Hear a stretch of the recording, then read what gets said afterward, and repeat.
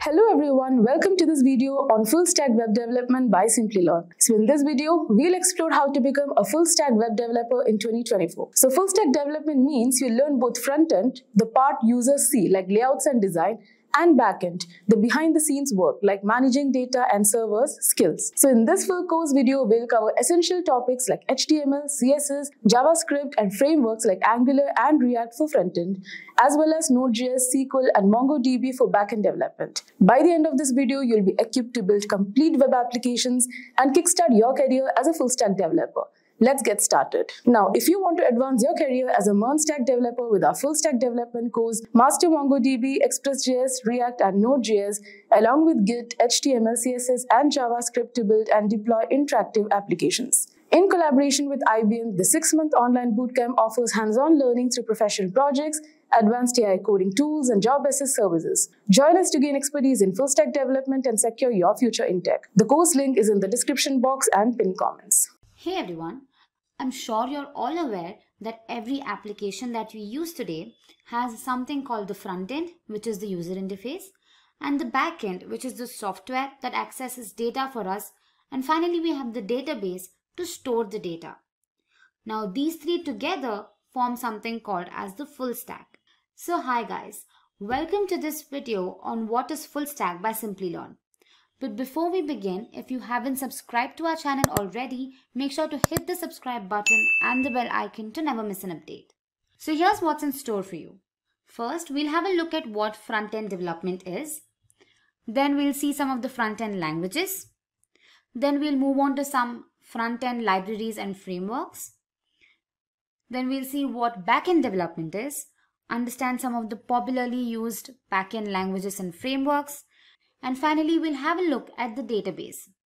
So now what exactly is front-end? Every time you open a website, it has several UI components. And once you click on a particular icon, say sign in this case, you get navigated to the sign in or the login page, right? So what happens is that all of these items facilitate navigation and utility. These are collectively called as the front end. So the front end is the visible part of the website or the web application which is responsible for user experience. The user directly interacts with the front end portion of the website or the web application. So now let's have a look at some of the front end languages. So I'm sure you've heard of HTML, CSS, and JavaScript. So these are collectively called the front end languages. When it comes to HTML, it defines the structure of websites and formats the web pages. It also defines text documentation. So let's look at a simple example. So here I've made use of the h1 tag, which is the heading tag in HTML, and I've displayed the message hello welcome. So correspondingly, my website displays the same message. So HTML is responsible or it defines what is being shown on the website. Next up is CSS. Now CSS is a style sheet that allows you to alter and style different web components, be it size, font, spacing, etc. It makes the content on the website look more decorative, correct? So now if you have a look at the code here, I've added some styling. I've changed the font style to italic. I've made the text bold and I've changed the color to red. And again, correspondingly, all the changes are seen on the website. Moving on, we have JavaScript. Now JavaScript is a very powerful client-side scripting language and it is mainly used for enhancing the interaction of a user with the web page. So again, if you have a look at the code here, I've created a form wherein the user can enter their name. And I've also displayed the message, please enter your name. As a result, an input box is made available where the user can type in their name. Now this is facilitated by JavaScript. So as I mentioned earlier, it is used to make web pages interactive and bring the web applications to life. So next, let's have a look at some front-end frameworks and libraries. Now most of these are JavaScript frameworks and libraries. First we have React, then there's Angular, there's Vue, there's jQuery, and then there's Bootstrap. Now all of these help develop the front end of the application. However, when it comes to React, Angular, and Vue, it's not necessary that you must know everything to create a website. One of them will be sufficient. However, the usage of React is on the rise and most of the developers prefer using React. jQuery and Bootstrap are also powerful frameworks that can be used to create interactive web pages. Now that you know what front-end development is, you must be wondering how the data is being fetched and how this data is being presented in front of you on your screen, correct? Now this is all facilitated by the backend of the application. So let's understand what backend development is. Now backend basically refers to the server-side development of the application. It is responsible for managing all the database with the help of queries and APIs. So every time the user makes a request, it queries the database and retrieves the data from the database and presents it to the user. And lastly, it ensures data consistency. So now let's have a look at some backend languages and frameworks. Firstly, we have Node. Node and Express.js are packages provided by JavaScript. Then there's Python, which is a very popularly used language. Python frameworks like Django and Flask are popularly used to create the backend of applications. Then there's Java, and Java provides Spring and Java Server Faces, which are also used for backend development. Then there's C#, which provides frameworks like ASP.NET Core and ASP.NET MVC. And other popularly used backend languages are PHP, there's Perl, and Ruby. Database is the collection of interrelated data which helps in efficient retrieval, insertion, and deletion of data from database and organizes the data in the form of tables, views, schemas, reports. Now some of the commonly used database management systems are MySQL, there's PostgreSQL, there's Microsoft SQL Server, there's Oracle Database, and then there's MongoDB. Mobile and web applications are something that we practically can't live without. From ordering food, to booking flight tickets, to making important bank transactions, these apps have made our lives easier. To cope with the changing demands with respect to user experience and security, web development needs to take a robust and efficient approach. This video tells you what the future of web development will look like. So let's begin by understanding what web development is. A web development involves building and maintaining websites and other web applications. A web developer is expected to convert a web design into a website. They're responsible for how a website or web application looks and functions, from its user interface and page layout to backend systems for gathering data. So a lot goes into building a website. There are several tools, frameworks, and packages that help create web applications. HTML, CSS, JavaScript are the basic languages required to develop a website. JavaScript offers several frameworks and libraries like React, Angular, and Vue. JavaScript and its environment like Node.js and Express.js. Node is an open source cross-platform runtime environment that allows developers to create server-side tools and JavaScript applications. Knowledge of the basic command line like npm, Node Package Manager, is essential. But I'm sure you're aware of all this.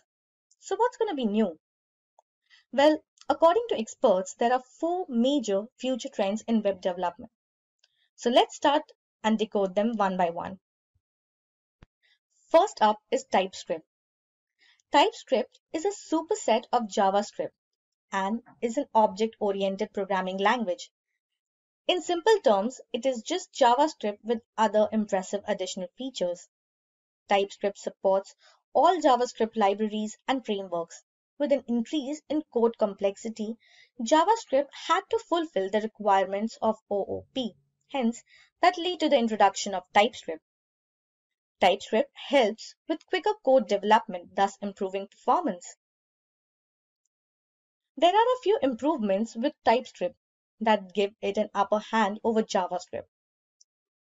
Only at the time of development does TypeScript bring out compilation issues. This reduces the chances of mistakes occurring at runtime. A property of TypeScript is that it is strongly typed or enables static typing. Static typing allows type correctness to be checked at compilation time. In JavaScript, this isn't possible. TypeScript is nothing but JavaScript and some additional features, i.e. ES6 features. Some of these features are interfaces, generics, namespaces, null checking, and access modifiers. TypeScript supports IntelliSense, which provides active hints as the code is added. So considering all these advantages, TypeScript is something that will be widely adopted by teams across the globe.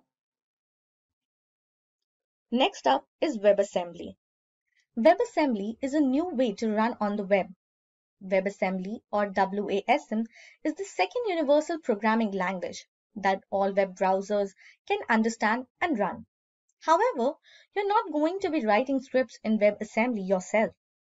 It's a low-level assembly language designed to be very close to compiled machine code and very close to native performance. What this means is that JavaScript is no longer the only language you can run on the web. Web browsers can run any language now, if that language has a WebAssembly compiler. Even traditional desktop languages like C++ and Rust can be compiled down to WASM with relative ease. WASM currently runs in 94% of users' browsers, with IE, UC Browser, and Opera Mini support being the main things holding it back, as per usual. However, it's backed by developers from Mozilla, Microsoft, Google, and Apple, and support in modern browsers is fast moving. Next up, we have package managers. Packages, a package manager or package management system, is a collection of software tools that automates the process of installing, upgrading, configuring, and removing software packages for a computer's operating system in a consistent manner.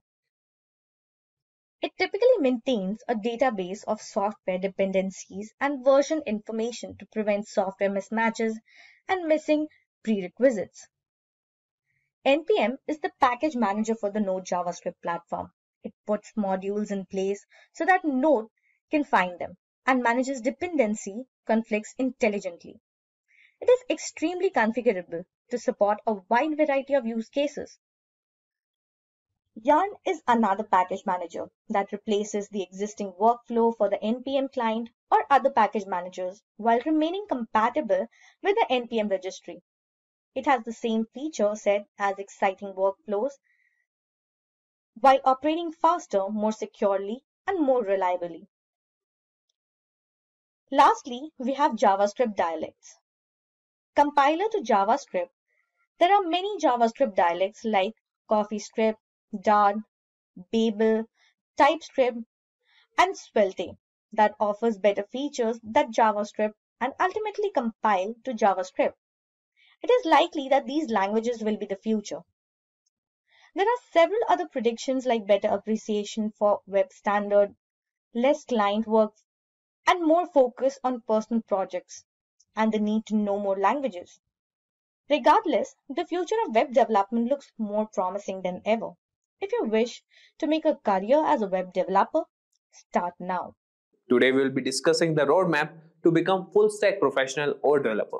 So let's understand this with the help of an example. Imagine having the ability to build an entire web application from the user-friendly interface that people interact with to the powerful server-side logic that processes and stores their data.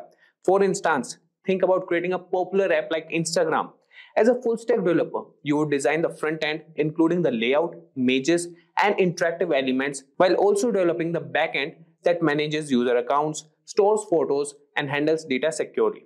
Full stack development is all about versatility and mastering a range of skills across both the front end and the back end. This comprehensive knowledge allows you to ensure that every part of your application works seamlessly together, providing a smooth and engaging user experience. It's a journey of continuous learning and practice, but the reward is a highly sought after skill set that opens up numerous opportunities in the tech industry. So let's get started with introduction to full stack development. So guys, full stack development involves working on both the front end and the back end web applications. As a full stack developer, you will handle everything from user interfaces to server management, making you a versatile asset in the tech industry. And if we talk about front end development, so it focuses on the part of the application that users interact with directly. This includes the layout, design, and interactive elements of a website or app. You will use languages like HTML, CSS, and JavaScript to create a seamless and engaging user experience. On the other hand, backend development deals with the server side of the application, and this includes managing databases, server logic, and application architecture. And you will work with server-side languages such as Node.js, Python, or Ruby and handle data storage with databases like MySQL or MongoDB. And as a full-stack developer, you combine both these skill sets, allowing you to build complete applications from start to finish. And this versatility makes you a valuable asset because you can understand and manage both the client side and server side of applications, ensuring they work together smoothly. Now we'll start with the roadmap, and the first thing to learn to become a full stack developer is learn the basics of web development. So to start your journey as a full stack developer, you need to learn the basics of web development, and this includes understanding the core technologies that form the foundation of web applications. So the topics to cover are: number one is HTML, that is hypertext markup language. And this is the standard markup language used to create web pages. It structures the content on the web page, that is, you can learn HTML with understanding the basic tags and how they structure a web page. And for the HTML project, you can create a simple web page with headings, paragraphs, links, and images. Now moving to the next technology, that is CSS, that is cascading style sheets. So this language is used to describe the presentation of a document written in HTML. It controls the layout, colors, fonts, and overall style of the web page. And to learning that, you can explore how to style your HTML using CSS. Learn about selectors, properties, and values. And you can style your HTML page by adding colors, fonts, and layout adjustments. And then comes the JavaScript. So it's a programming language that allows you to create dynamically updating content. And you can control multimedia, animate images, and much more. And you can understand the basics of JavaScript such as variables, functions, loops, and events. And you can add interactivity to your HTML pages such as form validation for a simple image gallery. And with a solid foundation in these basics of web development, that is HTML, CSS, and JavaScript, you can now move on to mastering front-end frameworks and libraries that will enable you to build more dynamic and responsive applications. So now you have got the basics of web development. It's time to dive deeper into front-end frameworks. And these tools help you build more complex, interactive, and efficient web applications. So you can cover the number one, that is React. So it's a JavaScript library for building user interfaces, particularly single page applications where you need a fast and interactive user experience. And then comes Angular, that is a platform and framework for building single page client applications using HTML and TypeScript. And then we have Vue.js, that's a progressive JavaScript framework used for building user interfaces and single page applications. If we talk about how you can learn them, so you can learn React. You can start by understanding the core concepts of React such as components, JSX, state, and props. And you can build a simple application like a to-do list or a weather app to get hands-on experience. And if we talk about Angular, you can explore Angular's core features such as modules, components, services, and dependency injection. And you can create a simple project like a task manager or a data dashboard to practice these concepts. Now talking about Vue.js, you can get familiar with Vue.js reactivity system, directives, and components. And you can develop a small application like a note-taking app to apply what you have learned. And you could have another examples and use cases, that is for React, you can build a dynamic user interface that updates in real time. And similarly, you can go with Angular and Vue.js. Now with a strong grasp of front-end frameworks and libraries, you have now equipped to create engaging and dynamic user interfaces. Next, we will explore the backend development to understand how to manage server-side operations and databases. So understanding backend development. So after mastering the front end, it's essential to understand backend development. And this involves handling server-side operations, databases, and application logic, which are crucial to building fully functional web applications. And we can cover number one is server-side languages. So you can learn languages such as Node.js, Python, or Ruby. So these languages allow you to write the logic that runs on the server. And after that, we can learn the frameworks. And you can explore frameworks that simplify backend development like Express.js or Node.js, Django for Python, and Ruby on Rails for Ruby. And then comes the databases. So you can understand both SQL, that is MySQL or PostgreSQL, and NoSQL, that is MongoDB databases, which are used to store and manage data. Now we talk about learning server-side languages. Here comes the Node.js, that's a JavaScript runtime built in Chrome. So you can enable JavaScript to be used for server-side scripting. And you can start by building simple server-side scripts. For example, create a server that responds with hello world when accessed. And if we talk about Python, you could have a versatile language known for its readability and efficiency. You can explore basic scripting and automation tasks. And talking about SQL databases, you can learn to interact with relational databases using SQL and create and manage tables and write queries to fetch data. So with a solid understanding of backend development, you are now equipped to handle server-side logic, manage databases, and build complete web applications. Next, we will look into the how to manage databases more efficiently and integrate them with your applications. So now we'll learn database management. So to become a proficient full stack developer, understanding database management is essential, and databases are critical for storing and retrieving the data that your application uses. You can start with SQL databases like MySQL and PostgreSQL, which use structured query language to manage data in a structured format like table, rows, and columns, and learn how to create and manage databases and write queries to insert, update, delete, and retrieve data. Designing relational databases for various applications is crucial for managing structured data efficiently. For instance, you can design a database for an online bookstore with tables for books, authors, and orders. This will help you understand how to structure data and perform operations like joins and aggregations to retrieve complex data sets. Now coming to NoSQL databases. So on the other hand, we can explore NoSQL databases like MongoDB, which store data in a flexible JSON-like format, making them suitable for unstructured data. You can gain skills in creating and managing collections and documents and perform CRUD operations to handle data efficiently. For example, building a database for a blogging platform where each blog post is a document in a collection will give you hands-on experience in managing unstructured data. This is particularly useful for applications requiring flexible schemas and high scalability. And you can integrate databases with applications. That is a third option. So integrating databases with your application is also crucial.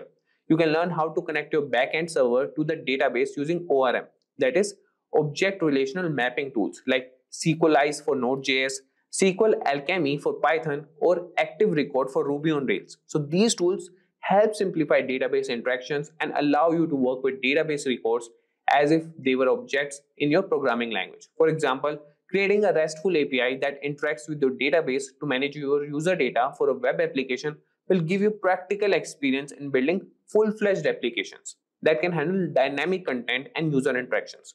Now that you have a good understanding of database management system with learning all three formats, that is SQL, NoSQL, and integrating database with applications, the next step is to get comfortable with version control, which is essential for managing and tracking changes in your code. So version control is essential for managing and tracking changes in your code.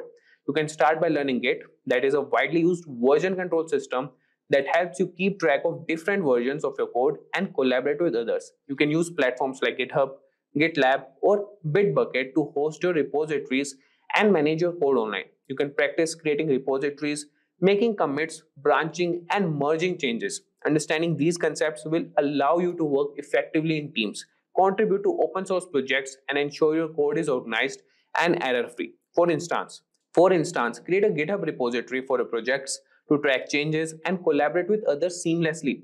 And with a strong understanding of version control, you are now ready to explore DevOps practices and deployment, which are crucial for delivering your applications efficiently. So after version control, you should learn this, that is understanding DevOps. So DevOps practices and deployment are crucial for delivering applications efficiently. DevOps combines software development, that is dev, and IT operations to shorten the development lifecycle and provide continuous delivery. You can learn about continuous integration and continuous deployment, CI/CD pipelines, which automate testing and deployment processes. You can familiarize yourself with cloud platforms like AWS, Azure, and Google Cloud, which offer services to host and manage your applications. And practicing deployment on your projects on these platforms will help you understand how to manage servers, databases, and networking, ensuring your applications are always available and scalable. And with knowledge of DevOps and deployment practices, you are well equipped to deliver robust applications. Next, let's focus on building projects and creating a portfolio to showcase your skills. So building real-world projects and creating a portfolio are essential to showcase your skills and attract potential employers. So start by developing projects that incorporate both front-end and back-end technologies. Examples include an e-commerce site, a blog platform, or a social media app. Document your projects well, highlighting the technologies used and the challenges you overcame. Create a personal portfolio project or website to display your projects. Share your resume and provide a way for others to contact you. This portfolio will serve you as a testament to your capabilities and make you stand out in job applications. Now that you have a solid portfolio, you are ready to start applying for jobs and advancing your career as a full stack developer. So keep learning and building to stay ahead in the dynamic field. And now coming to last point, that is stay updated and keep learning. So the tech industry is constantly evolving. So it's crucial to stay updated with the latest trends, tools and best practices. Join developer communities and follow tech blogs and participate in online forums like Stack Overflow and Reddit. And you can attend webinars, conferences and workshops to network with other professionals and learn about emerging technologies. And you can continuously take online courses to keep your skills sharp and learn new programming languages or frameworks. So by staying updated and continuously learning, you ensure that your skills remain relevant and you can adapt to the ever-changing landscape of full stack development. So with that, guys, we have come to the end of this session. You can utilize free resources like YouTube tutorials, community forums, and documentation to guide your learning. And you can also join courses, as I mentioned in the starting, that you can have a MERN stack development certification. By 2025, if you are not using AI to code, you might be falling behind. That might sound extreme, but the truth is AI is changing how we develop software at lightning speed. Whether you are a beginner or an experienced programmer, AI tools are opening up new opportunities you might not have thought possible. In this video, I will show you the top AI coding tools that will make you feel like you have got a full team of developers at your disposal. No matter if you are working on web apps, mobile projects, or data science, AI coding assistant can seriously boost your productivity. Before we get into the list, let me quickly explain what AI coding tools actually are. These tools use advanced machine learning to enhance your coding experience. They can suggest smart code completion, generate full code snippets, and handle repetitive tasks for you. Think of them as a helpful assistant, always there to make coding faster and easier. So now let's check out the best AI coding tools used in 2025. So welcome to the demo part of best AI coding tools for 2025. So in this, I will show you top 5 coding AI tools, right? First, we will start with ChatGPT. So I'm not talking about the simple one because simple one is everyone know, but recently ChatGPT launched GPT-4o with Canvas. So we will open this. Here I will write, give me login page code using HTML, CSS and CSS. Okay. See the magic. See, like this. So right now it's in beta version. Okay. So I guess those who have paid version, so they can, use this. So now see here. What if I want to change these background color, only particular background color. I don't want to change all the code, but I just want to change these color, H2 color, or you can say display, it will block or something else. Okay, I want to change the padding of this particular class, right? So here what I will do, I will select this and one pop-up will come, ask ChatGPT. So now you can just here you can write, please change background color to blue. I don't know which color is that, but again I want to change it to blue. See, it will change only the background color. See, rest will be the same, right? See here, edited. So this is the best upgrade I can see with ChatGPT with coding, for coding. Okay, so let's see one more. Okay, so here what I will do, let's change the padding.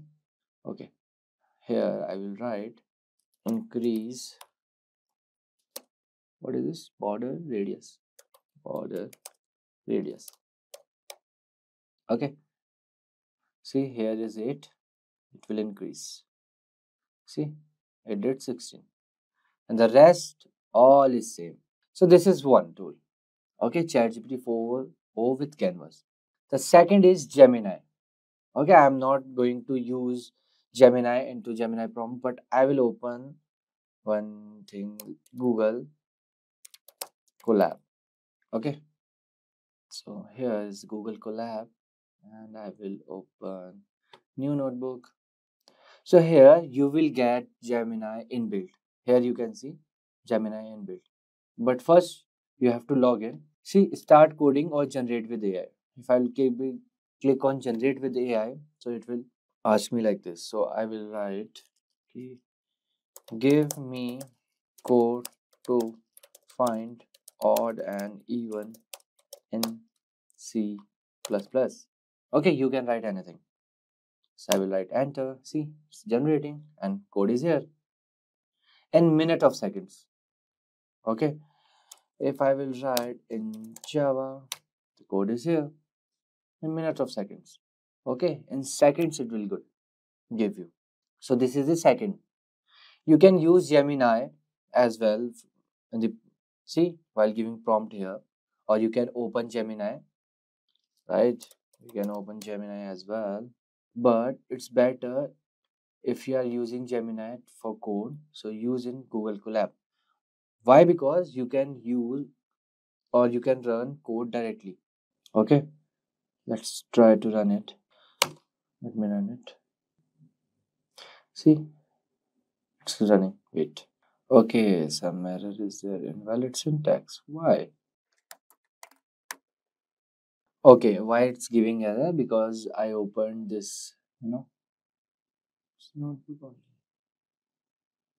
Okay, this is the Python notebook, right? That's why it's giving error. Okay, let me run this in Python. Oh my god. See, it's running nicely in Python because it's Python notebook. Okay, so these are the odd numbers and these are the even numbers, and numbers are already given here, right? So this is the second one, and the third one is Claude. Okay, I have to log in it first. So here, so in Claude as well, we have many models. You can say Claude 3.5 Sonnet and Haiku is there, and some more things are there. Okay, and here I will write, okay,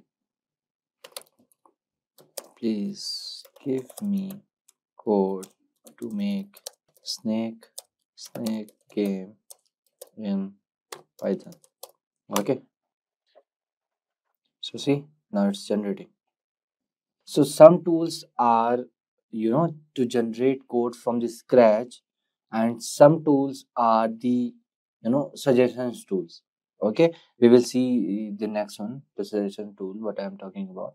Okay, so here all the details for this particular code, and yeah, so third model is Claude. So this is how you can use Claude. So there are many models of Claude, like I told you already, 3.5 Sonnet is there, Haiku is there, and there is one more. Okay, where I can't see. Okay, but again, it's it's paid thing. Okay, and the next is Codium. Okay, so I will show you Codium. This is the Codium, right? This Codium is this. So I have already installed this Codium into my VS Code. Okay, see, Codium generate control plus I. See, this is the command. Just write.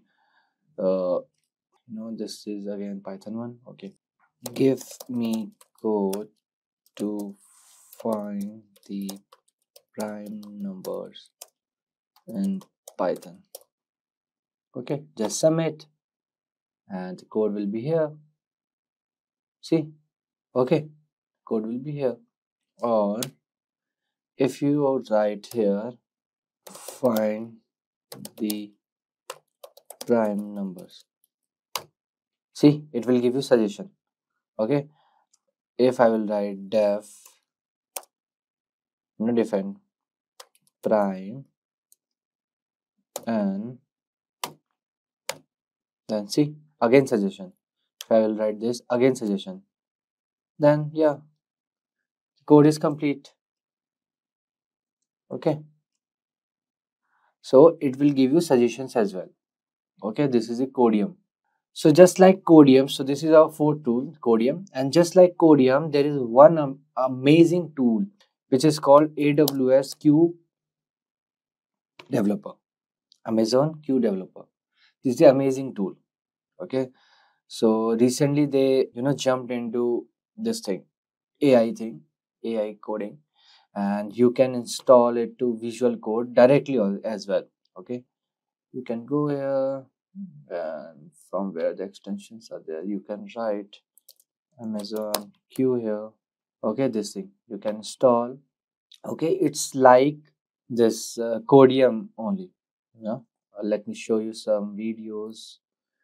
What are the videos? Okay, so how Codium works. Okay, not here. I will show you in this. See, this is how Codium works. Again, same thing. See, if you write this, again the suggestions will come. Okay, lambda function to publish user, like Codium. Okay, so the fifth one is our Amazon Q. Okay, so there are many models like Copilot. This GitHub Copilot is there. Copilot is there. GitHub Copilot is there for this AI coding, AI developer tool. And if you are curious to make a website within a second, so there is one more app called, not app, this tool, you can say WebSim. Okay, see what you like to create today. I will write here Amazon, but okay, let me first, yeah. So, but they use Sonnet 3.5, means Claude. They are using Claude. So I will write here, I want to create Amazon.in. See, it will create website for you. No coding, nothing, all. Directly it will give you website. Okay, it's loading, I guess. So this is how you can use WebSim. Right? See, OnePlus Node, this came. Okay. I just gave Amazon.in and the website is here within a second. Okay. So these are some, important tools to learn or how to use them in 2025, for 2025. Using AI tools for coding is essential to be in the race. Okay. So these are some coding. Did you know that over 80% of Fortune 100 companies are using hackathons to spark innovation and drive their products forward? That's right. According to Forbes, these intense coding marathons are no longer just a fun challenge. They are a powerful tool to push boundaries and uncover new strategies. And here in India, the hackathon scene is booming too. Just last year, the Government of India awarded an impressive 2.1 lakh to the winning team of a national hackathon. Exciting, right? But here's the thing. Hackathons aren't just for big players. They are the perfect launchpad for students, startups, and entrepreneurs to turn their dreams into reality. Take Hack in the North, for instance. It's India's largest student-organized hackathon, where young minds from top universities come together for 36 hours of non-stop innovation, coding, and problem solving. Launched in 2016, it has become a powerful platform where future tech leaders are born. If you are a college student or have probably seen these events happening on campus, but maybe you have held back from joining, or perhaps you're a total beginner wondering where to start, don't worry. Hackathons aren't just about hardcore coding. They are a hub for creativity, collaboration, and learning. In today's video, we will guide you through the top 5 hackathons in India you need to keep an eye on this year. From the Smart India Hackathon to international challenges like NASA's Space App Challenge. Plus, we will share some expert tips to help you increase your chances of winning and standing out in these high-energy competitive events. But before we dive in, make sure you subscribe to the channel and hit the bell icon for more engaging content. So, let's get started. So first up on the list is Smart India Hackathon, one of the biggest hackathons in India. Organized by the Government of India, this hackathon focuses on solving real-world problems in sectors like healthcare, agriculture, education, and smart cities. The main goal is to inspire students and become innovators and problem solvers. Now, let's talk about how can you apply for this hackathon. The registration usually starts in the month of December and the hackathon itself happens around February or March. To participate, you'll need to form a team with members from your college. Since the hackathons is open to college students, your team will need to submit a solution idea and a problem statement as a part of the application process. As for eligibility, the hackathon is only for students. Whether you're an undergraduate, postgraduate, or PhD student from an accredited Indian institution, winners receive cash prizes and government recognition. So if you've got some cool idea to solve a real problem, don't miss out on this one. Next, we have Hack in the North, the largest student-organized hackathon in India. Hosted by IIIT Allahabad, it's a 36-hour tech marathon where you can work on software or hardware projects, and the best part is it's completely free to join. Now, how can you apply for this hackathon? Well, applications for Hack in the North typically open in the month of January and the event takes place in March or April. You can apply individually or as a team, and if you don't have a team, no worries. You can form one at the event too. There are team building rounds to help participants with similar skills and interests connected. In terms of eligibility, it's open to all the students. From high school to postgraduate, you don't need to have prior hackathon experience. So if you have never joined one before, this is a great place to start. Plus, it's free of cost. So why not give it a shot? Next on the list is Bharatiya Antariksh Hackathon. If space and technology are your thing, then you need to check out this Bharatiya Antariksh Hackathon. This hackathon is organized by ISRO and focuses on space sciences, geospatial technology, and artificial intelligence. Teams are invited to come up with innovative solutions for real challenges in these areas. So, how do you apply for this one? The application process usually begins in the month of July, with the hackathon happening later in October. You'll need to apply as a team of 3 to 4 members, and submissions are made online through ISRO website. Just keep an eye on the registration dates. As for who's eligible, students from any background can apply. Whether you're a high school student, college, or even a professional with a passion of space tech, winning teams get the opportunity to present their solution to ISRO experts and can win cash prizes. Last year, the top team won around 1.5 lakh. This is an amazing opportunity. If you're interested in space technology, do give it a shot. Now, let's talk about NASA International Space App Challenge, a global hackathon where participants from all over the world work on real-world problems using NASA's open data. The focus this year is on climate change, and teams will develop tech solutions to help reduce its impact. So how can you apply for this one? Well, the applications usually open in the month of July or August, and the event takes place in October. You can apply as a team of 2 to 6 members directly on NASA's Space Apps website. If you can't attend in person, you can even participate virtually. So you can join from anywhere. As for eligibility, the hackathon is open to everyone. Students, professionals, beginners, anyone. You don't need to be a coding expert to join. Winners receive cool tech gadgets, software licenses, and mentorships from NASA's expert. Plus, who wouldn't want the chance to say they worked on a NASA project? Next on the list is Hack MIT. Lastly, we have Hack MIT, one of the largest and most prestigious hackathon in the world. Held at MIT's campus in the US, this hackathon is open to students globally. Teams work on projects related to a wide range of topics, from sustainability to healthcare and interactive media. Let's talk about how to apply. Applications for Hack MIT open in August and the event happens in the month of September. You can apply as a team of up to 4 members directly on their website. And even though it's hosted at MIT, students from all over the world are welcome to apply. As for eligibility, only undergraduate students can participate. So if you're currently in college, you are good to go. Hack MIT also offers more than just coding. There are workshops, mentorship sessions, and fun activities throughout the event. It's a great way to connect with bright minds globally and create something amazing. Let's talk about how to boost your chances of winning. First, pick a problem that stands out. Judges love projects that solve real-world issues with creative solutions. Make sure your idea has a clear impact. Next, focus on creating a functional prototype.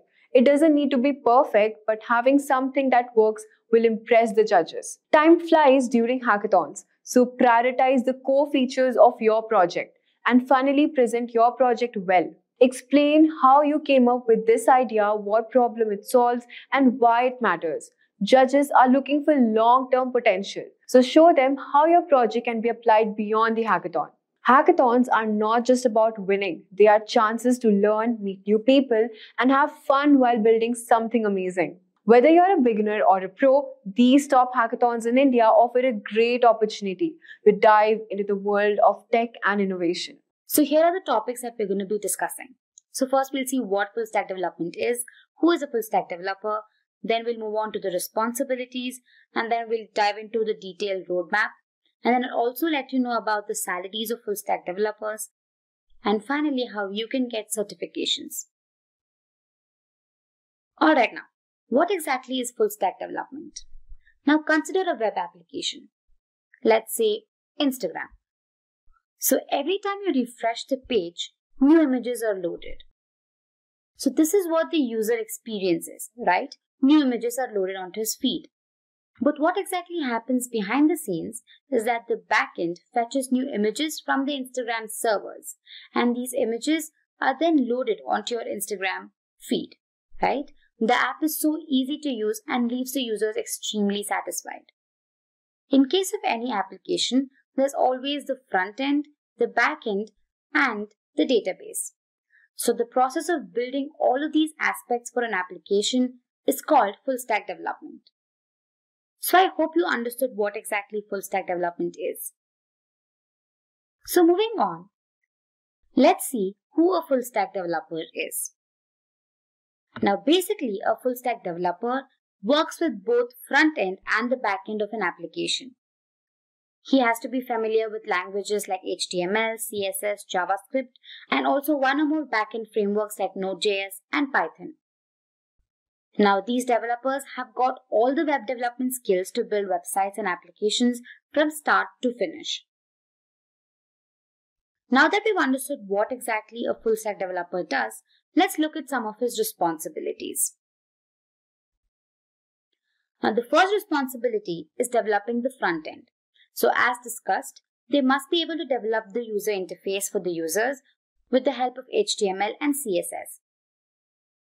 Next up is design the backend.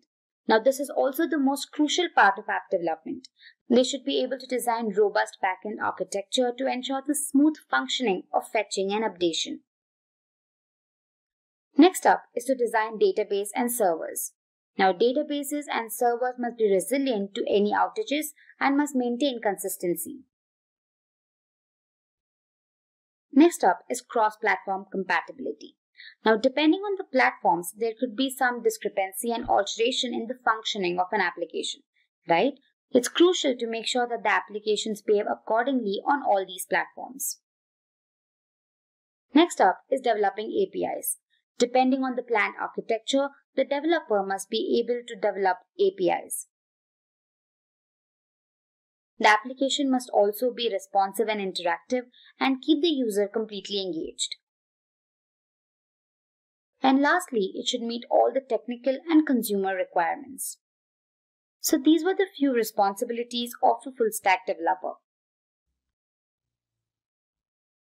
Moving on, let me explain to you a simple roadmap of how to go about to become a full stack developer. So this roadmap basically shows you the prerequisites and skills one should have to become a successful full stack developer. Alright, so let's go ahead and begin with tools and software. Now the first and the most rudimentary requirement is a text editor. Now the most widely used editor is VS Code.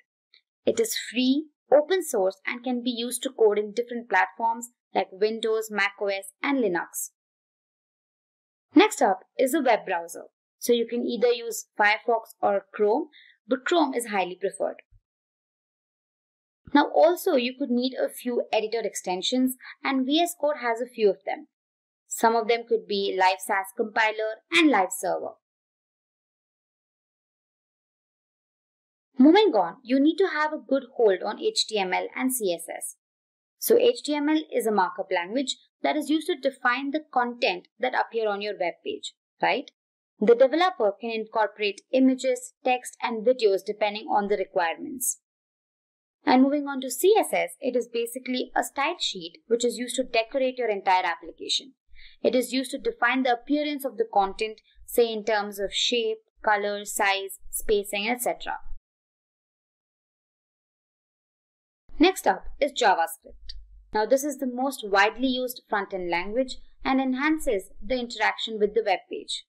Now you might want to brush up your knowledge on simple concepts like arrays, functions, objects, and loops.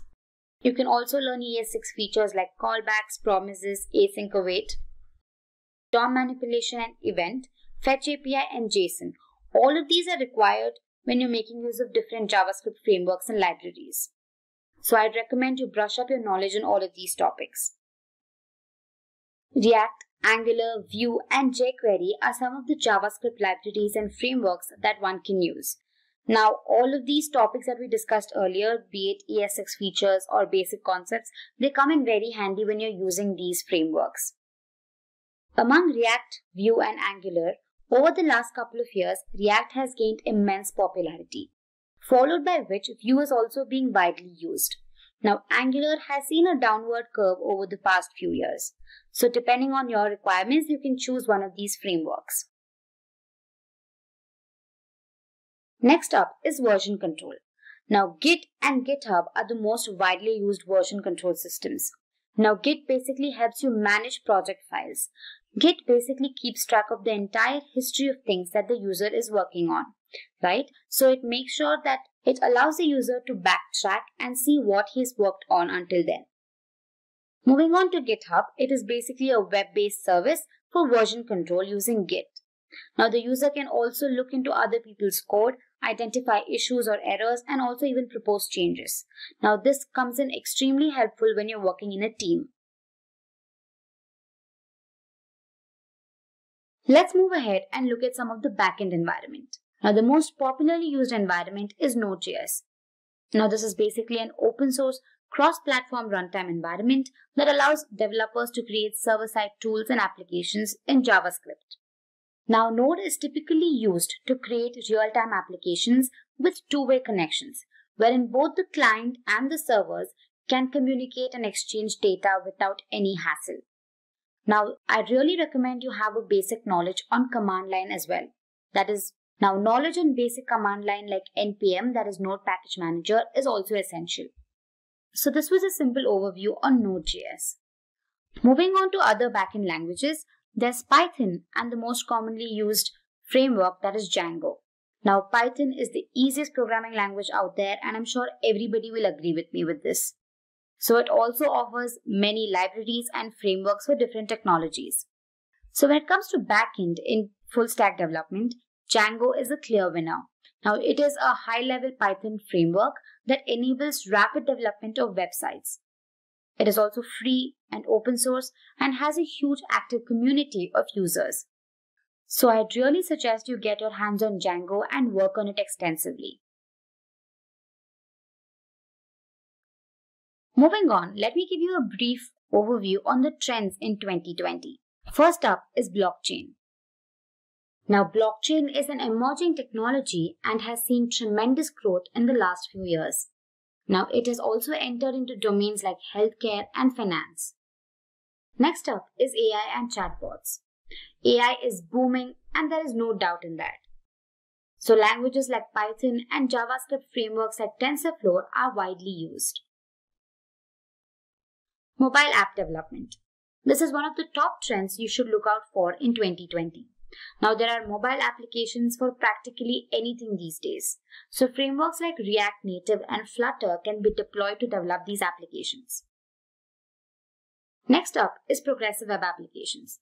Now, these are like a hybrid of mobile and web apps. They are faster to load and provide some amazing features like push notifications. Another important feature is their ability to work offline. Lastly, we have IoT. With the increasing number of devices getting connected to the internet every second, development of IoT applications is also on a rise. So these were a few trends that you should look out for in 2020. Moving ahead, let's look at the salary of full stack developers. Now, according to PayScale, The average salary of a full stack developer in India is around 5,90,000 rupees per annum. The average salary of a full stack developer in the US is around 75,000 US dollars per annum. Alright, so moving on to the fun part. Let's go ahead and look at a simple quiz. Now here is the quiz question. Which of the following is not a JavaScript framework or a library? Option A, React. Option B, Angular. Option C, Pandas. Or option D, Vue. So let us know your answer in the chat section. One lucky winner will get a voucher. So I'll keep this on the screen for a while.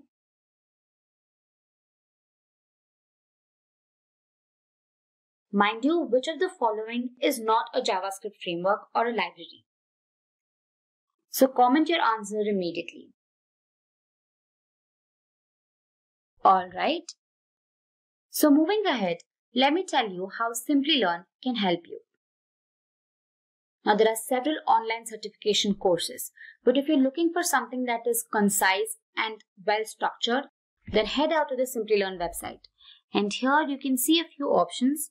You have the Full Stack Java Developer Masters Program. You have the Full Stack Developer .NET Masters Program. And you also have Full Stack Web Developer Mean Stack Masters Program. You can also go through the overview, and depending on your requirement, you can choose the appropriate course. Hey guys, I'm sure you all have heard about phrases like web development, full stack development, front-end and back-end development. But if you are not sure about what exactly they mean or how they're different, then don't worry. You're in the right place. This video on front-end versus back-end development will help you differentiate the two. But before we begin, if you haven't subscribed to our channel already, make sure to hit the subscribe button and the bell icon to never miss an update. Now let's jump right in and look at what's in store for us. So first, we'll look at what exactly web development is. Then, we'll look at the different types of web development. Going ahead, we'll look at what front-end development is and understand what exactly back-end development is. And lastly, we'll be comparing the two on the basis of languages, libraries and frameworks, skills, job roles, and salary. So now let's begin by understanding what web development is.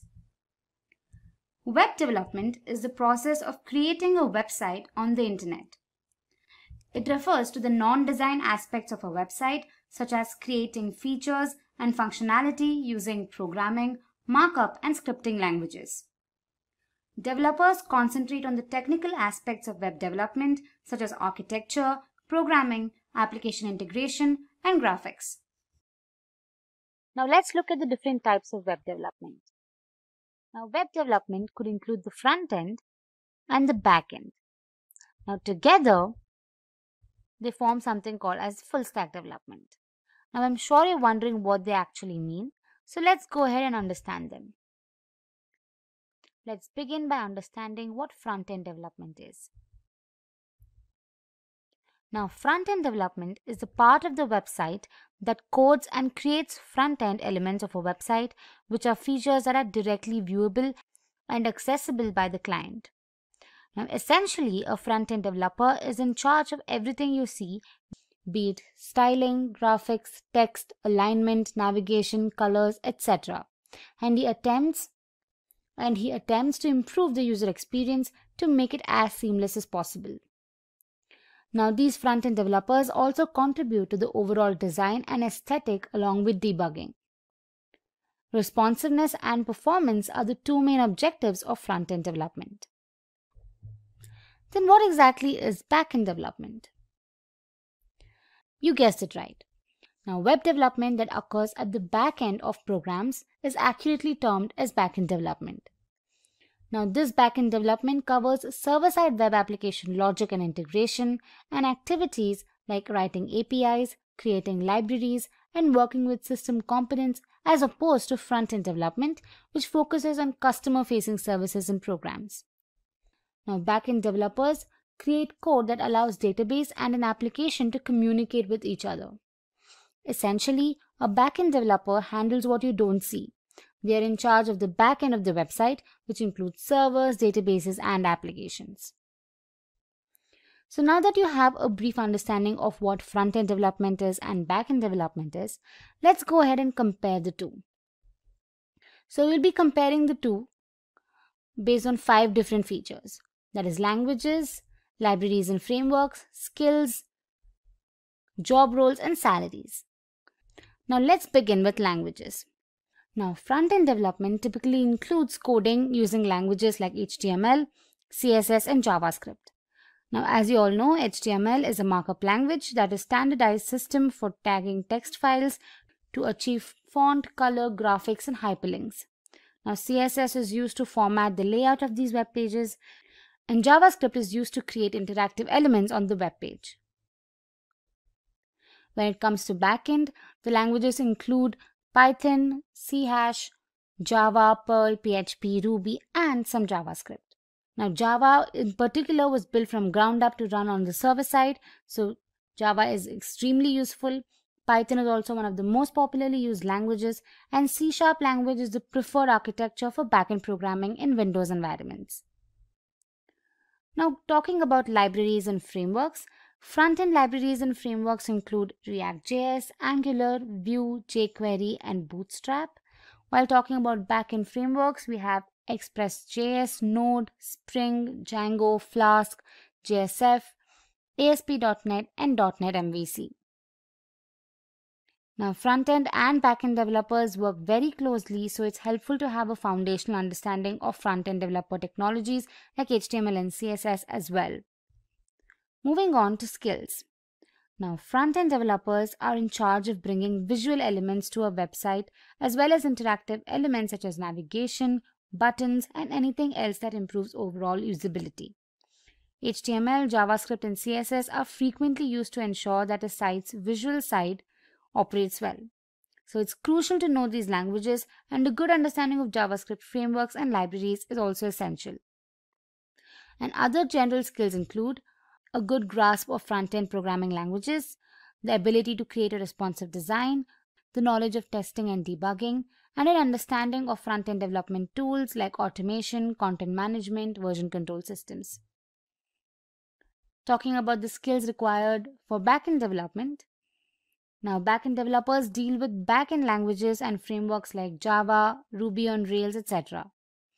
Now, backend developers deal with languages like Java, Ruby on Rails, etc. to make web pages and applications operate. Now, it's vital to know commonly used backend languages and frameworks like Django, Node.js, Express.js, and so on. Other important skills include database management, framework utilization, programming, knowledge of accessibility and security compliance, and understanding requirements and ensuring data consistency and integrity. Now, moving ahead, let's look at some of the job roles for front-end and back-end development. Talking about front-end, we have the front-end developer, the CSS or HTML developer, we have front-end web designer, we have front-end SEO expert, full-stack developer, and a UI developer. Talking about back-end, there's back-end developer, Java developer, full-stack developer, DevOps engineer, software engineer, and an iOS developer. And lastly, let's look at the salaries offered to these front-end and back-end developers. In India, the average salary of a front-end developer is around 6 lakh rupees per annum, while a back-end developer earns about 7 lakh rupees per annum. In the US, a front-end developer earns around $100,000 per annum, while a back-end developer earns about $121,000 per annum. Session will be about today's topic, which is become a front-end developer. So let us begin. We are going to discuss the things you need to know to become a web developer. First, we will start with basic skills which every web developer must know before moving into more advanced web frameworks. Then, we will understand what React is and why it is so popular. After that, we will go through another web framework called Angular. Then, we will also get to know about a comparatively new front-end framework called Vue. In the end, we will go through the front-end developer salary trends, which will give you an insight of the job market. So without further ado, let's get started.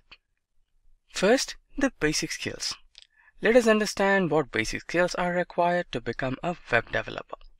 There are a few recommendations in that you must learn for either path. These are the common things every programmer should know. The first one is the GitHub. So Git is a free open source version control system that enables collaborations in a particular project. It is designed to handle both small and large scale projects. Git is a tool used to save code and create different versions to better manage the feature updates in the product or an application. So followed by the GitHub, the next important thing we have is the data structures and algorithms. A data structure is the location used to store and organize data. An algorithm is a collection of steps to solve a particular problem. Learning data structures and algorithms allow us to write efficient and fast computer programs. So followed by data structures and algorithms, we have the text editor. Get familiar with the text editor of your choice. Visual Studio Code is the top choice for most of the web developers, and my personal choice too, because of the large support of languages and, of course, the speed.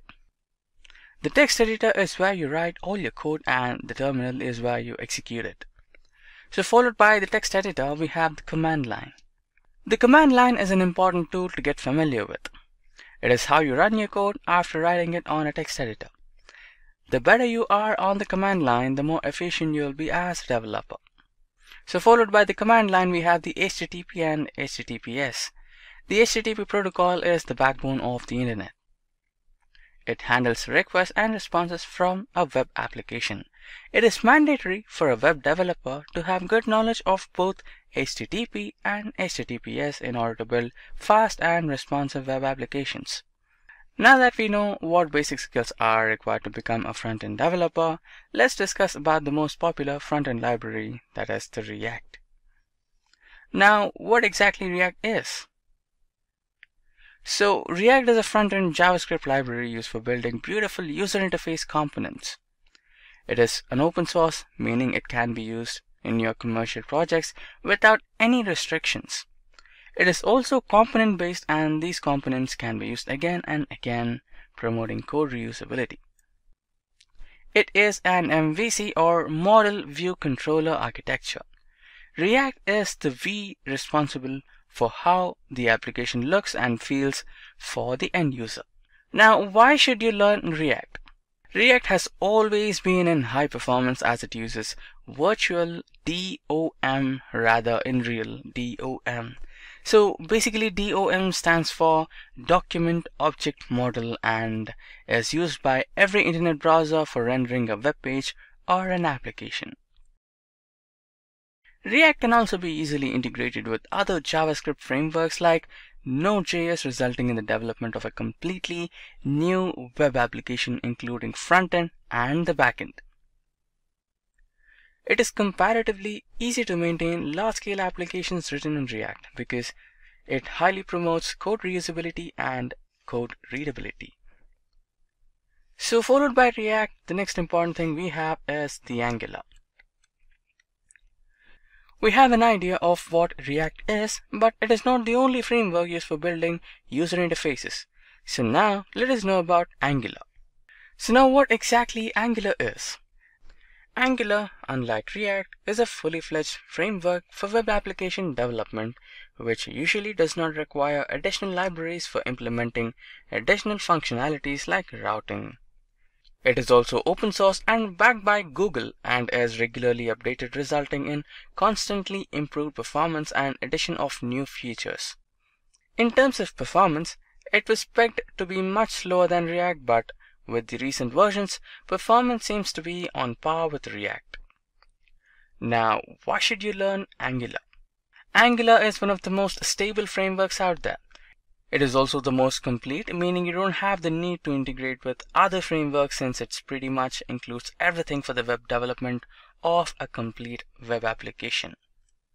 Angular, backed by Google, is a safe choice for using in long-term projects since it is not going anywhere anytime soon. Angular is obviously used by Google for its web applications and also used by other large-scale companies, creating a lot of job opportunities. Now followed by Angular, the next one we have is the Vue. Now that we know quite a bit about the two popular front-end frameworks, namely React and Angular, let's now go ahead into Vue and learn a bit more about Vue.js library. Now what exactly is Vue? Vue is a lightweight and open source progressive JavaScript framework used for developing interactive web user interfaces. It is meant to be integrated with other libraries to develop a complete web application. Like React, Vue.js is mainly focused on the view part of the web application, and hence it's a bit faster when compared to Angular, which is a complete web application solution. Vue.js is commonly referred to as Vue and pronounced as Vue.js, or Vue is rightly so. Now why should you learn Vue? Any beginner web developer can easily understand Vue and start building their own web user interfaces. Like React, Vue also uses virtual DOM, resulting in better performance, and it also uses the component-based code design, promoting code reusability and code readability. Vue.js has become popular in recent times, and many companies are starting to use it, owing to its lightweight performance and easy integration with other web libraries and frameworks. Now with this, let's move into the next section where we will discuss about the front-end developer salary trends. Now that we know what skills we need to become a front-end developer, let's now have a look into the salary trends of a front-end developer. Front-end developers are always in high demand since new web applications are launched and managed continuously. There are generally offered generous salaries across the globe. The salaries also depend on the factors like frameworks, skills, and the work experience. The average salary of a front-end developer in India is 5,06,000 rupees per annum. The average salary of a front-end developer in United States is $76,929 US per annum. Website architecture. Website architecture basically defines the design and structure of a website.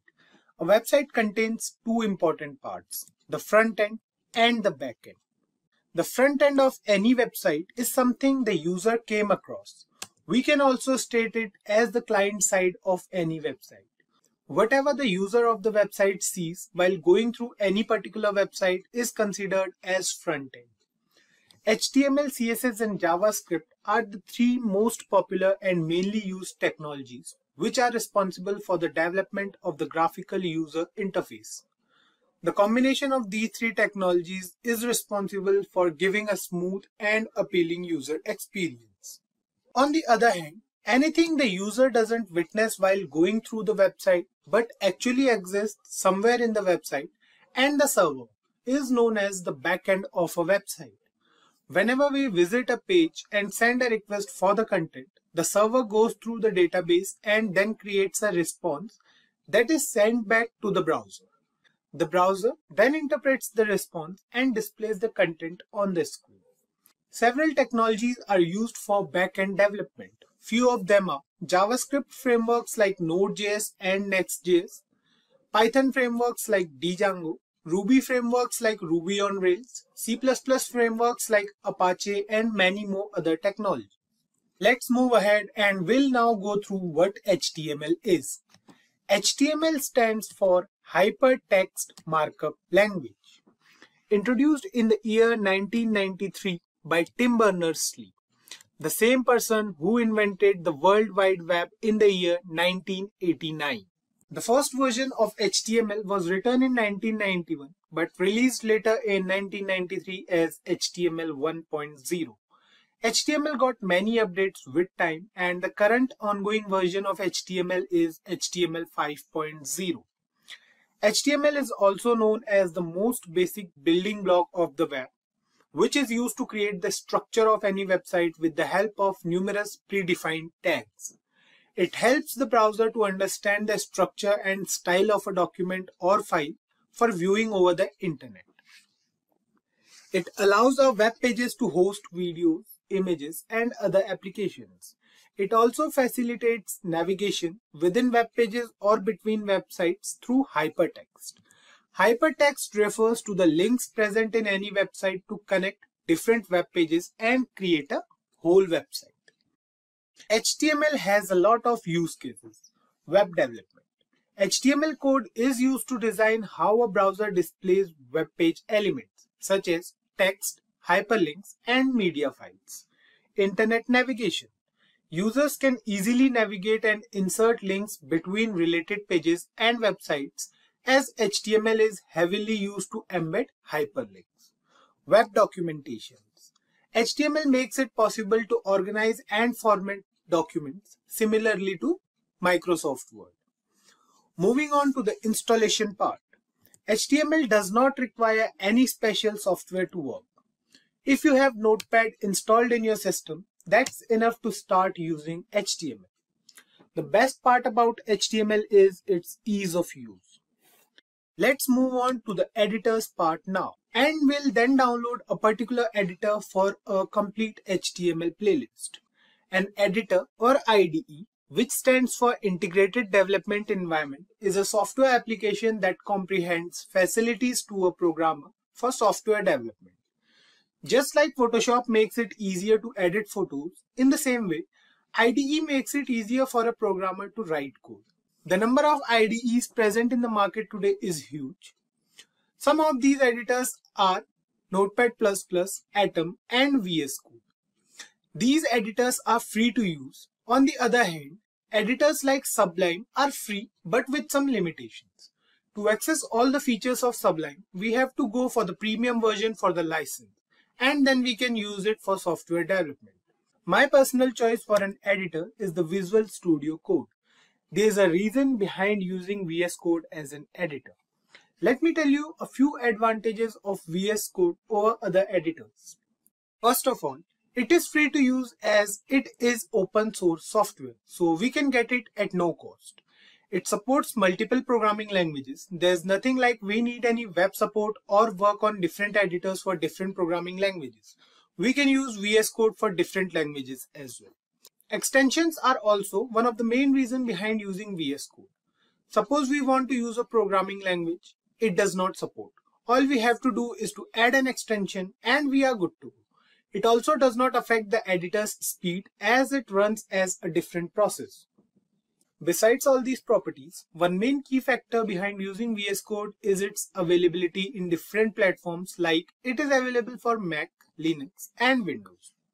So I think there are enough features we have discussed till now. There are many more features that we'll discuss while installing and working with VS Code. Let's start with the installation part now. The installation process for VS Code is pretty simple.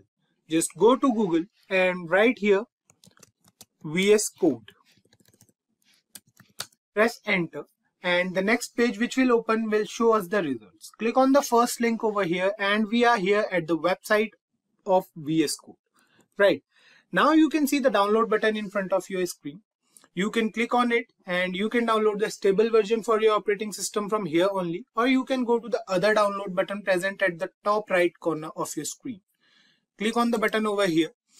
So you can see here we have all the extensions as well. These are the top extensions. We have to download them inside VS Code once the downloading part overs. So here you can see the download starts. Now sit back and relax until the download finishes. Once the download completes, open the setup file from your downloads and it will take us to the license agreement page. Now agree over here, click on next and it will take us to the browser part. So here what we have to do is we have to choose a location for the VS Code file to locate. So you can choose any location. So for now I'm clicking on next over here. Now you can see we have a different folder, so we can click on browse and then select it and then click on next. So here we can see we have some additional features. So what we'll do is we'll create a desktop icon. Now you can see other options as well, so click on them as well. Click on next and now click on install. The installation will start. Once we are done with the installation part, click on finish and the VS Code will start automatically. Fine. So here you can see we have the welcome page over here. What we can do is we can open a folder from here. So if you have any folder, so what we can do is we can open it from here. Now what we'll do is we'll create a new file. So here you can see we are in a file. What we have to do is we have to save this file now. So click on file, click on save, and now we can save this file at any place or any location we can see. So what we are going to do is we are going to go on desktop. We are going to create a new folder over here. We are going to name it as HTML. Now inside HTML, what we are going to do is we are going to write here the name of our file. So we'll write here first, then we'll write here the extension. So what we have to do is we have to write here first.html, and here you can see we have an HTML file over here, right? So you can see we have 4 options over here. The first one is for opening a folder or any particular location. So click on open folder. Now what we are going to do is we are going to open HTML over here, and you can see we have the HTML folder open. Now we have the file over here as first.html, which we created recently. Then we have the search button over here to search anything or to replace anything. The next button we have over here is for the source control. Then after this we have the debug button as well, and then we have the extensions. So these are the features VS Code provides us, and below here we have the accounts option and the settings option. What we can do from here is we can change the font size and different settings, right? Now, the next button we are going to discuss is the extensions button. Here we can find many extensions given by the VS Code Studio community. They are free to use. So for now, we'll use these 2 or 3 extensions. So what we can do is we'll click on HTML CSS support. So you can see I have already installed these extensions over here. So then we have JavaScript and TypeScript nightly and the live server extension. So this extension is pretty important, the live server one and the HTML CSS support. You can leave the JavaScript and TypeScript nightly for now. So we have to install these 2 extensions for now. So I have already installed it. You can install them in your computer. Now the next thing we have to do is, so we can start writing our code here on. I've already told you that while saving any file, make sure that we are saving that file with a .html extension. So what we have to do here is we have to put an exclamation mark over here and press enter, and you can see we have the basic HTML code which we'll need in almost every project. We can simply start with it if we have basic computer knowledge. We got you covered if you are a newbie to HTML. Please stay connected with us and you guys will understand HTML in a very fun and exciting way.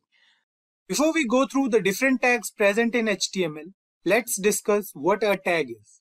A tag refers to a special word wrapped in angular brackets which are used to define a particular type of content on a web page. After using a tag in an HTML file, the browser decides how to render or display the content on the screen.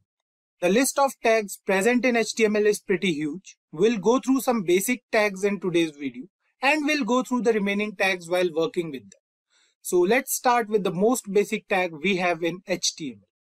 You can see here we have a basic program written over here. All the tags mentioned over here are mandatory for all HTML programs.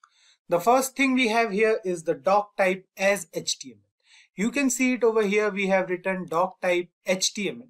So this is not an HTML tag but an instruction for the system about the type of document.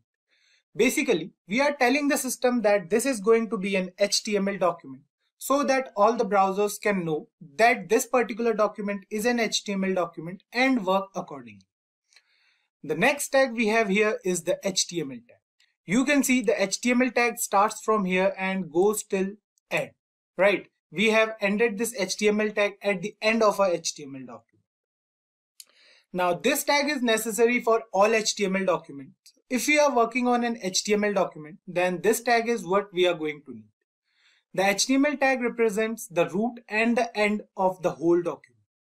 This is a container tag that contains all the other tags within it. So this tag is pretty mandatory in all HTML documents.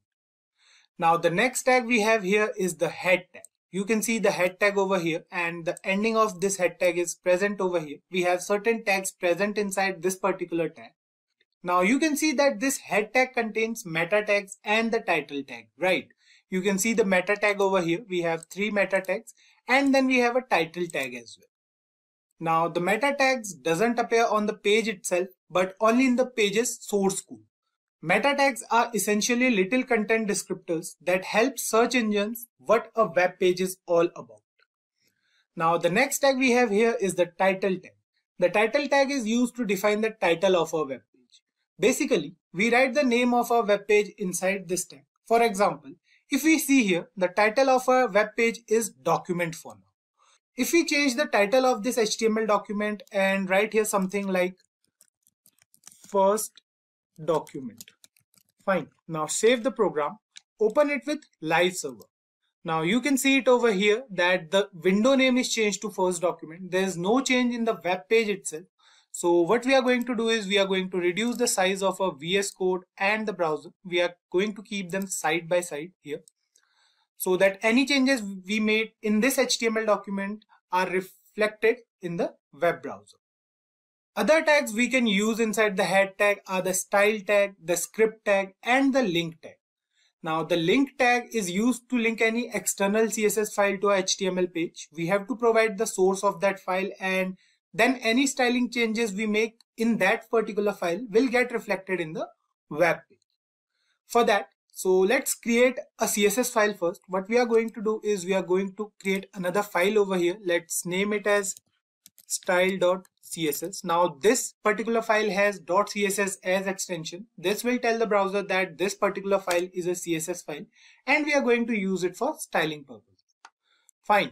So we have this style.css over here. Now we are going to link this with our HTML document. For that, what we have to do is we have to write here link. So this is the tag. Now we have to write here rel and we have to write here style sheet.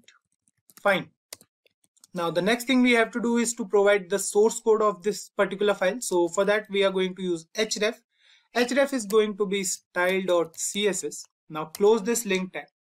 Now this rel tag over here specifies the relationship between the current document and the link document.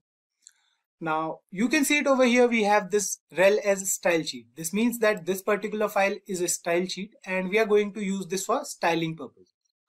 Another important tag we have inside the head section is the script tag. This tag is used to declare or use any script within the HTML document. Basically used for JavaScript. So it's not necessary to use this tag within the head section only. We can use it anywhere, but for now we are going to use it inside the head tag. The syntax is also easy.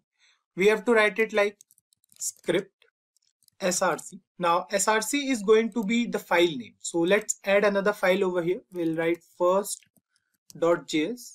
So this will tell the browser that this particular file is a JavaScript file. So we are going to write here inside this now. We are going to write first.js. Now we have to define the type as well. So type is going to be text and the file is a JavaScript file. So we'll write here JavaScript. Fine. Now close this tag and the script tag will closes automatically. You can see it over here. Fine. The script tag is closed. Keep one thing in mind that we have to close the script tag every time, but the link tag is not necessary to close. The next tag we are going to discuss is the body tag. The body tag defines the document's body. Now you can see it over here. If we go back to HTML page, you can see the body tag over here. Now the body element contains all the content of an HTML document such as headings, paragraphs, images, hyperlinks, tables, lists, etc. There can only be one body element in an HTML document. Any tag we are going to use within the body tag is going to define the structure of a web page. Now the next tag we are going to use is the heading tag. There are 6 different types of heading tags starting from H1 and goes till H6. H1 refers to the most important heading and H6 refers to the least important one. The font size of H1 is the largest and the font size of H6 is the smallest among all. So let's use them all here. What we'll do is we'll write here H1. Now inside this H1 we'll write this is heading 1. Save the program and you can see it over here. We have a heading in our web page which says this is heading 1. Similarly, we have the H2 tag as well. So if we write here H2 and inside this, if we write this is heading 2. Save the program. You can see the change in the font size. You can see the difference over here. The font for H1 is greater and the font for H2 is a bit smaller than H1. Similarly, we have H3, and for H3 we are going to write here this is heading 3. Fine.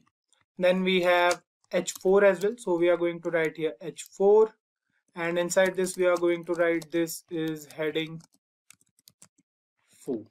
Fine. Similarly, we have H5 and H6 as well, so we are going to mention them first here. So we'll write here this is heading 5, and finally we have H6, which is used for heading 6, so we are going to write here this is heading 6. Fine. Save the program and you can see the difference in all the headings over here. The size for H1 is the largest and the size for heading 6 is the smallest. We can use any of these headings according to our needs. Similarly, we have the paragraph tag as well in HTML. It is used to write a paragraph or any content within the web page. The syntax is simple.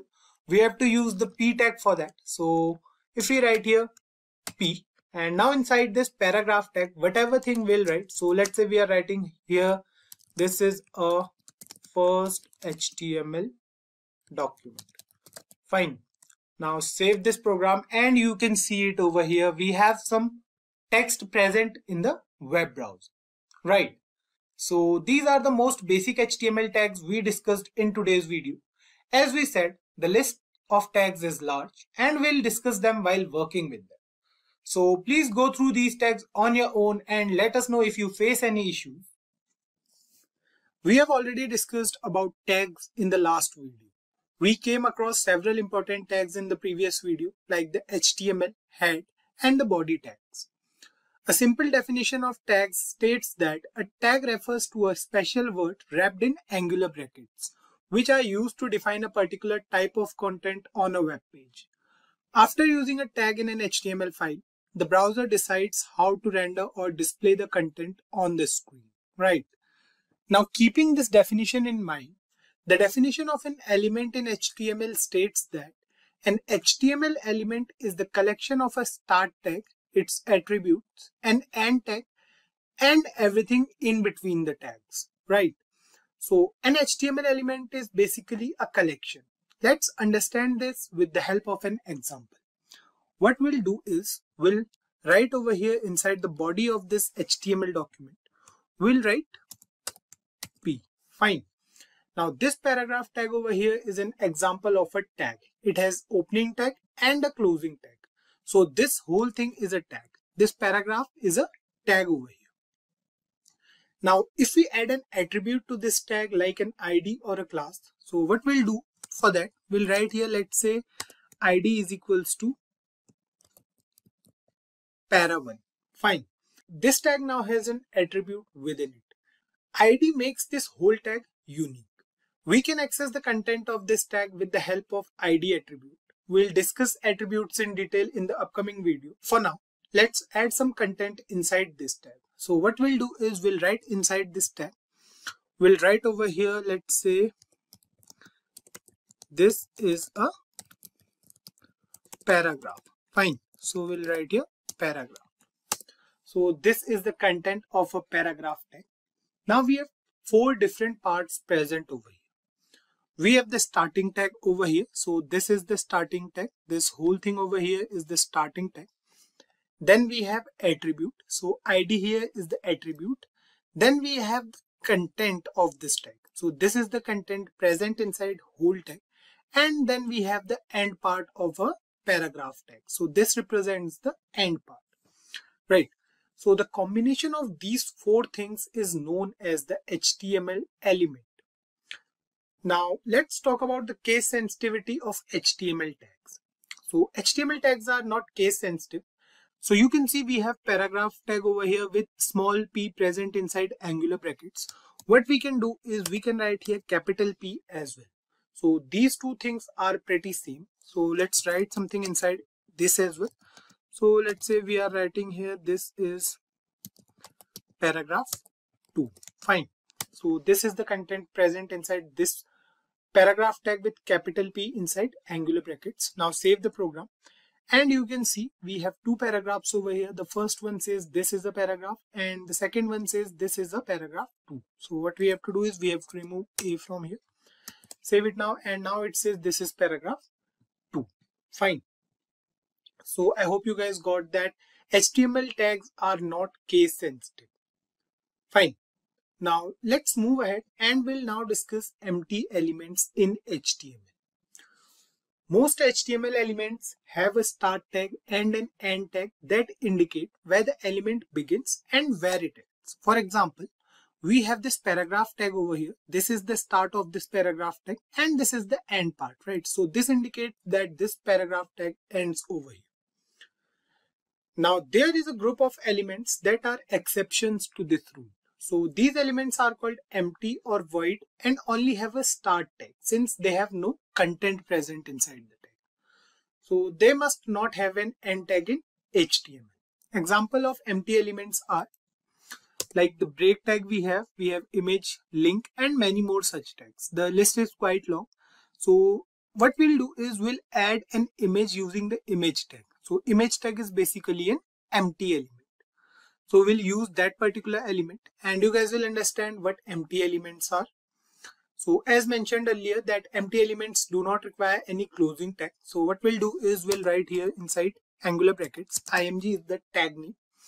Then we'll write here src. So src over here is attribute. We'll discuss attributes in upcoming videos. So inside this we'll provide the path of our image. So let's say we have this image present inside images folder, which is a folder present in a system, so where we are saving all our HTML programs. So the next thing we'll write here is alt stand for alternate. So if the image is not shown over the browser, then the alternate text will be shown. So let's say we are writing here image1. Now we'll close this image tag. So that's all. We don't have to close this particular image tag. We don't have to write here like this. So you can see we don't have to write here like this anything. So if we not write it over here, that's fine because image element is an empty element. So let's save the program and you can see we have an image over here in the browser. So the image size is quite large. What we'll do is we'll reduce the size. So we'll write here this for now. We'll discuss all these things in the upcoming videos, so don't worry about it. For now you can see that we have an image over here. So this is our image. This particular image is what we have added using the image tag. So this is done. Now the last thing we'll discuss in this video is the nesting of elements. Nesting means we can use a tag or element within another element. For example, you can see we have a paragraph over here. So this is a paragraph which says this is paragraph 2. Let's add some more things over here. So let's say we are writing over here HTML stands for hypertext markup language. Fine. And save the program. So this is the paragraph over here. You can see. Let me increase the size of our browser a bit. So now I think you guys can see it much better. Now what we'll do is we'll use a particular element or tag within this paragraph tag. So let's say we want this HTML to be cursive and bold in nature. So what we'll do over here is we'll use the B tag over here. So B stands for bold. So what we'll do next is we'll cut HTML from here and we'll paste it inside this B tag. Now save the program and you can see HTML is bold in nature now, right? Similarly, what we can do is we can nest one more tag inside this bold tag. So what we can do is we'll write here I. Now we have to put this HTML inside both these tags. Save this program and you can see the HTML is cursive in nature now. So you can see we have 3 different tags, or we can say we have 2 different tags inside a particular tag. This is known as nesting of elements. So we can do it with HTML as well. I hope you guys must have got an idea about what HTML elements are and how elements are different from tags in HTML. In the last part, we came across HTML elements. We saw the difference between HTML tags and elements. Now that we already have an idea about elements, let's discuss what attributes are. Let me write the basic syntax of an HTML element over here first. So what we'll do is we'll write over here let's use the paragraph tag. So we are writing over here, this is a basic example of elements in HTML. Fine. I hope you guys must have got an idea about what this is. This is actually a basic HTML element. We have nothing else over here, just a simple example of HTML element. An element consists of a start tag, an ending tag, and the content within the tag, right? So this particular thing is an element. Now, attributes in HTML refer to the additional properties or characteristics of an element. For example, if we write here, let's suppose we are writing over here, let's say we are writing over here ID as para1.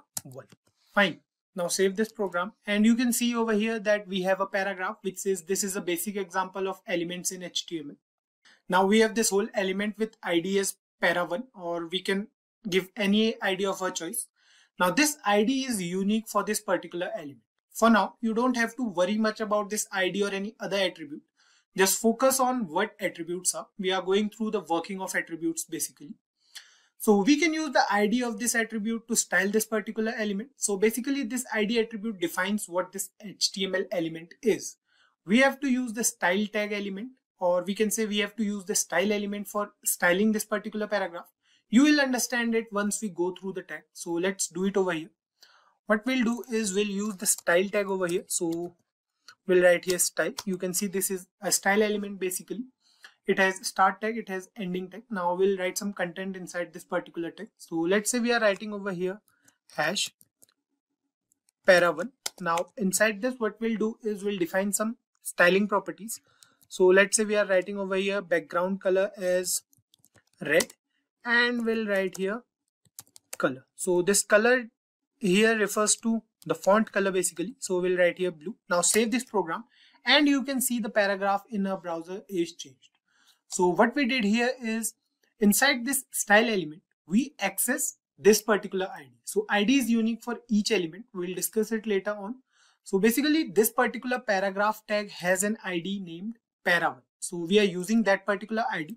Then we have some CSS properties. So these properties are used to style a particular element. So we have used it over here. You can see it over here. If I zoom out a bit in the browser, you can see the background color of this whole paragraph is red and the font color is blue.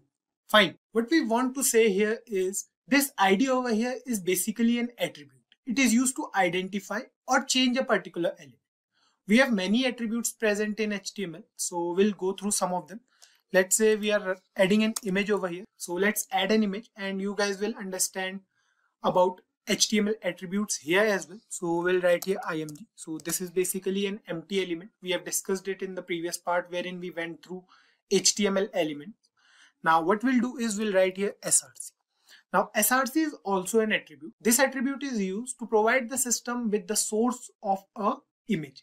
So if we go back to this particular HTML folder, so here we have a HTML folder. You can see we have a folder here named as images, and we have an image present inside this particular folder, right? So what we have to do is we have to provide this path inside a HTML file. So what we are going to do here is we are going to get back to VS Code, and inside here we'll write images. So this is our folder name, and we have a file name html.png present inside that particular folder. So src is the attribute, and this particular thing is the value of our attribute, right? Now the next thing we are going to do here is we are going to write here alt. Now inside this alt, let's say we are writing HTML over here. Now this alt attribute is used when we add an image on. So basically what happens is when we add an image to a web browser, sometimes what happens is the image is not shown over the browser. So in that case, the alternate text will be shown. So if this particular image is not shown in the browser, then this particular text will be shown. So let's save this program. We'll open a web browser here side by side as well. You can see that this particular image is present over here in a web browser. The size of this image is quite large. We can change the size in two different ways. We can either use the ID attribute here as well and then use that particular attribute in the styling tag or CSS file to change the size of this image, or we can simply use the height and width attribute in the image tag over here. So that's the simple one. So what we are going to do is we are going to write here height. height is an attribute, we have to define the height in pixels. So we have written over here 300 pixels. Save the program, and you can see the height of this image is 300 pixels now.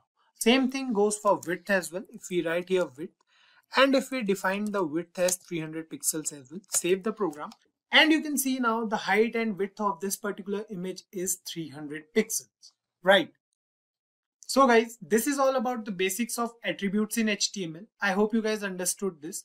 We'll go through each attribute while working on those attributes in the upcoming videos. So don't worry about it if we haven't covered all the attributes over here. We'll go through them in the upcoming videos. Before we move on and discuss the different formatting tags in HTML, let's understand what formatting is. Formatting refers to the process of making the text present on a web page more appealing to the user. For example, let's say we want to add a heading in our HTML document, and for that we want a specific font size. Let's say we want to add a heading with a bigger font size. For this purpose, we have the heading tag present in HTML, which provides us with 6 different font sizes, with H1 being the tag with the greatest font size and H6 with the smallest one. We have already discussed it in the previous videos as well. Now we need to make sure which font size we want, and we can use the heading tag accordingly. Let's understand this with the help of an example. Let's suppose we are working on a web page wherein we want a heading. So let's say the heading is what is HTML. We want the font size to be bigger. So simply we'll write here H1. We have already mentioned it that H1 has the biggest font size of all the 6 heading tags, right? So inside this we'll write what is HTML. So let's suppose this is the heading. Now on saving the program, you can see here on the browser that we have a heading with larger font size. So what we can do for now is we'll remove this heading from here. Now save it, and you can see we have only one heading as of now. We have the heading as what is HTML. We can also write a paragraph after this heading tag that will explain what HTML is using the paragraph tag. So let's do it over here as well, and you guys will understand it much better.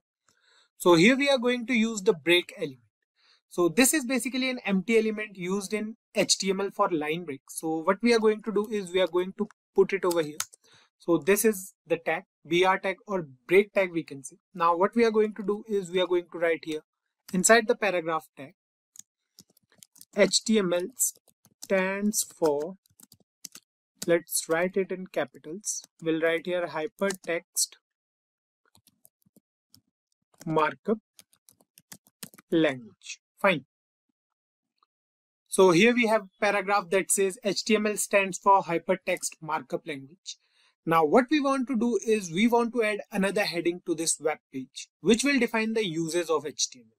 So basically what we are doing is we are going through the sizes of heading tags. So we want another heading, let's say over here. Now the main heading of our web page was what is HTML, and we want it to stand out among all the headings present in our web page. That's why we use the H1 tag for that heading. Now for the next heading or for the new heading, we'll have a little bit smaller size than the main heading. So what we are going to do is we are going to use the H2 tag or the H3 tag for that. So let's use the H3 tag for now. We'll write over here H3. So basically we are going to write it after a BR tag. So we are going to use the BR tag over here, or the break tag we can say. Now we are going to write here uses of HTML. Fine. Now save the program, and you guys can clearly see the difference in font size of both the headings. Let me zoom in a bit here in the browser. So now you guys can see it much better. There's a difference in the size of heading 1 and heading 3, right? So this difference is what we are talking about till now. There are 6 different sizes for a heading tag in HTML. We can use any of these heading tags according to our need. Figure out which one of these 6 tags is best suitable for your web page and use them. Simple and easy. Let's move ahead and we'll now discuss some more formatting tags present in HTML.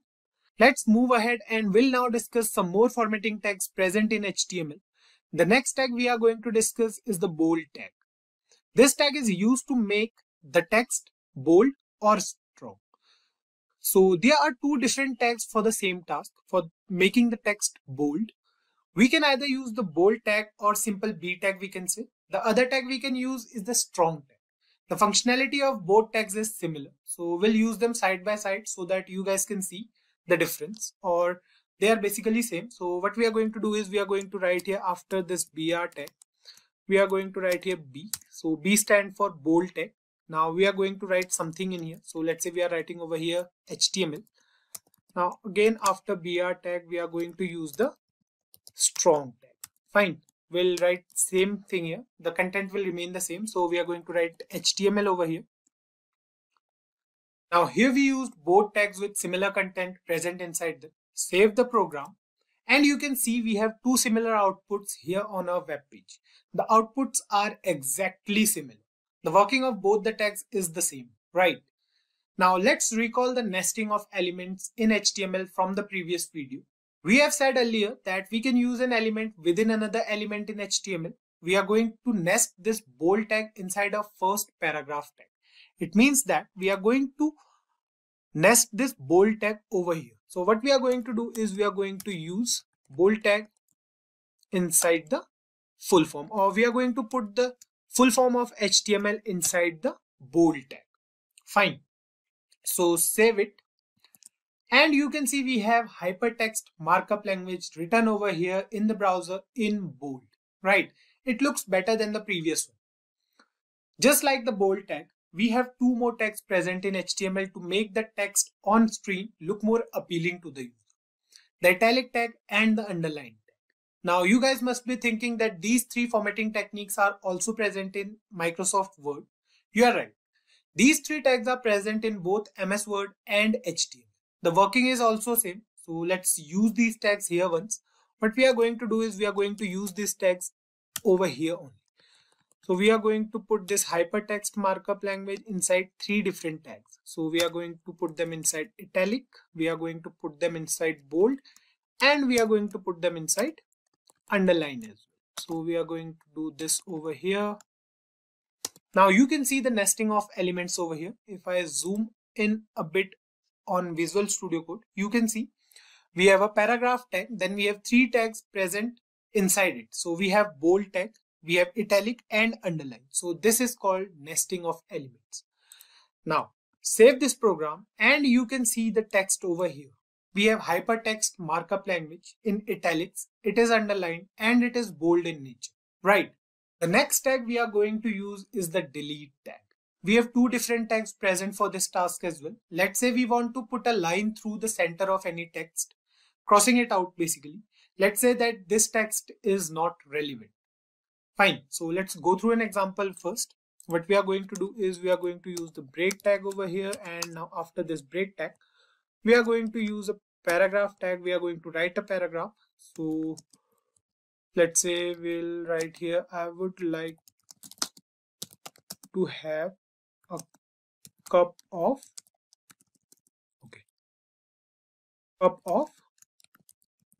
coffee. Fine, save it, and you can see we have this paragraph or sentence over here on the browser. Now what we want is we want to delete this particular word, or we can say we want to put a line through it. Fine. So what we are going to do is we are going to write here strike. Fine. We are going to put coffee inside this strike tag because we want this particular word to cut, and then let's say we are writing over here tea. Fine. So save it now, and you can see it over here. It says I would like to have a cup of coffee, has a line over it, and then we have written tea. So you guys can understand the meaning of this sentence by yourself, I guess. You can use this tag anywhere according to our needs. We can achieve this same thing with the help of the delete tag as well. What we have to do is we have to write here in place of strike. What we are going to do is we are going to copy this piece of code from here. We are going to paste it here. Now instead of strike, we are going to write here delete. So del, this is the tag, and we are going to close this tag as well. Now we are going to write coffee inside it and save the program, and you can see we have the exact same output with this tag as well. Fine. Another tag we have in HTML for formatting is the mark tag.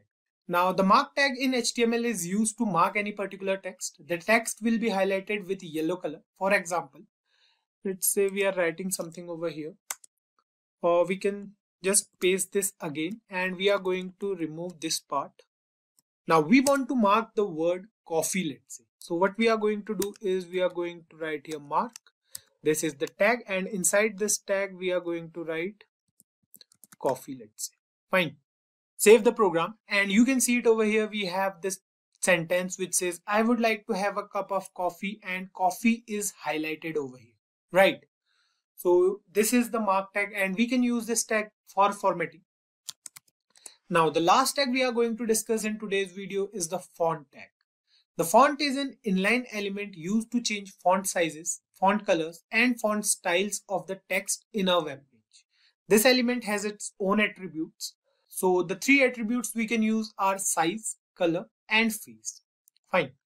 Size is used to change the font size of the text. We can write values between 1 and 7, with 1 being the smallest and 7 being the largest font, exactly opposite to the heading tag. So you can learn it that way. Color refers to the font color. We can simply write the name of the color, or we can use the hexadecimal values for colors. The hexadecimal numbers are specified according to the RGB value for each color. The last thing we have is face. Face refers to the font style. The default HTML font is Times New Roman. We can use any font style of our choice using this attribute. So let's use this tag over here, and you guys will understand it much better, I guess. So what we'll do is we'll write here. Let's say we are using a paragraph tag. So we'll write something over here. Let's say I prefer. Now we are going to use the font tag over here. So this is a tag. You can see it in red color. Now we have three different attributes, right? So the first attribute we have is size. So we'll write here inside size, let's say the size of this font is 4. Then we have color. So color defines the font color. So let's say the font color we want is red. And then we have the face. So let's say we want the font style to be Verdana, and we'll write something over here. Let's say we are writing this over red. Fine. Now save the program, and you can see it over here. It says I prefer red. Fine. So let's complete this sentence.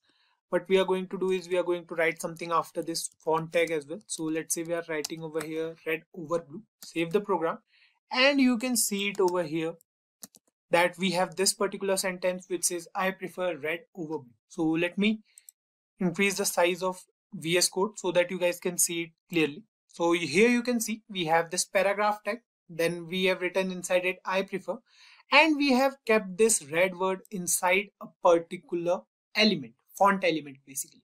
This font element has three different attributes: size, color, and face. Now let's change the size of this to 6 for now, and we'll check the output, save the program, and you can see red over here is quite large in size, right? It looks different. So I hope you guys got this. Formatting an HTML document is mostly done using CSS, but now HTML also allows us to format our documents using different tags. Basic formatting, we can say. So formatting is making the web page more appealing using these particular tags. So the list of formatting tags present in HTML is quite long. We can't discuss all of them here, but if we use any of those tags in the upcoming videos, then surely we'll discuss them over there on. Now the task for you guys is to use these formatting tags and let us know if you find any difficulty in using them. In HTML, a phrase tag is used to give structural meaning to a block of text. What does that mean? Let's try to understand this with the help of an example. We'll first take a paragraph for this example, a small one maybe. So let's do it here. What we'll do is we'll write here P. So we are going to use the paragraph tag. Let's write something over here. So let's say we are writing over here, hello everyone. Then I'll write this is caution. And let's suppose we are writing over here, please subscribe to a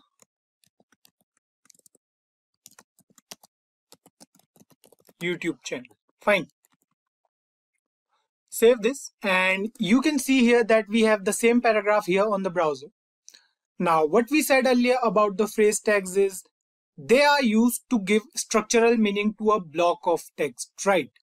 So here we have a paragraph and we want to provide meaning to a block of text.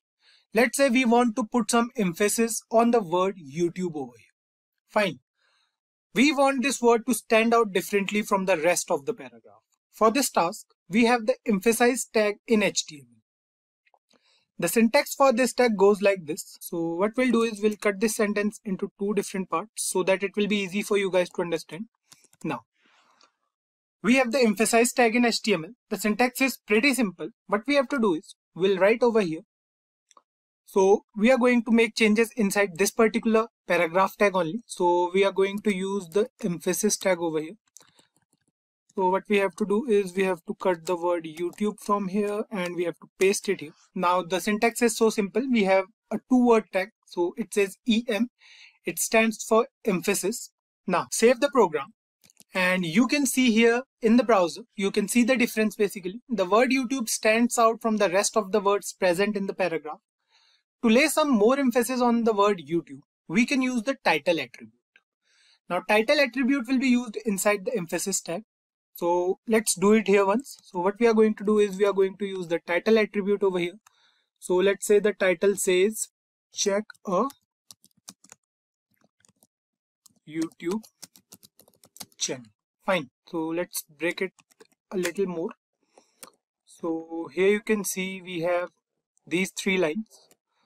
So inside this paragraph tag, what we are doing is we are using the emphasis tag, and inside that emphasis tag, we are using the title attribute. Fine. On saving the program, you can see nothing changes over here on the browser. To witness the change here, we have to take our mouse cursor over YouTube.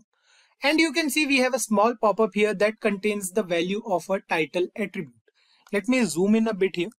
So here you can see on taking the mouse cursor, we have this small pop-up with the value of a title attribute, right? Another thing we can do for this task is we can add a link over here on the word YouTube. We'll discuss it in the upcoming videos when we'll go through text links in HTML. So you guys will understand it much better then. Now, you guys may have a question in your mind that we can do this exact same thing with formatting tags as well, right? Yes, of course we can do that, but formatting refers to the process of molding the text for a better look and feel of the text, while phrase tags are used to provide meaning to a block of text. It's not necessary that if a tag falls under the category of formatting tags, then it can't be a phrase tag. The difference lies in the purpose of using that particular tag.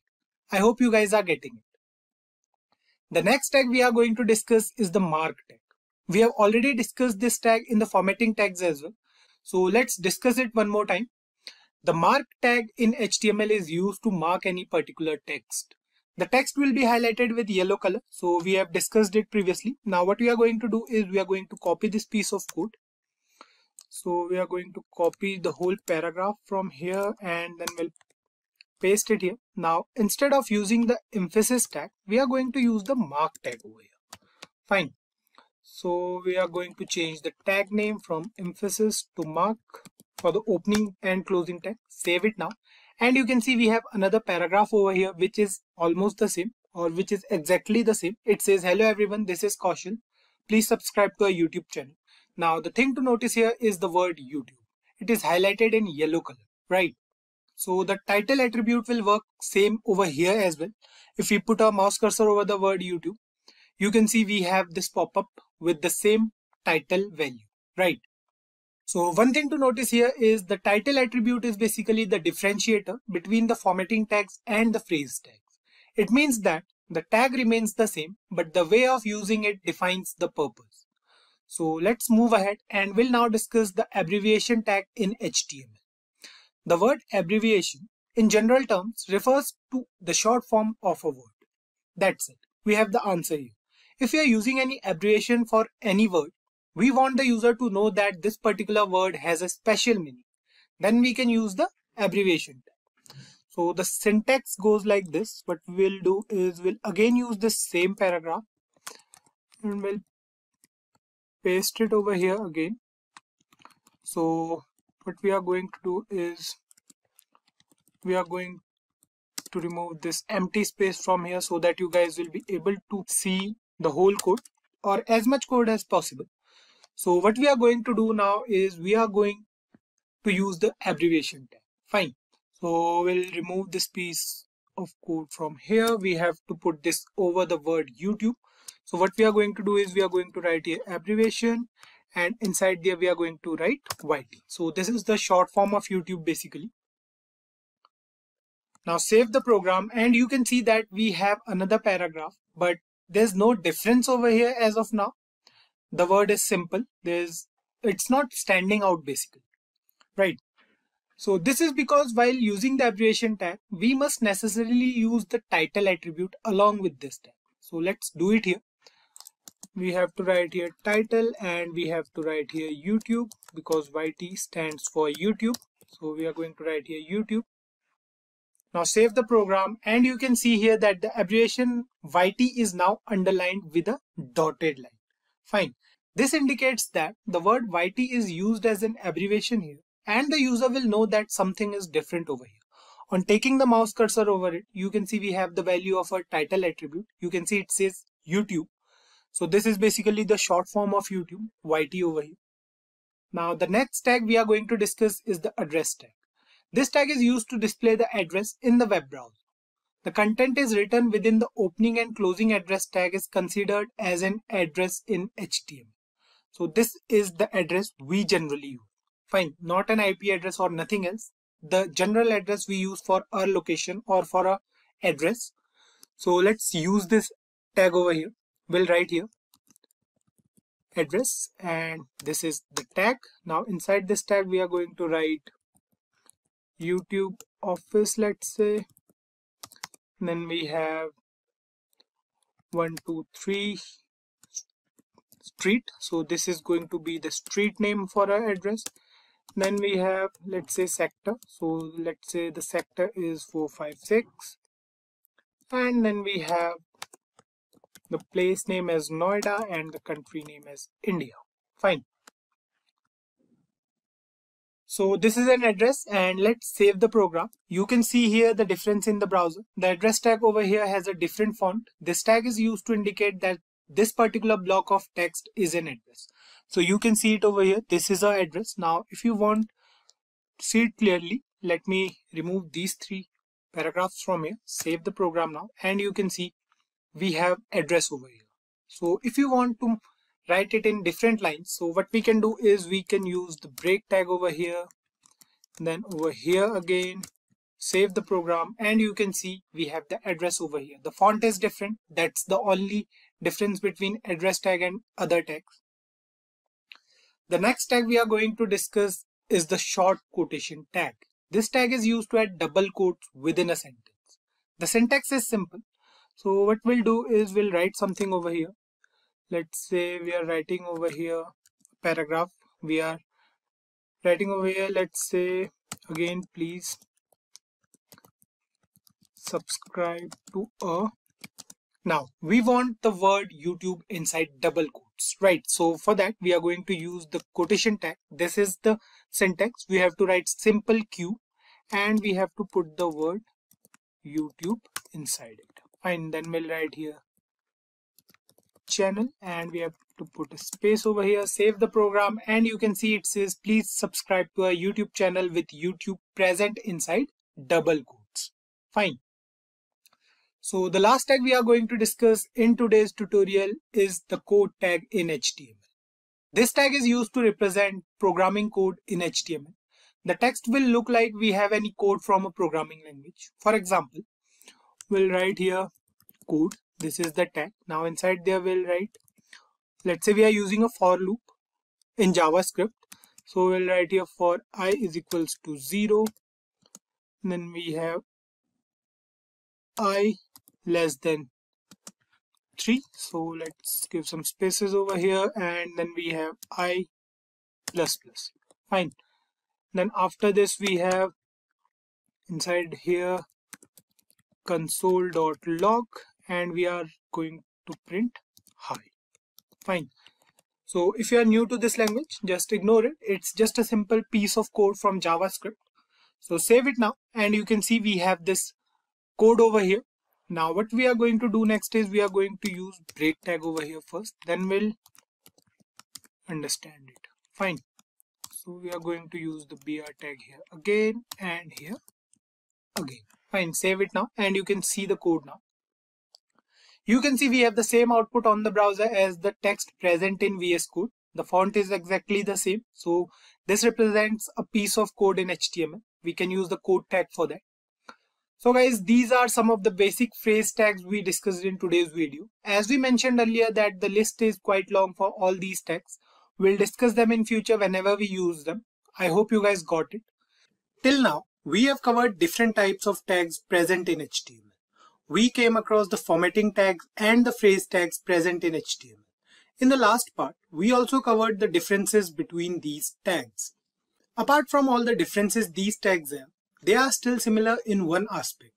That is, these tags are used to change the appearance of a web page.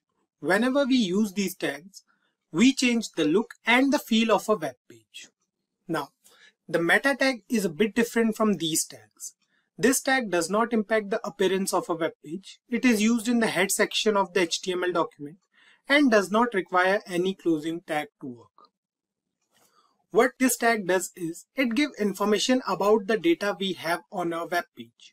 Meta refers to metadata. Metadata means data about data. For example, if we have a website that provides the user with some data, it can be any kind of data, and the user can go through it to gain some information. But the information about the data present on our website is given by metadata only. What does it mean to provide data about data? For example, if we go to Google and search for a keyword. Now, how Google works is it goes through the keywords present in any particular website and then shows the user that particular website. Those keywords here refer to metadata, and we have to put them inside meta tags in HTML. The description we get while searching for a website is also present inside the meta tag of any HTML document. Basically, what we are trying to say is this tag is used to give essential information about any particular web page. Meta elements can be used to include name-value pairs describing properties of HTML documents. For example, if we want to put any keyword for a web page, the name attribute inside the meta tag will contain the keyword and the value attribute will contain the actual keyword name. There is no closing tag needed in meta elements because these elements contain information within attributes only. We can use multiple meta tags for different information. An interactive web page cannot be created with just this structure. So, you will employ aiding technologies like JavaScript and CSS to bring interaction and beauty to your HTML respectively. That's where CSS comes into picture. Making web pages attractive is made easier with the help of CSS, often known as cascading style sheets. The style and experience of a web page are handled by CSS. The color of the text, the font style, the spacing between paragraphs, the size and arrangement of columns, the background pictures or colors used, layout designs, differences in display for various devices and screen sizes, and a variety of other effects can all be controlled using one single language, which is CSS. Although CSS is simple to grasp and learn, it offers strong control over how an HTML document is presented to the user. It depends how you are presenting your HTML document, how you are styling it, because the user will get an impression on the first view itself. CSS is most frequently used in association with HTML or XHTML as markup languages. Now, when it comes to front-end web development of any web page, the three most widely used technologies are HTML, CSS, and JavaScript. HTML is used to create the structure of a web page, CSS makes it look more attractive to the user by adding styles to it, and JavaScript adds interactivity to the web page. So let's move ahead and now we'll discuss the advantages of using CSS. The first one is time saving. CSS is a time saving since you can create it once and reuse it across a number of HTML pages. There's a style available for each HTML document, or we can say each HTML element that you can select and apply to as many different websites as you desire. If you utilize CSS instead of manually writing HTML tag attributes each time, pages load faster. You only need to create one CSS rule per tag and it will be applied to every instance of that element. So quicker download times results from less code. Simple maintenance. To make a modification that affects all elements on all web pages, just modify the style sheet. Everything will update instantly. Also, CSS provides a great range of characteristics than HTML so that you can provide a considerably better styling experience. CSS provides a considerably wider range of properties as well than HTML. So you can give your HTML page a much better look than you can using HTML attributes. Better styles than HTML.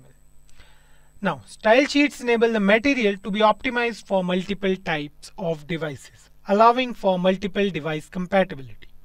Different versions of a website can be displayed for printing or for handheld devices like PDAs and cell phones by using the same HTML document. So, let's move ahead and now we'll understand how CSS actually works. A browser must merge the content of a document with its style information before displaying it. It goes through several steps to process the document, which we have outlined here. Remember that this is a greatly simplified explanation because different browsers will perform the procedure differently when a browser loads a web page. But this is what usually takes place in a browser. The browser starts loading HTML. Example, it receives it from the network. It transforms the HTML into a document object model. In the computer's memory, the document is represented by the document object model. In the same time, it also loads CSS as well. Most of the resources that the HTML document links to, including embedded images, videos, and even connected CSS, are subsequently fetched by the browser because it is handled a little later in the process. We are not discussing JavaScript here to make things easier for you guys. The browser parses the CSS that was fetched and groups the various rules according to the type of selectors they use, such as element, class, ID, and so on. It determines which rules should be applied to which document object model nodes. Based on the selectors, it discovers and applies the appropriate styles to each node as needed. This immediate step is called render tree. So this is the creation of DOM tree. After the rules have been applied to it, the render tree is organized in the manner in which it should look. The screen displays the page's visual representation. This stage is called painting. So guys, this is how CSS actually works on a web page. I hope you guys must have got an idea about what CSS is and why one should use CSS on a web page. We'll dive deeper into all CSS concepts in the upcoming videos, so we'll go through all the CSS aspects one by one. CSS uses the color values to specify the colors on a page. They can be specified using predefined color names, hex or RGB format. There are nearly 140 standard color names. Hexadecimal is a 6-digit representation of a color. The first 2 digits RR represents the red value, the next 2 are green value, and the last is the blue value. All the other colors can be created using the combination of these 3 colors. There are several websites available where you can know the hex value of the different shades of color. As you can see, the black color is signified by hashtag and the 6 zeros. The red is hashtag FF and the 4 zeros followed by it. The RGB color value is specified using the RGB property. This property takes 3 values, one for red, green and blue. The value can be the integer between 0 to 225 or a percentage. As you can see, the black color is signified by 000, the red by 25500, the blue by 00255 and the green by 02550. Now let's move to an example to understand how we can add the colors to our page. In this example, we will see how we can add colors in different ways to our HTML. So we are on the Sublime Text Editor. As you can see, we have the standard boilerplate ready with an H2 and a paragraph on our page. Open the style tag and make the font size of the paragraph to 25 pixels so it is clearly visible.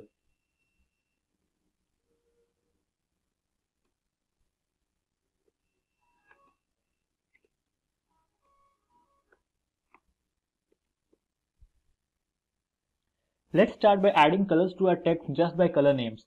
HTML supports nearly 140 standard color names. we'll make the color of the paragraph green. For that, just type color and set the color to green. As you can see, our paragraph is changed to green. Let's try one more. This time we will add the color red. Just refresh. As you can see, the color is now changed to red. There are nearly 140 HTML standard colors that is supported by the web browser.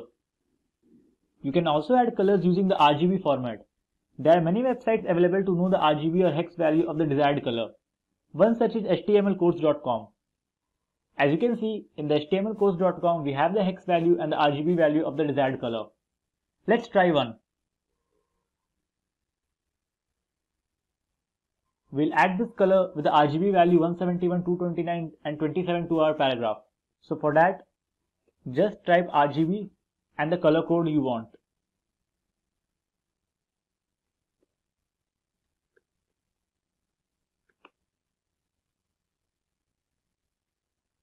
As you can see, the color is not changed to our RGB value. Let's try one more.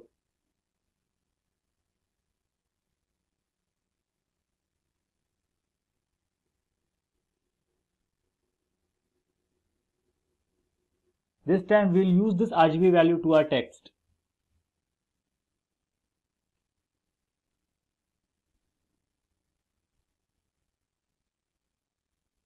You can see the color is changed to our desired value.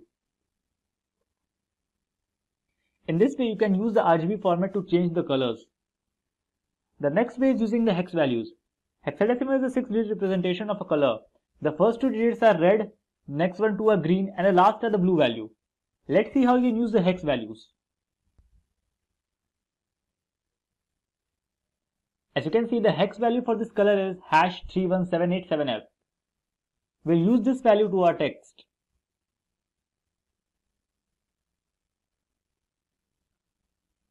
To add the hex value, you have to use the hashtag followed by the color code.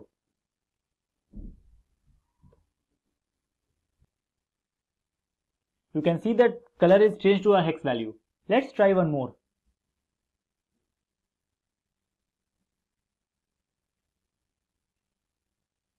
You can see the hex value for this color is #F14A07. Just copy the desired value to your file.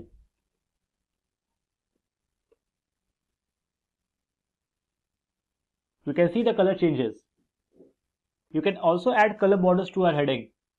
Do that, just mention the border style along with the color code.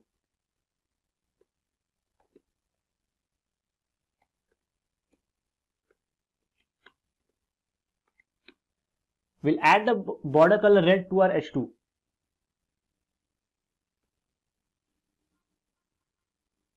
Now you can see we have the border around our H2. I hope you have understood how to use the color values to a web page. There are mainly 3 ways by which you can add the colors to a web page. They are hex, RGB values and the color names. In the last 2 sessions, we have discussed what is CSS and the CSS color property. In this session, we'll discuss how you can set the background image on your web page. We'll see the several properties related to background image and how you can use them to customize the image around the web page. So without further delay, let's get going. So let's begin by discussing about the background property of the CSS. The background image property specifies an image to use as a background of an element. The background is defined in the body element of the HTML code. To add a background image on an HTML element, use the HTML style attribute and the CSS background image property and mention the path of the image inside the URL attribute. There are several properties of the background that are used to define the image on a page. Some of the common ones are background image, background repeat, and background position. By default, the image is repeated so it covers the entire element. Let's switch to the text editor and see how we can add the background image to our page. So, we are on the Sublime text editor. Let's start by opening a style tag.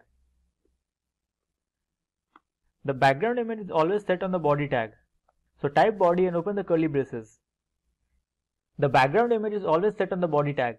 So open the body tag with curly braces and start typing background image. Use the URL value of the background image to set the path of the image. Make sure the image is in the same folder as of the HTML file. Here we have our file nature3.jpg. So mention the path inside the double quotes.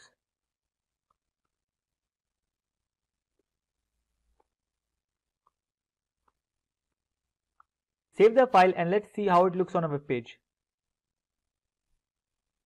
As you can see, we have the image on the web page. Let's format this image a little bit. We'll start by setting the background size. So type background size, and there are 3 values to the background size. First one is auto. It will set the image as it is. Save the file and let's see how it looks on a page. As you can see, the size of the image is as same of the original size. The color value will set the image size that will be fit to the web page. As you can see, the image is set to the whole web page. We can also set the image size to manual. Let's say we want the image size of width 500 pixels. So now as you can see, the width of the image is 500 pixels. Next, we will set the background repeat property. There are 3 values to background repeat. First is no repeat. With the no repeat value, the images will not be repeated on a page. Now as you can see, the images are not repeated. Second is repeat X. It will set the images to be repeated on the X axis.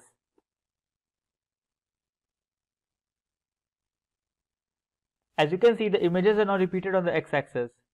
Similarly, repeat the images on the Y axis. As you can see, the images are not repeated to the Y axis. And there is a default value repeat which will repeat the images on the web page. So let's keep it to cover. So let's keep the background size to cover and set the background repeat to no repeat. Let's save the file and look it on a web page. Now as you can see, the image is fully fit to the web page. Let's add a text above our image to see how it looks like. So I'll add a paragraph tag and type some random text here.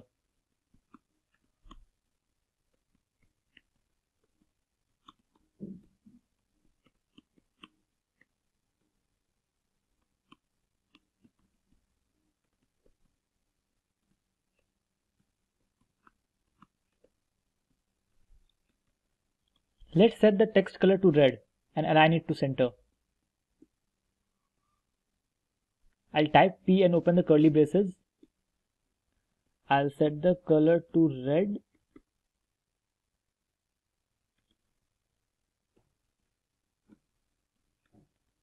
And I'll set the text aligned to center. Let's save the file and see how it looks on a page. As you can see, we have a text above our image which is centrally aligned and the text color is red. In this video, you will learn what are CSS selectors and what are their different types. So let's start by discussing the agenda for this tutorial. So in this tutorial, we will learn what are CSS selectors and what are their different types. We will also look at an examples to how to work with CSS selectors. So what are CSS selectors? CSS selectors allow you to select and style HTML elements. Selectors are used to find elements based on their ID, classes, types, attributes, value of attributes, and much more. Let's discuss the most common selectors. There are several different types of CSS selectors. The most common of them are CSS element selectors, CSS ID selector, CSS class selector, CSS universal selector, and CSS group selectors. So, what is a CSS element selector? The element selector selects element based on the element name. This is a CSS selector. It means it will select all the P elements on the page. It will style all the P elements to the central aligned having blue color. This is a CSS selector. It is set to P. This means it will select all the P elements on the page. It will style all the P elements to be center aligned having blue color. Let's look at what it looks on a page. So as you can see, all the elements are centrally aligned with the text color blue. CSS ID selector. The ID selector uses the ID attribute of an HTML element to find a specific element. An ID should be unique within the page, so you should use the ID selector to find a single unique element. To find an element within a specific ID, use a hash character followed by the ID of the element. So here we have used the hash para1. So all the rules will be applied to the HTML element with ID equal to para1. So this is an ID selector. it will be applied to all the HTML element with ID is equal to para1. As you can see, it is applied to the element having the ID para1 and all the other elements are defaultly styled. CSS class selector. The class selector finds the element with a specific class set by the HTML class attribute. To select an HTML with a specific class, use a period character followed by the name of the class. So this style will be applied to all the elements having the class name class1. This is a class selector. It is denoted by a period symbol. All the elements having a class name class1 will be styled with centrally aligned and color blue. As you can see, the element having the class name class1 is styled and all the other elements are set to default. CSS universal selector. The universal selector selects all the elements on a page. The universal selector is assigned by a star character. The universal selector selects all the elements on a style sheet. As you can see, it is denoted by a star mark. All the elements inside our web page will be centrally aligned and the color will be set to blue. As you can see, all the elements are centrally aligned and the colors are set to blue. CSS group selector. In style sheets, there are often elements using the same style. To minimize the code, you can group selectors. To group the selectors, separate each selectors with a comma. Here, we have group selectors for H1, H2 and P. So, style is applied to H1, H2 and P elements only. It is better to group the selectors to minimize the code. Here we have group selectors P, H2 and H3. So, style will be applied to only elements having P, H2 and H3. As you can see, so all the elements of P, H2 and H3 are centrally aligned and colored to red. Every element that can be displayed on a web page is comprised of one or more rectangular boxes. CSS box model typically describes how these rectangular boxes are laid out on a web page. These boxes can have different properties and can interact with each other in different ways. But every box has a content area and optional surrounding, padding, border and margin areas. The following diagram demonstrates how the content, padding, border and margin CSS properties determine how much space an element can take on a web page. The content area consists of content like text, images or other media. It is bounded by the content edge and its dimensions are given by the content box width and height. The border area is the area between the box padding and margin. Its dimensions are given by the width and height of the border. The margin area consists of spaces between the border and the margin. The dimensions of the margin area are the margin box width and margin box height. It is useful to separate the element from its neighbors. The padding area is the area that includes the element's padding.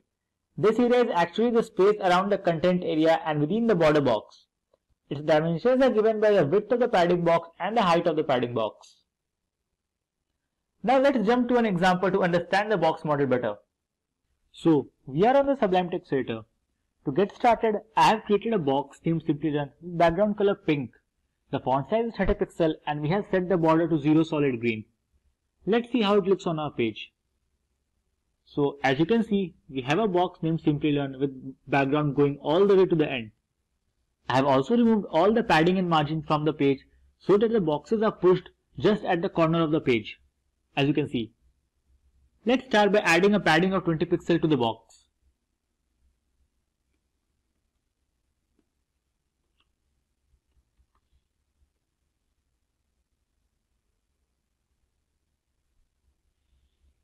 If you save the file, you can see the box increased by 20 pixels from all the sides. Padding occurs inside the background of an element. It goes around the content of the element. Most of the buttons inside the CSS is designed using padding so that the background of the button becomes wider than the actual text.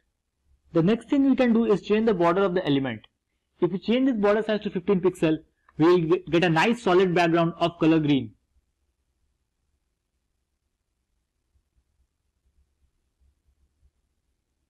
The border goes around the padding of our element. So we have the 20 pixels of padding around the content and 15 pixels of border around the padding which is around the content. Now we'll see the working of the margin. If we add 30 pixels of margin to our element, you can see the spacing on the outside of our border. So let's add the 30 pixel margin and refresh. You can see the spacing on outside of the border. Margin is used to space two elements apart from each other. Now let's change these values to see the difference. Let's make the margin 40 pixels. We'll make the padding 30 pixels and let's keep the border 20 pixels and make it color red. This is 40 pixels. Let's observe the changes. So as you can see, our border now has a red background. The padding is 30 pixels, the margin is 40 pixels. Let's inspect the elements to understand it better.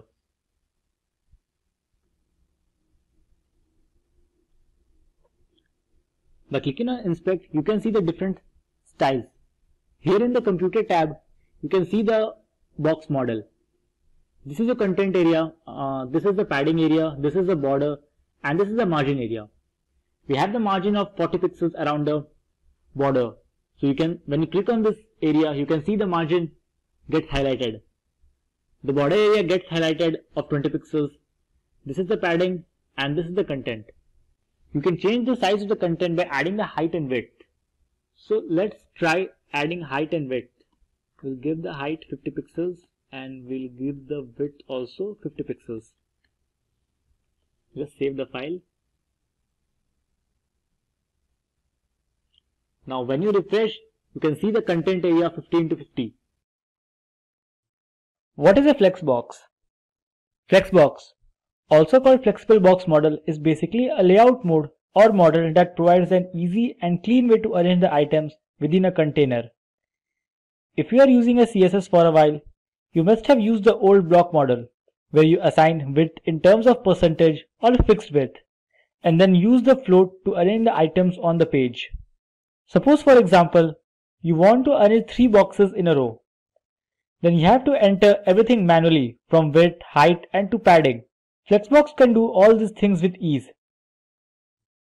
Some of the concepts of flexible box model is the ability to alter the item width and height to best fit in the containers available in the free space. Flex model is direction agnostic, which is different from the box model, which is vertically biased, and the inline, which is horizontally biased. Flexbox works for both. Flexbox is more effective in small scale layouts. So here are the main properties of the Flex. Okay, so let's jump to some code and learn how these Flex properties work. Okay, so we are on the Sublime text editor. To get started, let's add a div inside a body here and we'll give a class of Flexbox container, since this will be the container where all our Flexbox items will reside.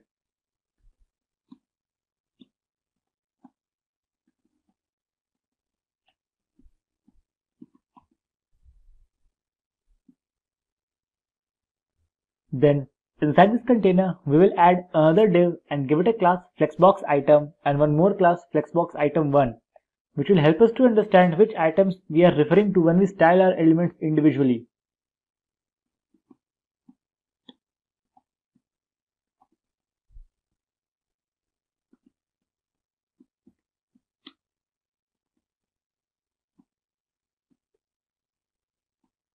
Let's just save the file and see how it looks on a page.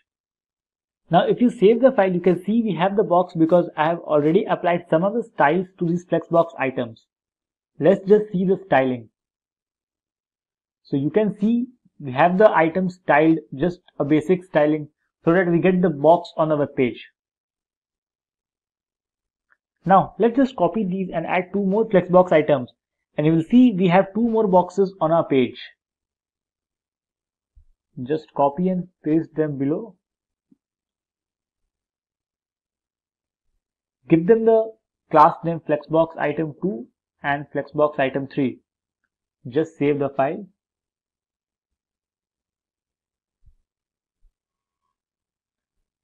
Now you can see we have 3 boxes on the page. Now to create a Flex container, we will add display Flex to our Flex container. And this is how we create a Flex box container. So here we will just add display Flex. Just save the file. Now you can see all the items are in the same height and they are all in the same row. You will also notice that if we shrink our browser, the items adjust themselves accordingly to fit within the browser.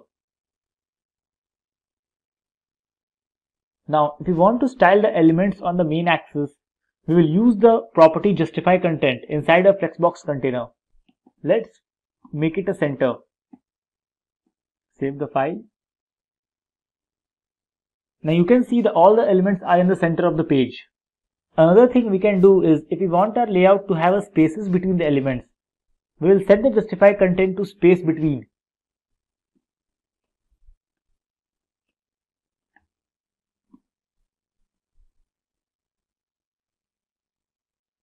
You can see all the items are now evenly spaced. If you want to lay out your items on the cross axis, we will use the align items property. The default value for this is stretch. If we want to keep the size of our items, we will use the center, and then all our items will be center vertically. Before Flexbox, aligning the items vertically inside the container was nearly impossible. With Flexbox, you can do it easily. Now you can see the items are aligned vertically inside the container. Now let's just delete everything and we'll just keep the display flex. Now if we want to have a column layout instead, we will use the flex direction and change it to column. Flex direction, column. Now if you refresh the page, you will see all the items are shown up in a column. Now we can start talking about the different properties that can be applied to our different Flexbox items as opposed to Flexbox container items. The Flexbox container is only for laying out and spacing between your items as well as the positioning of your item inside the container. The actual Flexbox item properties are used to override those item properties or to apply different sizing to these elements. Now, if we want our first item that it does not shrink when we shrink our browser, we'll set the flex shrink to 0 to our first item. So, we'll set the flex shrink to 0. Now, if you go back to the page and try to shrink this, you'll see the first item remains the same. It does not shrink. Now, in the same way, you can set the items to grow in proportion with the web browser. Suppose we want our Flexbox item to grow with as the page grow and cover all the empty spaces. So we'll set this flex grow to 1. Now you will see all the empty spaces are taken by the second item. Let's say we want our second box to be at the center of the container instead of stretching to full height. We can use the align self property and set it to center.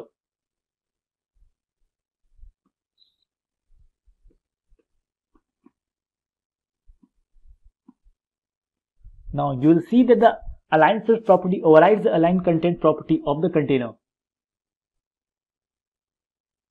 You can see it is centrally aligned.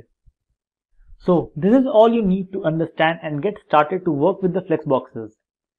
I hope you guys enjoyed this video and learned something new about the Flexbox and how you can use the Flexbox to create the dynamic layout for your site. What is a grid? A grid is a set of intersecting horizontal and vertical lines defining the rows and columns. And what is a grid layout? So, CSS grid layout is the most powerful layout system available in CSS. It is a two-dimensional system, meaning it can handle both columns and rows, unlike Flexbox, which is largely a one-dimensional system. You work with grid layout by applying the CSS rules to both the parent element, which became the grid container, and the element's children, which become the grid items. The CSS grid layout excels at dividing a page into major regions or defining the relationship in terms of size, position, and layer between parts of a control-built HTML primitives. You can see this is the basic layout of a grid system. Like tables, grid layout enables an author to align elements into columns and rows. However, many more regular layouts are either possible or easier with CSS grid than they were with tables. For example, a grid container's child element could position themselves so they actually overlap and layer, similar to the CSS positioned elements. So here are the features of the CSS grid layout. They are fixed and have flexible track sizes. You can create a grid with fixed track sizes using pixels. For example, this sets the grid to the specified pixel which fits to the layout you desire. You can also create a grid using flexible sizes with percentages or with the new FR unit designed for this purpose. You can place the items into a precise location using the grid line numbers, names, or by targeting an area of the grid. The grid also contains an algorithm to control the placement of items not given an explicit position on the grid. You can define an explicit grid with a grid layout. The grid layout specification is flexible enough to add additional rows and columns when needed. Features such as adding as many columns that will fit into a container are included. It also gives you control of overlapping content. More than one item can be placed into a grid cell or area, and they can partially overlap each other. This layering may then be controlled with the z-index property. So, here are the basic terminologies you should know to work with the grid system better. The grid line is the dividing line that make up the structure of the grid. They can either be vertical or horizontal and reside on either side of rows and columns. A grid column is a space between two adjacent vertical grid lines. The size of a grid column is determined by the grid template columns property. On the other hand, a grid row is a space between two adjacent horizontal grid lines. Its size is determined by the grid template rows property. The grid cell is the single unit of a CSS grid. And in grid design, a gutter is basically the width of the space between columns. A gutter margin is the white space formed by the adjoining inside margins of two facing pages in a book, or a space between columns on a page. So, with this, let's now move on to the hands-on demo and see how the grid system works in actual world. If getting your learning started is half the battle, what if you could do that for free? Visit SkillUp by Simplilearn. Click on the link in the description to know more. So we are on the Sublime Text Editor open with a project with some basic background styles and nothing inside the body. You can see this is the basic background style we have pre-applied just to have a good look of the box model. We'll start by creating a container and wrapping our grid items in it. So let's create a grid and give it a class named grid container.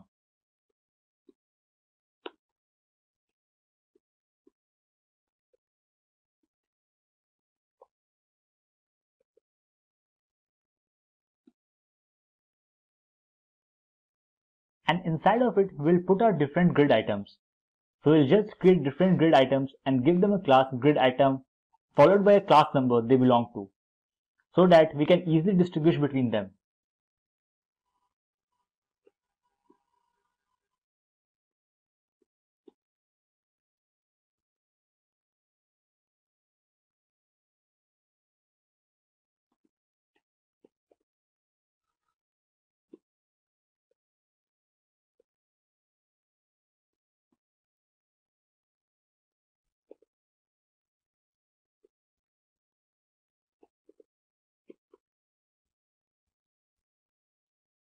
Just copy paste this 5 times. So we'll have the 5 elements on our page.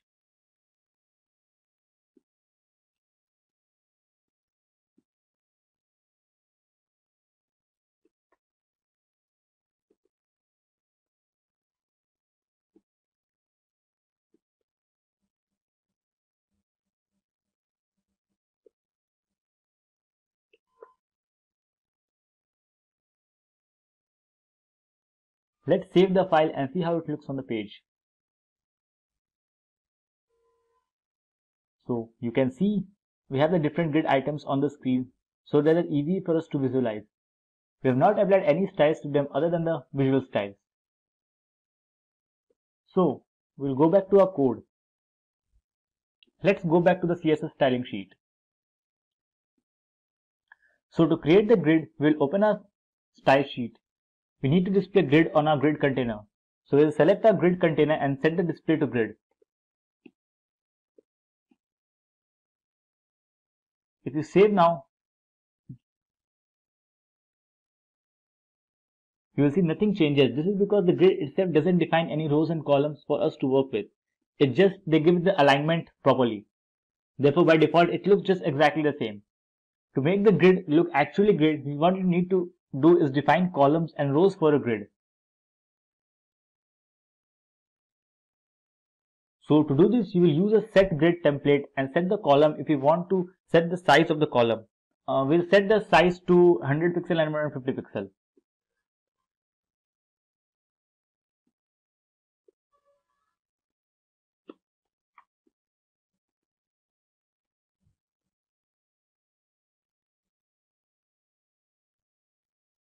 Now, if you refresh, you have the 100 pixel column on the left and a 150 pixel column on the right, and then the grid captures our next row. But what if we want our box to flexible size themselves according to the items inside of them? Here, we'll use a fraction in it. Instead of a 150 pixel column, we want one fraction of our size, and instead of a 100 pixel, we want the two fractions of our size.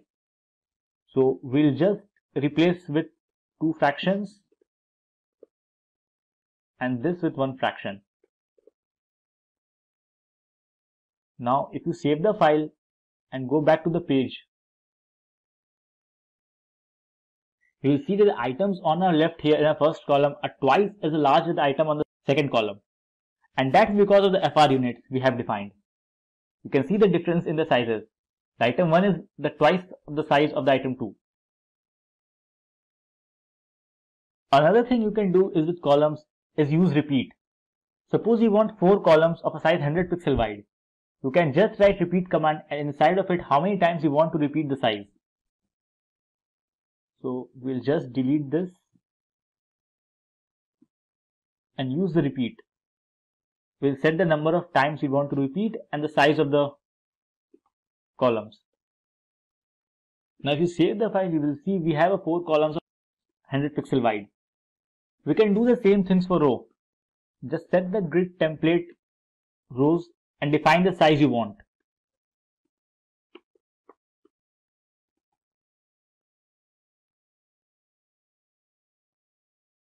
Now you can see we have the symmetric size all around our container.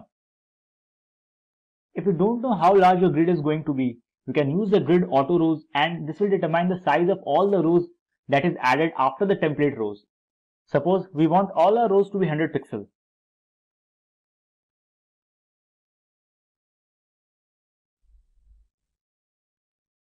So we'll just delete the grid template rows and set the grid auto rows to 100 pixels.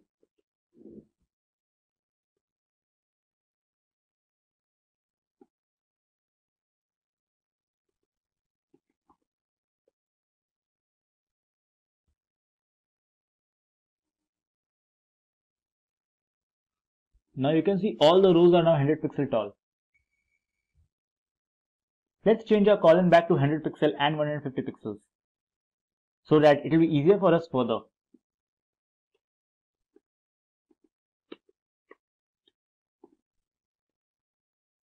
We'll just delete this grid auto rows. Now we'll talk about the spacing of the rows and columns apart from each other. We can do this with the help of the grid gap property. Grid row gap will give some spaces between the rows. Similarly, the grid column will give you the spaces between the columns.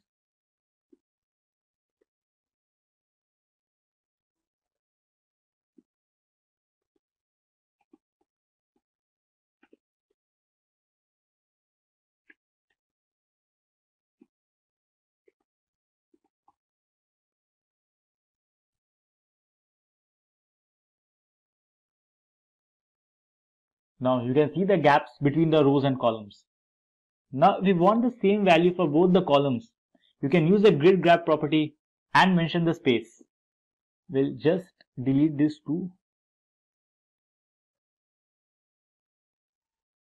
And instead of it, we will use just the grid gap.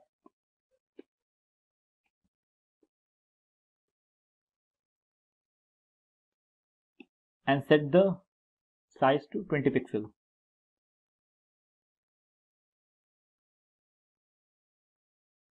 Now you can see the evenly spaces between the rows and the columns.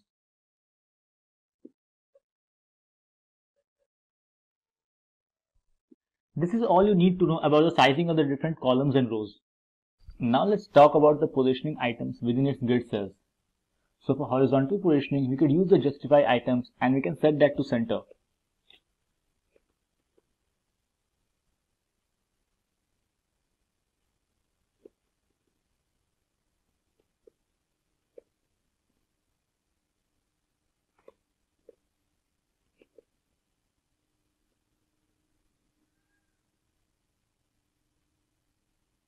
So that centers each item within the cell.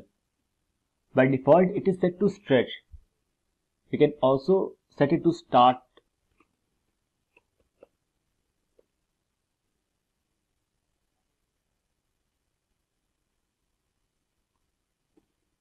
or end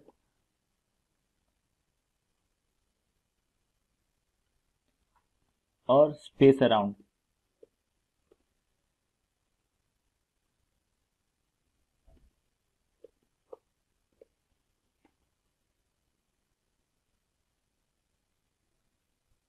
We will leave this to center.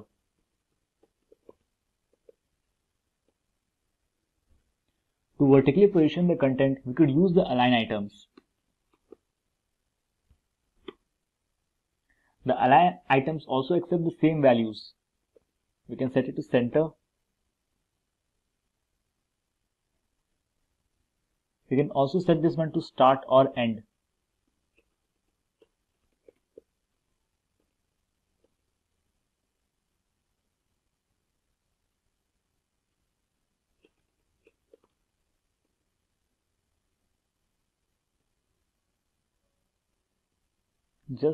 We'll keep this to center as well. You can also align the entire grid within the container. So let's get rid of these to just demonstrate them in a proper manner.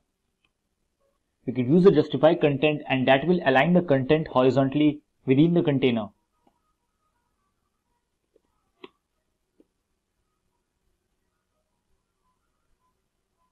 We can also set this to start or to end.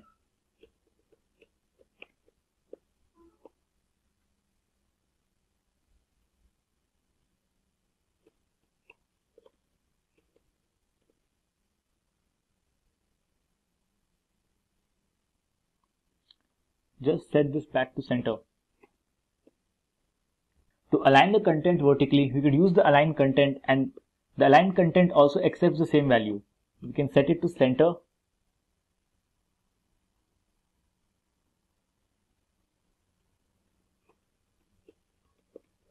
or start.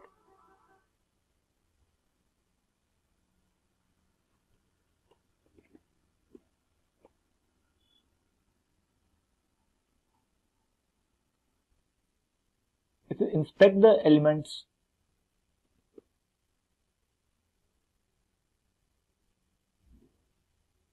you can see they are aligned centrally between the container. We'll just close this. Okay, so this is everything you need to know to get started with the grid layout. Grid works very similar to the Flexbox, but it allows you too much in terms of laying your elements because of its 2D nature. Here you can see we already have the HTML file with us.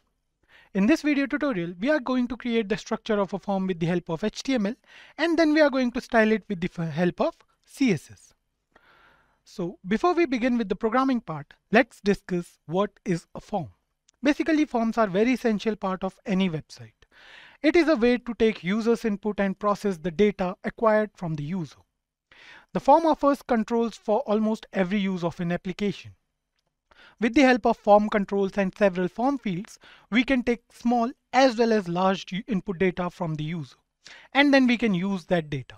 You guys must have seen it in different websites where we have login and sign up forms. So in login form, what we usually do is we enter an email and a password, or a mobile number and a password, a combination of any of them, and then the website allows us to open an account for that particular website. On the other hand, on a sign up form, we need different type of data. We need name, then we have to put a age and several other form of data, right? Like the phone number, email, everything we have to put in a registration form. So these are the types of registration form we usually see, but apart from that, we can create other forms as well. So let's discuss why CSS is necessary to create a form. As we all know, HTML is used to structure a web page. So with the help of HTML, we can create a form. But to make the form look more interactive to the user, we need to style it. That's where CSS comes into picture. CSS is used to style a form, and it will make a form look more interactive to the user as well. So without any further delay, let's start with the programming part, and we'll create a basic form with the help of HTML and CSS in this video. So don't worry, we'll create some more forms in the upcoming videos. So in this particular video, we'll see how CSS is used along with the form. So here you can see we are in the HTML part of a form. So we'll create a form first. So the most basic element, HTML element to create a form, is the form element. Now we are going to take some unordered list or the UL element. Now we are going to take the li. So as you guys all know, UL and li, both the elements are used in combination always. So let's label the form. So we'll write label for, we'll take certain parameters and we'll write here name. Fine, this is going to be the name. We'll write here name, save it, and just refresh the page. So here you can see we have the name present on a web browser. So the next thing we are going to do is we are going to create some more input fields, right? So to create an input field, we have to use the input element always. So we'll write here input. We have to define type. Type is going to be text, and then we have to put a name. Name is going to be ID. So ID is going to be the name, and then we'll write here user name. Fine. So here you can see we have an input box. Let me just increase the size a bit. So here you can see we have an input box with name as the label, and then we have an input box. So similarly, we'll create some more input elements first.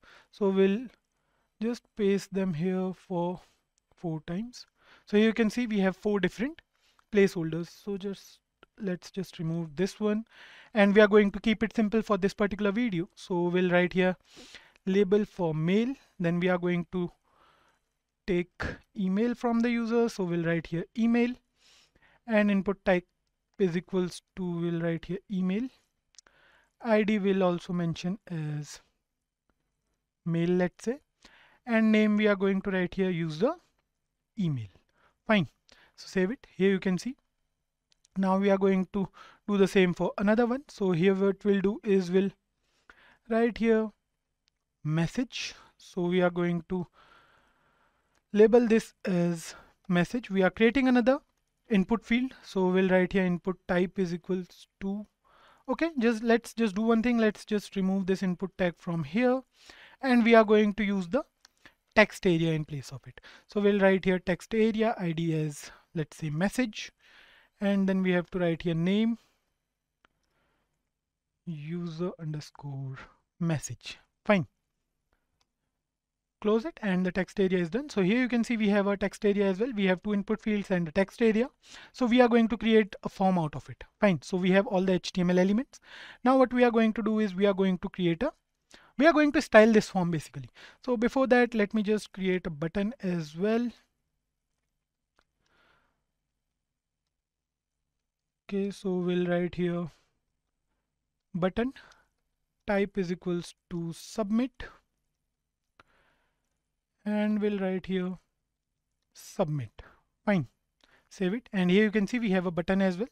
So let's move to the CSS part of this form now. So what we are going to do is we are going to style this form with the help of CSS. Now we already have the structure of a form. So to style this form, we are going to use certain IDs, or we can say elements name, or whatever we want to use, we can just use them. So first of all, we are going to center the form on the web page. So we are going to, let me just show you in this way. So here you can see we have all the HTML elements present on the left side of our web page. So we are going to center them first. So we are going to put them here. For that, we are going to use basic CSS. So we'll write over here margin. Margin is going to be 0 and auto. 0 for up and down, auto for left and right.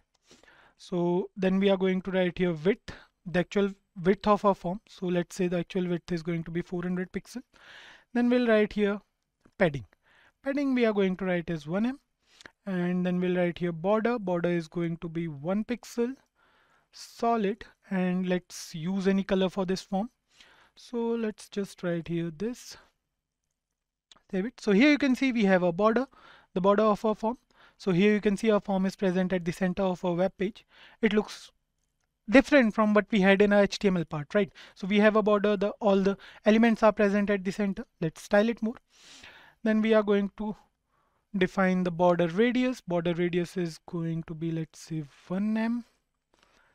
Save it, and here you can see the curved border, and we'll write here background color. Background color, give any. Let's use beige. So here you can see this background looks nice for this form. So we are actually done with the outer styling of our form. We have a form here. Now what we are going to do is we are going to style these elements as well. So we'll write over here UL and list style type. So we are going to remove these bullet points from here. So we'll write over here none for the first. And here you can see all the bullet points are gone. Then we are going to write here padding is 0 and margin is 0. Fine. Save it. So here you can see we are done with the unordered list. Now we are going to write here form li, and we are going to do it for every list element. So we'll write it here like this. We are going to give margin top to every list element. So we are going to give margin top to every element. So let's say the margin top is going to be 1em. So here you can see it's equal for each element. So the top margin is also 1em. Then we have a difference of 1em between each input field, right? So that's how it works. Now we are going to style the label. So we are using a HTML element name, right? So here you can see now what we are going to do is we are going to align all the labels. Fine. So we'll write here display as inline block, save it, and here you can see.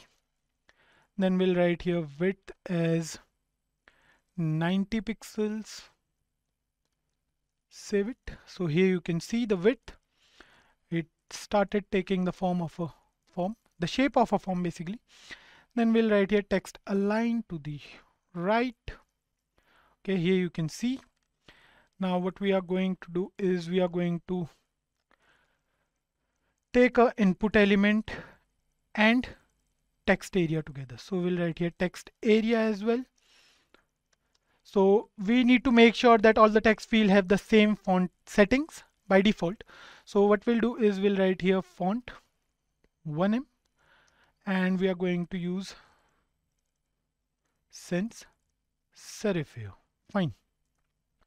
Let's just write something over here and now save the program.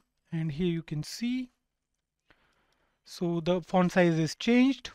And the next thing we are going to do is we are going to give uniform text field size as well. So we are going to write here width as 300 pixels, and then we have box sizing property. Box sizing, we are going to write here border box. So here you can see all the boxes are of same width. So here you can see the form looks nice now. And the next thing we are going to do is we are going to write here border as 1 pixel solid, and let's use this color, save it, and here you can see the border changed. Now what we can do is we can also use the focus property of CSS to focus on every input box, but we are not going to do it right now. So the next thing we are going to do is we are going to write some code for the text area, and we are going to align it vertically. So we are going to write here vertical align as top, and here you can see the message is now present at the top. It looks nice. And we are going to give height as well to the text area as 5em, and here you can see the text area is a little bigger in size when compared to name and email. Now what we are going to do is we are going to write here dot button. We are going to align the button with within the text field. So we'll write over here padding left. Basically we are going to declare it as 90 pixels, and here you can see it looks nice. And let's just use 95 pixels here, maybe, or we can use 93. Yeah, it looks aligned, right? So the button is done, and we are going to just use the button element here, margin left 0.5em, save it, and yeah, the form is, we are done with the form.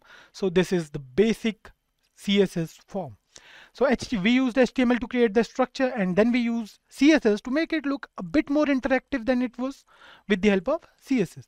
So don't worry guys, we can do a lot of things with CSS. We can make a we can say form look more interactive, way more interactive than we can even think.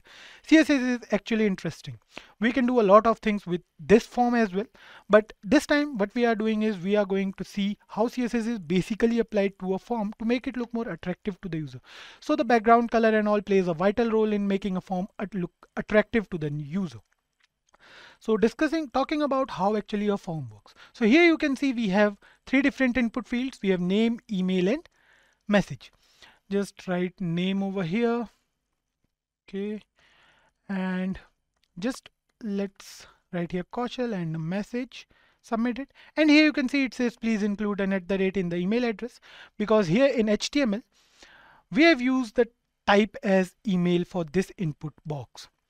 So how actually a form works. We create the structure of a form with the help of HTML, then we use CSS to style and make it look more attractive to the user, and then at the end JavaScript is used to validate that particular form.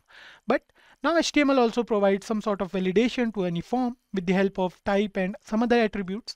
So here we haven't used JavaScript till now. So what will happen if we are going to create a full-fledged form with backend and front end both? We'll take input from the user, we'll submit it, and the data will be sent to the server, and then we can retrieve any data from the server, or we can submit the user data to the server as well. So HTML, CSS and JavaScript comes together to actually create a form. This time we are done with the HTML and CSS part. We have created a form and we have styled it with the help of CSS. JavaScript was developed in the year 1995 by a person named Brendan Eich.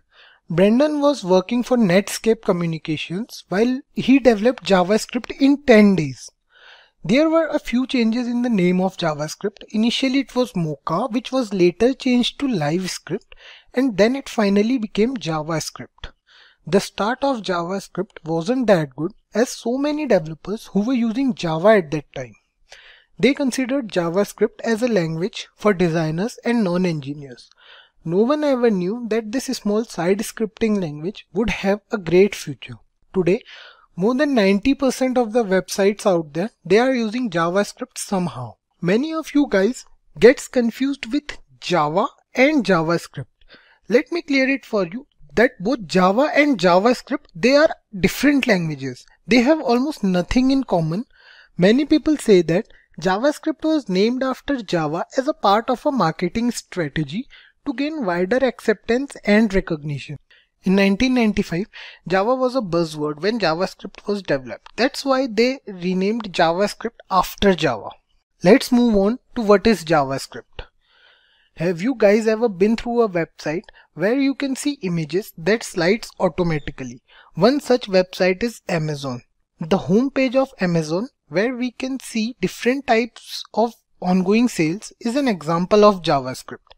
In layman language, JavaScript is a lightweight scripting language used to make web pages more interactive and more lively.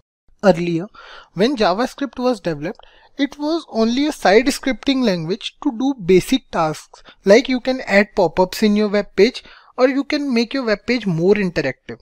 Nothing more than that. But now, the whole scenario has changed. With the help of JavaScript, we can create applications as well. If we talk about applications, let's take an example. Let's suppose we want to create an app. We can create it in Android or in iOS. But we have to learn few different languages to create those apps. For Android, we have to learn Java and XML, and Swift we have to learn for iOS. But with the help of JavaScript, you can create hybrid applications which can work on any platform without any problem.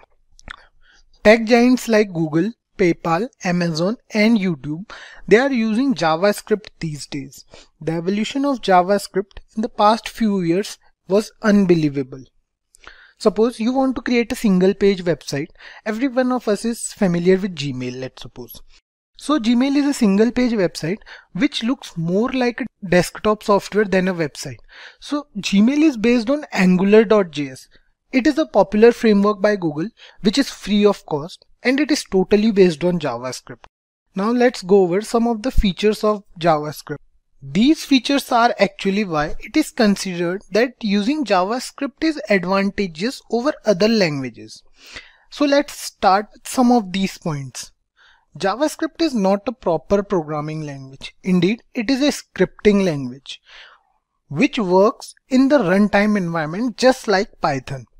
So there are few other languages like C++ and Java. They need a compiler to work.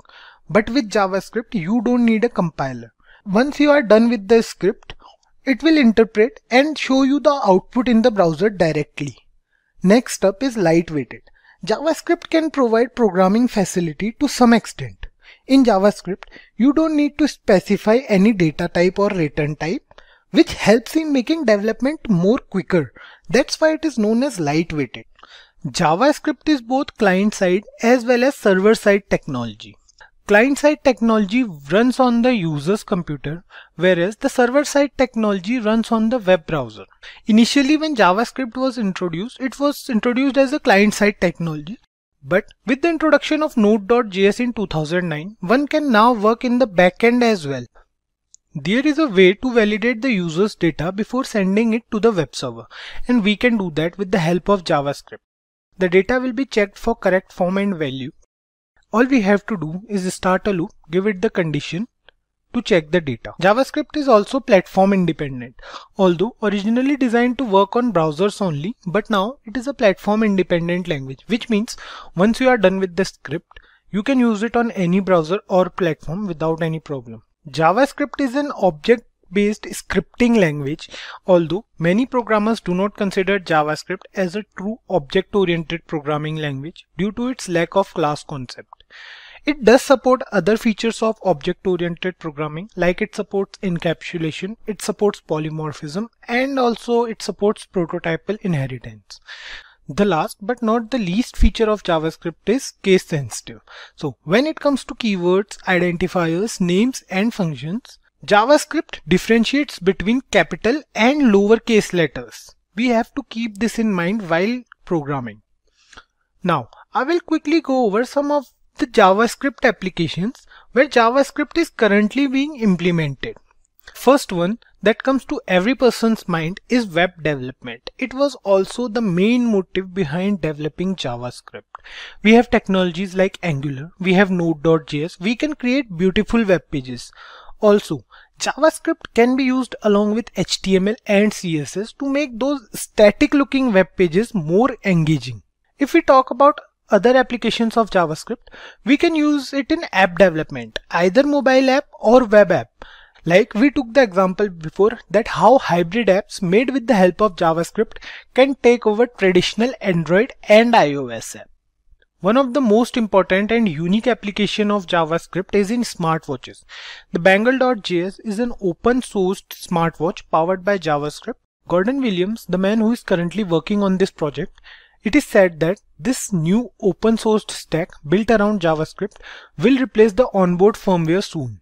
The next application of JavaScript is client-side validation. As we discussed earlier, JavaScript is used to validate the user data, whether the user's input is correct or not, by cross-checking it with the given condition. Like the user wants to enter in your website and you want it to be a user with @gmail.com in his email ID. So you will give that condition to JavaScript and it will cross-check it with the user's information.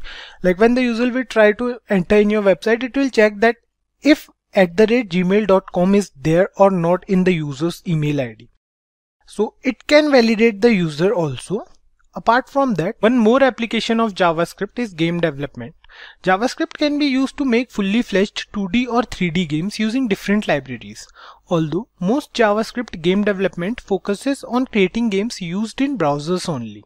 Let's start this video with the introduction to DOM. DOM stands for Document Object Model. It is an API for HTML and XML documents, which helps JavaScript to understand what is there written inside the HTML document. API stands for Application Programming Interface. To understand API better, let's take an example of a restaurant. Imagine yourself in the restaurant. You are sitting at the table with a menu. The chef in the kitchen is also part of the system. The waiter here works as a messenger between you and the chef. That's what API does. It works as a moderator between JavaScript and the HTML document. DOM defines the whole HTML document in a hierarchical form to make it understandable for JavaScript so that other JavaScript functions can work over it. It represents the entire document in the form of object and nodes. Whether it be elements or text or anything stored in the document, the entire page content can be accessed or manipulated by JavaScript. DOM is not used with JavaScript only. Other languages like Python also uses DOM. DOM was designed to be used independently. To begin with DOM, there is nothing special you have to do. Different browsers have different implementation of the document object model. Every browser uses DOM to make the web page of the document accessible by JavaScript. Let's move on and see what is document object model with the help of an example. I believe you guys have the basic knowledge of HTML and CSS, a prerequisite for this course. Let's start things off with a basic HTML example. Here we have a code that consists tags like HTML, head, body, heading tag, etc. We have the HTML tag here, the opening HTML tag and the closing HTML tag. Inside the HTML tag, we have the head tag, which contains the document's header part. Inside the head tag, there is a title tag that contains the title of the web page. Then comes the body tag, which contains a heading tag and two div tags with IDs as div1 and div2. A div tag defines a particular section in the HTML document. The ID used within the div tag, it is an attribute basically that has to be unique within the document to make the element unique from other elements. Next up, we have a paragraph tag with a class attribute within it. CSS and JavaScript uses classes to select and access specific elements. Don't worry guys if you have no idea about it. Let us first see the output of this code before going to the document object model of this whole document. So guys, this is the output of the previous code we just came through. Here we can see the title of the web page as well as heading after it. There were two different div tags used in the code. Here is the output of both the div tags. The question here is, where are those ID and class attributes seen in the output? The answer to this question is there's nothing on this web page that can show both of them. We can use them in our CSS file or through JavaScript to specify the containers in which they are used. So we have concluded how a normal document works and how the browser interprets the HTML code. But how JavaScript uses this code is a bit different. That's where DOM comes into play. When the actual HTML document is loaded in the browser, another representation of that document is created, known as document object model. Here's the model you can see on your screen.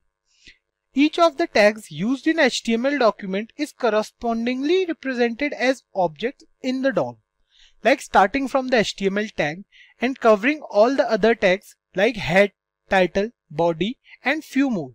The same hierarchy as there was in the HTML document goes with the document object model also. Document object model is simply the same HTML document with different representation. The reason behind this different representation is that it's easy for JavaScript to interpret this format. JavaScript can't understand tags, but it can understand these objects. JavaScript can easily manipulate these objects using different functions, which we will see in future while working on these functions. For example, if you want to access the text present inside the heading tag, you can do it by accessing the heading tag with JavaScript. You can also work on the style of this text with the help of JavaScript as well. JavaScript uses the concept of nodes. It can access nodes of the document object model. There are many types of nodes present in the DOM. The basic three types are element node, attribute node, and text node. The element node consists of all the tags used in HTML document, like the head tag and the body tag. The attribute node contains the attributes used in HTML document. By now, I hope you have understood the concept of attributes. So JavaScript can access these attributes as well, and the user can work upon them as per requirements. The text here in the HTML document, that is simply. It can also be accessed with the help of JavaScript. It is the value of that particular element. Variables are named storage that a program can manipulate.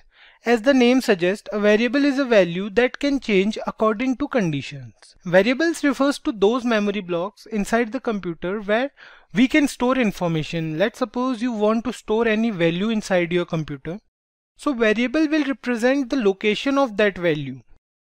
In simple terms, variables are cups with stuff inside them, and you can use that stuff later again and again according to the way you want to. Before the introduction of ES6 or ECMAScript we can say, which is the updated version of JavaScript, variables were declared using a single keyword only, which is where. We'll try to declare a few variables here. We'll see how where keyword works. So let's comment this thing first. So let's declare a few variables. Let's suppose where a equals to 15. We will declare where b and the value of b will be 6. We will declare where c and the value of c would be a plus b. So here we have defined three variables a, b and c. A is a variable with value 15 stored inside it, and so is b. The value of b is 6. But c is a variable that will contain the value of a plus b. Let's try to print this on browser. Document.write, and we will print the value of c.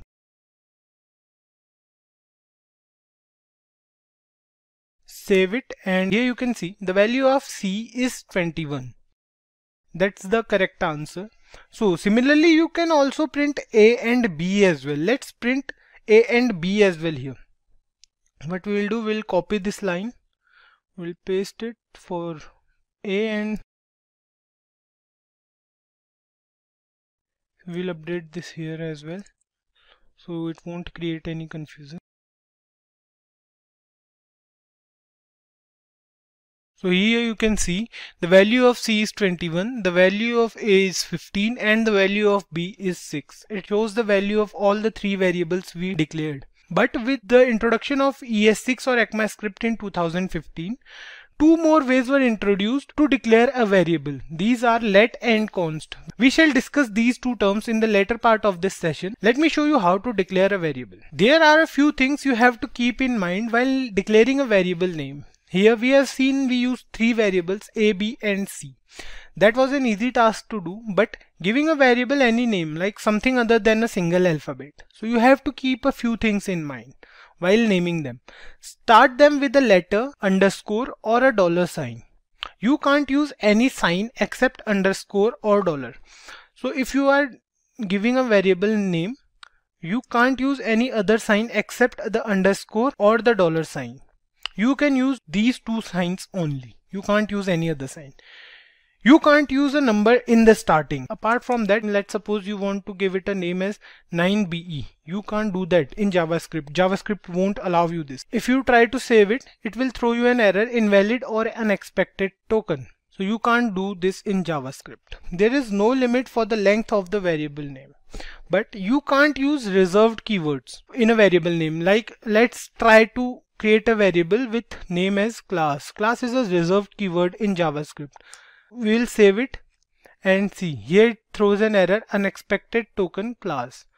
But you can use a class with capital C. Let's save it, and here it will work fine. Why it works? Because JavaScript variables are case sensitive. If we try to create a variable with same name, let's see, we try to create a variable with where girl, and the another variable will be where girl with capital G this time. JavaScript will treat these two variables differently. These two are different variables for JavaScript, as JavaScript is case sensitive when it comes to variables. Let's declare a few more variables. Let's remove it. We'll declare a few more variables. Let's comment this part as well. We'll declare a few more variables. Suppose we declare a variable with keyword where, and we'll name this variable as bike name. Where bike name, and press enter. If we leave this variable without assigning it any value, the by default value will be undefined. Let's try to print the value of this variable. Right, we will try to print the value of bike name. Save it. Here you can see the value it shows is undefined. So the by default value of a variable, if you do not assign it any value, will be undefined. Let's try to give it a value. Let's suppose we try to give bike name. We use equals to operator to assign it a value. Let's suppose we'll assign it Yamaha. Semicolon and press Ctrl plus S to save this, and here you can see the output as Yamaha. You can also assign a value to the variable during declaration, as we have done in the previous examples. Here we have assigned the variable's value at the time of declaration only. Let's move on to let and const. So we will discuss let and const, but first we will compare let with where. Let is also used to declare a variable just like where is used, but there is a limitation to use let. Let is not accessible outside the block in which it is declared. So we will use let here only. Let bike name equals, and we will change this value as well. We will change it to hero, let's say. Save it, and here you can see the output as hero. But if we try to put this code inside a block, let's suppose we put this code inside this block, a pair of curly braces, and we will again try to access document.write. We will try to access bike name again. From here, from outside the block, we try to access this. Save it, and here you can see bike name is not defined. It is an error in line 18. So what's happening here? Basically, you can't access a let variable outside the scope. You can't access it from here, but it will work with where. If we try to replace let with where and save it, here you can see it says hero and hero, because first it will interpret this method and then it will interpret this as well in case of where. Due to its limited scope, let variables are used when there is limited use only. Like in for loop or in while loop, we will learn these loop in future. Let will not allow you to redeclare any variable. Let's understand this with an example. Here's the code as well. We have declared where bike name, and we'll remove this. And first we'll try to do this with where. Let's suppose where bike name equals to TVS. Ctrl plus S. It says hero and TVS. So the variable name, the bike name is same in both cases. Here and here as well. These are same, but with where keyword you can do that. Let will not allow you to do this. If we use let here in place of where, we'll write let as here as well, and we will change the value as well. We will give it as Kawasaki, and let's suppose Suzuki here. Save it. See, bike name has already been declared. So that's what let won't allow you to do. You can repeat the same let variable in different scope. It won't create any problem, but it will not allow you to redeclare any declared variable. So let's move on to const.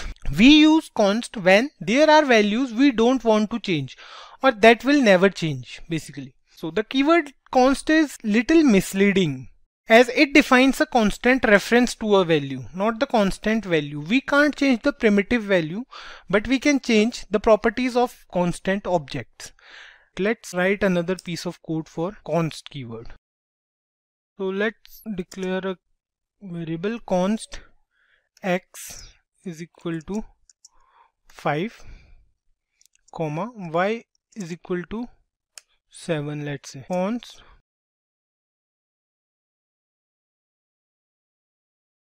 So here what we have done, we declared a variable x and a variable y with value as 5 and 7. We declared this time with const keyword, and a variable z which is x plus y. We printed z on the browser and it shows the value as 12, which is x plus y. 7 plus 5 is equal to 12. Now what we will do, const will let you do this, but if you try to update the value of x, let's suppose we try to update the value of x as x equals to x plus 10. We'll print x this time. Document.write x. Let's save this. It will throw an error, assignment to a constant variable in line 24. So here you want to update the value of x. You can't do this with const keyword. You can do this with let and where as well, but you can't do this with const.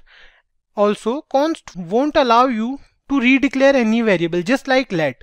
So if you try to use const x again is equal to 10, save it, So here it says identifier X has already been declared. This thing you can do with const. The scope of const is the same as let. It can be used within the block where it is declared. Data types is an essential concept in every programming language. To work on any variable, you should know its type.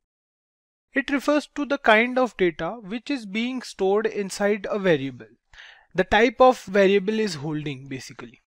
Every programming language has its own set of data types, which is unique in its own way.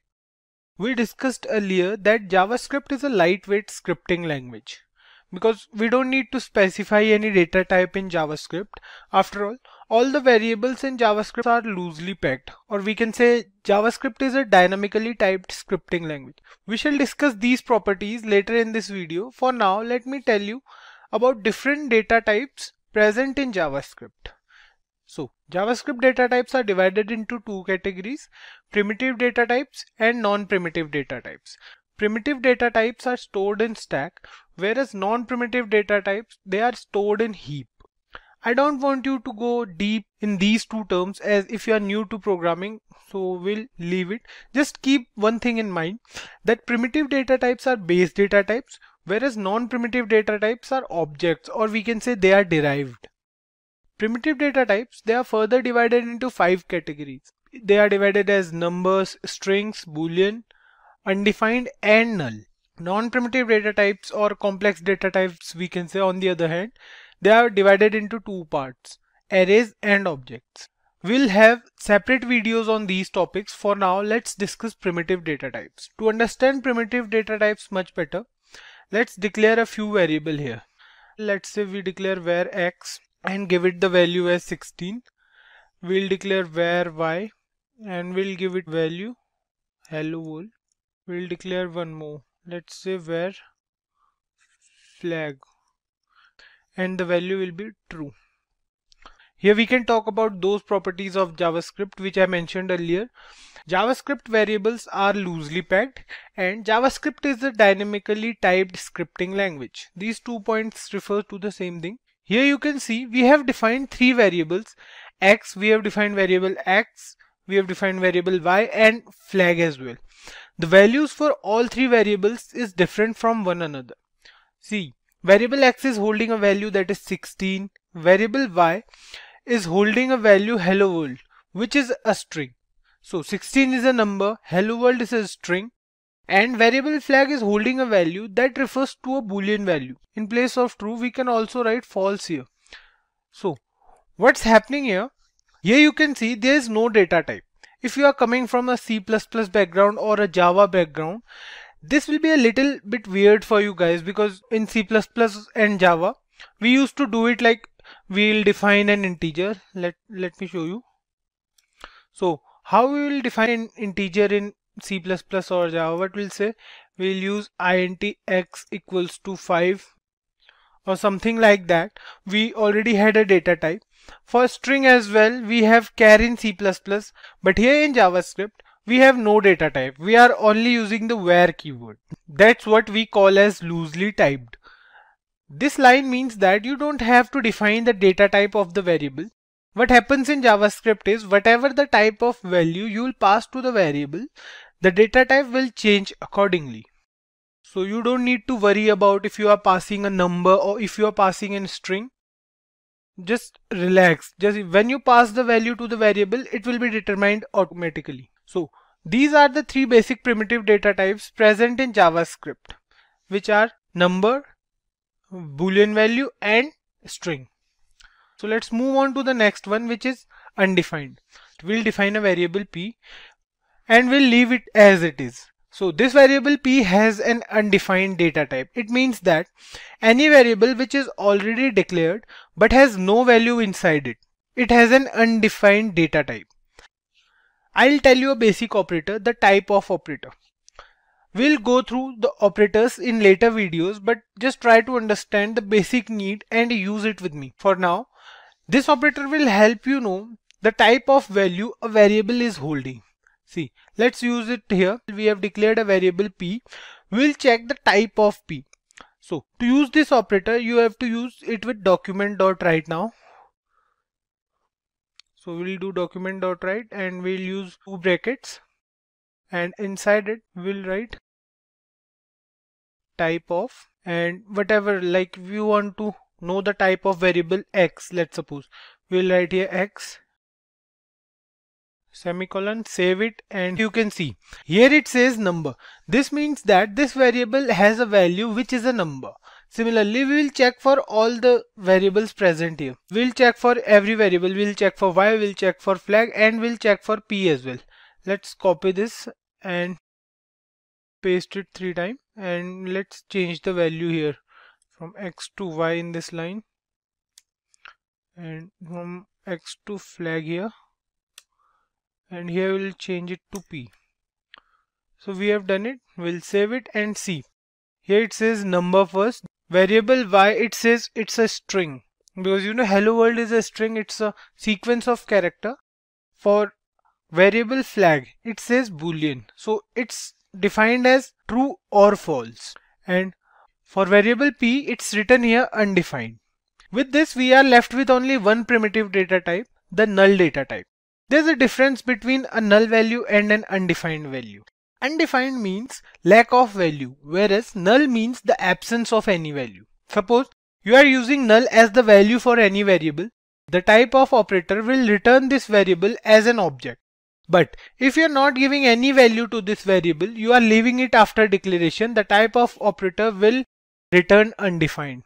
Here's an example for this. See, we'll declare one more variable here. We'll declare var num. Let's name this variable num, and we will give it the value as null.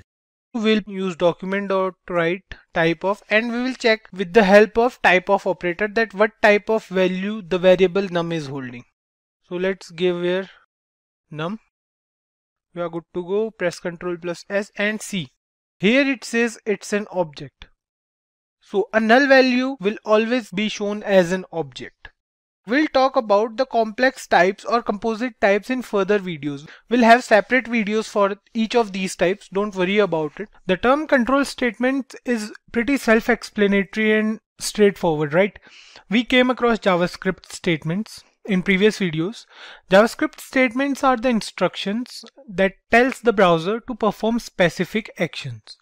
Control statements are also instructions, and they govern the flow of control in a program. So let's take a look at control statements with the help of an example.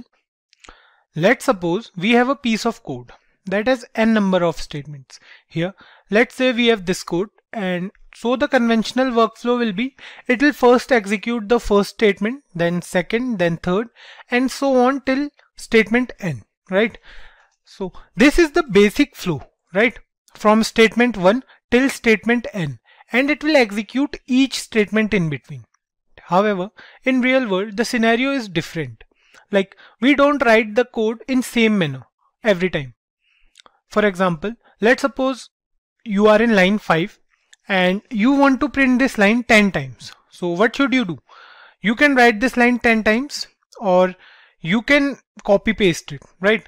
Okay, let's forget about 10 times. Let's suppose you have to use this code, or we can say, let's suppose you have to print this statement 100 times. Doing this, like copy pasting it for 100 times or writing this statement for 100 times, that's useless and unnecessary, right? So that's where control statements comes into picture.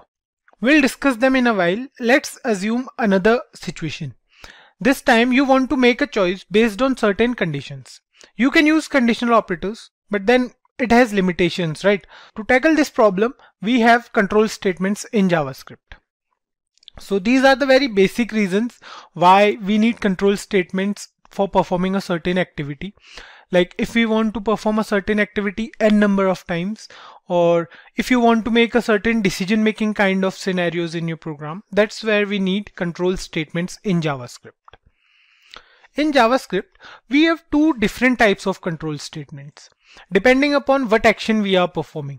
So we have the conditional control statements and we have the iterative, or we can say looping control statements.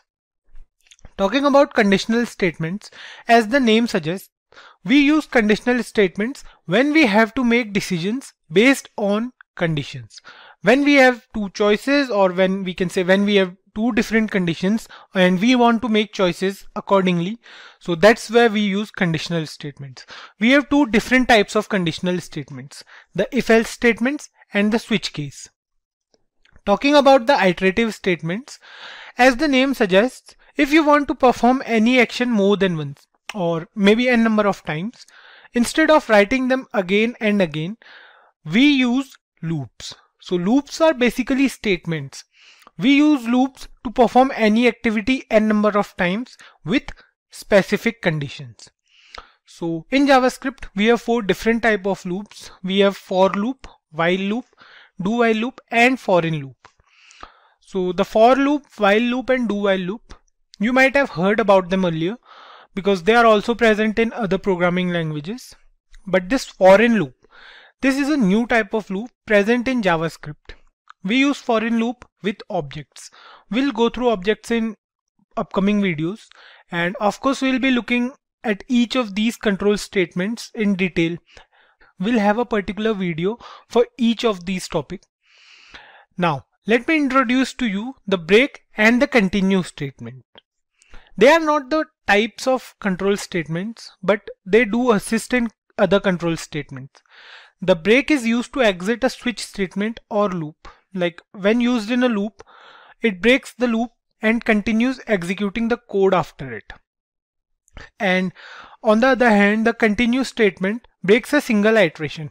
When used in a loop, when we use continue statement in a loop, it breaks a single iteration, and it breaks the iteration only if the specified condition occurs, and then it will continue with the next iteration in the loop. So the if-else conditional statement is used whenever we work with condition.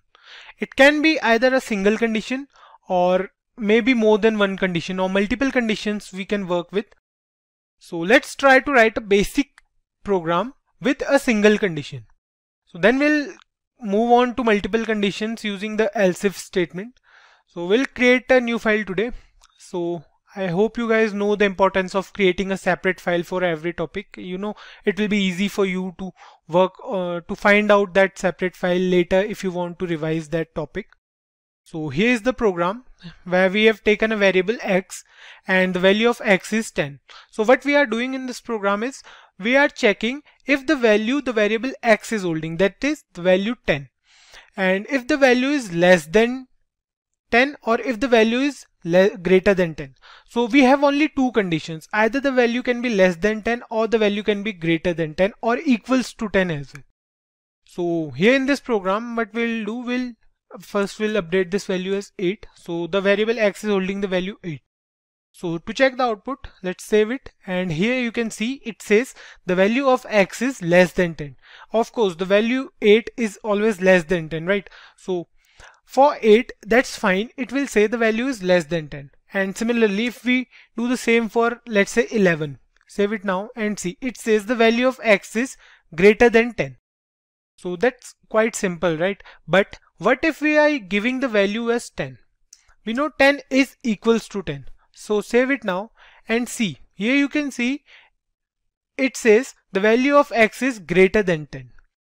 This is happening because what we did, as we told the interpreter to check the value if the value of x is less than 10. We didn't mention that what to do if the value is equals to 10. So it will check for only x is less than 10, not for equals to 10 or greater than 10. So here what it is doing, it is checking if the value is less than 10. So that it says okay, let's print this statement if the value is less than 10, or if the value is not less than 10, or if the value is equals to or greater than 10, it will print the value of x is greater than 10. To avoid this type of misunderstanding, we use an else if statement. So the concept of else if statement is the same as if statement. What we are doing, we are using multiple conditions, right? We are giving it more than one condition. So how to use else if? It's quite easy, and the syntax is also similar to the if statement. The only difference is that it contains an else before if. So it's an else if. So what we are doing is we are giving it a condition that else if x equals to 10. So now what it will do, it will check for two conditions, that if the value x is holding is less than 10 or equals to 10. And what we'll do, we'll update it as. So let's check the output now. Save and see. Here it says the value of x is equals to 10, right? So I hope you guys are getting this. The execution flow for this program will be like, it will check for the first condition if x is less than 10. If yes, it will print the value of x is less than 10. If no, it will move on to the following condition.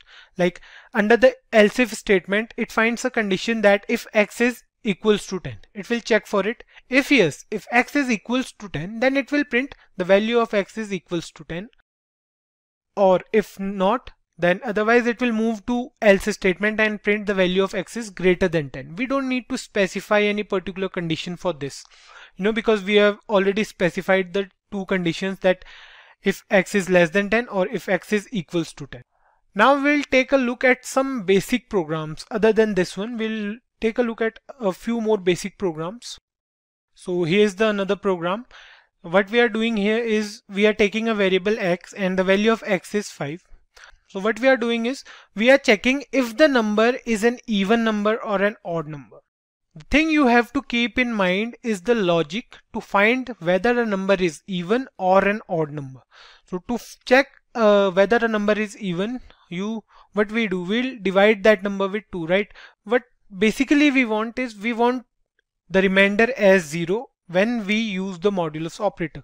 So what we'll do, here we have written x mod 2 equals to 0. So if the remainder is 0, then the number will be an even number because it is divisible by 2. Else it will be an odd number. So that's quite simple, right? Let's save it and check the output. For 5 it says odd number. Yeah, 5 is of course an odd number, right? So that's for even and odd number. So here we are with another program. Here it says we have a variable y and the value of y is, let's say, 8. And what we are doing here is we are checking if a number is positive or negative or 0. So we have 3 different conditions. Either number can be positive or it can be a negative number. Any number greater than 0 is a positive number, right?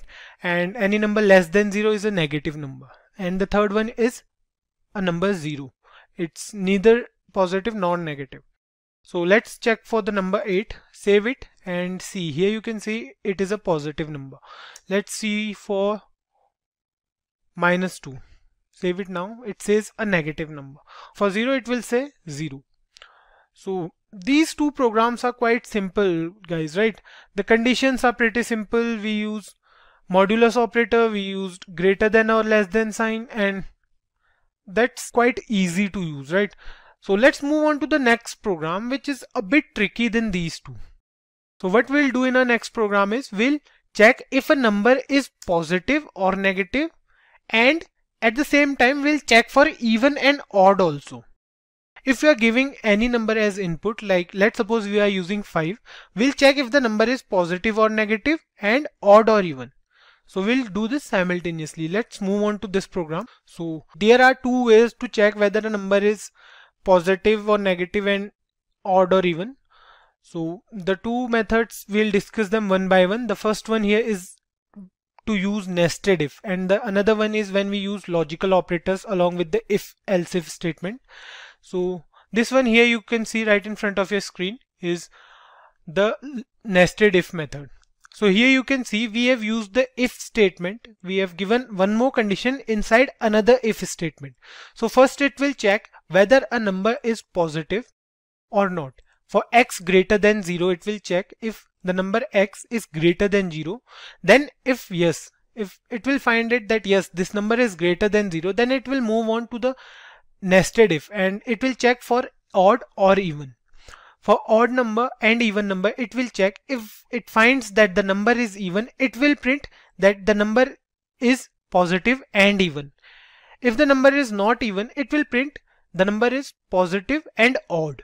So here you can see the difference. What the interpreter is doing is it will check for the number as positive, and if the number is positive, then it will move on to the nested if and check for the even or odd. So if it finds that the number is even, it will print positive and even, otherwise it will print positive and odd. then it will move on to the next condition, which is for negative number. If x is less than 0, then it will again move to the nested if and it will check for even and odd. So if it finds that the number is even, it will print negative and even, otherwise it will print negative and odd. And the last condition is for the number 0. Let's try to find out the output of this, and what we'll do, we'll update the value of x as 8. So save it now. Here it says the positive and even. So 8 is a positive number and even as well. Let's update the value of x as -5. Save it now. It says negative and odd number. -5 is a negative odd number, right? So that's how it will check for positive or negative and odd or even. So we are doing both the things simultaneously in a program. We have an alternate method as well. Here you can see on your screen we have written a program, and here we have taken a variable x. The functioning of both the programs is same. Both of these programs will check for positive or negative and odd or even. So here you can see I have taken a variable x. Let's say the value of x is 7. It will check for x greater than 0 and x mod 2 is equals to 0. So we have 4 different conditions, right? A number is greater than 0, that means a number is positive and even. A number is positive and odd. A number is negative and even. A number is negative and odd. And the final one is a number is 0. Okay, we have 5 conditions and we have to specify these 4 conditions here. So here you can see we are using the logical AND operator. This means it will print this statement. Let's suppose for this statement, it will print this only if both the conditions are true, right? If the value x is holding is both greater than 0 and an even number. So if you try to find out the output now, save it and see, here it says number is positive and odd. So the number 7 is greater than 0, but the number 7 is not an even number. That's why this line is not there on the browser. It will print this line because the number is positive and odd, right? The switch case is another conditional control statement, just like the if-else control statement. There's a difference between the usage of if-else and switch case statement. Now both if-else and switch case works with conditions, and we have to choose when to use switch case over if-else. Switch case is generally preferred over the if-else when there is n number of test cases present, or we can say when we are working with a lot of conditions. Let's say we are working on a program and you ask the user for an input between 50 and 100, a numeric input basically. And in the output, we have to print the textual form of that number. Suppose if the user enters 75, right? The output will be like this. So what we are doing, we are taking a number from the user as an input and we are printing the textual form of that number, right? So we can use the if else, or we can say else if control statement, but the program will be so lengthy and not so clean. Also, switch case is much more efficient than if else when it comes to execution time. Like if we have n number of conditions, then using switch case is a better option. We'll get to know why in a bit. So let's move on to the programming part, and today we'll write a program where we have to find the month in a year by accepting its number. So we have 12 months in a year. For example, if we enter 4, then the output will be April. And if we enter 8, then the output will be August, because August is the 8th month of the year, right? So I hope you guys are clear with the question. Of course, we can do this program with the help of if-else statement, but we discussed earlier that using if-else in such cases is not efficient, right? We can use switch case in this scenario. So let's create a variable first. Let's say we are creating a variable where month, and you can give any value to this variable from 1 to 12. You can provide it with any initial value. So let's create a variable first. Let's say we are creating a variable where month, and the value we are providing it 1 as the hardcore initial value. For simplicity, again we are not taking the input from the user or from the browser. To do so, we have to first go through the DOM manipulations and we'll go through it in later videos. So let's start with the switch case now.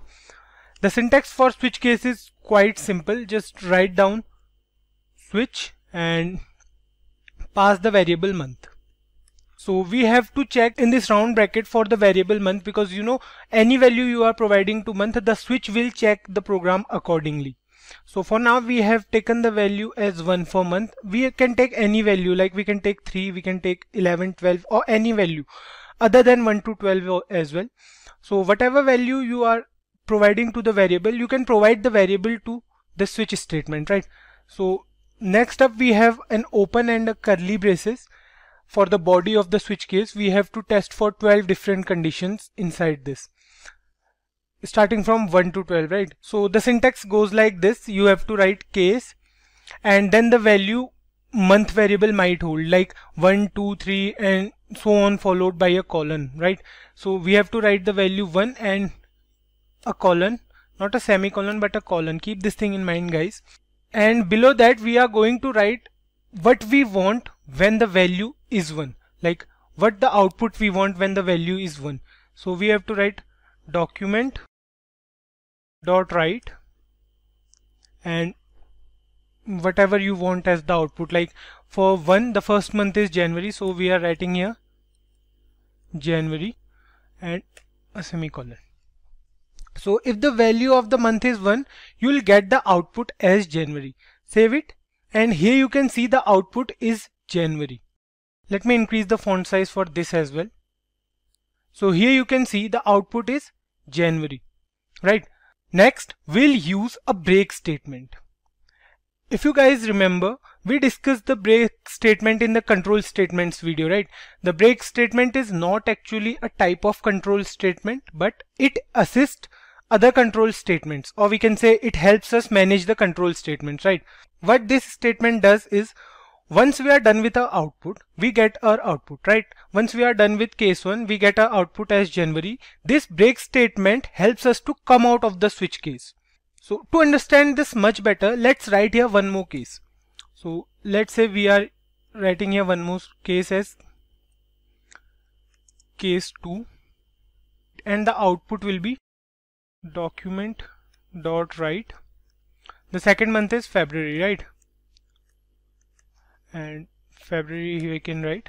So we'll include one break here, like we'll come in the first case and include a break statement. So here's how you can write a break statement, how you can include a break statement in your code. So let's check the output now. So for now it says January. So if we don't include this break statement here, when the interpreter will execute this code and it will see that the case is 1, right? So it will print January, but it will print other statements as well. So for example, if we remove this break statement and save it now, see, you can see here the output as January and February. January and February both are getting printed on the output. So we need a break statement to break it here. See, the value is 1, and if we include break statement here, the moment the interpreter finds the answer, the correct answer as January, it will come out of the switch case. So I hope you guys are getting this. Similarly, we'll write all the cases for all the months. Let me show you all the cases. So here you can see on your screen that we have 12 different cases from 1 to 12, one for each month, depending on the value the variable month is holding, right? The output will be June if the value is 6, and if we say 10, the output will be October, and so on and so forth.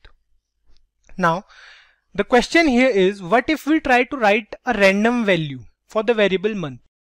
By random value we mean that if we try to write any value other than these 12 values from 1 to 12, if we leave these values, then if we try to write another value, like if we write here 13, so what will be the output now?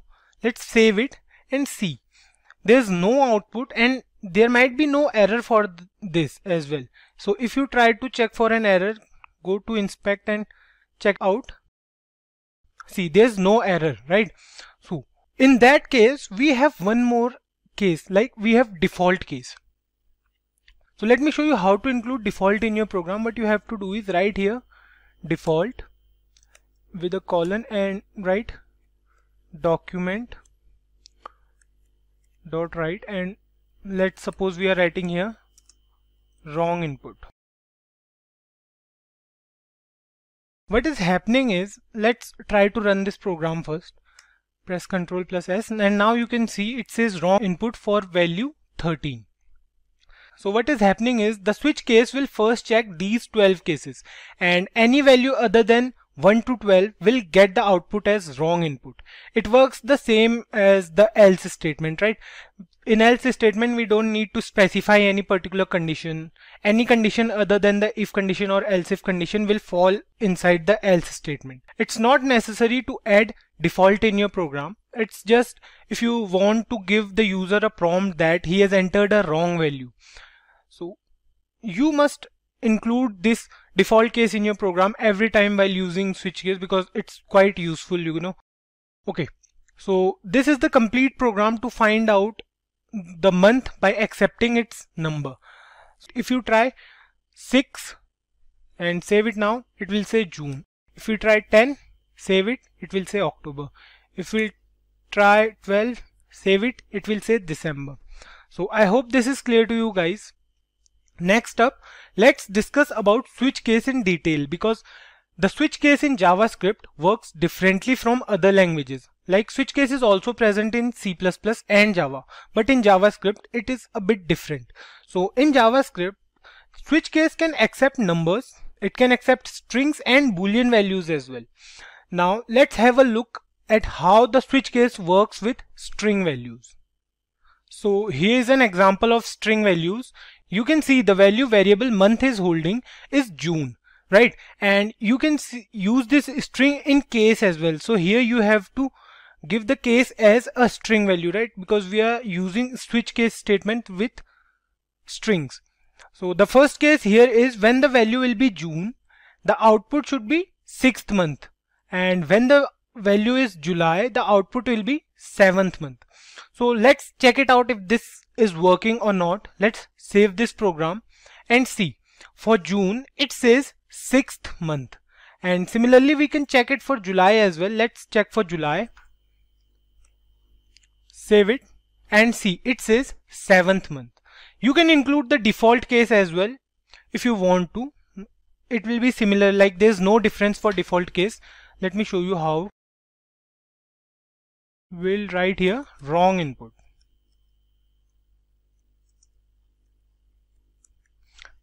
And save it, and now let's try to change the value here. Let's say we are using May. Save it and see, it says wrong input. What if we use a numerical value here? Let's try to use 2. Save it now, it says wrong input for 2 as well. It will give you the output when the value is either June or July.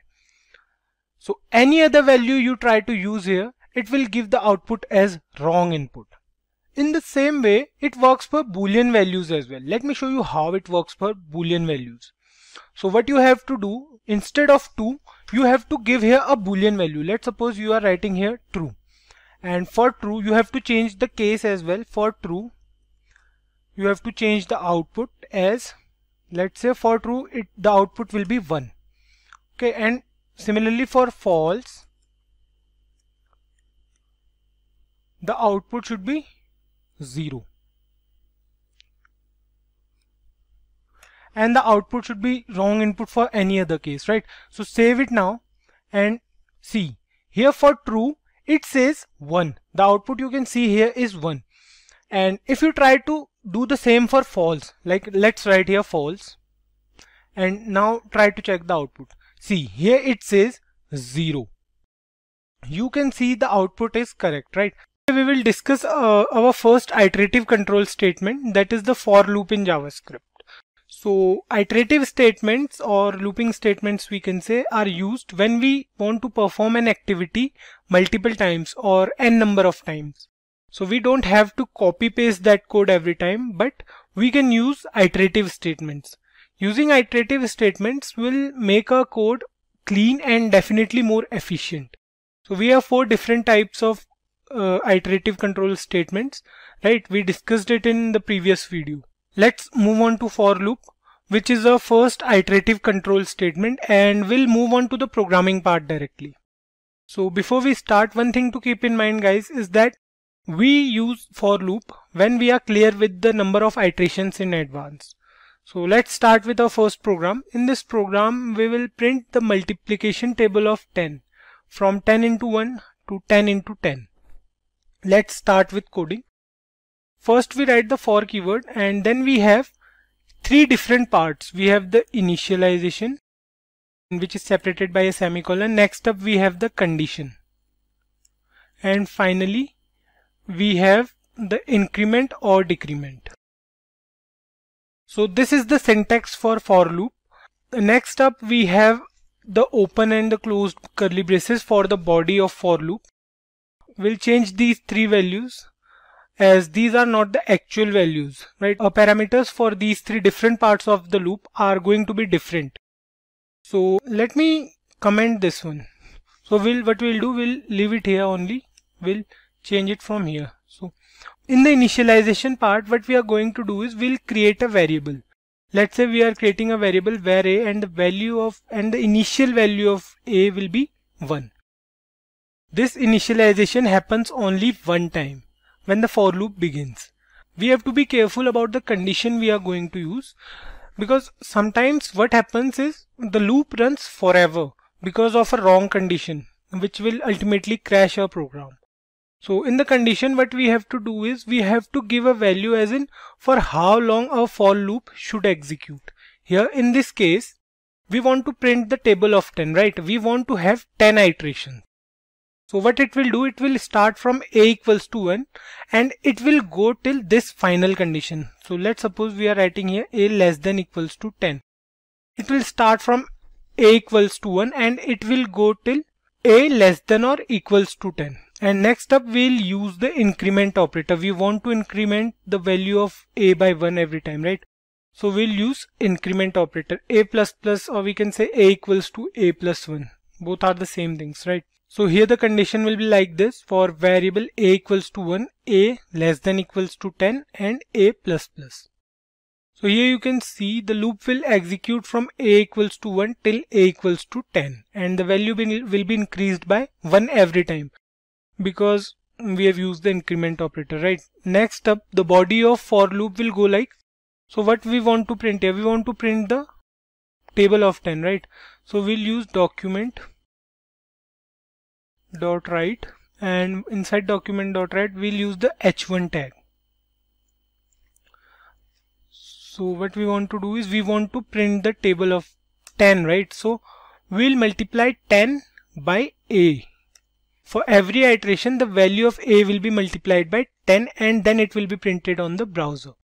So we'll close the h1 tag here in the semicolon. So here you can see we have printed 10 into a. Let's save it and check the output first, and then we'll look at the execution flow of this program. See, here the multiplication table of 10 is printed on the browser. You can see 10, 20, 30, 40, so on and so forth till 100. So what is happening is, firstly, the for loop is also known as the entry control loop. It means that the condition is checked initially. The first time the for loop runs, we perform initialization only once. So here the value stored at variable a is 1. Initially the value is 1. Next up it will check for a less than equals to 10. Is a, which is 1, is 1 less than equals to 10? Then true. The control will be shifted to document.write and it will print 10 into the value of a is 1, right? So it will print 10 here. Next thing, it will go for the increment and the value of a will be changed to 2 from 1. 1 plus 1, or we can say 1 equals to 1 plus 1, right? So it will be 2. Now next thing, it will leave this now because the initialization happens only once. Now it will go for the condition directly. Now it will check for is 2 less than or equals to 10. If yes, then again the control will be shifted here and it will print 10 into 2 because the value of a is 2 now. And after that it will print 20 here, and after that the value of a will be increased to 3 because we have used a++, then it will check for 3 is 3 less than 10, and same thing will happen, it will print 30 and so on and so forth till the value of a is 10. Now if the value of a is 10, it will print 100, right? And when the value is incremented, it will become 11. So what will happen? Now it will check for 11 less than equals to 10. No, we know that 11 is not less than equal to 10, right? Then it comes out of the loop and it will print nothing after that. So this is the basic working of the for loop. We'll go through one more program wherein we'll print the odd numbers between 1 and 10. So what are odd numbers? Odd numbers are those numbers which are not divisible by 2, right? So we have the odd numbers as 1, 3, 5, 7, 9 and we want to print them. So the difference between each number is of 2. The 1 plus 2 plus 2 plus 2 till 9, right? So what we have to do is we have to write here a plus equals to 2. We have to increase the value of a by 2. And instead of writing here 10 into a, because this time we don't want to print any multiplication table, we want to print a number only, right? So we'll use a only. Save it and check the output. It says 1, 3, 5, 7, 9. So these are the odd numbers present between 1 and 10. Keep one thing in mind, that you have to give the condition wisely every time. So next up we have the while loop. Like the for loop, while loop is also an entry control loop, which means that the condition will be checked first. So the question here is how while loop is different from the for loop. If you guys remember, when we discussed that we must know the exact number of iterations, then only we can use the for loop, right? So the while loop is preferred when we are not aware of the number of iterations, or we can say we don't know if the condition will be true for a certain number of times. We'll start with the programming part now, and then we will discuss more about when to use while loop over for loop. So let's start with the program. In this particular program, we will print odd numbers up to a specific number. Let's say we want to print all the odd numbers up to 50. So we want to print all the odd numbers from 1 till 50, right? We came across the same program in the previous video as well, but this time we will use the while loop instead of for loop. So the syntax for the while loop is relatively easy to use. The code goes like, we start with the while keyword, then opening and closing round brackets, and finally the body of while loop in curly braces. If you guys remember from the previous video wherein we used the for loop, we had 3 different parts, right? We had the initialization, we had conditions, and the increment decrement part.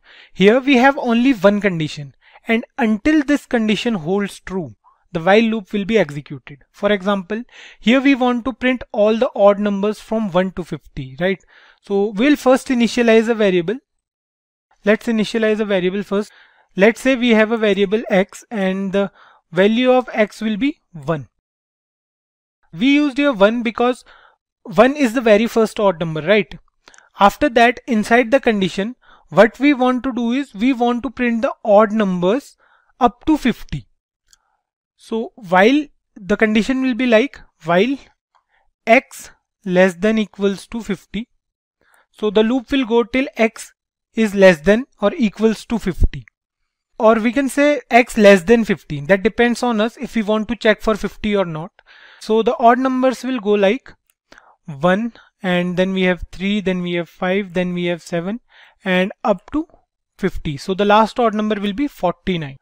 So inside the while loop, we will print the value of x. So here we will print the value of x. Let's print it.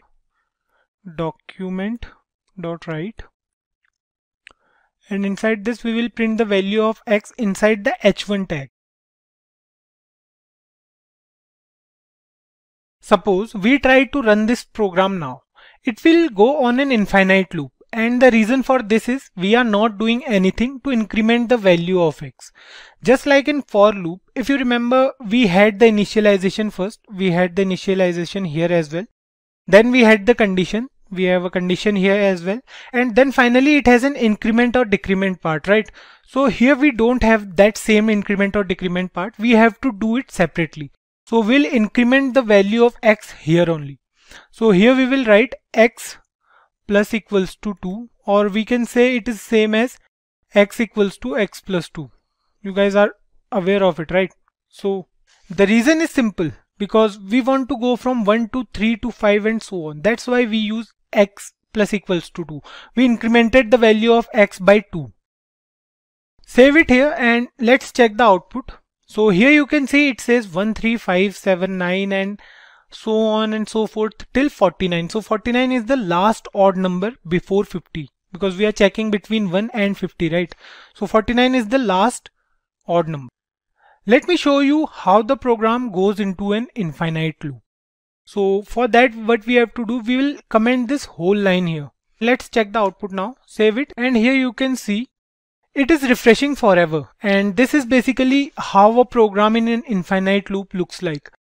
The output of this program is the program will ultimately crash. So what we have to do, we have to open a new tab and then again we have to run the program with correct increment part.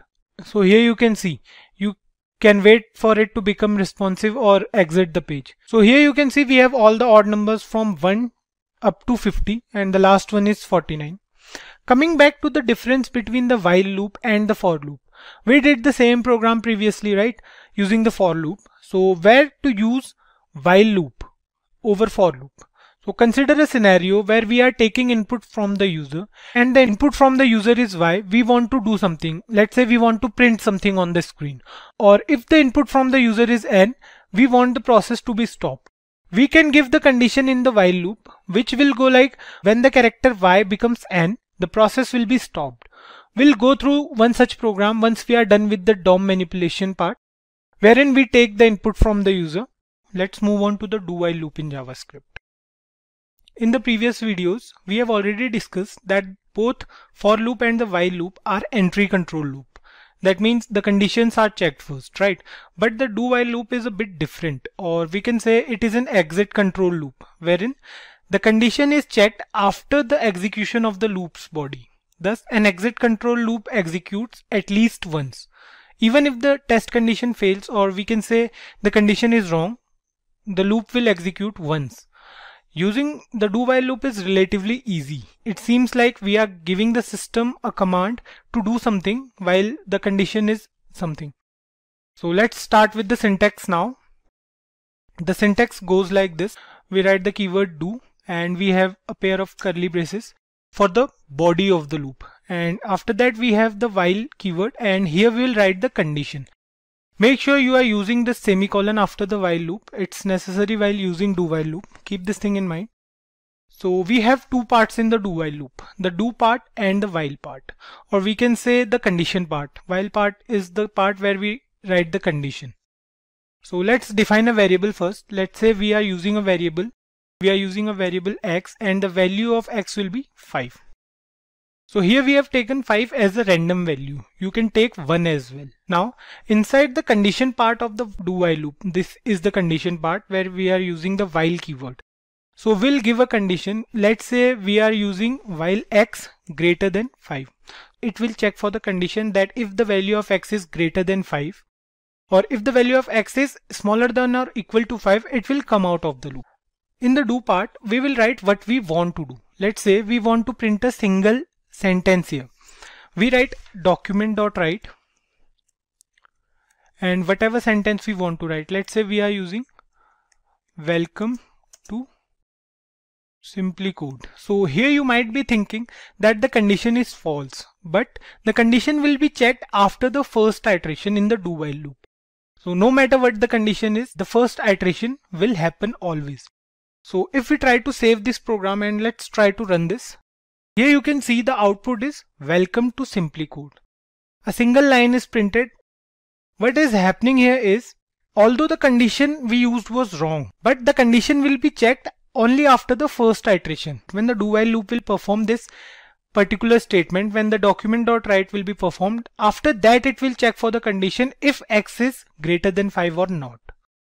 If we use here 6 instead of 5, let's try to write here 6 instead of 5, and if we run this program now, it will go into an infinite loop because we are not performing the increment decrement operator here, right? As we have discussed in the previous videos, the importance of increment decrement part. So we need to do it here after the document.write part. So what we'll do here, we'll write x minus minus. Today we are using x minus minus, and for the other two loops we use the plus increment operator, right? So the x minus minus is the same as x equals to x minus 1. Let's check the output now. Save it. Here you can see the output is still welcome to Simplicode. The execution flow of this program will be like, it will first perform the iteration before checking the condition, and it will print here welcome to Simplicode for the first time. When the loop will start executing, it will first perform this statement and it will write here welcome to Simplicode. So then it will perform x minus minus, means the value of x is now 5 because we are decrementing the value by 1. So when the value of x is 5, then it will check for the condition if x is greater than 5 or not. So here we can see clearly x is not greater than 5 because x equals to 5 and it is equals to 5, right? So it will come out of the loop. Let's make few changes in the code here. Suppose we use here 10 instead of 6 now. And let's print the value of x as well. It will be easy for you to understand. So we'll print here x and we'll use a space so that it will be clear for you. We'll use here the BR tag, and now let's try to run this program. Here you can see the output goes from 10 to 6 and it prints welcome to Simplicode every time. Right? If you guys are wondering where we use the do while loop, sometimes it may happen that even though the condition is false, but we have to execute that command. We use the do while loop when we want the code to output some sort of menu to the user or to generate the menu at least once. We'll get to know about the do while loop in future videos when we create a program specifically for the do while loop. This video is just a syntax demonstration. We'll go through the examples of all the 3 loops present in JavaScript. So today we have 3 different problems for 3 separate loops. Right, we'll go through each of the problems and we'll discuss the execution flow for each loop we'll go through. So let's start this session with the first problem statement. So the first problem statement goes like this. So here we have to write a program to check whether a number is prime or not. I hope you guys are aware of what prime numbers are, right? So a prime number is a positive number that is only divisible by 1 and itself. For example, 2, 3, 5, and we have 7 and 11. These are the first few prime numbers, right? If we take an example, let's say we are taking an example of 7. So 7 is a number which is divisible by 1 and 7 only. No other number can divide 7, right? So here in this code, we have to check whether a number is prime or not. So let me take you through the code. So here is the code to check whether a number is a prime number or not. Let me take you through this first.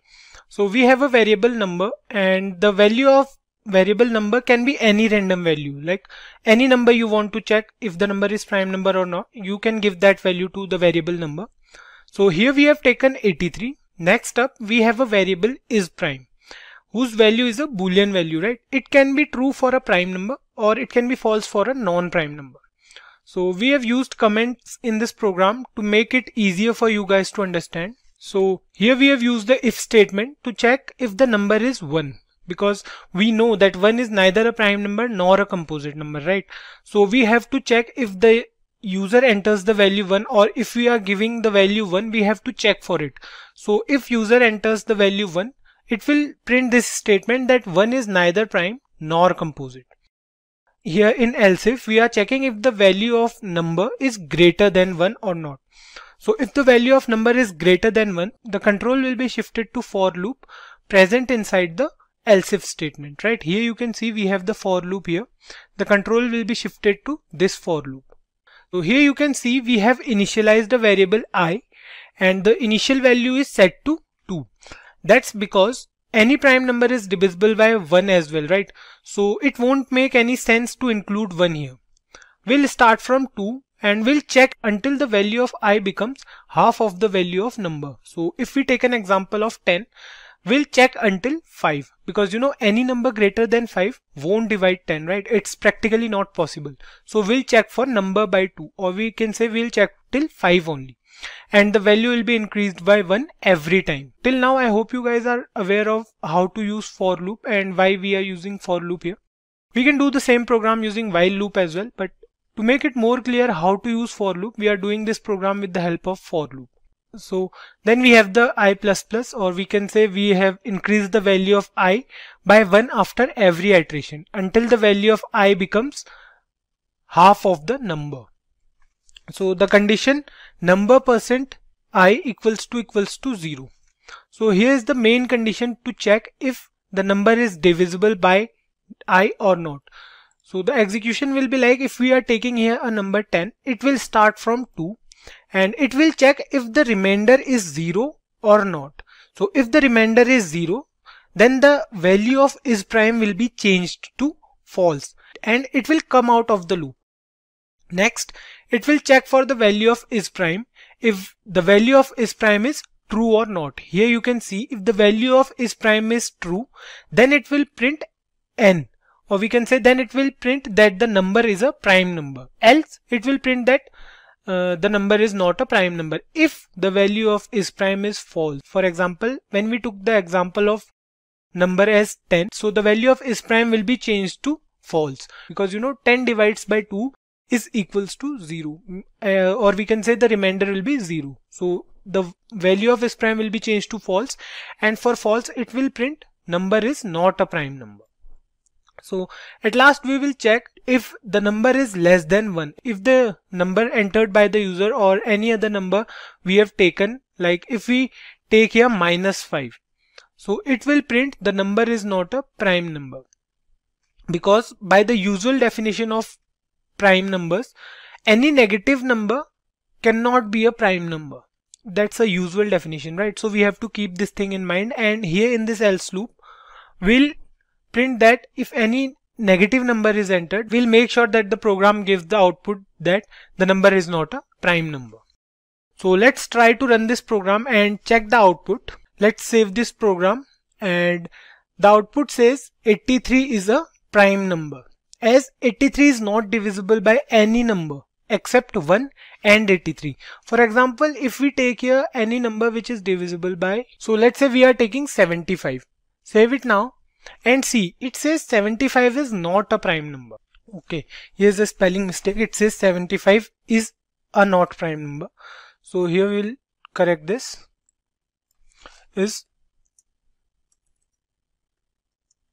So we are done with it and save it now. Now it says 75 is not a prime number, as 75 is divisible by numbers other than 1 and itself, right? It is divisible by 3, it is divisible by 5, 15 and 25 as well. All these numbers divide 75 basically. So let's take a different value here. Let's say we are taking -7. Let's change the value here as, or we can take it as -75. Let's save it now. So it says the number is not a prime number. Or if we want to try for 1 as well, let's take it as 1. And let's check the output now. So it says 1 is neither prime nor composite number, because we have given here the condition if number is equals to 1, then it will print that 1 is neither a prime nor a composite number. You can try this program with the help of other loops as well. So let's move on to the second problem statement. But before that, let me take you through the same program using the while loop. So here you can see we have used the while loop for the same instead of for loop. Here you can see we have used while I less than number by 2, and we have given the increment condition here, and we have initialized the value of I at the start of the program. So if we try to run this program, it will give us the same output. There will be no change in the output. So we can use while loop as well. So we'll use the while loop in other program. Let's move on to the second problem statement. So in this example, we'll learn to write a program in JavaScript to check whether a number is an Armstrong number or not. So we'll do this with the help of while loop. Let's have a look at how to implement this program. Before proceeding to the coding part, let's have a look at what is an Armstrong number. So an Armstrong number of 3 digits is an integer such that the sum of the cubes of its digits is equal to the number itself. So for example, 153 is an Armstrong number since 1 into 1 into 1, it means the cube of the digit 1 plus the cube of 5, that is 5 into 5 into 5, which is equal to 125, and the cube of 3, which is 3 3s are 9 and 9 3s are 27. So it will go like 125 plus 27 plus 1. So which is equal to 153. So an Armstrong number of 3 digits is an integer such that the sum of the cubes of its digits is equal to the number itself. So here we have the code for the same. This is the code to check whether the number is an Armstrong number or not. So here we have taken a variable and the value is 153. The value of the variable number is 153, right? Because we already know that 153 is an Armstrong number. There are a few more numbers like 371 is also an Armstrong number. Next up, we have taken a variable sum and the initial value of sum is 0. We have used the variable sum to store the value of the cubes. And next up, we have a temporary variable so that we can break a 3-digit number, and we need the number after all this program, all these loops and all. We'll need the number, we'll need the original number to compare it with the sum of the cubes, which will be held in sum. So, but we need to break the number as well, right? So we need a temporary variable to break it. Here we use the while loop, and the loop will run until the value of variable temp is greater than 0. So the initial value of temp will be 153 here. In this particular case, the initial value will be 153, and the loop will run until the value of 153 is greater than 0. Next up, we have a variable remainder that stores the last digit's value as we are dividing 153 by 10. So the remainder here will be 3. So the value saved at variable remainder will be 3 for the first time. Then what will happen will we are updating the value of sum, and the new value of sum will be 0 plus 3 into 3 into 3. So 3 3s are 9 and 9 3s are 27. So the updated value of sum will be 27. Next up, we are removing the last digit from the number. So for example, we have here 153, and if we divide 153 by 10, the answer will be 15.3.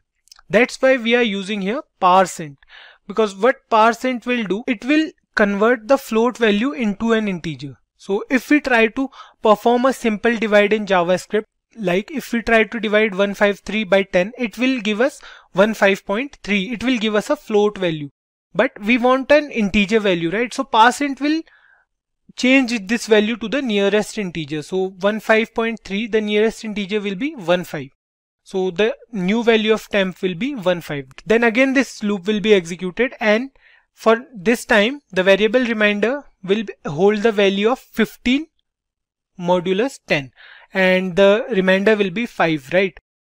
So the new value of remainder is 5, and the value of sum is 27 plus 5 into 5 into 5, which is 27 plus 125, right? So the new value of sum will be 152. And then again it will go to the temp and it will divide 15 by 10, and it will change the value to an integer. So 1.5 will be changed to 1. And next up, the final value of temp is 1, which is greater than 0, right?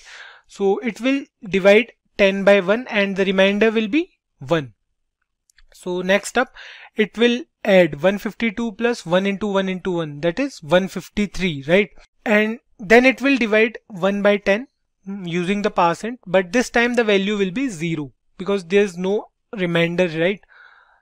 Next up, we'll compare the value of the sum and the number variable. So the sum variable here, it is holding the value as 153. We break this number into 3 different parts. Then we took the cube of these 3 numbers and added them. So the final value of the variable sum is 153, and the initial value of number, or we can say the value we gave to the variable number, is 153. So right, it will print here that 153 is an Armstrong number. Or if we use any other number instead of 153, let's suppose we are using 121. So it will print 121 is not an Armstrong number. Let's check out the output once. Let's save it and see the output here is 153 is an Armstrong number. So if we change the value of 153 to 121. So let's check the output now. It says 121 is not an Armstrong number. Why? Because if we take the cube of each of the digit and we'll add them, suppose the answer here will be 10, because the cube of 1 is 1 and the cube of 2 is 8 and the cube of the final one is 1. So 8 plus 1 is equals to 10. So that's why 1 to 1 is not an Armstrong number. Let's move on to our last problem statement, where we'll use the do while loop to find the factorial of a number. So here's the problem statement where we'll have to write a program to find the factorial of a number. So factorial of an integer is the product of an integer and all the integers below it, or we can say before it till 1. So if we take an example of 5, so the factorial of 5 will be, it will multiply each number before it. If we take 5, the factorial will be 5 into 4 into 3 into 2 into 1. Or if we don't include 1, that's totally fine. So this program is pretty simple as compared to the previous two we did. So this is a small one too. Let me take you through this. So here we have the program. And here we have three variables, right? We have a variable I, which is initialized as 1. Then we have a variable n, which is 5. And then we have a variable f, whose value is 1. F is for factorial and n is for number we want to check the factorial of, and I is for checking the condition.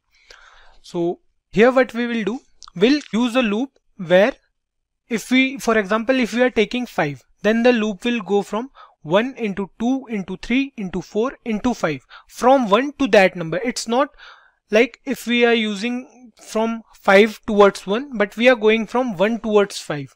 The answer will be same, right? Because we are multiplying all the numbers in both the cases. So here we took 5 as the number. Next up we have a variable f, and the value of f is also 1, as you know. So here we are using the do while loop. For the first iteration it will perform this. So the value of f for the first iteration will be f equals to f into I, which means f equals to 1 into 1, which is 1. So the value of I will be increased and it will become 2. And now it will check for while 2 is less than equals to n. Yes, 2 is less than n. So it will again go up and it will update the value of f, and the new value of f will be 1 into 2, that is 2. Then again the value will be increased and it will become 3, and then it will change the value of f as well. It will become 6 and the value of I will become 4. Then it will check if 4 is less than 5. Yes, 4 is less than 5. And then it will multiply 4 with 6 because the value of f was 6, right? So 4 into 6, it will become 24. And then finally the value of I will be 5. And it will check if the value of I is less than or equals to 5, right? While I is less than equals to 5. Yes, that's true, because now 5 is equals to 5. And it will again execute the loop, and the value of f will be 24 into 5, which is 120. And then again the value of I will be increased. Now it will become 6, which is greater than 5. So it will come out of the loop and it will print the factorial of a number. So let's save this program. So the factorial of 5 is 120, because see here we have used the factorial of n. N is 5 and the factorial is 120. So if we try to give any other number here other than 5, let's say we are using here 10. Save it. It says the factorial is 3628800, or it's 36,28,800. So if you try to multiply 10 into 9 into 8 into 7 so on till 2, or we can say 1, the answer will be this. You can check it, you can Google it, or you can go through it in your calculator. For today's session, the topic of discussion is how to become a backend developer. So if you're wondering how to become a backend developer, what skills are required and what the responsibilities are, then you're in the right place. But let's wait for a while for more people to tune in.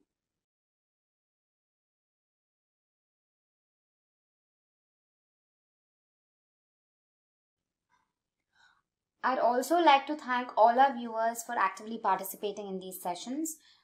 Alright, so whilst you're at it, if you haven't subscribed to our channel already, make sure to hit the subscribe button and the bell icon to never miss an update. Okay, so I see a lot of people tuning in.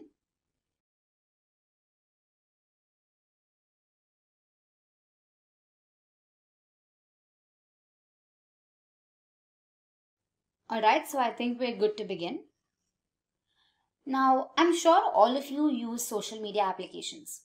Now, every time you click on a video, scroll through a feed, perhaps search for something, the corresponding information is displayed on your screen. Now, these applications provide an excellent user experience. But how is this achieved? You must know that every application comprises of two parts. There's the front end and then there's the back end. The front end is what the user deals with and the back end is what makes this happen. In other words, the back end includes an application, a server and a database.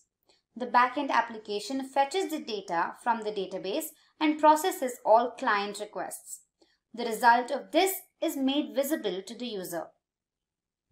So now the question arises, who is a backend developer?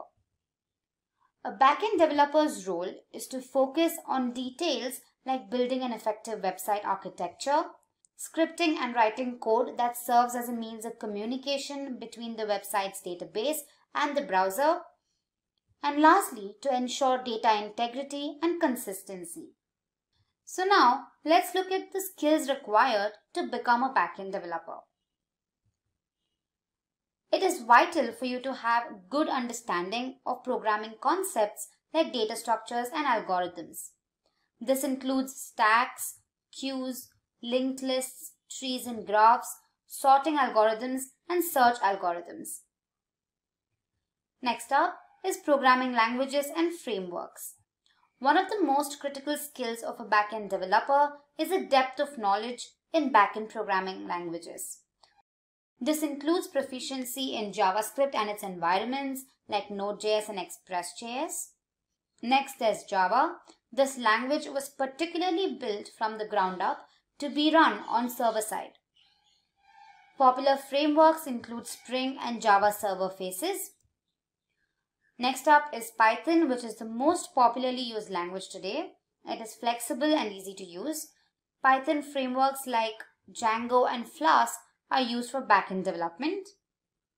And lastly, there's C# and its frameworks like ASP.NET Core and ASP.NET MVC. Other languages include Perl, PHP, and Ruby. Now, because backend and frontend developers work so closely together, it is also helpful to have a foundational understanding of front-end web languages like HTML and CSS. Now, proficiency is essential not only for performing daily tasks, but also for working alongside front-end developers for developing solutions. Next, we have database management systems. A backend developer writes code that is used to perform relational mapping to fetch data from the database. Some popularly used DBMS are MySQL, SQL Server, and PostgreSQL. Next up is version control. Again, popular ones are Git and Subversion. They help manage the project files and keep track of the entire history of things that the developer is working on. And lastly, there's cloud hosting platforms. These platforms allow you to deploy your product on the cloud service provider so that it can be accessed from the World Wide Web. Most popular ones are Amazon Web Services, Google Cloud Platform, Heroku, and Microsoft Azure. Of course, there are non-technical skills that are required of backend developers. Those who choose this profession should be comfortable with analytical processes, have well-developed problem-solving capabilities, be interested in emerging technologies, have good communication skills, and be able to work independently and sometimes as a part of a collaborative team. Now that you're familiar with the skills, let's have a look at the responsibilities of a backend developer. First up is forming an understanding of the performance needs and goals of the website to develop effective, successful solutions. Development and management of application programming interfaces. Development of systems for websites to accept and securely store data, such as those required for payment processing systems. Then there's writing code, testing and development solutions for code-related issues. Then there's organization of system logic. Other responsibilities also include development of site architecture using proper methodologies like Agile Scrum framework, and also providing solutions to system problems. Lastly, let's have a look at the salaries of a backend developer. The average salary of a backend developer in the United States is around $102,000 per year. The average salary of a backend developer in India is around 7,23,000 Indian rupees per annum. In this session, we're going to cover the topic of what is Angular. I'm sure all of you use mobile and web applications. Be it from social media to healthcare, e-commerce and net banking, these apps are used by billions of people across the globe. Now, the main reason we use these apps is that they offer seamless user experience and interface. But how are they developed to provide such reliability? One of the frameworks that is widely used to build such robust apps is Angular. So let's dive into the session now. So here is a list of topics that we're going to be covering. First up, we'll see why Angular was introduced. Then what is Angular? Features of Angular, Angular architecture, advantages and limitations of Angular, the learning curve of Angular, and finally we'll look at some of the companies that deploy Angular. So without further delay, let's begin. Why Angular? Now, JavaScript is the most commonly used client-side scripting language. It is written into HTML documents, enabling interactions with web pages in many unique ways. So, as a relatively easy to learn language with almost pervasive support, it is exceptionally well suited to develop modern applications. But the question arises, is JavaScript ideal for developing single-page applications that require modularity, testability, and other features? Perhaps not. However, we have a variety of frameworks and libraries designed to help us with such things. With respect to front-end development, Angular and JavaScript together bring in structure and consistency to your web applications and also provide scalability and maintainability. Now, Angular is specifically developed for single-page applications. So now the question arises, what exactly is Angular? Angular is an open-source JavaScript framework written completely in TypeScript. Now, it was primarily aimed to develop single-page applications and is maintained by Google. Angular as a framework provides a few advantages while also providing a standard structure for developers. It is designed for web, desktop, and mobile platforms. Now, if you have a doubt here as to what exactly single-page applications are, let me help you with that. Now, these single-page applications are basically applications that get loaded just once. So the main page gets loaded onto your browser. So any further interactions does not lead to loading of subsequent pages. Anything that has to be done further is just an addition to the already loaded page. So these single-page applications are primarily developed using Angular. Moving ahead, let's look at the features of Angular. We have 4 features that we're going to be discussing. We have the document object model, TypeScript, data binding, and testing. Now let's look at them one by one. Now the document object model treats an XML or an HTML document as a tree structure. Now here every node in the tree structure defines an object representing a part of your document. Angular uses the regular DOM. Now let's suppose you've made 10 updates on a single HTML page. So every time you make a change, the corresponding DOM or the tree structure needs to be updated. Now Angular updates the entire tree structure of HTML tags. Moving on to our next feature, we have TypeScript. Now TypeScript defines a set of types to JavaScript, which helps you write JavaScript that is easier to understand.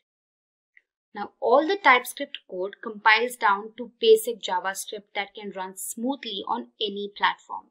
Now TypeScript is not mandatory for developing an Angular application, but it is highly recommended.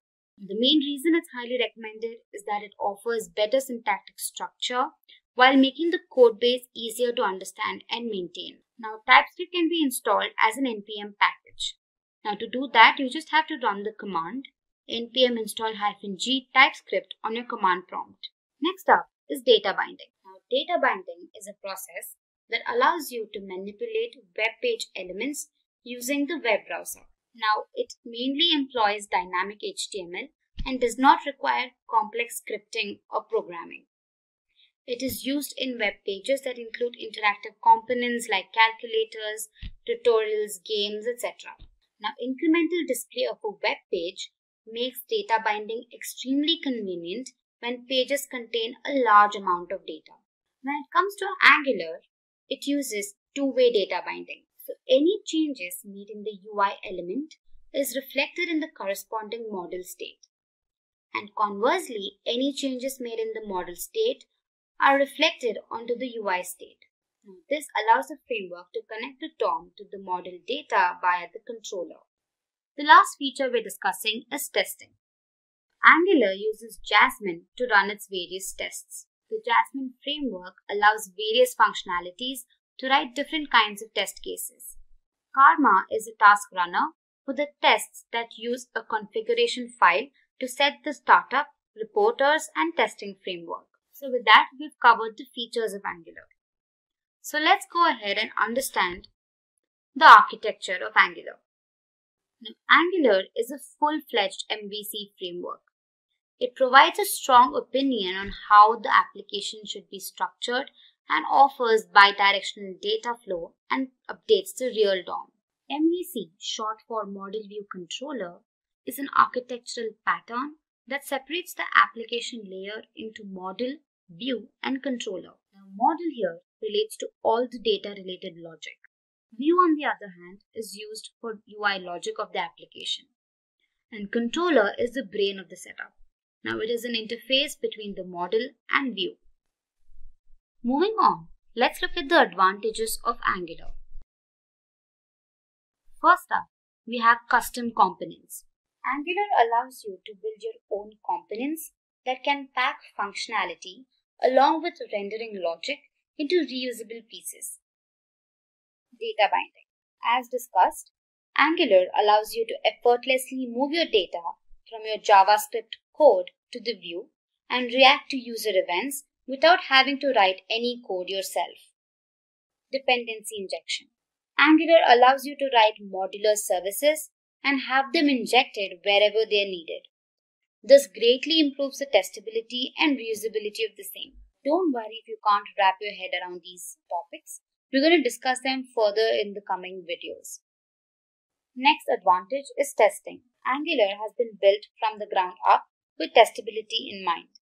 You can literally test every part of your application. Comprehensive.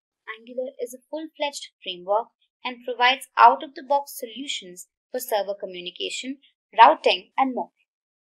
Lastly, we have excellent browser compatibility. Angular is cross-platform and browser compatible. An Angular application can typically run on all browsers, be it Chrome, Firefox, Safari, and platforms like Windows, macOS, and Linux. Now, many versions of Angular have been released ever since its inception. All of these versions have added to the efficient working of the framework. Now, here are the different versions released. First up was Angular 1. It was built on JavaScript and completely based on controllers. Next release was Angular 2. Now, this incorporated the component-based approach, wherein the entire UI was divided into several components and lastly integrated to give the final logic. Next was Angular 4. It included router updation. Angular CLI or Command Line Interface 1.0 was introduced, however not deployed. In this release, the Angular CLI was optimized and commands like ng-update and ng-add were added. In the Angular 7 release, prompts were introduced which provided tips in CLI about the functions being used. In Angular 8, IV renderer and Bazel were introduced. And finally, the most recent release was Angular 9. Now this came with the better framework and Angular material. Now this completely switched to the IV renderer as a default compiler. Now that we've learnt about the pros of using Angular, let's look at some of the limitations of Angular. First up is a steep learning curve. Now since Angular is a complete full-fledged framework, it becomes difficult for learners to begin with. You need to be acquainted with simple topics and then move on to more advanced topics to become proficient in this language. Next up is limited SEO options. Now, Angular offers limited SEO options and poor accessibility to search engine crawlers. It's verbose and complex. Now, a common issue faced by the Angular community is the verbosity of the framework. It also poses to be complex compared to other front-end tools. And lastly, migration. Now, one of the drawbacks of Angular is poor migration. Now, it becomes difficult to port legacy code to Angular-style architecture. Also, with each new release, it is painful to upgrade and a lot of them are not backward compatible. Next up, let's look at the Angular learning curve. Now, if you wish to learn Angular, you need to be acquainted with basic topics in Angular. Some of them are directives, modules, decorators, components, services, dependency injection, pipes, and templates. Now, once you've mastered your basics, you will want to go and understand more advanced topics such as change detection, zones, AOT compilation, and rx.js. However, the learning curve of Angular is clear-cut. In the beginning, it could be a little intimidating, but once you start using the tool, it becomes way more easier to comprehend and understand what is going on. And lastly, let's look at some of the companies that use Angular today. Many top-tier companies like Nike, Forbes, Google, HBO, Sony, Upwork, among others, readily deploy Angular. So moving on, let's look at the prerequisites for Angular. First up, we have Node.js. Angular uses Node.js as its base for a large part of its build environment. So as a result, to get started with Angular, you will need to have Node.js installed on your environment. So head to their official website and download the latest release for your corresponding operating system. Next up is the Angular CLI. Now this command line interface is a tool that makes it easier to bootstrap and develop your Angular applications. Now to install the latest version, run the command npm install-g at angular/CLI. You gotta run this command on your command prompt. And finally, to confirm installation, check for its version. Now the next thing that you will need is an IDE or a text editor to type your code. Now there are several IDEs that you can choose from. But in this series, we've used VS Code throughout. So it is available on all platforms. So go ahead and download it if you haven't already. Now moving on to the final part is the demo. Now that you have a basic understanding of Angular and its prerequisites, I think you're ready to create your first Angular application. So let's head to our VS Code and begin. Here, I've created a folder called Angular on my desktop and opened it on my Visual Studio Code. So to create your app, you need to open the terminal. Just go here and select New Terminal. And now type in the command ng new and provide the name for your app. So I'm just going to say hello world. So now this is going to create, just say yes. So basically what happens is that when you run the command, it will automatically generate a skeleton application under the folder that is hello world in our case. And it includes a bunch of files and installs all the necessary dependencies for the Angular application. So this could take a while. So once you've created your application, to run it, first change the directory. So let's say cd hello world. And now use the command ng serve. Now once it's compiled, you need to go to your browser and type in localhost 4200. And once you do that, you can see your UI. You can see that the application has been loaded onto your browser and it says hello world app is running. So this is how you create your application. So let's go back to our VS Code. Now as you can see here, there are many files and folders that are created, right? So let's look at a few of them. Of course, we can't explain everything, but I'll brush through a few of them. So the first main component is basically the root component. Now the root component here is the index.html. So here, if you open the file and see, it's a very small, crisp code, right? But the most important thing in the file is this app root element. So what this does is it's basically the marker for loading your application code. So this is extremely important. So the next important file is the main.ts. Now this is a part of the bootstrapping piece. Alright, so the index.html file is responsible for deciding which files are to be loaded, correct? The main.ts file, on the other hand, identifies which Angular module is to be loaded when the application starts. So this is just a brief explanation as to what they are doing. Next, we have the app folder. Now here, we have the app.module.ts file. Now this application module file can be thought of as the code configuration of your application. So here's where the source code starts from. And moving on, we have the app.component.ts. So these are all TypeScript files, hence the extension TS. Now this file basically is the root component of your application. And then we have the HTML file for the same, which defines the appearance of what you can see on your browser. So let me just change the message that is being displayed. So I'll say, hey, welcome to this Angular tutorial. So let's save this, and when we go back to our browser, we can see the message, hey, welcome to this Angular tutorial being displayed. So like this, we can make a simple change and then it gets rendered onto your browser. So this was just a brief explanation of what happens in the background of your application. First, we'll get acquainted to what exactly Angular components are.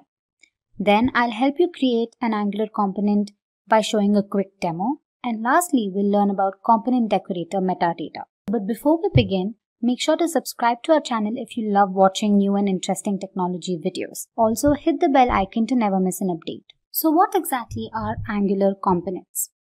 Now, I'm sure everybody uses web applications, and one of the most widely used applications is Gmail, correct? Now, to help you understand what components are, consider them as Lego blocks. Now, they basically are combined together to form the final application. So in this case, here we have the logo component, then you have a sign-in component, an image component, and then a create account component. Now, all of these components generally don't affect the working of each other. But however, when embedded, they define the UI of your application. So I hope you understood what components are. So to go ahead, let's discuss some of its common features. Now, firstly, they are the building blocks of an application. Generally, you have a root component, which is basically the app component, and then it branches out into other components, creating a hierarchy. And these components are a subset of directives. Now, don't worry about what directives are because we'll cover them later on in the series. But to give you an idea, there are three types of directives. You have the structural directives, the attribute directives, and the component directives. Only one component can be instantiated per element in a template. Now, components are typically custom HTML elements, and each of these elements can instantiate only one component. Now, don't worry, you'll understand this better when I show you the demo. Nextly, a TypeScript class is used to create a component. Now, this class is then decorated with the @component decorator. Now, the decorator accepts a metadata object that gives information about the component. Now, a component must belong to the ng module in order for it to be usable by another component or application. And finally, components control their runtime behavior by implementing lifecycle hooks. So this was just a brief introduction to what Angular components are. Now, you will only be able to understand the working of components when I show it to you practically. So let's head over to our Visual Studio Code. Now here, back in my VS Code, I've created a folder called Angular Demo, within which I've created an Angular application called Demo Components. Once executed, the browser looks something like this. So if you haven't watched our previous video on getting started with Angular, that is Angular Hello World, I highly suggest you go through that video first. It helps you create your first Angular application. So now let's go ahead and create our first component. Now the command used to create our component is ng-gc and your component name. Once executed, it creates 4 different files. Now let's just see how this works on our VS Code. Now what you can do is head to your terminal and type in the command ng gc and provide a name for your component. For example, I'm going to just call my component text component. Alright. So what it does is that it creates 4 different files. You can see you have 4 different files that have been created, and finally it updates the file that is app.module.ts, indicating that this new component has been created. So here in your source folder, within which there's an app folder, and again here you can see that your 4 different files have been created. First is the HTML file, wherein you can define all the code that you want for your component. Next you have the CSS file for your styling. Then you have the .ts file, which includes the component decorator. And finally you have spec.ts, which is basically a unit test file. Alright, and then in your app.module.ts, you can observe that the component that you've created, that is text component, has been imported. That is what the message conveys here. Alright, now let's go back to our app.component.html. Now this basically has all the code for your application, so let me just get rid of it. And I'm just gonna display a basic heading saying hello, welcome. Alright, so let me save it. And if you go ahead and look at your browser, hello, welcome message is displayed. Now let's go back to our component.html file, and here let me provide a message. Let me say h3, and let me display a message saying welcome to this tutorial on Angular components. Alright, now in your text component.ts file, which is your TypeScript file, the selector mentioned here is app-text component. Now go ahead and copy this, and in your final component.html, go ahead and create your custom HTML tag with the selector that you just copied. Now this indicates that the component that you just created, that is the text component, is being incorporated in the final render. So what happens is that whatever is defined in the component.html file is also being rendered in your final output. So when I save this, let's go ahead and check our browser. You can see that the message welcome to this tutorial on Angular components is displayed. So this was a simple creation of a component. Now for this, let's give it some styling. So here, go to your .css file and provide some styling. Say for example here I just say text align, and let me say center. And also in my app.component.cs, I'm going to give the same thing. I'll say h1 text align is center. Alright, so let me save this, and there we go. Now we can also create multiple components and define the tags in the app component. Now the components are executed sequentially. So now let's create another component just to give you a brief insight into it. Let's say ng-gc image component. Now here I'm going to be adding the Simplilearn logo. So I'll show you how that works. Now you can see that a new component has been created with 4 files again. So in my assets folder here, I've added the logo. So what I can do is back in my HTML file, I can go ahead and create an image tag. So first, let me just display another message here just to avoid any confusion. And let me say this is the image component. And then let me say image source equals, so the source is basically assets / logo.png, and class equals center. Alright, so you can also head to your CSS file and provide any sort of styling that you need.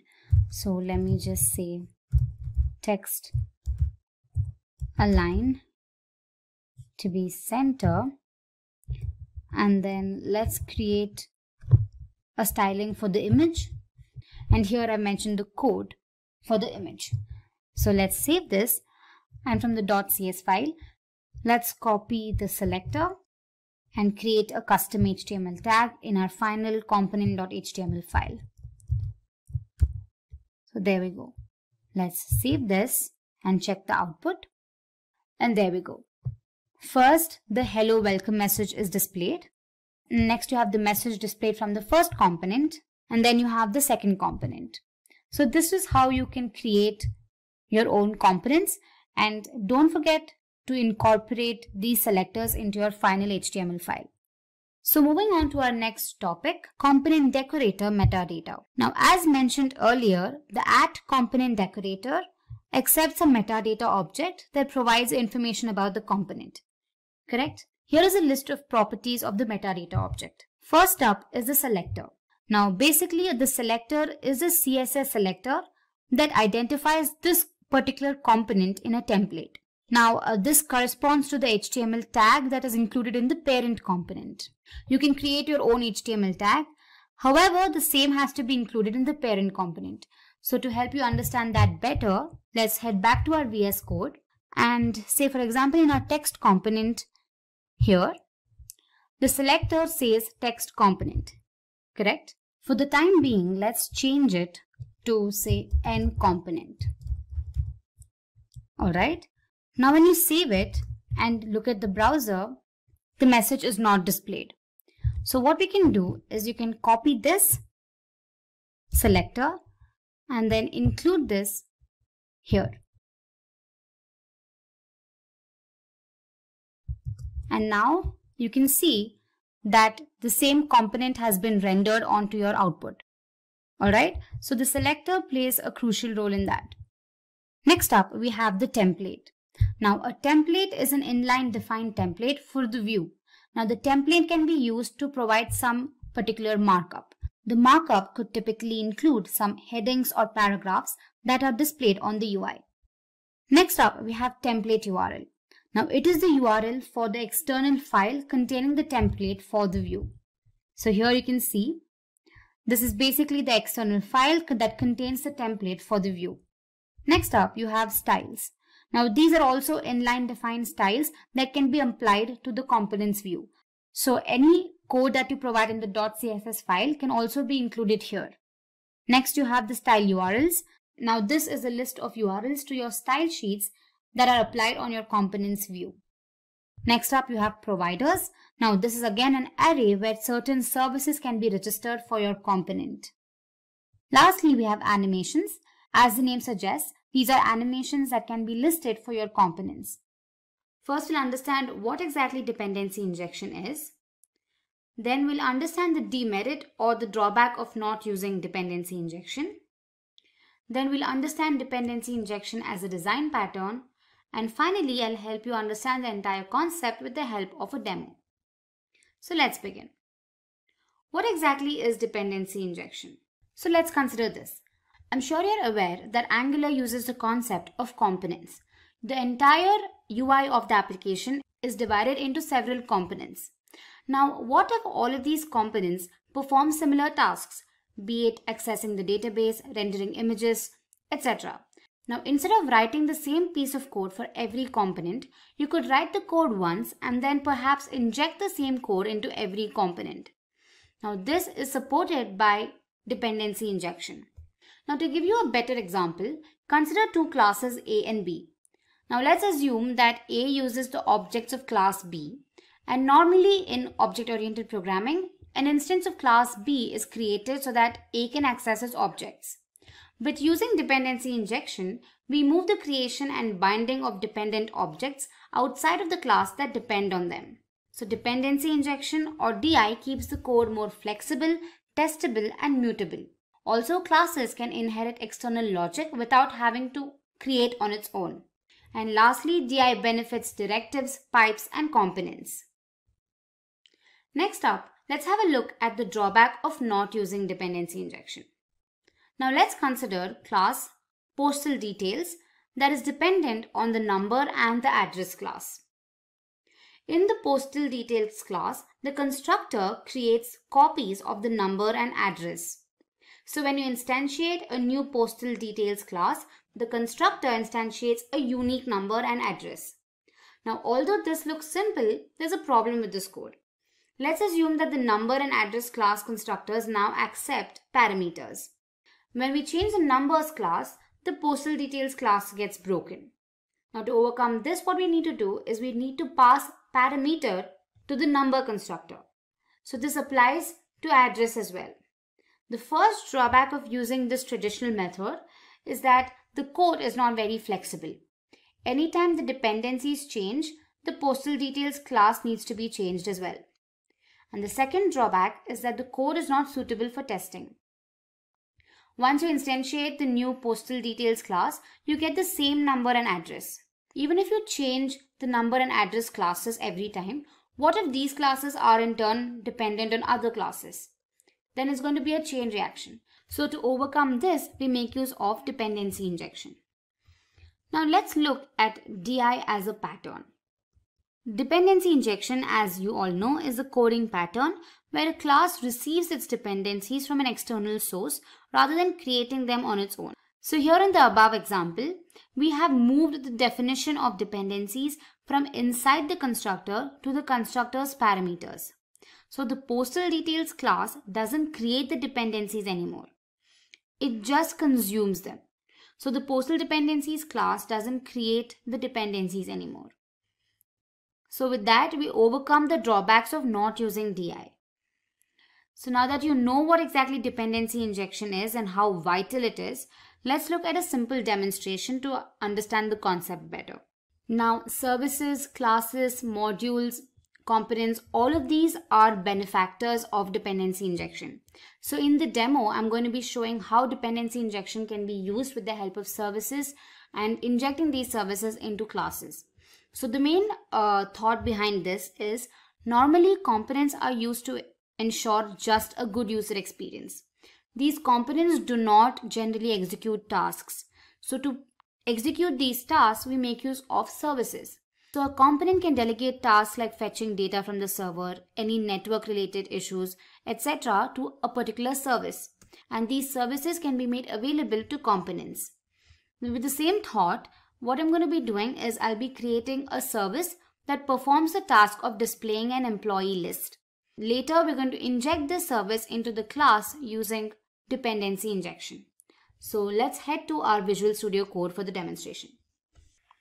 Alright, so as discussed, I'll have to first create a component that displays a button for the employee, and then I have to create a service class and inject it into my component.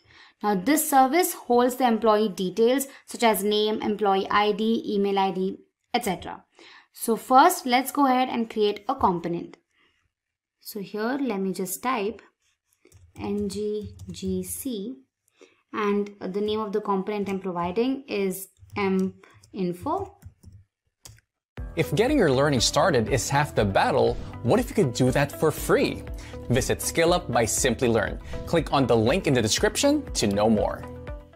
Alright, so as you can see here in my app folder, I have the component with 4 different files.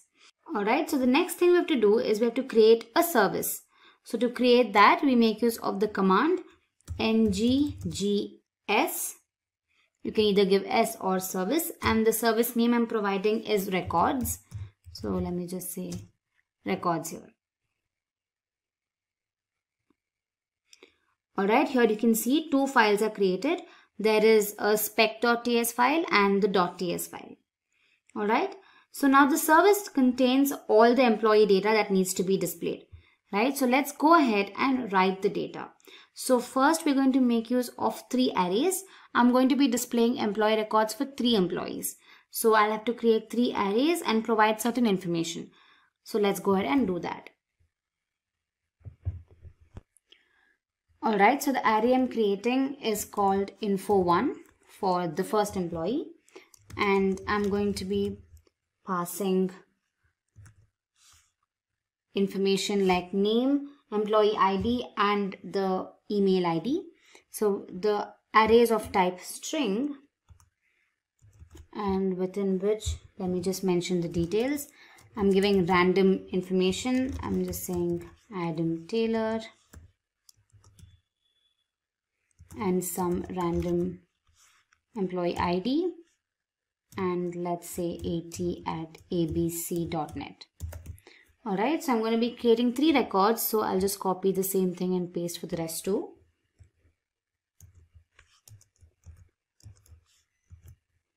Let's just change here, provide a different name here.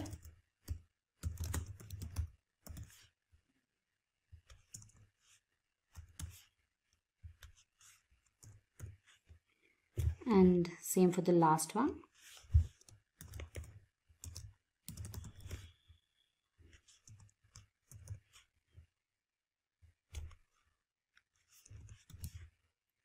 And let me change the name of the array as well. Alright, so with the agenda to retrieve this data in our component, we make use of the method for the same, right? So this method returns the employee data. So let's go ahead and create this method. I'm going to call it Get Info, and then just say string, and then this will just return this .info1. Alright, I'm going to be calling it Get Info1 for better understanding. Same for the rest too as well.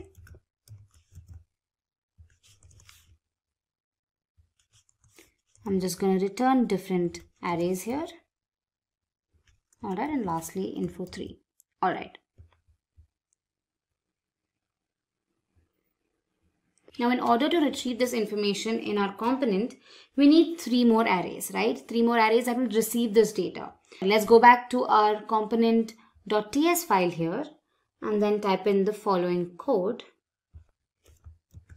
So I've created 3 arrays again. Info received 1, 2 and 3. Now what we need to do is we have to accept the information that is being sent from the service, correct? Now as I mentioned, services are implemented with the help of dependency injection. So what we need to do is we'll have to first import the service into the component.ts file. The key reason behind doing this is that when Angular creates this component, an instance of this service class is also made to perform the necessary tasks. Correct? So let's go ahead and just import it here. So I'll say import records service from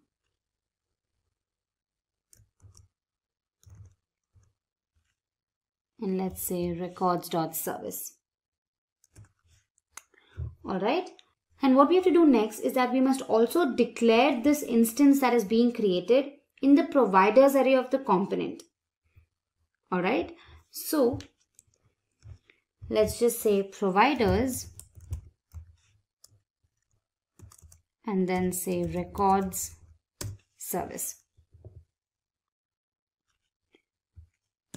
Alright, now we've created the instance of this class, right? However, to access this instance, an object is also created.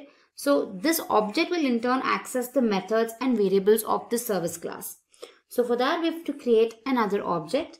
So let's do that here in our constructor method. Let's say constructor private. And the object I'm creating is called ourse service. You can give a name of your choice. And then I'm going to just say records service.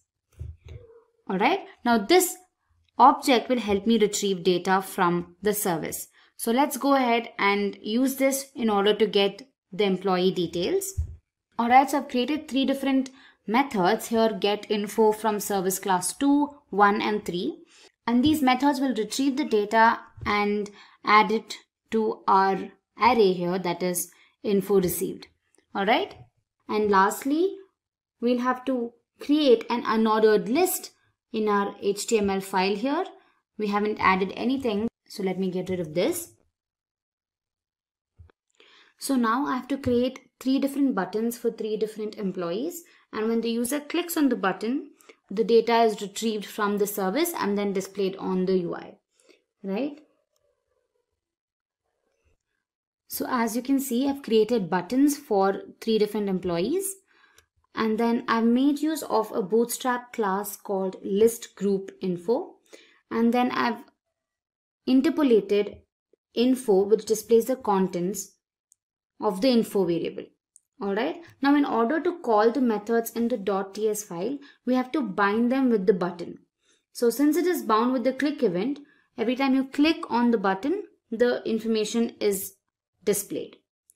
So now the last thing we have to do is we'll have to create a custom HTML tag for the component and then add it to the main component.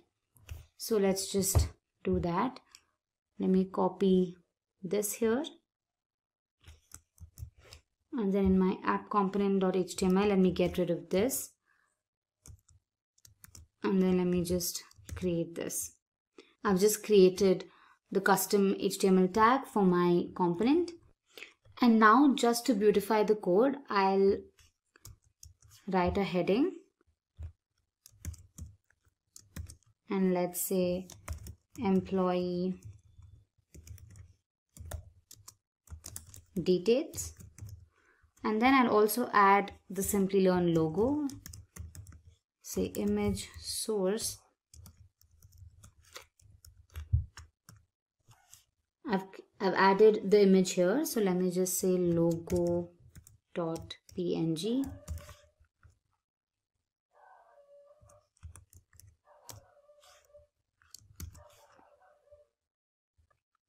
I've also added some styling to it.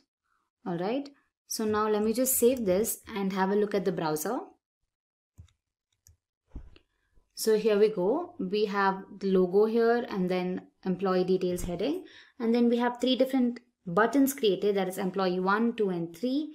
And when I click on it, the information of the employee is displayed, the name, the ID and their email address.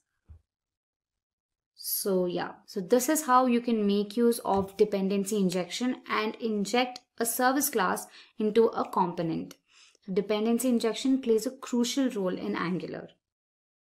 We'll understand what Angular forms are. Then we'll look at the different types of form building supported by Angular. Next up, we'll get acquainted with features like form control and group control. And we'll learn all of this with the help of a simple demo. So without further ado, let's begin. So what exactly are Angular forms? Now I'm sure every application that you use comes with certain amount of form filling, correct? Be it your login credentials or your sign up forms or any sort of registration forms, etc. So forms are an integral part of a web application. You need forms to update your profile or to enter sensitive information, or also to perform any sort of data related tasks. So now let's look at the different types of form building supported by Angular.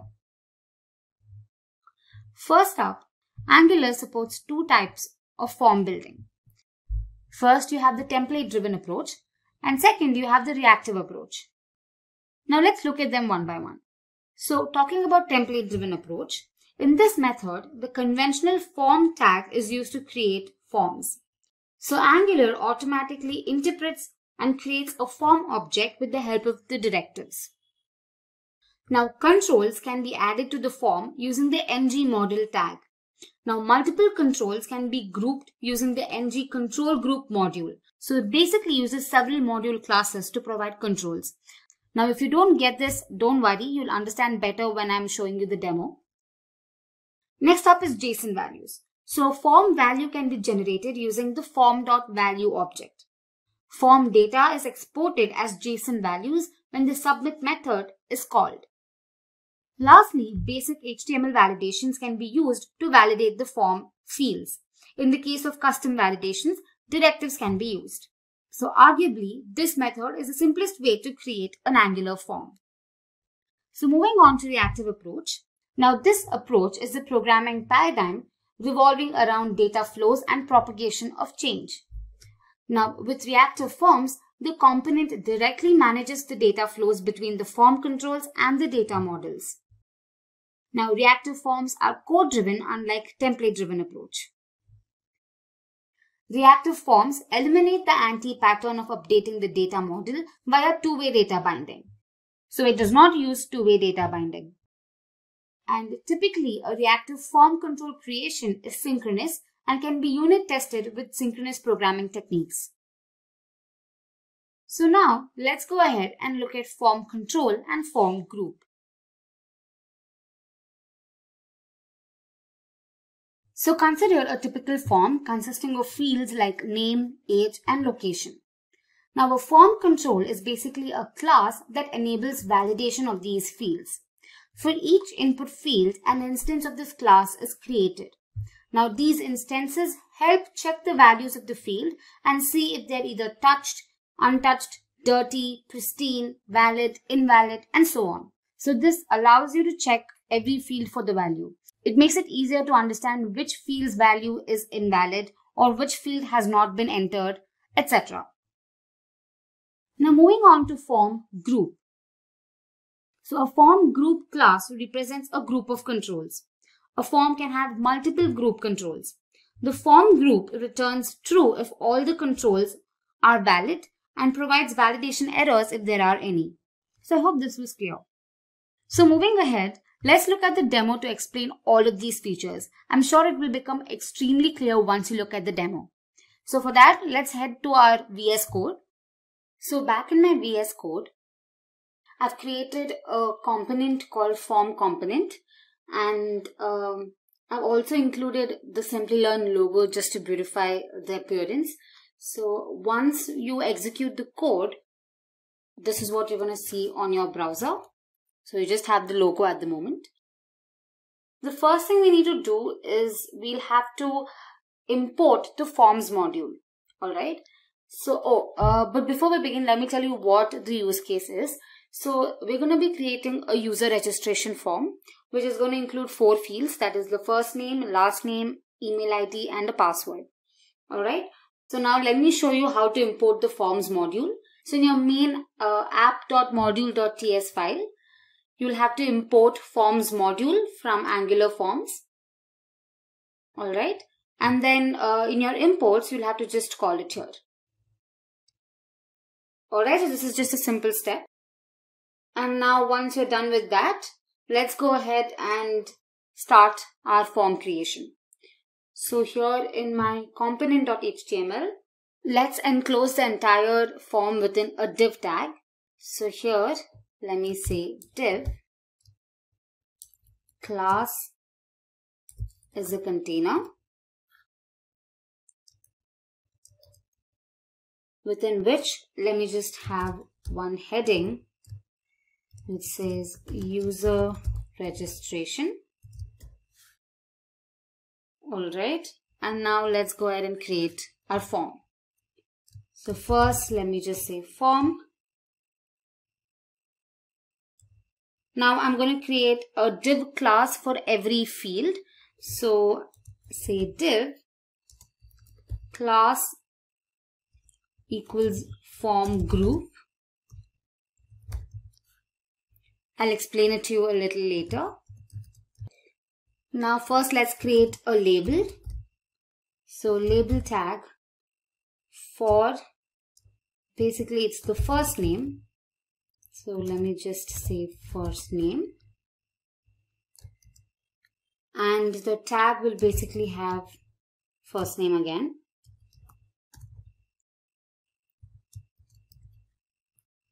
Alright, and let me just break the line. Next we have the field. So let's say input. Type is text. Name is first name. And we have a class which is the form control class. Alright. So this we'll have to do for all the other fields. So let me just copy this and paste it like 4 times. I'll also add the tag pre for spacing. Let's do that here. And finally, we'll have the button. So let's just add that here with a type submit,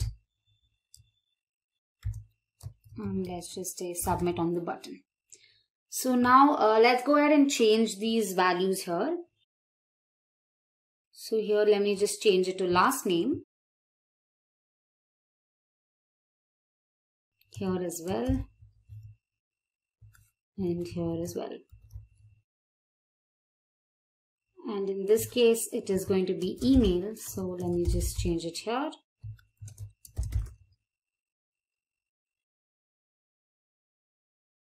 And finally we have passwords. So let's add that here.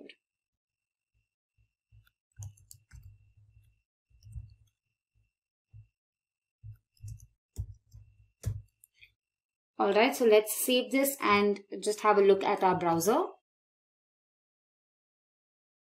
So there we go. We have our user registration form ready, but I would like to align it to the center. So let me just do that. So here in my CSS file, I'm just going to align all the div tags to the center and the label tag to the left.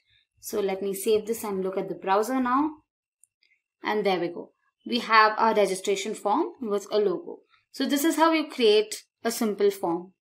Now we'll have to add a directive called ngModel. Now this directive, when added into the input tag, will provide form controls to every input field. Alright, so here let's just go ahead and say ngModel. That is it. So let me just copy this and paste it for every other field. Alright, let me save this. And back in my browser, let me inspect. And here you can see different types of classes like ng-untouched, ng-pristine, ng-valid are added. Right? So this indicates that Angular has recognized the form tag and it has added these classes to the form as well as all the fields. So this is achieved when you add the ngModel directive in your input tag. Now, back in my VS Code.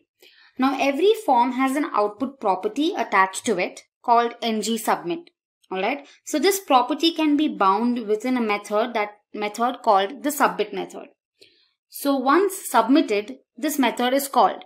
Right? So once we click on the submit button, this method has to be called. So to include that, we'll have to just say form ngSubmit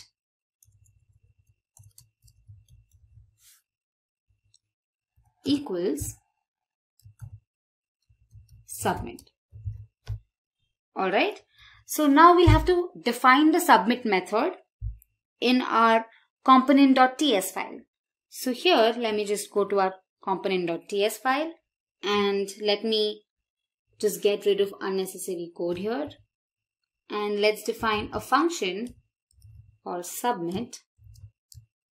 And then here, let me just console log form submitted. Alright, so let me just get rid of this as well. It's unnecessary here. Let's save this. So what it means is that every time you click on the submit button, this method is called. Alright, so let's just have a look at the browser. So first let's go to our console. And when I click on submit, it says form submitted. Alright. So the next crucial step is to generate JavaScript representation. Now we'll have to make use of another directive called ngForm that is assigned to a template variable. Okay, so this JavaScript representation helps with validating all the fields. So I'll help you understand that better. So back in our HTML file, let's just create a variable first. Let's call it login. Alright, and say ngForm. Okay, now the ngForm object includes the JavaScript representation. So now while you're calling the submit method, you're going to pass login as a parameter. So let's just say login here. And in my TS file, again, let's just say login. And along with it, I want login to be displayed. So I say login again. So now let's save this. And if you have a look at the browser, let's click on submit. And now here you can see the JavaScript representation. So within form, I can check for email or say first name. And here for this field first name, you can see different properties attached. You can see invalid. Is it invalid or is it untouched, which is true, or are there any errors? So this basically gives you all information about the particular field. So we can make use of this feature to validate the information. So we're going to learn about that in our next segment. Moving on to form validation, one way to ensure that incorrect fields are not submitted is by disabling the submit button. Correct? Now apart from this, you can also specify certain properties in your input tag for the corresponding input field. Now let's say that the fields can't be empty and the form only accepts names with a minimum length of 2 and the maximum length of 7. Alright, so here in my input tag, I just mention required, meaning this field cannot be empty, and min length to 2 and max length to say 7. Alright.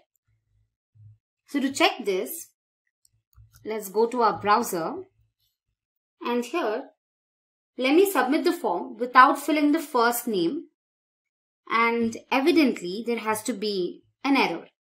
So when I submit it and I look here, what's in forms and here controls, and my first name, you can see that an error is shown. Here it says required equals true. That means there is one error. Now you can make use of these form control objects. You can leverage form control objects to ensure field validation and display a message whenever an error occurs. Right? So to do that, you need to access these objects like errors or invalid or touched. All of these properties or objects need to be accessed. For that, we'll have to create a template variable. And then this variable is assigned to this object. So back in our VS Code, let's create a variable. Let me call it name. And let's say ng model. Alright. Here the variable name receives the control object. So here back in my browser, when I submit again without the first name, you can see that the invalid property is set to true. Correct? So this helps us use this property to alert the user with the help of a simple if logic. So back in my VS Code, let me create another div tag within which I mention ng if, within which I'm going to use a simple if logic. So let's say ng if name, which is our template variable, name dot touched and name dot invalid is true, right? Then I'm going to alert. So I'm going to make use of an alert here. Let's say alert danger. Alright. So in my CSS file, I'll have to mention the simple styling for alert. So here, let me just say, so we're going to have the background color red for danger. Alright. And here I'm going to display the message invalid in bold. So now let's go back to our browser and check it. So let me proceed without entering the last name. It says invalid here. So this was a simple demonstration to show you form validation. Of course, you can modify the code depending on your requirement. Say suppose the length of the first name is too short, then you can alert the user with a different message. Or suppose they have missed out on filling a form field, then you can again alert the user. So you can basically make use of the nested if condition, right? Now just to help you understand that better, let me just show it to you. Now back in my HTML file, instead of invalid, let me have another tag, a paragraph tag, within which I make use of ngIf again. Now ngIf name.errors.required is true. Then I display the message first name required. Alright. And if the length of the first name is not 2, now if the length of the first name is less than 2, then I'm going to display another message. So let me just say name.errors.minLength. If this is true, then I'm going to say sorry, short first name. Alright, so let's save this and have a look at the browser. When I proceed without providing the name, it says first name required. But when I type in one character, it says sorry, short first name. But if I type in another character, it accepts. So I hope this made you understand how form validation works. So this was just a simple demonstration again. Now I highly recommend you explore these properties and play around with these objects. Trust me, it's really fun. So I hope this tutorial helped you out. First, let's have a look at the basics of routing. Now I'm sure that you've observed that the URL changes every time you click on a particular link or on an icon on the user interface. Correct? Now this basically indicates that you are navigating throughout the application. Now to achieve this navigation, we use a mechanism called routing. Routing is essentially used to navigate through a website or a web application. But how is it achieved in Angular? Especially in Angular, routing plays a major role. It is used to create single-page applications. Now these applications are loaded just once and new content is added dynamically. Applications like Google, Facebook, Twitter, and Gmail are a few examples of single-page applications. The best part of using single-page applications is that it provides an excellent user experience and you don't even have to wait for new pages to load, which by extension makes single-page applications extremely fast. But how is this new content loaded? Enter routing. Now routing is the mechanism that, as discussed earlier, that is used to navigate through the application and load new content. Routing helps Angular configure the route and the component that needs to be displayed. Now I'm sure you're going to understand the concept of routing better when you work on it hands-on. So in the demo, we're going to be navigating to the login and the home pages of a web application with the help of routing. So let's head to our Visual Studio Code.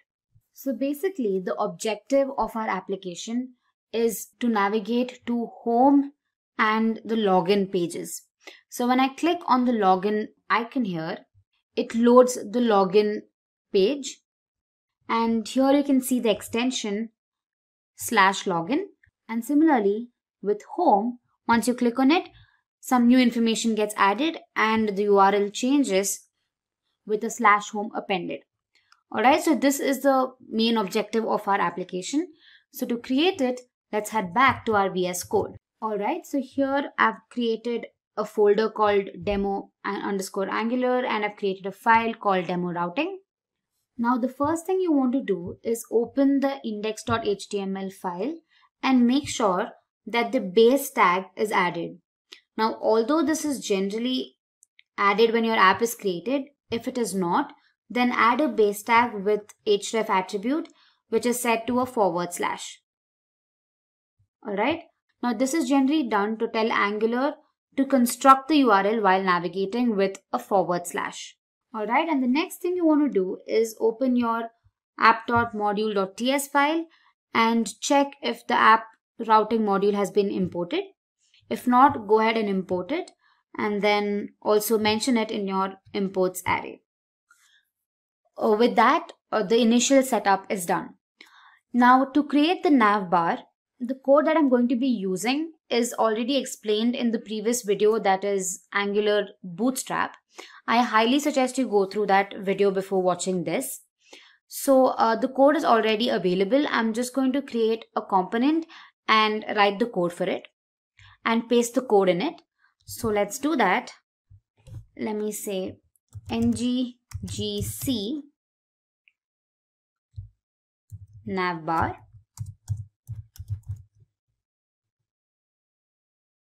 Alright, so this component is now created.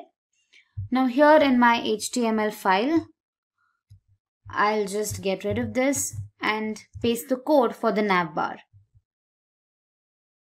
So here we go. I've pasted the code for the navigation bar. And back in my app.component.html file, I'll just remove all the unwanted code here and just specify the custom HTML tag for my navbar. So let me just create one here.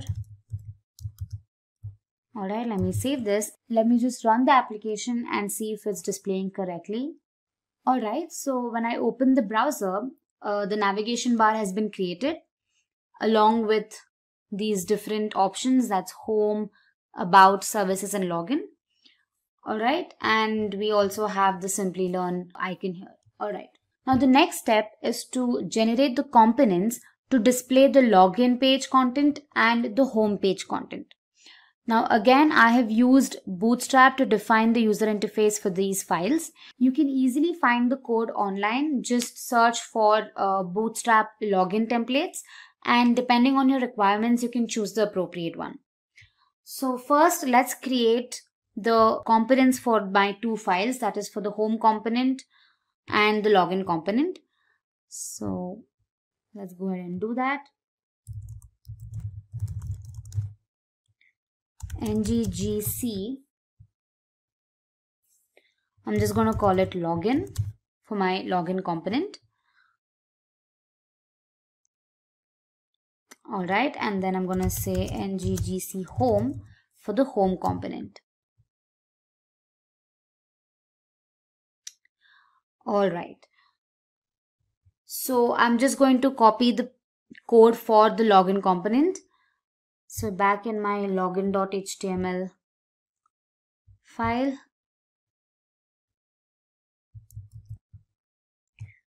I'll just paste the code here.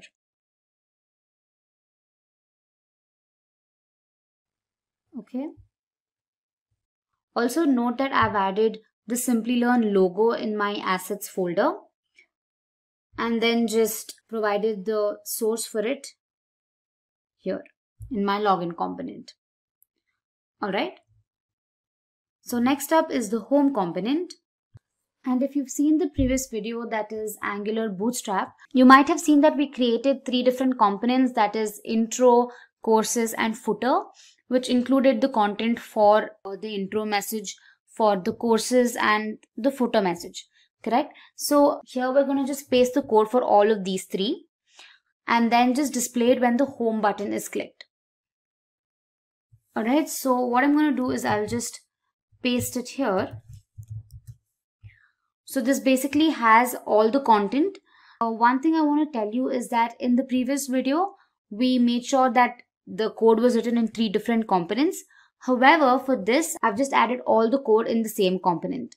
Now, I agree that this is not the best practice. So if you want, you can go ahead and create three different components and separate the code into these three components and just add the custom HTML tags in your home component.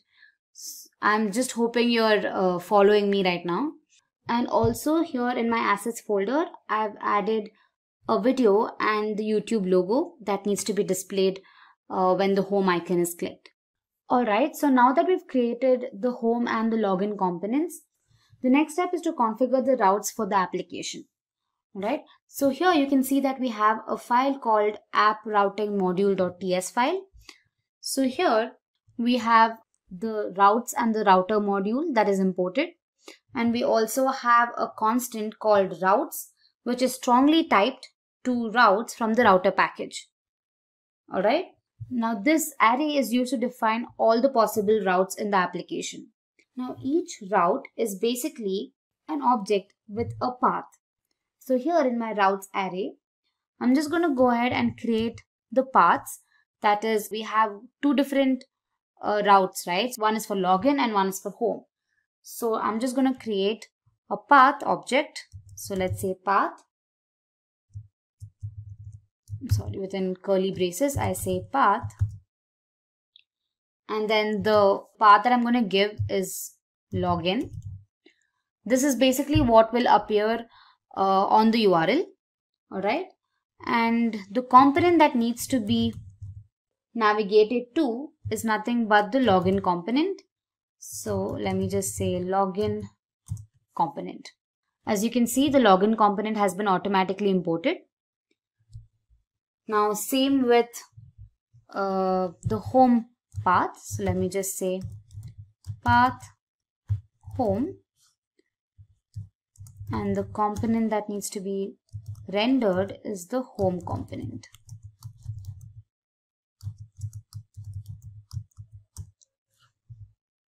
Alright.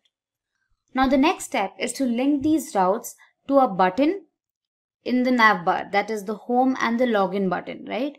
So we're going to make use of the nav tag and an anchor tag for this. You can see that we have a nav tag and an anchor tag which encloses the login and the home components. Alright. Now we're going to make use of two directives from the router package called router link and router link active. Now these are specified within the anchor tag. The router link basically holds the path to the page, and the latter, that is the router link active, specifies one or more CSS classes that will be applied when the router link is active. Alright, so to do that, let me just add router link. Alright, in our case it is home here, and we're going to have another directive called router link active, and we're just going to say active here. Alright, same for the login icon here. Let me just copy this, and instead of home, the path we created for this was login. Alright, so this is how you can bind the route to your specific button on your UI. Now, despite of all this, how are we specifying where these components are to be displayed? Right? The answer to this is using the router outlet directive. Now again, this directive is available in the router package. So we have to add that in our app component.html file. So here, just go ahead and type router outlet. Alright, so with that, we've created a simple navigation bar which has different options, that is home, about, services and link. And once the user clicks on the home icon, it displays the content that is in the home component.html file. And once the user clicks on the login component, it displays the content in the login.html file. Alright, it's as simple as that. So now let's go to the browser and see if it executes correctly. So alright, we have the navigation bar, and once I click on the home icon here, alright, yes, we see that all the content has been loaded. You can see we have the intro section, we have the courses section and the footer section, as discussed. And in today's video, we'll be learning all about React.js. So let's jump in and see what's in store for us. So we'll be covering topics on what is React, why React, features of React, React prerequisites, and its industry trends. Let's go ahead and begin with what is React. React is a JavaScript library used to build fast and interactive user interfaces for both web and mobile applications. Now, one thing that makes React extremely powerful is the fact that it's open source. Any user can access its source code, modify it, and enhance it. In a typical model view controller architecture, React defines the view part of the application. It is also responsible for how the app looks and feels. Fun fact, React was built by Jordan Walke, an engineer at Facebook. Now let's go ahead and see how React works in real time. Consider a typical web application, say Instagram. The entire UI of the web page is divided into several components. We have the search component, a profile description component, stories component, and a post list component. These components make the code easier to debug and always remain discrete. Components also make development and maintenance of web applications faster, as multiple developers can work simultaneously on different components of the same web application. Now let's see why React is so popular these days. React helps in creation of dynamic web applications. It also provides performance enhancements. Now there are several performance enhancements like virtual DOM and one-way data binding. We'll learn about these topics a little later in the video. React uses reusable components. Now this helps decrease the development time. React involves unidirectional flow of data. React also has a small learning curve. Compared to other frameworks like Angular, React is much easier to learn. React can also be used for mobile applications. React recently released an extension called React Native that is used for developing mobile applications that are cross-compatible. It also has dedicated tools for easy debugging. Now let's dive in to the features of React. First, let's understand JSX. JSX is a syntax extension to JavaScript. Using JSX, we can add HTML to the JavaScript file. All coding in React is done using JSX. It also helps in making the code easier to understand and debug. Ultimately, JSX is a combination of JavaScript and HTML. Now let's consider a small example. Const simple here is a JavaScript notation. H1 tags indicate HTML. Again, the semicolon indicates JavaScript. Note that the semicolon is not mandatory. However, it's a good practice to include it. Moving on, the next feature is virtual DOM. DOM, which is an acronym for Data Object Model, actually defines how documents are accessed and manipulated in a web page. It represents the entire structure of the web page in the form of a tree. Now let's see how this actually works. React creates a virtual DOM that is the exact copy of the real DOM. Traditionally, whenever something changes in the web application, all objects in the real DOM are updated. This makes it extremely slow. Let's see how React counters this. Now consider two objects whose states have been changed. React now compares the virtual DOM with the virtual DOM snapshot that was taken right before the update. By comparing the new virtual DOM with the pre-update version, React figures out exactly which virtual DOM objects have changed. Now React only updates those objects on the virtual DOM. This makes a big difference when it comes to speed. Coming to the next feature, performance. React uses virtual DOM. As discussed earlier, virtual DOM impacts the speed of the web applications. We also took an example of Instagram and learned how multiple components can affect the development time. They help improve performance drastically. The next feature is one-way data binding. This means information flows in only one direction. One-way data binding is specifically used when information is displayed and not updated. Remember that the components of React are functional in nature. That is, they receive information through arguments and pass information via their return values.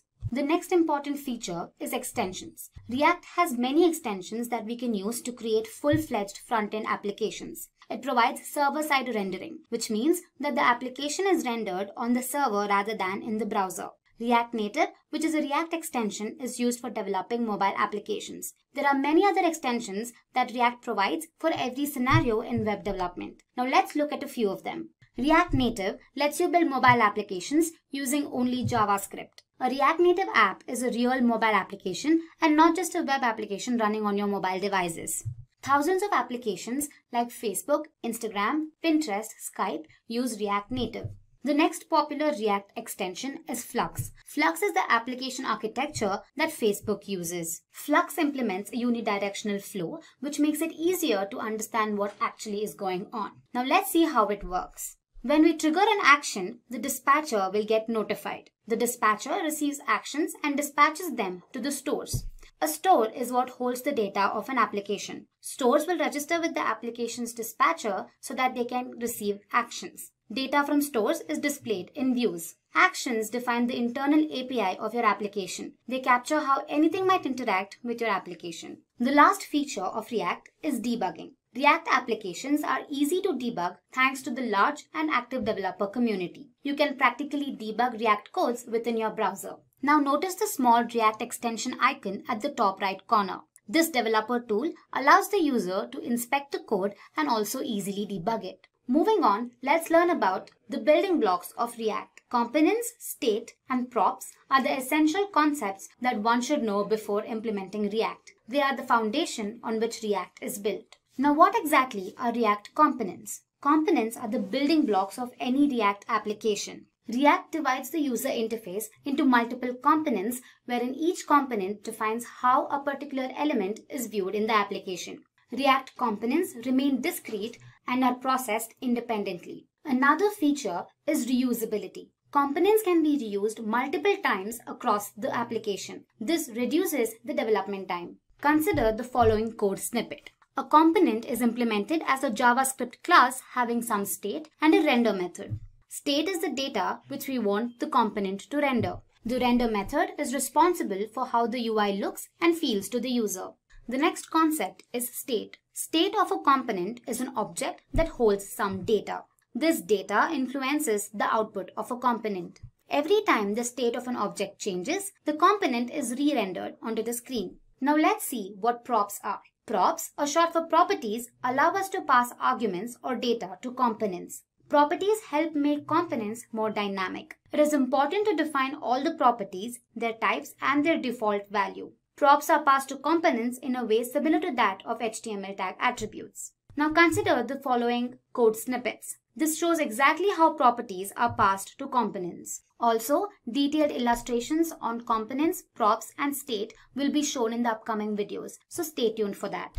Moving on, let's go through some of the things that you should know before you can actually start working on React. You should be familiar with programming concepts like functions, objects, arrays, and classes. One should also have a basic knowledge of JavaScript and a familiarity with HTML. Don't worry if you feel like you're not good at them. Once you start working on them, you'll get a good hang of it. Finally, let's go through the impact of React on the IT industry and get insights into the salaries of React developers.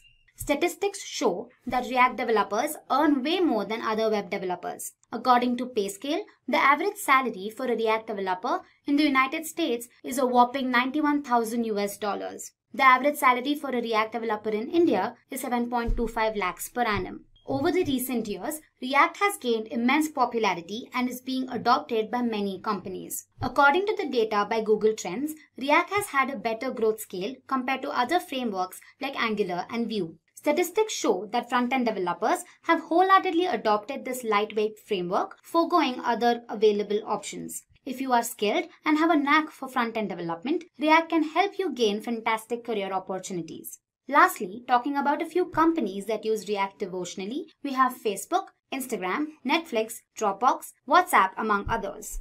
In today's video, we'll be learning all about React installation on Windows. So without further ado, let's get started. To set up the React development environment, we need two things installed: Node and a text editor of your choice. So let's begin by installing Node.js. We can head to the official Node.js website, say download Node.js. So here you can see the Windows installer. Depending on your system, you can either download the 32-bit version or the 64-bit version. So I'm going to go ahead and click on the 64-bit version. Since it's already installed on my system, I'm not again installing Node. You can follow the installation guidelines and download it. Once you're done with Node installation, you can go ahead and download a text editor of your choice. So I'd suggest VS Code. So let's head to the VS Code page. Say download VS Code. Click on the first link and download the 64-bit version for Windows. Once you're done with the installation of both Node and your text editor, you can start creating your first React application. So for that, let's create a folder. I'm creating it on my desktop, while you can create it in any of your drives. Let's call it first React. Now open your command prompt. Now you can type in the path for the folder that you just created. So say cd users first React. Now go ahead and type in the command npm install -g create React app. Okay, so this command installs all the necessary React.js modules. Now to check if the version is correctly installed, you can type in create React app version. So you can see the version here. Now let's continue and develop your React application. Type in the command create React app and you can give a name to your application. So I say my app. Now this should take a couple of minutes. Okay. Once you've successfully created your application, they say to begin by typing the following commands. So let's do that. Say cd my app and npm start. This should typically start your application, and here we go. Alright. You can also open your application in the text editor that you've downloaded. So let's go ahead and open VS Code. VS Code, file, open folder, go to your desktop or the drive that you've saved your folder in. First React, my app, and I say select folder. So as you can see, all your modules have been imported. You can click on app.js and start editing. In today's video, we'll be learning all about the most basic infrastructure of React.js called components. Without delay, let's begin and look at what's in store for us. So we'll be touching on topics like what are components, types of components, nesting components, higher order and pure components, and a brief description about component lifecycle. Alright, to begin with, what exactly are components? Components are the building blocks of a React application, wherein each component represents a part of the user interface. Now to make it more understandable, consider the Facebook homepage. The entire UI can be broken down into several elements. Say we have the credentials component, the sign up component, the image component, and the logo component. Notice that each component adds something to how the homepage looks. Alright, reusability is one of the salient features of React components. One component can be reused several times across the application, and this improves the development speed. Components can also be nested. One component can internally consist of several other components. In its minimal form, a component must define a render method that specifies how exactly the application looks and feels. A component can also receive properties from its parent components. Also, you'll get a better understanding of all of these when we start working hands-on, so don't worry. So, moving on, let's look at the different types of components. First, we have the stateless functional components, and then we have the stateful class components. Now, functional components are typical JavaScript functions that return HTML. Now, they can be contained in a .js or a .jsx file. Coming to class components, these are regular ESX classes. However, it's mandatory that they contain a render method that in turn returns HTML. They can also be contained in .js or a .jsx file. Okay then, let's go ahead and build our first React application using components. Alright, so I've opened my text editor, that is VS Code, to build my application. Also, I suggest you watch the React installation on Windows video to help you get started. The video briefly explains how to install Node and how to start building your first React application. In my case, I've opened a folder called React Component Tutorial, and here in my source folder, I have app.js. Now, app.js is the main component that gets rendered to the DOM. Let me show you that. Here in index.js, you pass app.js, which is a component that gets rendered to the React DOM. So app.js consists of several other components that can be nested. So as you can see, app.js is a functional component. And before moving on, let me get rid of all the unnecessary code. So let me delete all of this and return an h1 tag that says hello, welcome to Simplilearn. Let me save it, and if you look at the browser, you'll have hello, welcome to Simplilearn. Now let's go ahead and display another message. Say h1, this video is about components. Right, let me save it and let me check the browser. It gives you an error. So JSX uses a conventional rule which states that all HTML tags have to be enclosed within a div tag. So for example, I say div and I enclose it. So let me save and check my browser again. Here you go. So multiple HTML tags have to be enclosed within the div tag. Moving on, let's create a first functional component. To do that, I'll first create a folder in my source folder, say components. Within that, I'll create a file, say functional component.js. Alright, so the first thing we have to do is import React. So I say import React from React. The general syntax for a functional component involves the keyword function and say functional component. Now you say return an h1 tag, or I've already used h1 tags, so I'll say paragraph and I say this is a functional component. Alright. Before explaining to you how these components are exported and imported, let me show you the general syntax for a class component. So I create another file, say class component.js. I again import React from React. The general notation is using the class keyword followed by the name of the class extending from the base class React.component. So going ahead, I say class component extends React.component. Now the key feature of a class component is the usage of a render method. So I say render, within braces I say return a paragraph tag saying this is the class component. Alright.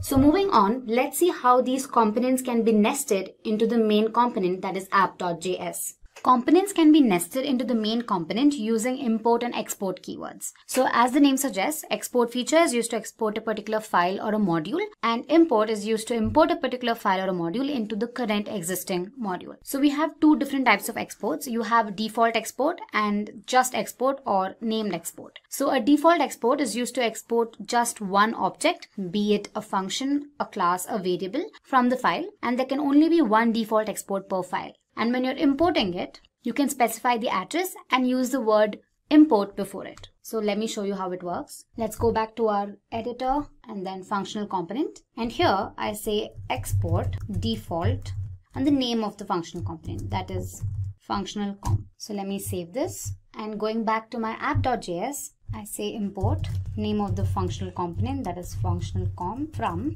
and I pass the path, this components / functional component. Also, let me get rid of these unnecessary files here.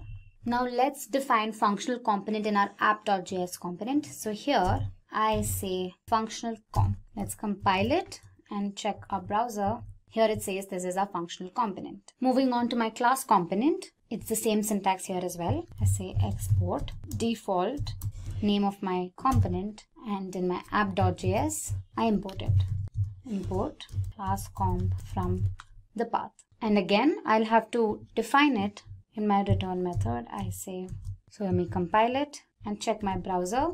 It says this is the class component. One unique feature of default export is that I can rename the file while I'm importing it. So for example, I can rename it as say FC, and while I'm defining it, I'll have to make sure I use the same naming conventions. So I say FC again. And when I check it, it says this is the functional component. There's literally no difference. The next type of export is the named export or just export. So a named export can be used to export multiple objects, be it functions, class, etc. from a file. Now there can be several named exports from a single file. One hack is that while you're importing, it cannot be renamed. So let me show you how this works. Okay, so let's create another class in our class component. So I'll just copy paste this.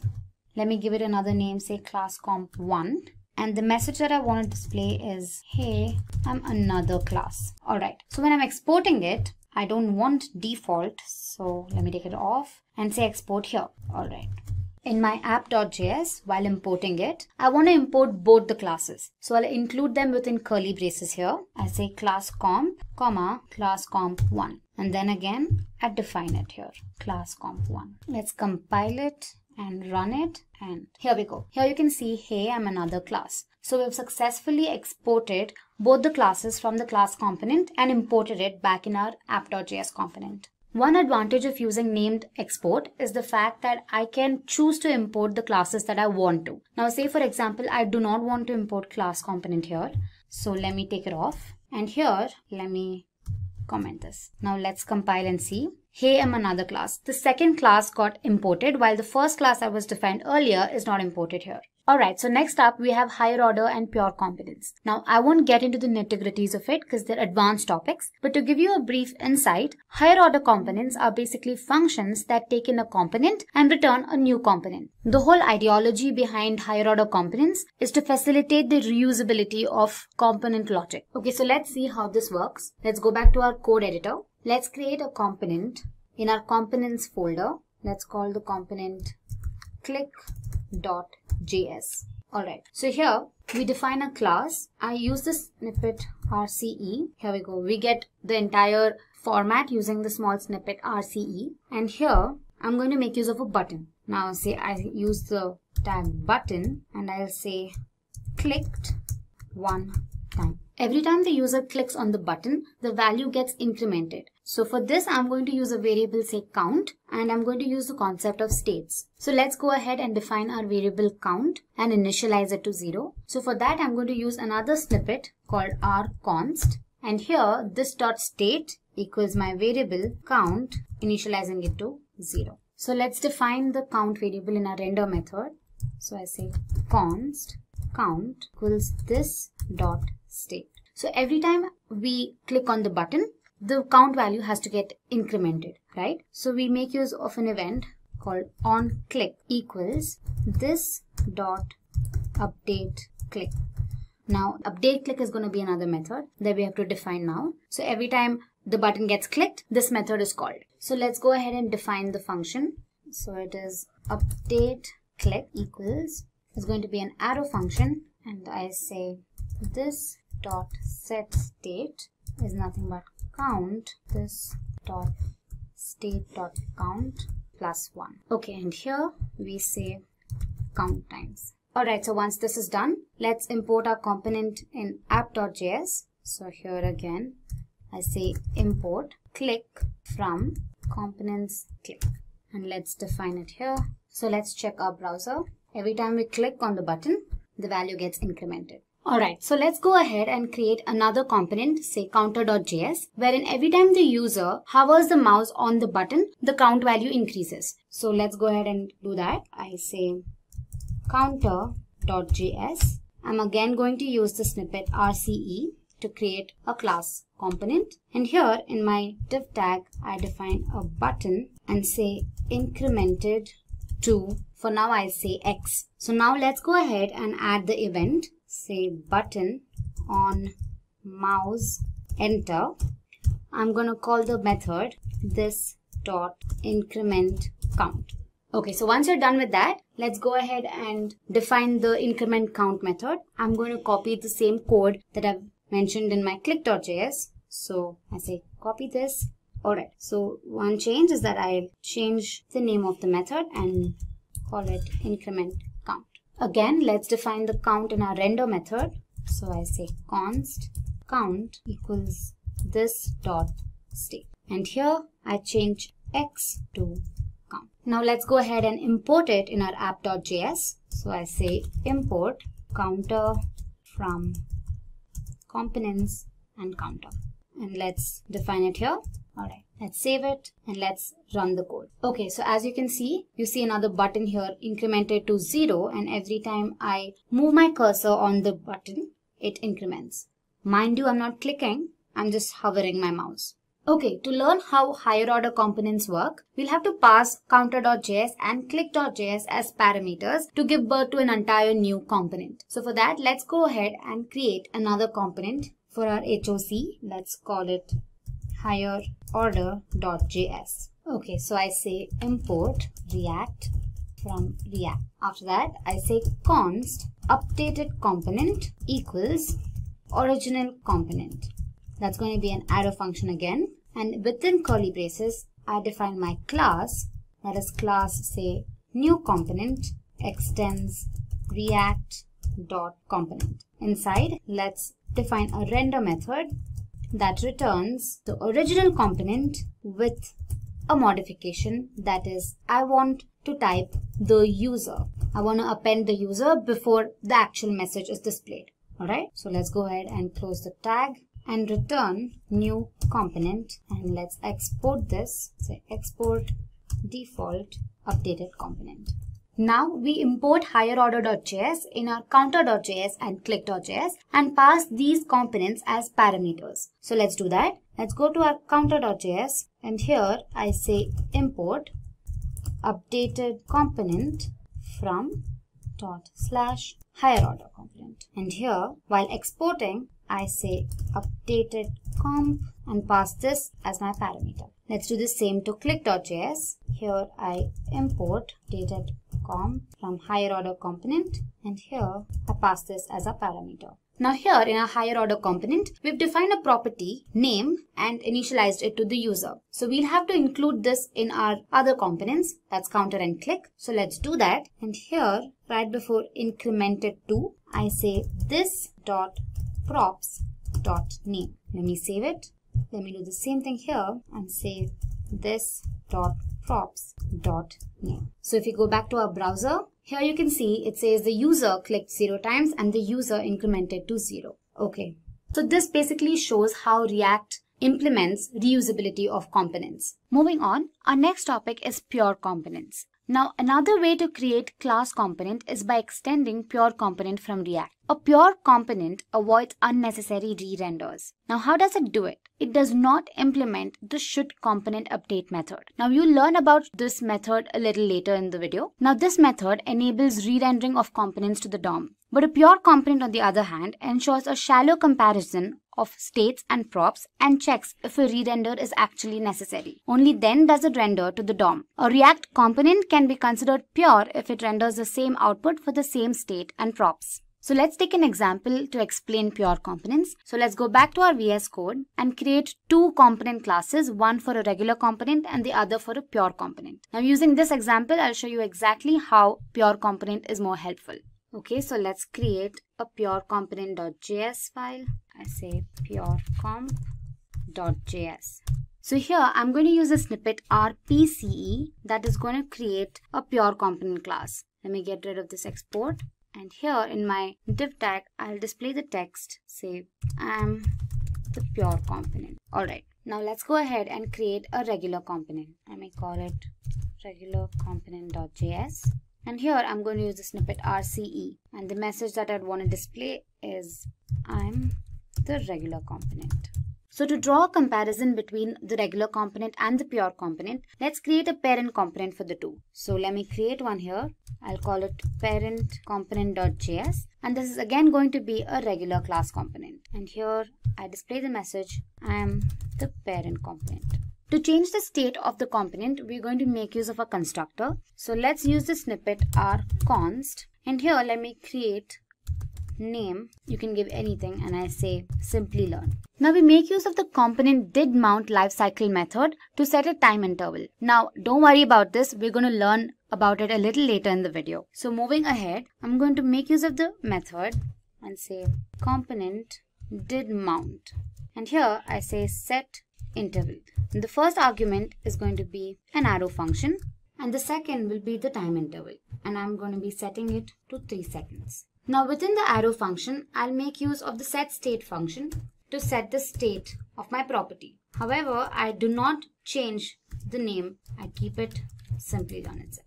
Moving on, let's import pure component and the regular component into our parent component and then pass name as a property. So to do that, first import pure comp from pure component, and then I say import regular comp from regular comp.js. And here let's say regular comp name equals this dot state dot name, and I say pure component name equals this dot state dot name. Now let's include the property name in both our regular and pure components. So to do that, let's just say this dot prop dot name, and here I again say this dot prop dot name. And finally, let's import parent component into our app.js component. So here I say import parent comp from, okay, and here let me define parent comp. So now if you look at the browser, we have I'm the parent, I'm regular component Simplilearn, and I'm the pure component Simplilearn. We've got the result as expected. Now to check if the pure component is actually re-rendering or not, let's include simple console.log statements. So here I say clg snippet, and here I say pure component render. And in my regular component, I do the same thing. I say console.log regular component render. Now let's do the same in our parent component as well. Here I say parent component render. Alright, so let's go back to our browser and inspect it in our console. First the parent component gets rendered, then the regular component, and then the pure component. After that, for every 3 seconds, only the parent component and the regular component is rendered. For the same state and prop, the pure component is not re-rendered. So in conclusion, pure components optimize React codes and also improves performance. So coming to the last topic, component lifecycle. So basically, component lifecycle explains the stages the component goes through. The entire lifecycle of a component can be divided into 3 parts. We have mounting, updation, and unmounting. So the first thing that gets invoked in the lifecycle is component will mount. It is invoked right before the initial rendering occurs. Then we have the rendering method. Now once a component is inserted into the DOM, component did mount gets invoked. Coming to the next phase, we have updation. When a component receives props, component will receive props gets invoked. Set state is called when the state of the property changes. So every time there is a change, React decides whether the next component's state should trigger a re-render or not. To do that, should component update method is called. Component will update is invoked right before re-rendering. After re-rendering, component did update is called that makes updates to the DOM. And the last phase is unmounting. Component will unmount method does all the necessary cleanup and erases all the allocated memory and cycles. In our previous video, we learned about React.js components in detail. And now, moving ahead, let's learn about another striking feature of React.js called props. Props, short for properties, allow the user to pass arguments or data to components. A parent component can pass additional information to its children using props. Properties help make components more dynamic. Props are passed to components in the way similar to that of HTML tag attributes. Now we'll look at this a little later in the video. Props in a component are read-only and cannot be changed. One thing to remember is that props are sent by the parent to the children components. Hence, the children components cannot make any changes to these props. Now that we've learnt about props in brief, let's go ahead and create our application using props. If you're new to this tutorial, I suggest you go to the React installation and React components video on our channel. So back in my code editor, that is VS Code, I've opened a folder called React Props.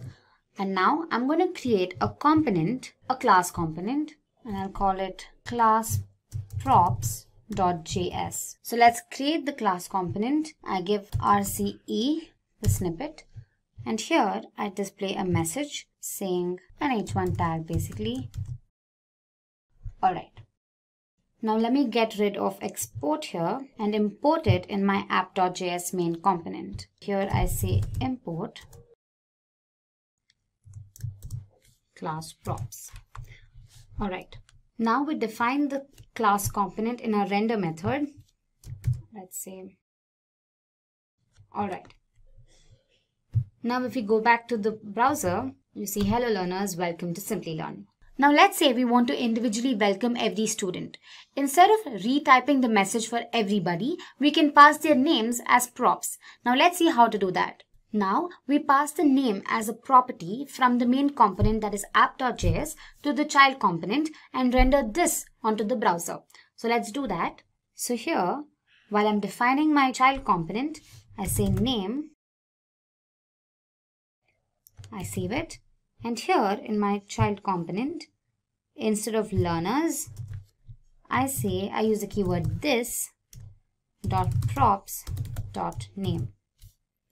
Let me save it, and if you look at the browser, we'll have hello learner 1, welcome to Simplilearn. Now let's go ahead and welcome learner 2 and learner 3.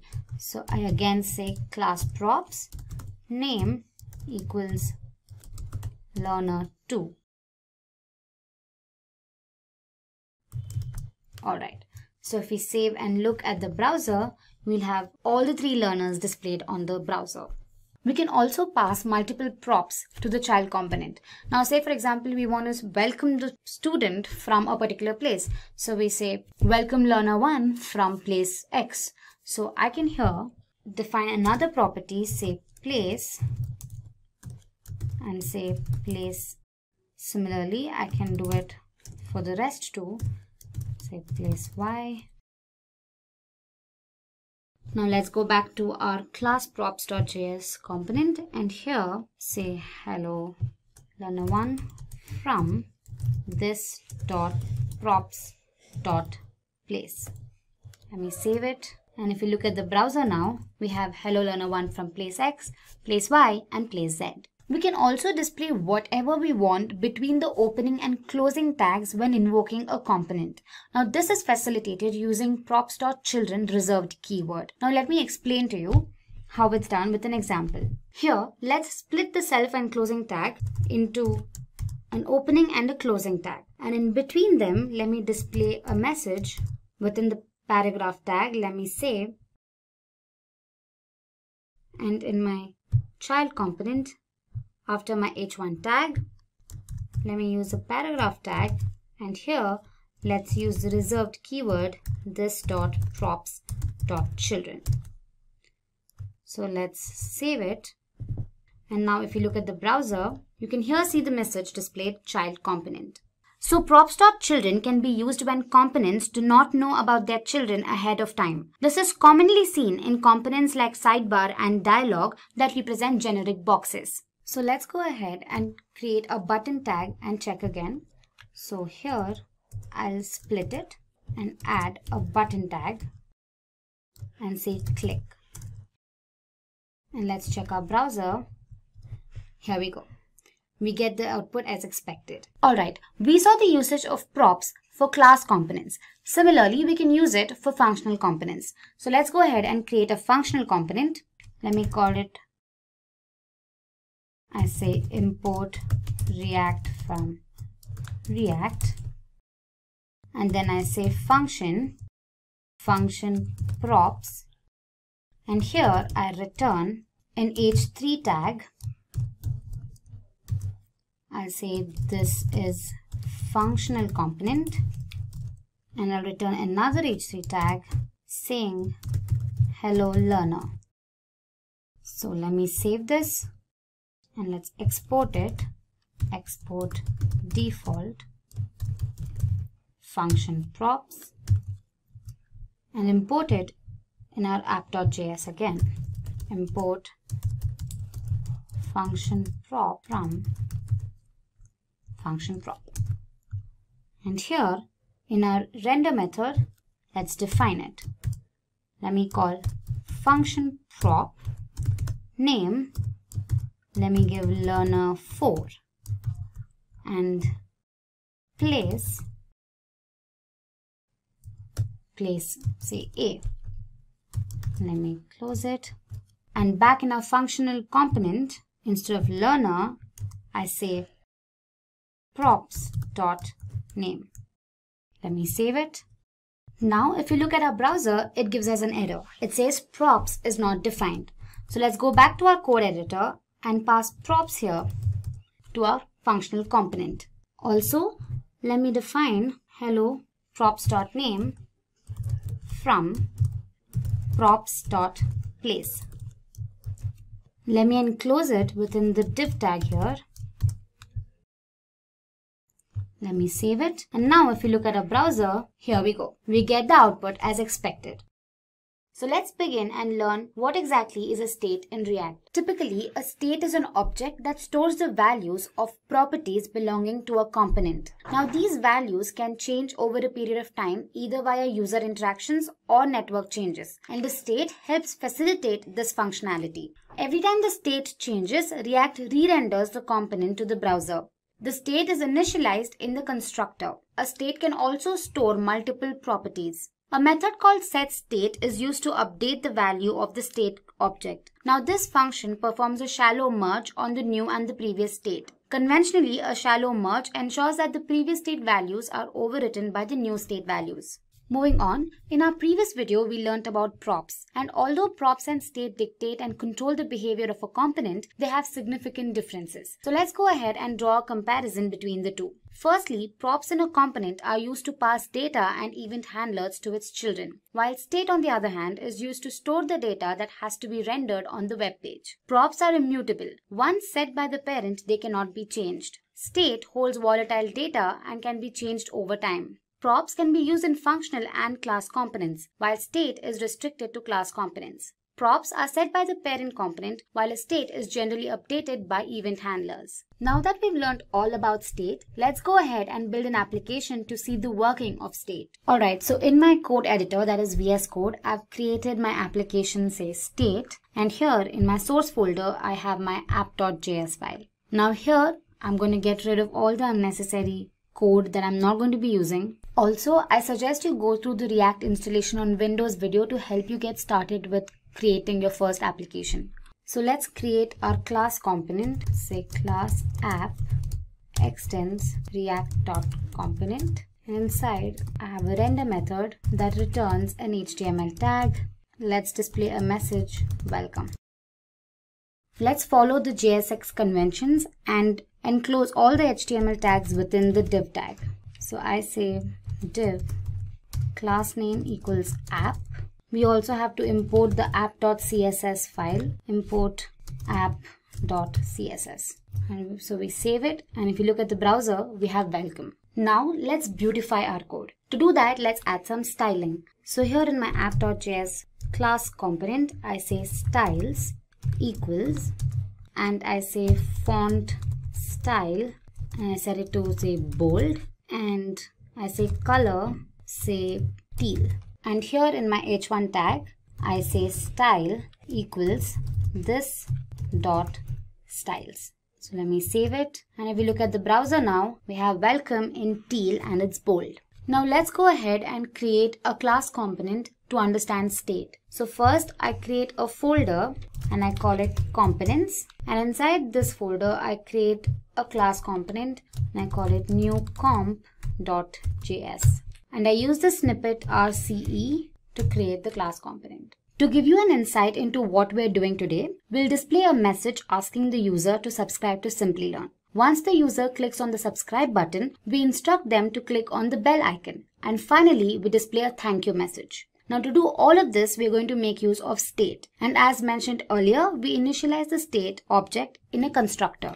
So let's use the snippet rconst to create our constructor. Now in the state object, we initialize a property, let's call it message, and we display a message saying subscribe to Simplilearn.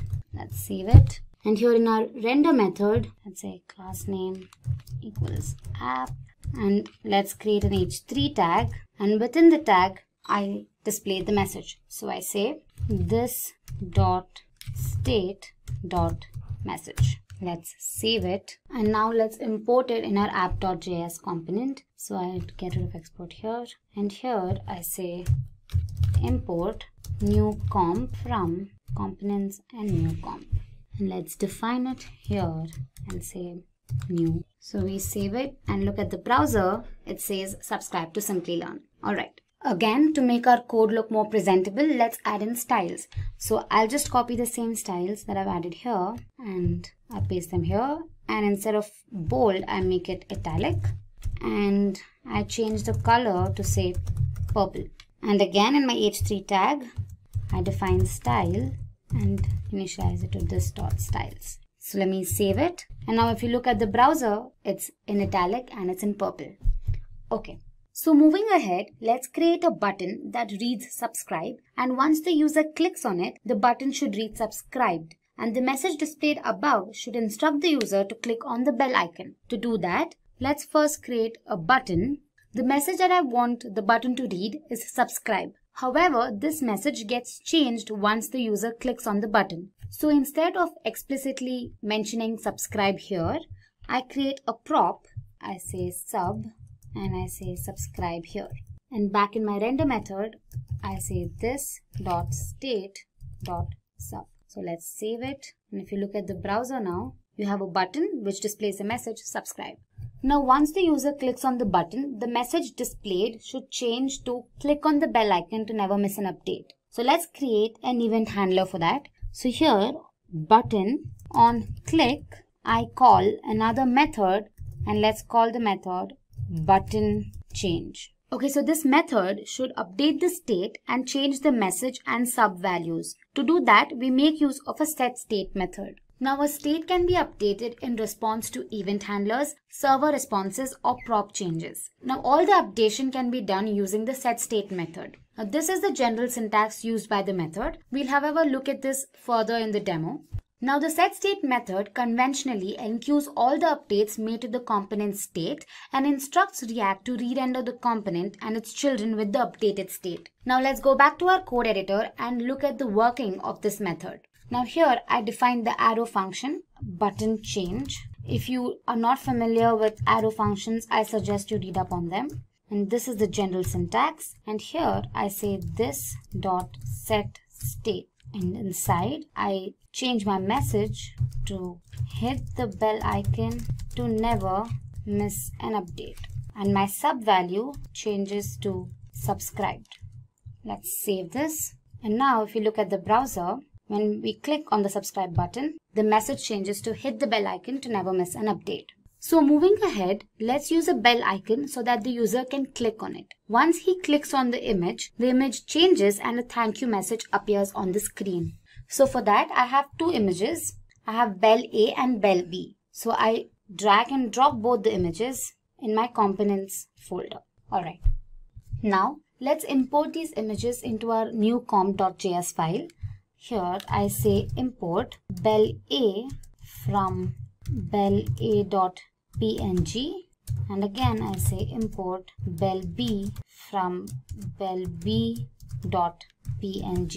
Alright, let me save it. To display the image on the screen, we make use of the image tag. Now this tag has two attributes. One is the source attribute that specifies the URL, and the other is the alt attribute that specifies an alternate text for the image. So here in my component, I make use of a paragraph tag that will help display the image in the next line, and then I use the image tag.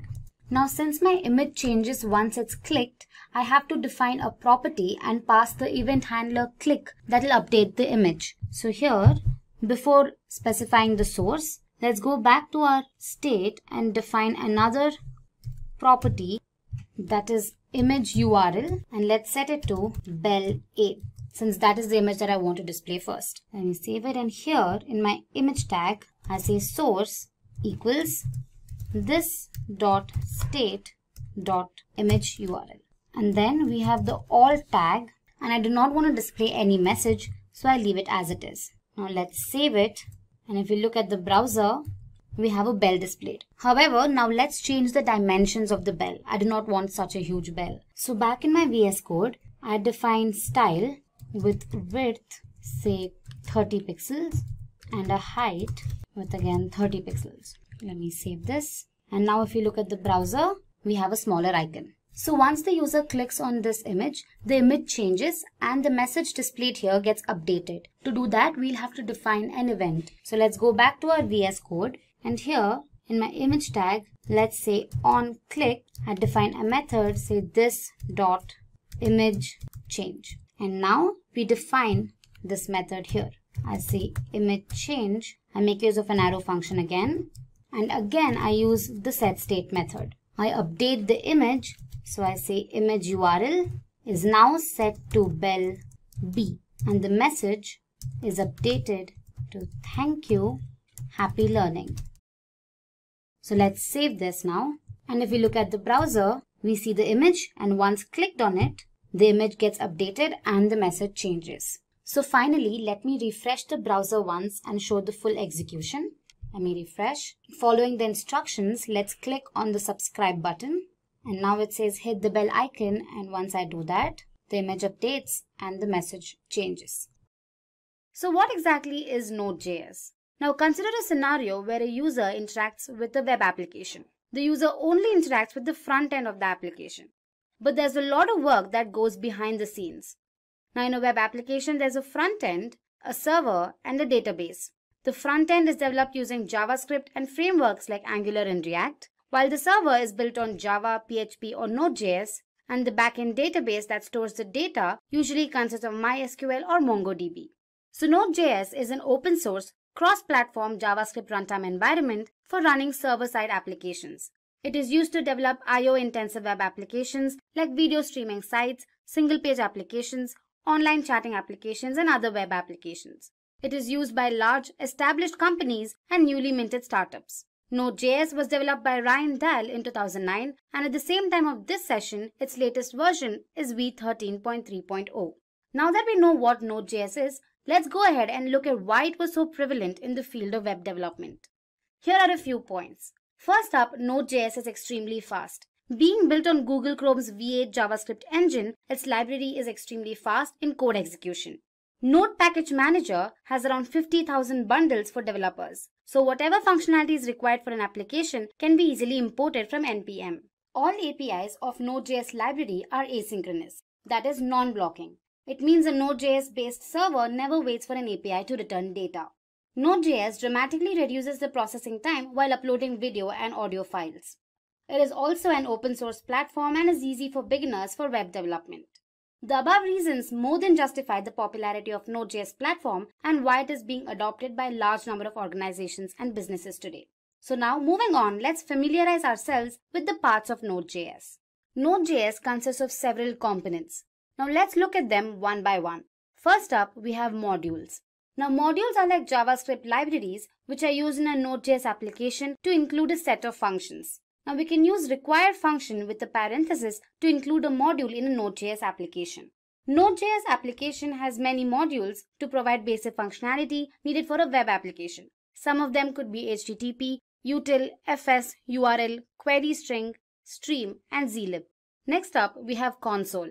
The console module provides a simple debugging console that is similar to the JavaScript console mechanism provided by web browsers.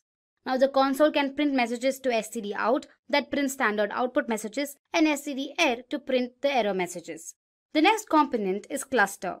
Now Node.js is built upon the concept of single threading programming. A single instance of Node.js runs in a single thread. To take advantage of multi-core systems, the user will sometimes want to launch a cluster of Node.js processes to handle the load. A cluster can be added to an application in this way. Here's a small code for you. The next component is global. Now global objects in Node.js are available in all modules. Now these objects are functions, modules, strings, etc. Some Node.js global objects are mentioned in the table. You have dir name, that is the directory name, file name, exports, module, and require. The next component is error handling. Now Node.js applications experience 4 types of errors. We have the standard JavaScript errors, system errors, user-specific errors, and assertion errors. Now errors in Node.js are handled through exceptions. Now for example, let's handle an error that would occur when we divide a number by 0. Now this error would crash the Node.js application, and so we should handle this error. Here's a small code for you. Next up, we have streaming. A stream is an abstract interface for working with streaming data in Node.js. Streams are objects that let you read data or write data continuously. There are 4 types of streams. First one is the readable. These are the types of streams from which data can be read.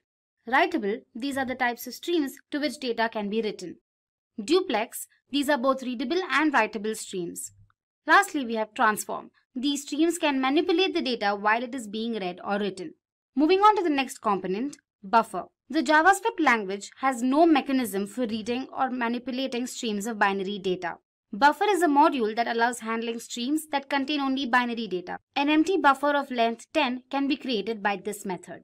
Next up, we have domain. Domains provide a way to handle different I/O operations as a single group. Domain module intercepts errors that remain unhandled. There are 2 types of methods that are used for intercepting these errors. Firstly, we have internal binding. In this case, the error emitter executes its code inside the error method. Next up is the external binding. Now here, the error emitter is explicitly added to a domain via its add method. The next component is the DNS. The DNS module enables name resolution. For example, it is used to look up the IP addresses of host names. DNS module is used to connect to a DNS server and perform name resolution by using the method dns.resolve. The DNS module is also used for performing name resolution without a network communication by using the method dns.lookup. The next component is the debugger. Node.js includes an out-of-process debugging utility accessible via a V8 inspector and built-in debugging client. This Node.js debugger is not feature-packed but supports simple inspection of code. It can be used in the terminal by using the inspect keyword before the name of the JavaScript file. In order to inspect a file, say myscript.js, you can use the following method. Now that we are familiar with all the major parts of Node.js, let's go ahead and learn about the Node.js Express framework. Express is a flexible Node.js web application framework that provides a wide set of features to develop both web and mobile applications. You can assume Express as a layer built on top of the Node.js that helps manage the server and the routes. Now let's have a quick look at some of the core features of Express framework. It is used to design single-page, multi-page and hybrid web applications. It allows setting up of middleware to respond to HTTP requests. It defines a routing table that is used to perform different actions based on the HTTP method and URL. It also allows dynamic rendering of HTML pages based on passing arguments to templates. Now moving on, let's take a quick example of a simple Hello World program. Now this is developed using Express framework to gain a better understanding. Alright, first up we have the where express. Now this is used to import Express framework into our Node.js application. Now the app.get method is a callback function with parameters request and response. The request object represents the HTTP request and has properties for the request query string, parameters, body, HTTP headers, etc. The response object represents the HTTP response that an Express app sends when it gets an HTTP request. Now the application will listen to the defined port, which in this case is 8081, and variables host and port will contain the address and the port respectively. Lastly, we have the console.log, which is used to show the address and port in the command prompt. So this is what the command prompt would look like. And finally, the output is displayed on the web browser. Having learned about the Express framework, now let's move on and look at the Node.js use cases. Now it is no doubt that Node stands out for its speed and intensive data exchange. So top industry leaders like NASA, PayPal, Netflix among others incorporate Node.js. First up, we have Netflix. The world's leading internet television network with over 117 million users is one of the top companies that trusted their services to Node.js. The reasons why the company chose to use Node.js were application scalability and data-intensive application. Now you must be wondering what application scalability is. It is basically the potential of an application to grow in time, being able to efficiently handle more and more requests per minute. And data-intensive application allows millions of people to stream Netflix simultaneously. Next up is Walmart. Now Walmart is the world's largest company by revenue with around $514 billion according to the Fortune Global 500 list in 2019. Again, the reasons why the company chose Node.js were asynchronous I/O and efficient handling of concurrent requests. Now asynchronous I/O, which is a form of input-output processing, allows other processing to continue before the transmission has finished. Node.js is able to efficiently handle concurrent requests with the use of thread pool and event queues. Uber. Uber is an American multinational ride-hailing company offering services that include peer-to-peer ride-sharing, ride service hailing, and food delivery. The reasons why the company chose Node.js were asynchronous I/O, quick iterations, and active open source community. As mentioned earlier, asynchronous I/O permits other processing to continue before the transmission has finished. Now quick iterations. Now Node.js is continually being updated and added new features that help in further improvement in the performance of web servers. And finally, active open source community resolves many problems that an organization may face in a particular scenario. Next up, we have NASA. Now, NASA is an independent agency of the United States federal government responsible for the civilian space program as well as aeronautics and aerospace research. The reasons why the company chose Node.js were reduced access times, handling of data-intensive tasks, and the fact that the servers are active 24/7. Now, NASA has lots and lots of data, and using Node.js has really helped them in reducing the access times. It is also continuously handling and working with large streams of data. Node.js is highly stable, which helps in keeping the server active 24/7. Next up, we have PayPal. Now, PayPal is an American company operating a worldwide online payment system that supports online money transfers as opposed to traditional methods like checks and money orders. The reasons why the company chose to use Node.js were the fact that Node.js has extremely fast build times. It allows tasks to be carried out with fewer lines of code when compared to other server technologies like Java and PHP. And Node.js, being data intensive, efficiently handles a large amount of data. Next up is Medium. Medium is a popular online publishing platform developed by Evan Williams and launched in August 2012. The main reasons why the company chose to use Node.js were A. Data-driven applications. Now these applications are ideal for being interfaced with Node.js servers. B. To run A/B tests. Now A/B testing is essentially an experiment where two or more variants of a page are shown to users at random, and statistical analysis is used to determine which variation performs better. Lastly, Node.js server maintenance is simpler than its counterparts. Moving on to the last topic of this session, industry trends. Now, Node.js developers are in demand across the globe since many companies are adopting JavaScript libraries. According to Forbes, it is one of the top 10 most in-demand jobs. According to NodeSource, the total number of Node.js downloads increased by 40% in the last 1 year. The use of Node.js in production has increased dramatically since its release in 2010. With early adopters such as LinkedIn, PayPal, and Netflix, among others, Node.js has seen an exponential increase in its use in web development. The popularity of Node.js is also accounted to JavaScript. Now, since JavaScript is the most popular language, as evident from a survey conducted by Stack Overflow in 2019, many developers can start working on Node.js library with not much of a learning curve. Node.js developers are being offered better salary options than other web technology developers. According to PayScale, the average salary of a Node.js developer in India is around 6,13,000 rupees per year. The average salary of a Node.js developer across the United States is around $105,000 per year. In this video, we'll help you install Node.js on your Windows system. So without further ado, let's begin. The first thing you need to do is download Node.js from their official website. So go ahead and type download Node.js. Navigate to their official website, and here you can see the 64-bit version. So go ahead and download that. Once the download is done, go ahead and run the downloaded Node.js installer. Accept the license agreement. Keep the default settings as it is. And then say install.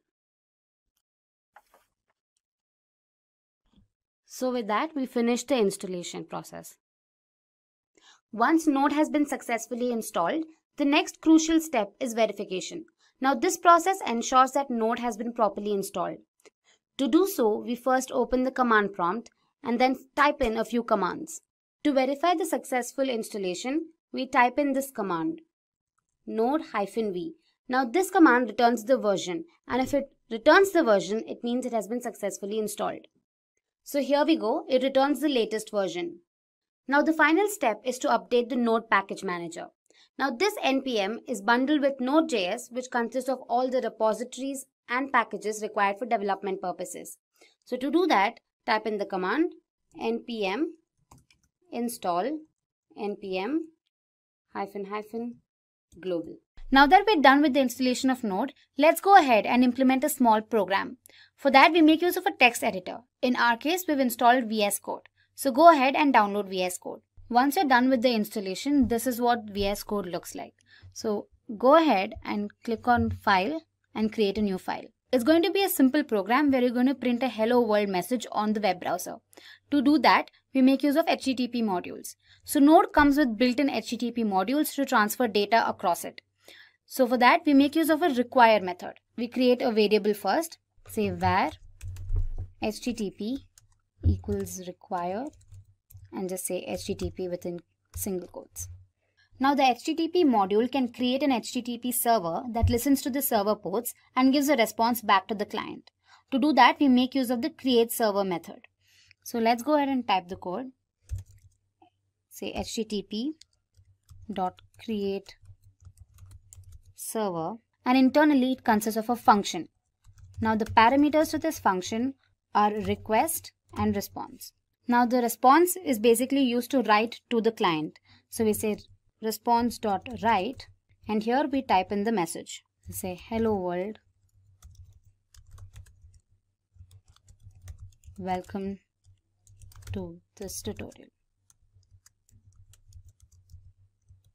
Once you're done with that, you end the response. So the server listens to a port number to display the message. By default, it listens to the port number 8080. So we keep that as it is and we end it. Save your file, say demo.js, maybe demo1.js, and say save. Now to run the program, you have to open the command prompt. So open your command prompt and mention the path to your file. So in our case, it's our saved on the desktop. So cd desktop. And now to run it, say node demo1.js. Now you navigate to your browser and say localhost 8080, and here we go. Our message is successfully displayed. So let's talk about the Node.js architecture and understand why it's so good. So to begin with, Node.js has what's called a single-threaded event loop architecture, and this allows you to be able to handle many concurrent clients at the same time. It's just a very flexible way of being able to scale up your support for many clients. And then in addition to that, we have the JavaScript event-based model along with the JavaScript callback mechanism that allows you to have this standard approach to being able to connect with and talk and discuss interactions between the client and the server. It's good to have these kind of standards where you're not using something that's unique to a specific framework or a specific technology. This just makes it so it's more accessible for everybody. So if we look at the actual Node.js server itself, everything centers around the concept of the event loop. And the event loop has an event queue, an operation completed via requests, threaded pull, and then it'll actually do the actual computation or the file system interaction. All of this interconnects in a nice seamless loop. The great thing again with Node.js is that it's not new technology. It's been around for almost a decade. It's very well tried out. Many of the largest websites out there are running Node.js. So let's now dig into each of the parts of the Node.js architecture. So let's talk about requests. So the way that the request works is that you have your framework such as Angular on the client, and that will then send a request to the web server. And there's many ways that those requests can happen through web workers, through forms, and through other interactions. But at some point, a request is sent to the server. And so these requests can be for data, they can be for deleting data, they can be for updating data, they can be for interacting with services as mentioned before, but the goal is to have some kind of request. Now, once that request actually hits the server, and then we start actually getting into the queuing and threading process that centers around the event loop. And this is where Node.js really excels because it's able to use that single-threaded model to be able to manage from just even a few requests to tens of millions of requests. So it receives the actual request and starts the event queue. And this is where that single threading process starts, is by queuing everything up appropriately. And then it then maintains the threads within a pool. So you have the queuing process as one action, and then you have a threaded pool which manages those threads as well. And then we have an event loop, which goes through and actually receives and processes those requests. And then finally, what we're doing is we're actually then going to be interacting with a system, and that could be a database, it could be a cloud system, it could be an API, file system, but we're interacting with something that's outside of the Node.js server. So the Node.js server itself is doing some actions on the server, but then it's also interact with things outside of its own server environment. And so let's talk a little bit about that workflow. So requests come in, they go into the event queue, and they get spiraled through the event loop. And then we have non-blocking operators, which are going to be doing the input-output polling, such as KQ, ePoll, and other services. And from there, we're also going to be then interacting with the threaded pull, and we're using the blocking operations to manage that threaded pull.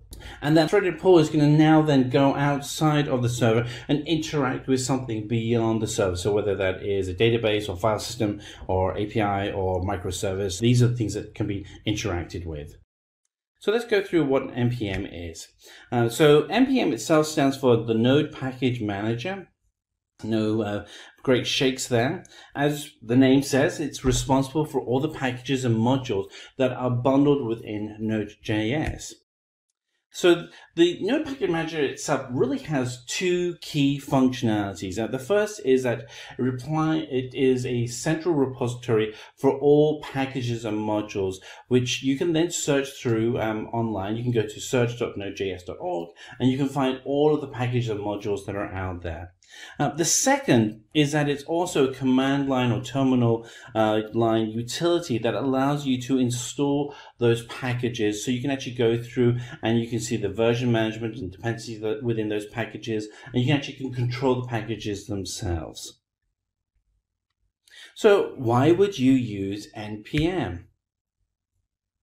So NPM is really useful for being able to extend the project you're working on. So when you're building out a project, one of the concepts I like to use is the concept of Lego bricks. Big fan of Lego. And what's great about Lego bricks is that they're all individually by themselves, very small, very specific functionality. But if you actually get a whole collection of Lego bricks together, you can build like crazy cool things. So think of when you're working with the Node Package Manager itself, is that each of those individual pieces that you're working with, each of those individual packages are their own Lego bricks, and by themselves you can then edit and update and maintain that piece separately from the whole environment. As long as your inputs and outputs, really the piece where you snap the Lego in or when you connect the Lego to something else, are interacted and open and well documented, then you can actually then use those modules effectively throughout your project. So you can actually then be able to do that. You can do version control on your codes and dependencies. You can do testing very easily. And then once you actually get to the point where you go, yes, I want to release a new module, you can do that effectively using NPM, and it will actually go through and do the actual deployment for you. So let's go through the NPM installation. So the actual package manager itself is included with the installation of Node.js. So if you've installed and you're running Node.js locally, then you've already installed the package manager. But you can also access it through command line or terminal window on your data server or in your server farm or via the cloud. If you haven't now downloaded Node.js, here's the website where you can go down to install it, and there's Windows and Mac versions of that code as well with the installers, which allow you to get up and going very quickly. You want to be able to run the installer and accept all the default settings. To begin with, you want to kind of have the standard setup so that you are most familiar with the normal settings before you start getting to the point where you're a master and you're tweaking things. There is a way that you can open up the command window or the terminal window. And once you've actually installed Node.js, to verify that it's actually installed, you can write the command node-version, and it'll actually then pull out the version of Node.js that you have installed, and then you'll be able to see that you've got it actually up and running. And then you can also do the same thing for NPM. You can do npm-version, and it actually will then show you which version of the Node Package Manager you have running, so you can actually take full advantage of that program and verify that it's actually up and running. Now, so we're actually going to go ahead and actually run a demo of using NPM. And to do that, I've got three windows in front of me right now. So I have this window here, which is my terminal window, where I'll be doing all of my instructions. Then I also have a folder which shows where I'll be putting all of the files. And then finally, I'll actually have a text editor. In this case, I'm using VS Code because it's free, but you can use any text editor you like to be able to go in and show what the code that's been created by NPM in the JSON file, so you can actually see what it looks like. And then we'll modify it a little bit. So first thing we want to do is we want to go ahead and create a new project folder. So I'm going to go in, I'm just going to move into, do change directory, I'm going to the project folder, and we'll see down here that we have an empty project folder. But for this one, I'm actually going to go ahead and I'm going to create a new directory in this one, and I'm going to call this one Simplilearn. And there we are, we've created a new Simplilearn folder, and we are going to move into the Simplilearn folder. And so we're now in the Simplilearn folder. There's nothing in there right now. So the first thing we want to do is we want to go ahead and initialize this folder as a project folder for working with NPM. Now to do this, you will have to have already installed NPM. If you have Node.js, NPM comes with it. And if you want to see whether or not you have NPM installed, so you can just do npm-version. And that will actually tell you what the version of NPM you have installed is. And it also verifies that NPM is installed. So I've gone ahead and I've been able to validate that I have NPM installed. So what I'm now going to go ahead and do is I'm going to initialize this folder. So to do that, just do npm init. And you'll see that the path is that we're already in the Simplilearn folder. And then when you do that, it's going to ask you some questions. So what is the package name? We're going to go with the defaults for right now, and then I can show you how we can edit those in a little bit. We're going to go with just say yes to all of these just by hitting return.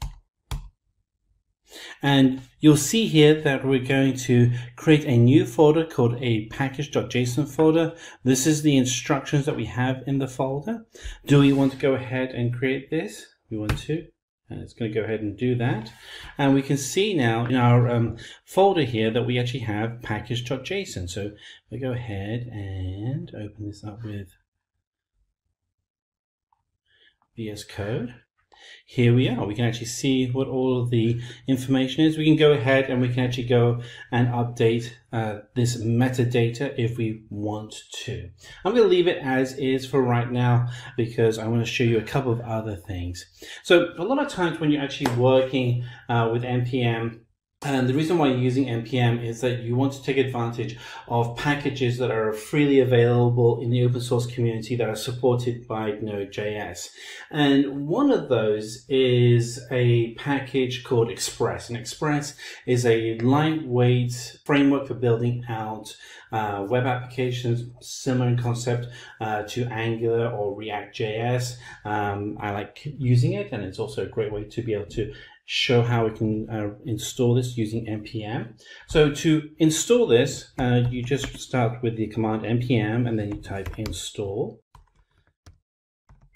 and then we type the name of the package and we hit enter, and it goes ahead, and what you'll actually see is a couple of things. One is we have a dependency in our package path.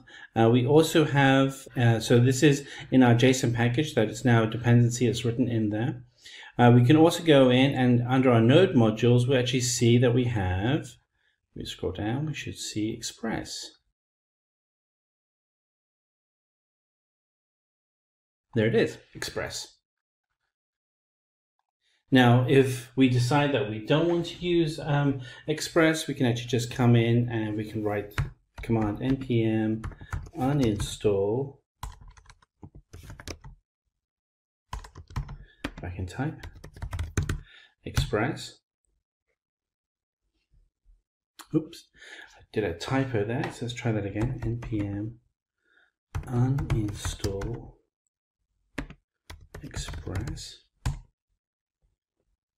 And a couple of things can happen. One is in our JSON file, the dependency for the Express file has now been removed.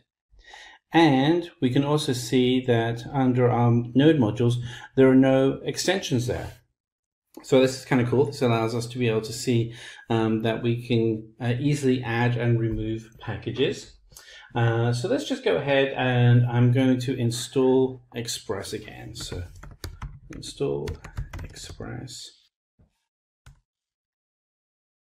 Oops. npm install Express. All right, so it's gone ahead and it's installed Express. Now, one of the things that will often happen is that when you're working with a package, the actual JSON package, so you'll receive this file, and you want to be able to go ahead and install all of the sub-modules that come with it. So you can go through and you can manually install them like this, or you can actually run an install command so you can actually install all of them at once. I can just show you what that looks like, because we're going to actually go ahead and simulate as if we're going to install Bootstrap, which is another popular framework. Bootstrap. And we're actually going to go with, and then we'll save that. And what we'll see is under the packages that Bootstrap isn't listed in there. We do have Express. There it is right there. So we now come over to our new commands. We can actually write the command npm install. And now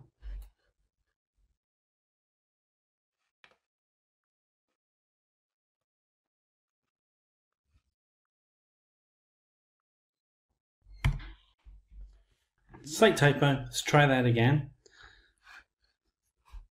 Let's do npm install.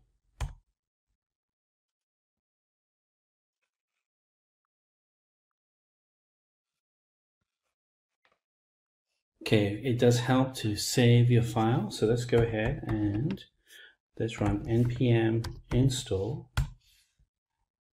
And when you do that, what we'll now actually have is not just Express, but we'll also see that Bootstrap has also been added. Now, I don't recommend that you use the star symbol, which will install the latest version of Bootstrap, because you obviously haven't tested your application against that, but it gives you an idea of what's happened here. Now, if we want to, we can actually go in here and we can say uninstall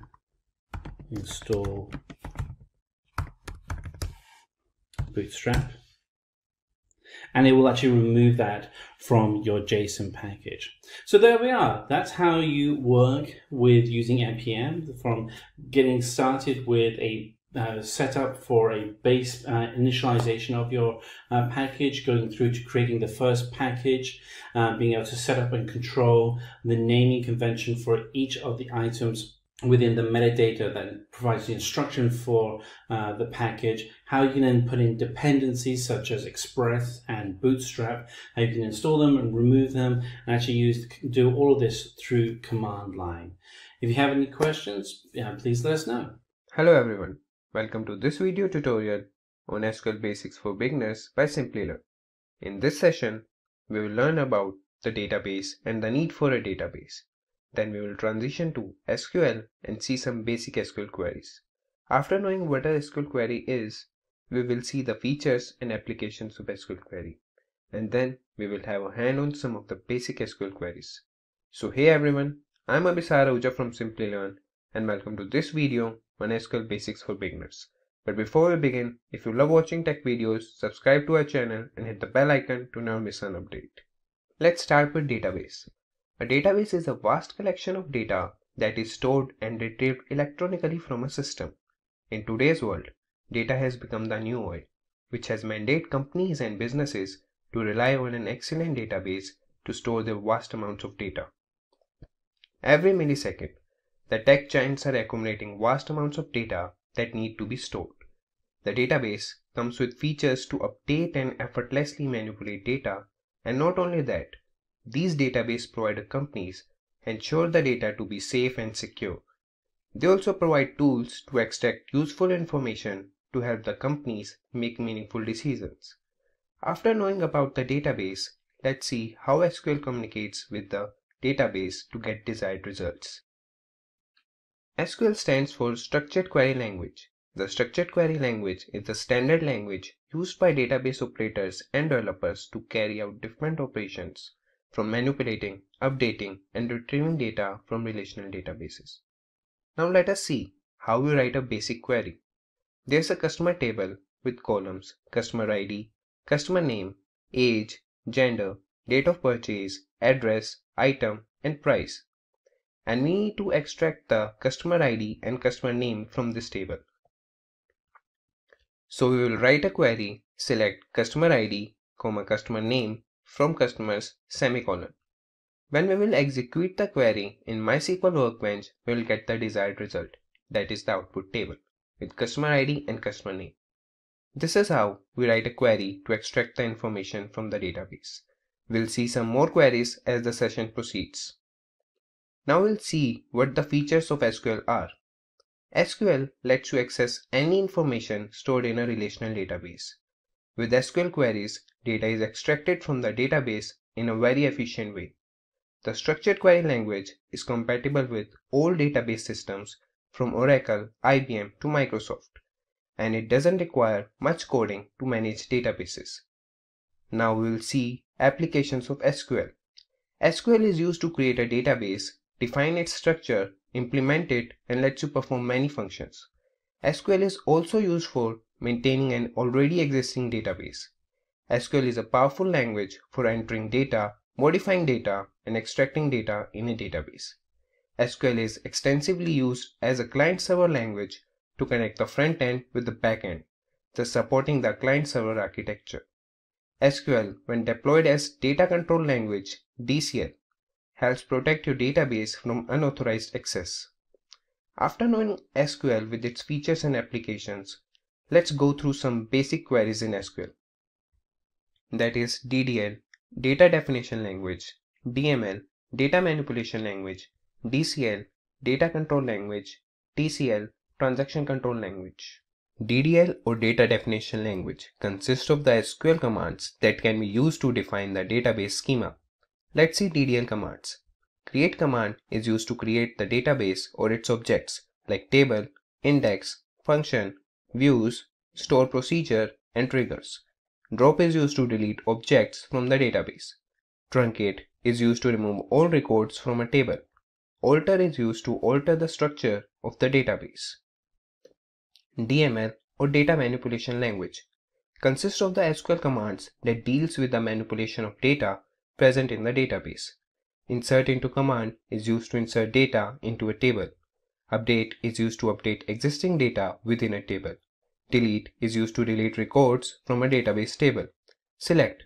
This command helps you to select the attribute based on the condition described by the where clause. TCL or Transaction Control Language. These commands deals with the transaction within the database. Commit commands commit a transaction. Rollback command rollbacks a transaction in case of any error occurs. Save point. It sets a save point within a transaction. Set transaction. It specifies characteristics for the transaction. DCL or Data Control Language. It consists of the commands such as grant and revoke, which mainly deals with the rights, permissions, and other controls of the database system. Grant command gives user access privileges to database. Revoke. It withdraws users access privileges given by using the grant command. Now we will have hands on some basic queries in MySQL Workbench. If getting your learning started is half the battle, what if you could do that for free? Visit SkillUp by Simplilearn. Click on the link in the description to know more. Now we will see some basic queries executing in MySQL Workbench. So we'll start, and first query we will run will be use sys, that is the database. This command is used to select the database in which we want to create or manipulate any data. Now we'll see another command that would create a table.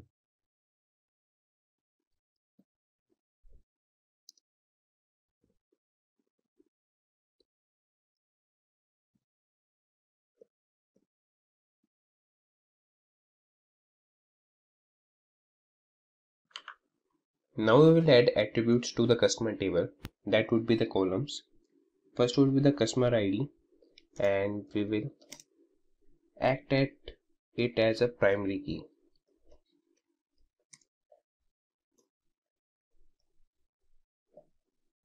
The next attribute we would add would be customer name, customer underscore name, and its data type would be varchar.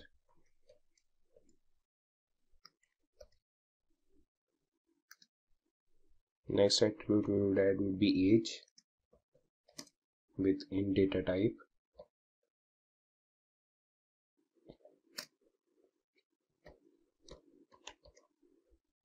Next attribute would be gender with character data type.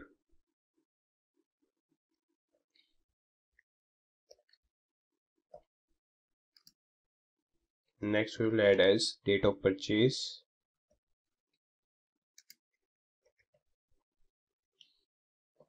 with date data type. Now we'll add another attribute that would be address with data type varchar.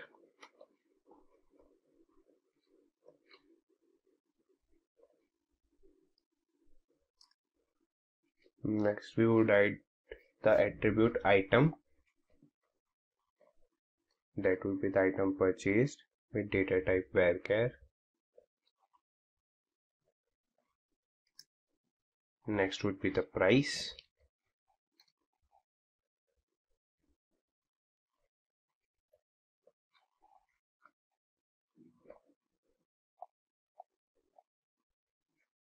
Okay, for price we will make it as float.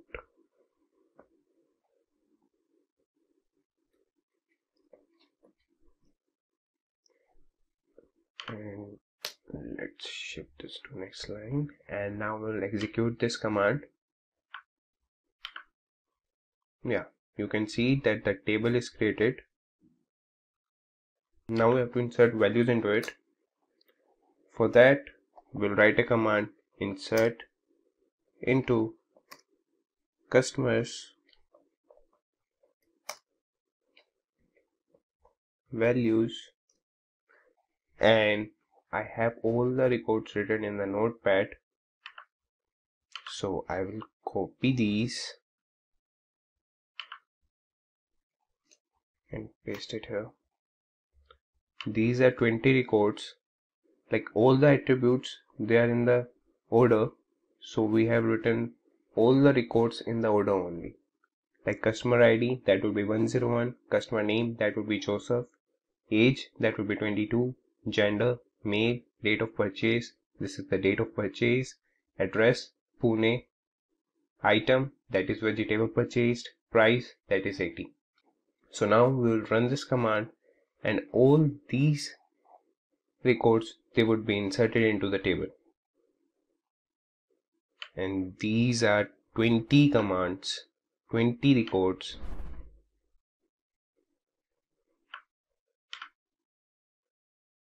You can see insert into customer values. The command has been executed and they have been inserted into the table.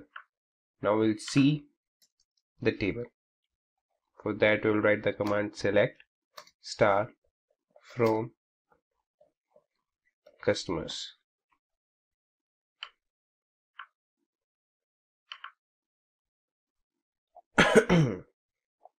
Here you can see the table in the output grid. Okay, I will make sure you will see the whole table with all the 20 records.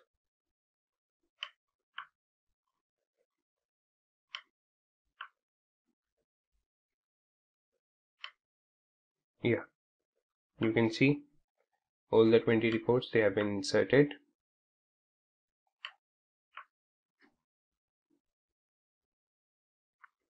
Now you see another command, and for that we would just get the output as customer ID and customer name in the output grid.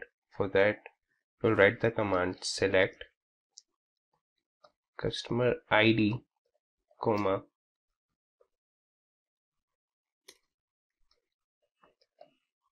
customer name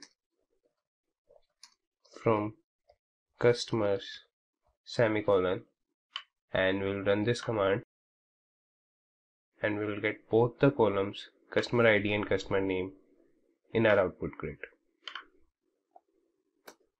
Now we'll see another command that would be drop. The drop command just removes the component from the database. So we'll write drop table and table name, that would be customers, and semicolon, and we will execute this command. Now the table has been removed from the database. To verify whether the table has been removed from the database or not, we will run a command select star from customers semicolon and execute this command.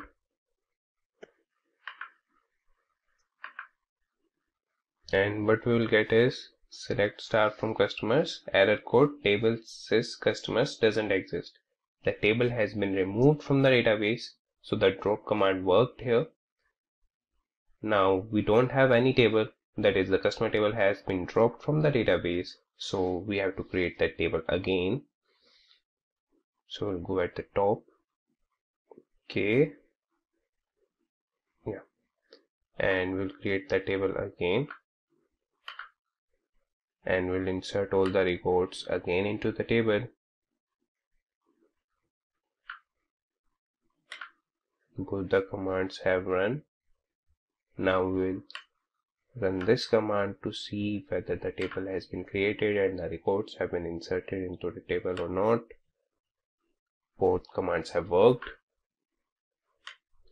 Now we'll see another command. That would be truncate. The truncate command just vanishes all the records from the table. Truncate table, table name, semicolon, and just run this command. The command has been executed. Now we'll see.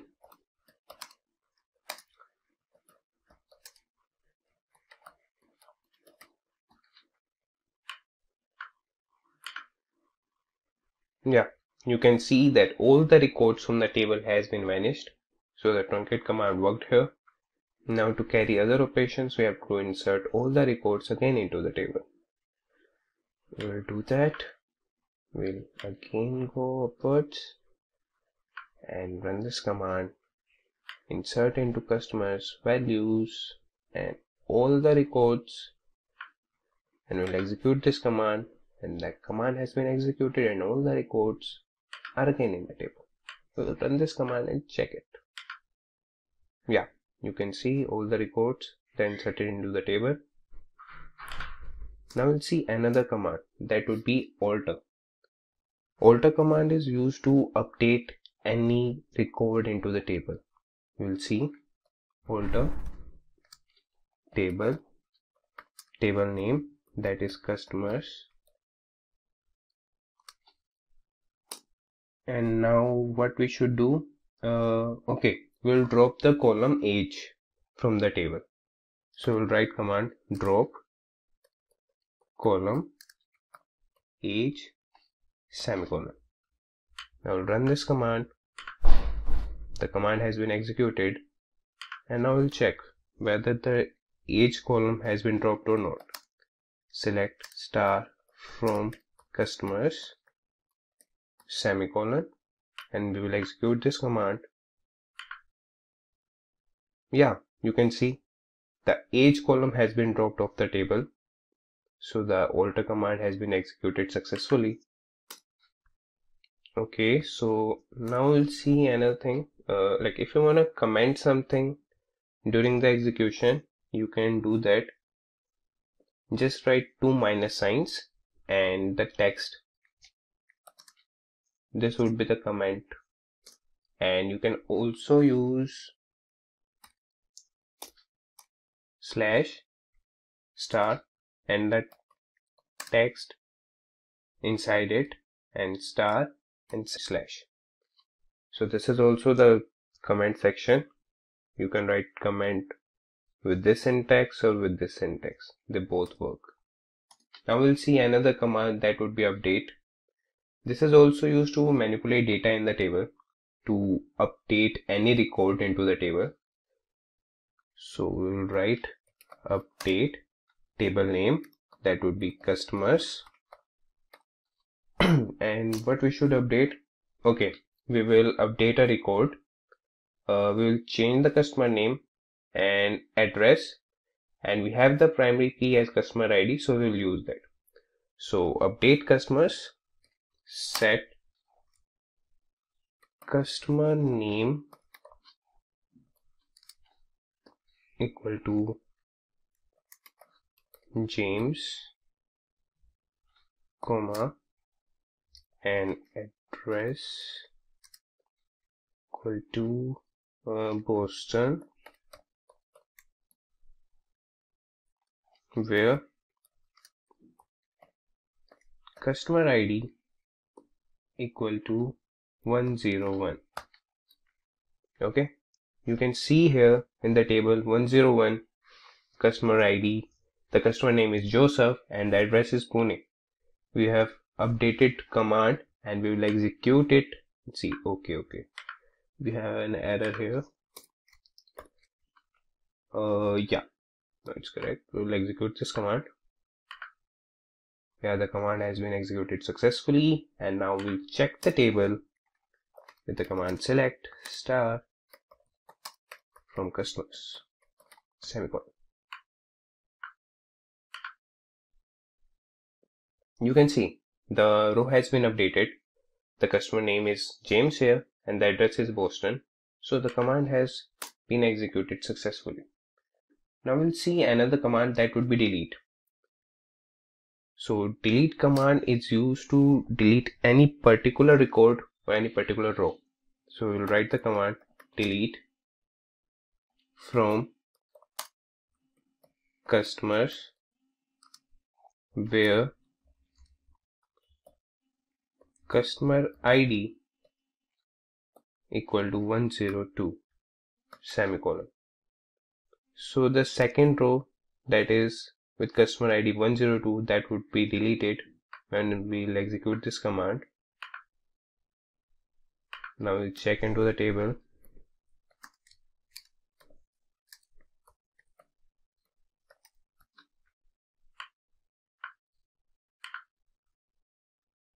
Yeah, you can see the record has been deleted. Now we'll see distinct command, that is used to return different values. So we will write command select distinct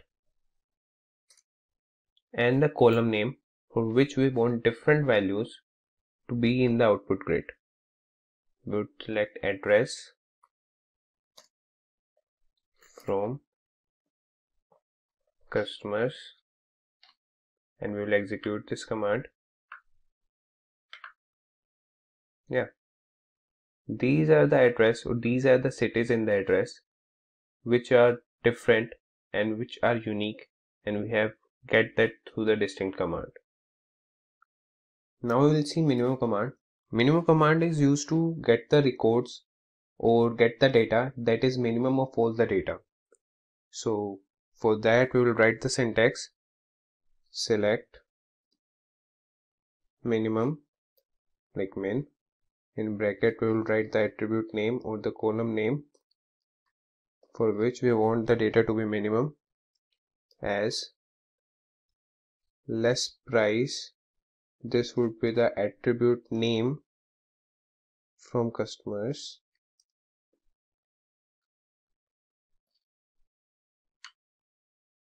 So we will execute this command, and what we would see is that 60 would be the less price. Like the customer table, they have the column price, and in that we have all the prices, and from that the minimum price is 60 and we have get it at less price. Similarly, we have the maximum command. To get the maximum amount from the column, we will use the maximum command. Select max, in bracket we would write the attribute name as max price from customers, and we will execute this command. and what we get is 3400 is the maximum price from the price column. Now we'll see another command, that would be count. Count command, it returns the number of rows according to the query. So we'll run the query and see like how it works. We'll write select count and the attribute name, that would be customer ID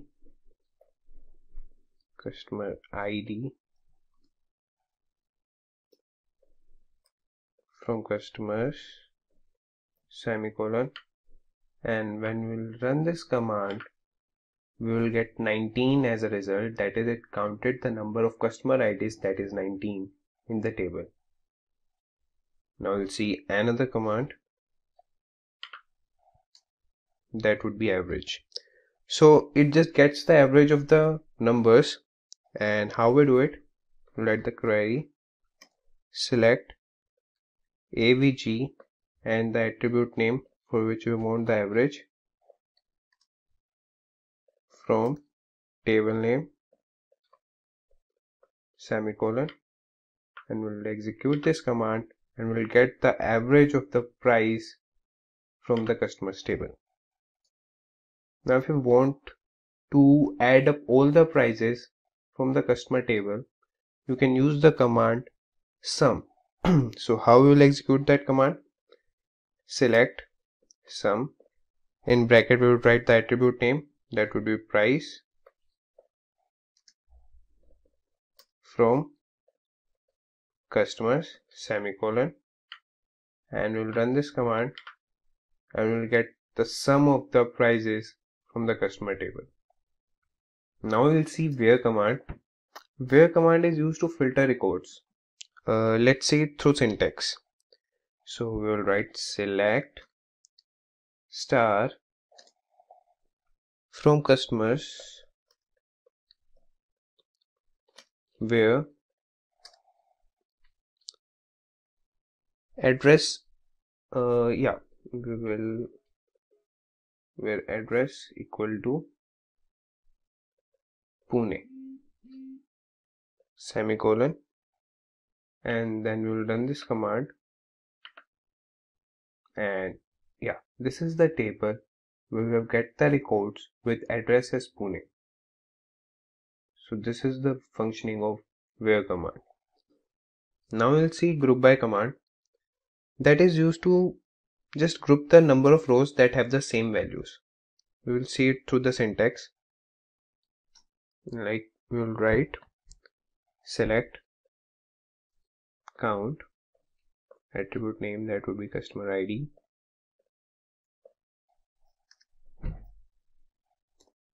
comma,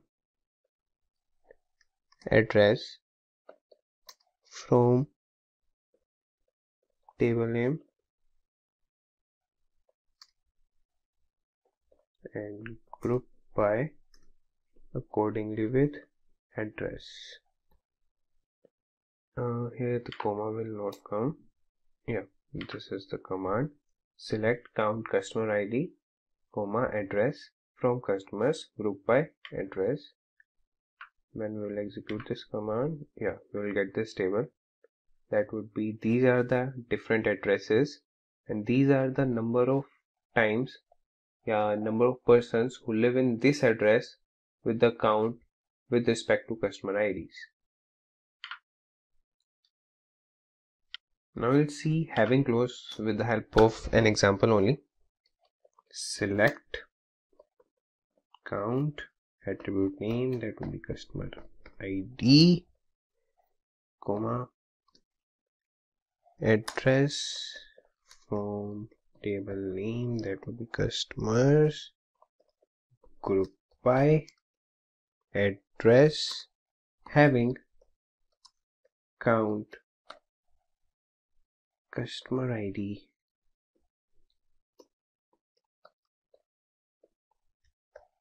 greater than 30443 to 3 only. Semicolon, and then we will execute this command, and you can see The output we have got through this command, that is group by command, was this. And when we have added having close, having count, customer ID greater than 3, we just got the customer ID count with 4. Now we'll see another command, that is order by.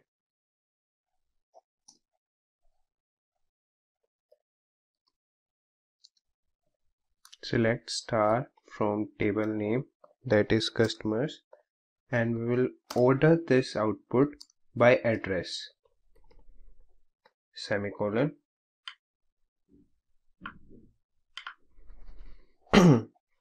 We have got the output with respect to the address. The address has been assigned alphabetically here. So what exactly is MongoDB? It is a document-oriented NoSQL database. It was initially released in August 27, 2009. MongoDB replaces the concept of rows of conventional relational data models with something called documents. It offers developers the flexibility to work with evolving data models. Since it's document-based, MongoDB allows embedded documents, arrays, and represents complex hierarchical relationships using a single record. It is also schema-free, which means that the keys defined in the document are not fixed.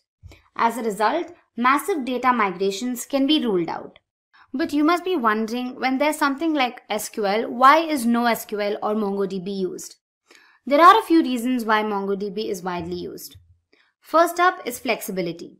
MongoDB's notion of documents that can contain sub-documents nested in complex hierarchies is really expressive and flexible. Flexible query model. A user can selectively index some part of a document or a query based on attribute values, regular expressions, or ranges. Next up is native aggregation. Native aggregation allows its users to extract and transform data from MongoDB and either load them in a new format or export it from MongoDB to other data sources. It makes it extremely compatible. Lastly, as mentioned earlier, the schema-free model. Now, applications get the power and responsibility to interpret different properties in different ways. Now that you know what MongoDB is and why exactly it's used, let's have a look at the characteristics of MongoDB. Firstly, it's a general purpose database. Now, MongoDB can serve heterogeneous loads and multiple purposes within an application.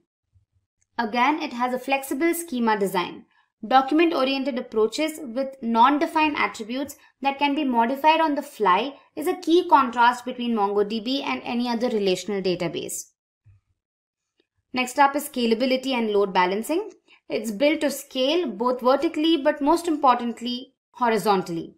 Using sharding, an architect can share load between different instances and achieve both read and write scalability. When it comes to load balancing, this happens automatically and transparently to the user by the shard balancer. Again, we have aggregation framework.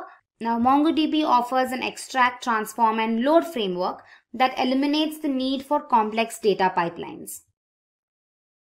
Native replication. Now, data will get replicated across a replica set without complicated setup.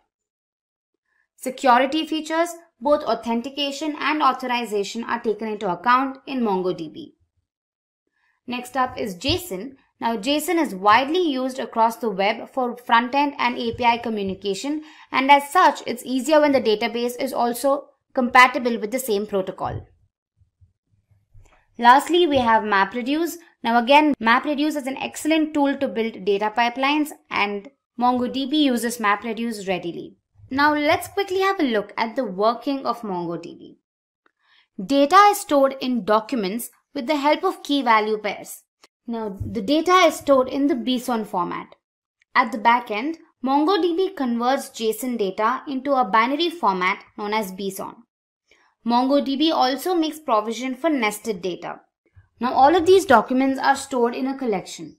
These collections hold multiple documents, and since MongoDB is schema-less, the documents in one collection need not be similar. Now again, these collections are stored in the entire MongoDB database. As mentioned earlier, MongoDB makes provision for nested data. This makes fetching of data extremely efficient when compared to other databases. Now you must be wondering where exactly MongoDB can be applied or used. So let me help you with that. Several areas of technologies use MongoDB as their DBMS currently. Some of them are Internet of Things, mobile applications, real-time analysis, personalization, catalog management, and content management. Now all said and done, let's look at some of the companies that use MongoDB currently. Companies like Toyota, SAP, AstraZeneca, Adobe, Verizon, Cisco, Barclays, and Google, among others, readily deploy MongoDB as their database management system. In this video, I'm going to help you install and set up MongoDB on your Windows system. You will have to navigate to the official MongoDB website. And here you can see software. So go ahead and click on Community Server under Software.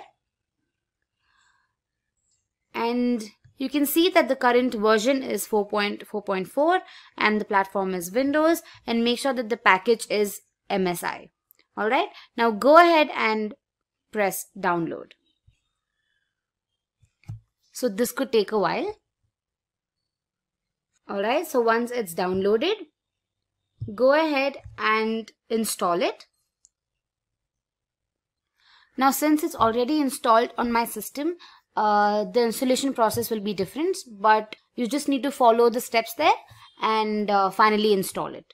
So once you're done with the installation, you can go to your C drive, and here you can click on Program Files, and you can see that MongoDB is installed.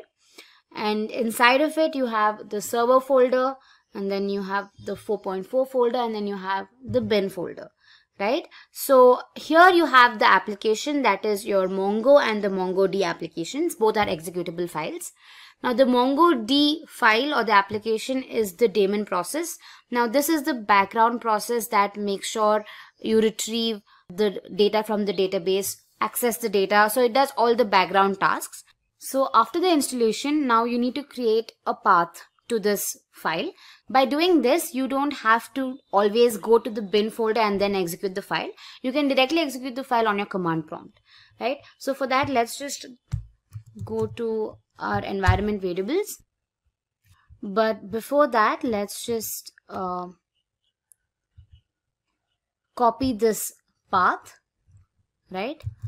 And here under the user variable section, click on path and say edit, and go ahead and just paste it, right? I've already pasted mine, so just go ahead and paste it and click on OK and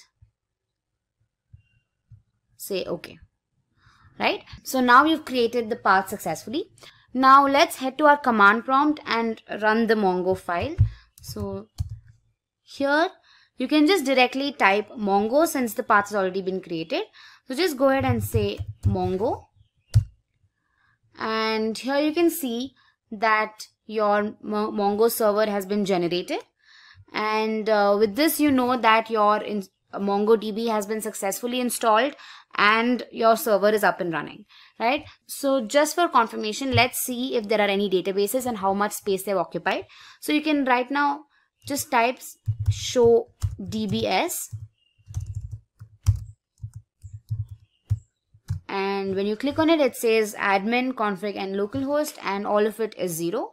So with that, you have successfully installed MongoDB on your system and it's up and running.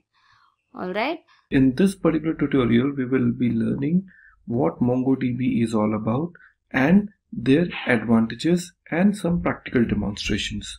So let's get started now. So here in MongoDB, we would like to discuss about what is a MongoDB. So as we know, the MongoDB is known to be called a traditional document-based database, okay, which stores the data in a document. Okay, NoSQL means it doesn't say like no to SQL. Instead, it says not only SQL. That means it is not only SQL, but it is supporting the other approaches too. Okay, so the document-based when we talk about it, actually represents the typical hierarchical relationship using the single records. That means how the records are related with each other. So that's how exactly it represents. And it is a pure schema free environment, so that you really do not need to have a schema before you go and develop this program. So it is a pure schemaless environment. Due to that, it is giving you far more better flexibility when you talk about completely unorganized environment. So what is NoSQL? So here's the idea about a NoSQL. So it is completely into the non-relational database. Like traditionally, if you see any non-relational database, you talk about typical NoSQL, it's purely into the document base. Here, NoSQL does not use any tables like in rows and columns. A traditional RDB based approach, if you see, there they are using a complete table structure, like they talk about columns, they talk about rows and all about. So here in NoSQL, it stores the relationship data in the documents. So the different type of NoSQL databases are available, like you talk about document based, you talk about key value based, you talk about white column based and graph based. Different options are available for the NoSQL, but the one which we are using it, MongoDB, it is a purely document based database. Now here we would like to go ahead with some demonstrations, like talking about like how MongoDB installation works and the other aspects. Okay everyone, so now we're going to start working on the first option called MongoDB installation. Okay, see, MongoDB installation is very simple. If you open on a website and go for this website name called MongoDB download. If you talk about MongoDB download, you're going to see the official website called MongoDB community download is available. When you click here, so you can see it is taking the current version to 4.4.6. macOS, it by default detected my platform. However, you can select, depends on which platform you have it. And after that you will be clicking on this download. Okay, so it will get ready for. If you are from Windows, I would say in this Windows you can select appropriate option, like two options are available. You can talk about MSI or talk about zip.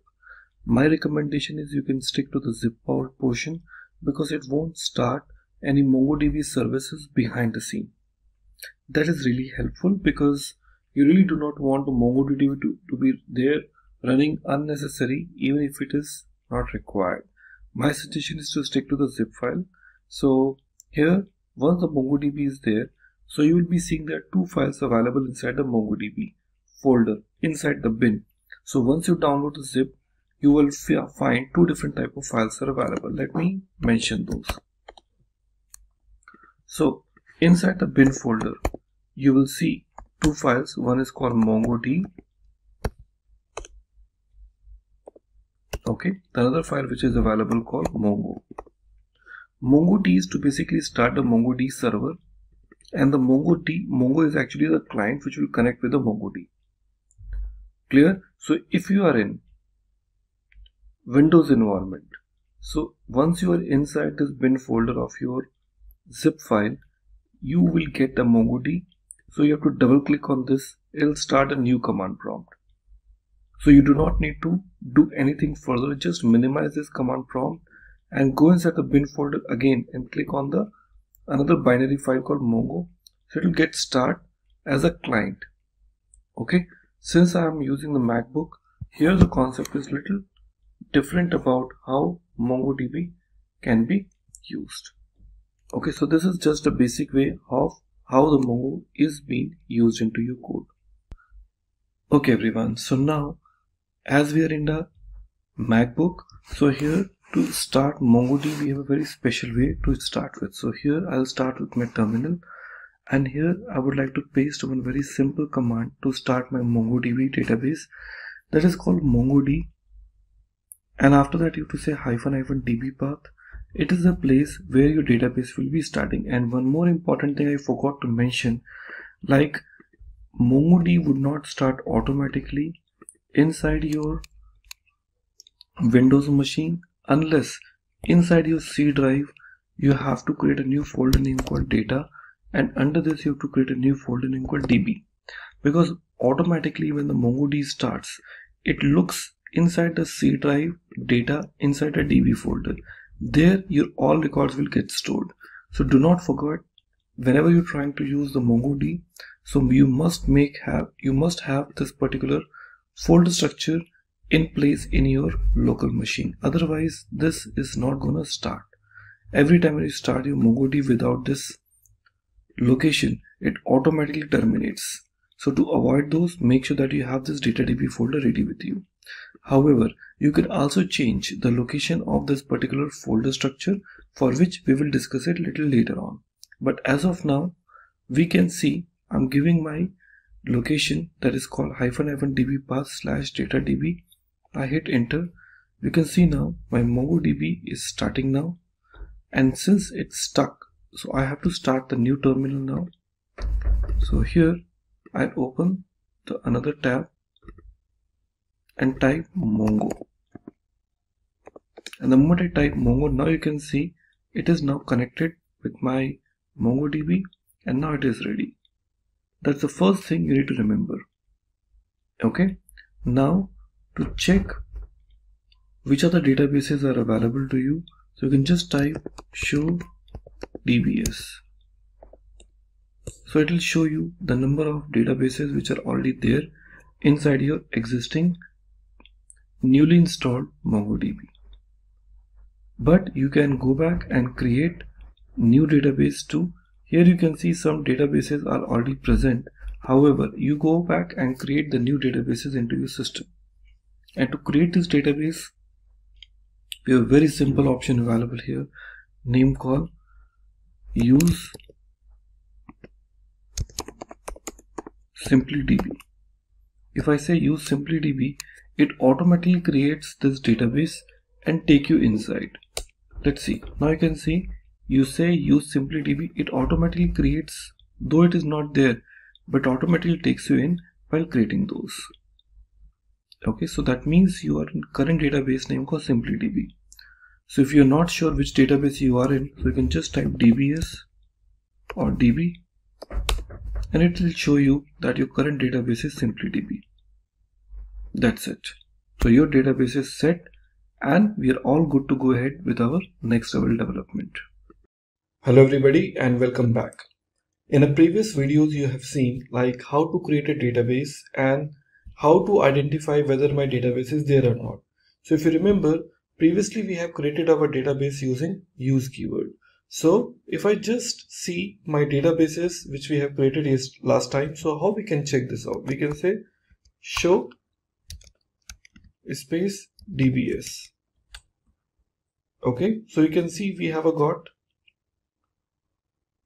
database list, but we do not have any database which we have created last time is registered here. That's quite surprising, because when we have created our database, it should be listed here, but it is not. Let's do one more time. I'm saying use SLDB, and I'm saying switch to SLDB. Now when I say once again show DBS, so I still don't see my database is listed here. There is a reason. The reason is, according to the MongoDB rule, unless we have minimum one record or collection stored inside my MongoDB, it really can't show in the list. Now I want to tell you about a few important things. Now here when we talk about called MongoDB, in this MongoDB compared to the relational database, here the table which is actually in RDBMS it is called, here it is called collection. Okay, DB is still called DB here. Okay, that means the database will be still called database, but row, what you use this word in a traditional RDBMS, here it is known as called document. If you remember, I told you like it is a document based database. So here every single record what you try to insert, it is not called a typical row, it is instead called a document. So every table is called collection and every single row it is called document. That's what exactly the difference is. Okay. Now here, once it is ready, we will go ahead and talk about our next feature now. Well, we have to basically go and create a new collection. Okay, so what you can say, db dot create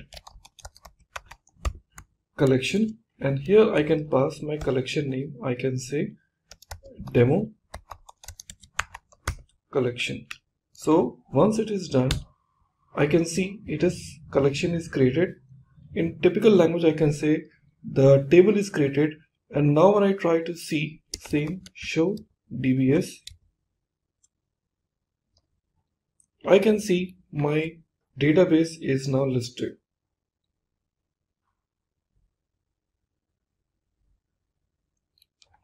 Okay, that's how exactly it works. So the very simplest way of how we use in my code.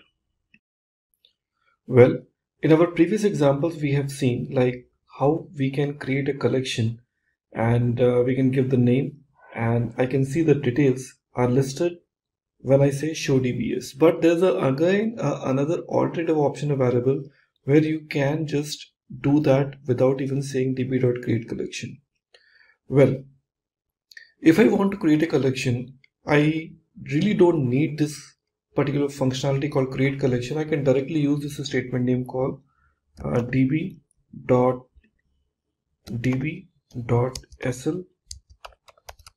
student.insert, and here we would like to add the property like a name, and here we can say admin. Now what is that meaning is, when you say db.sl student.insert and I hit enter, you can see this an inserted one, and surprisingly when you try to say press enter, you will see this SL student is not a collection which we have created earlier.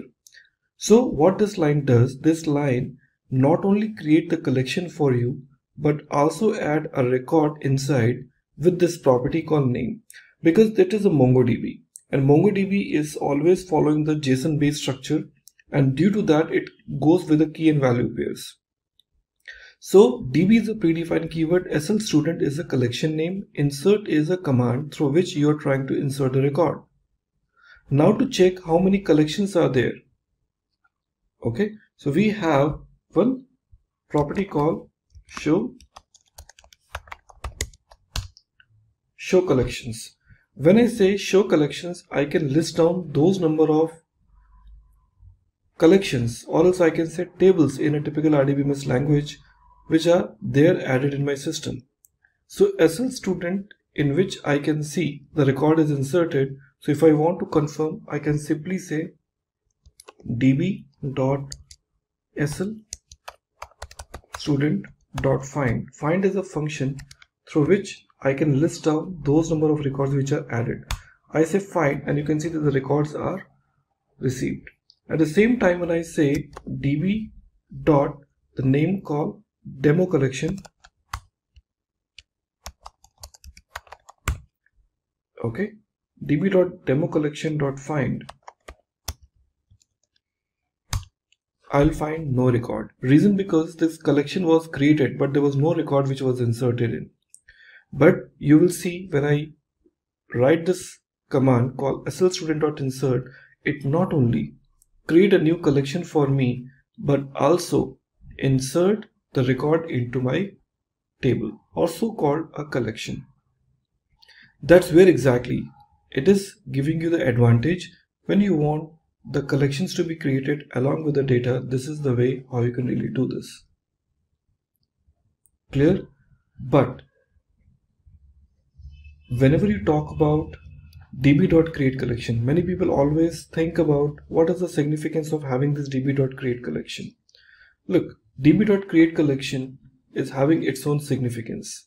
We never recommend this technique, okay, to create a collection, because when you create a collection you always bring some restrictions. some terminology which missed out whenever you talk about this line. So having this db.create collection, you can also offer some additional capping which is not possible when you use db.collection name.insert. So you might be thinking what those cappings you're talking about. Let me try to brief you. When I say db.create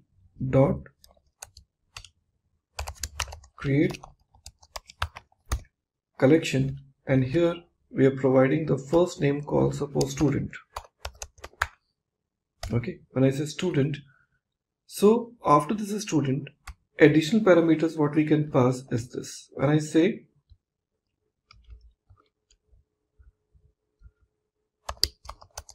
capped colon true, what do we say? Capped colon true. So you are enabling the capping. After that, the next parameter I'm going to pass, that is known as called size. In this size, we are providing the size. Suppose I'm saying 5 to 4, and also we are saying 2880. That is the size of 5 MB, and here we are giving call max colon 5. What exactly that meaning is? See, the meaning is very simple. Whenever we try to bring this create collection option, so capping true means you are enabling the capping. So what does that meaning is? It is trying to say in this particular collection name called student, maximum number of documents can be either 5 or less than 5. Clear? And the collective size of documents cannot be increased to more than 5 MB.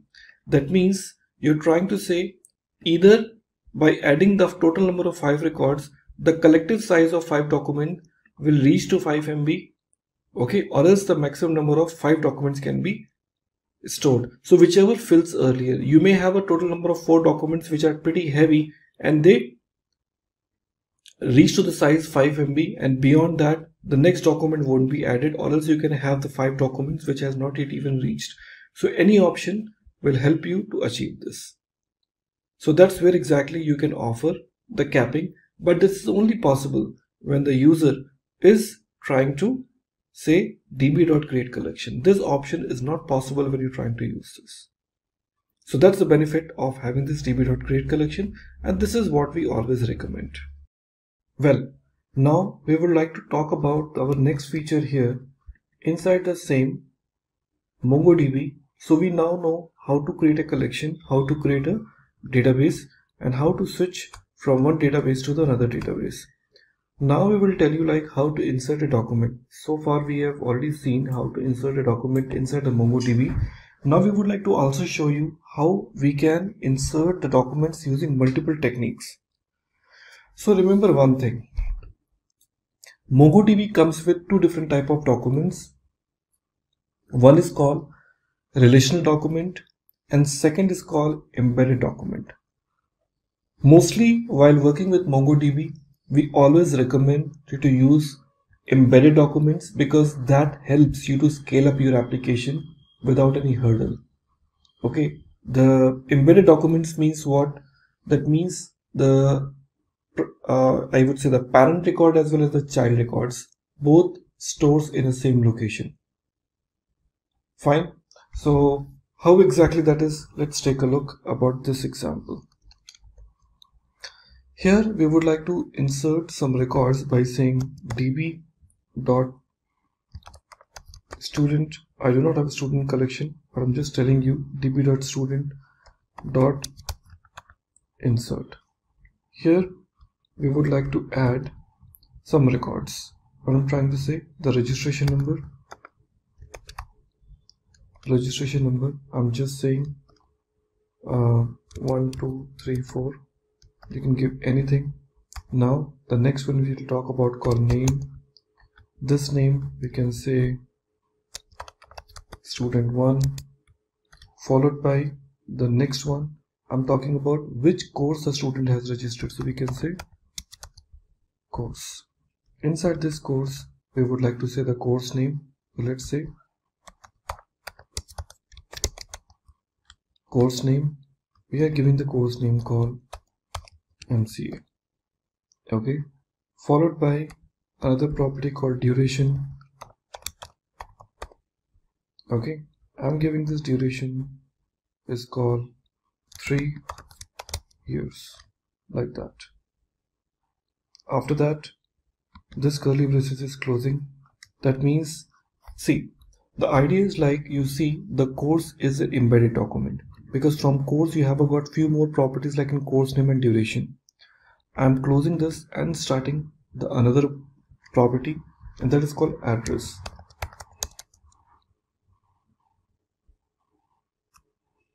Okay, sorry, let me remove from here and from address.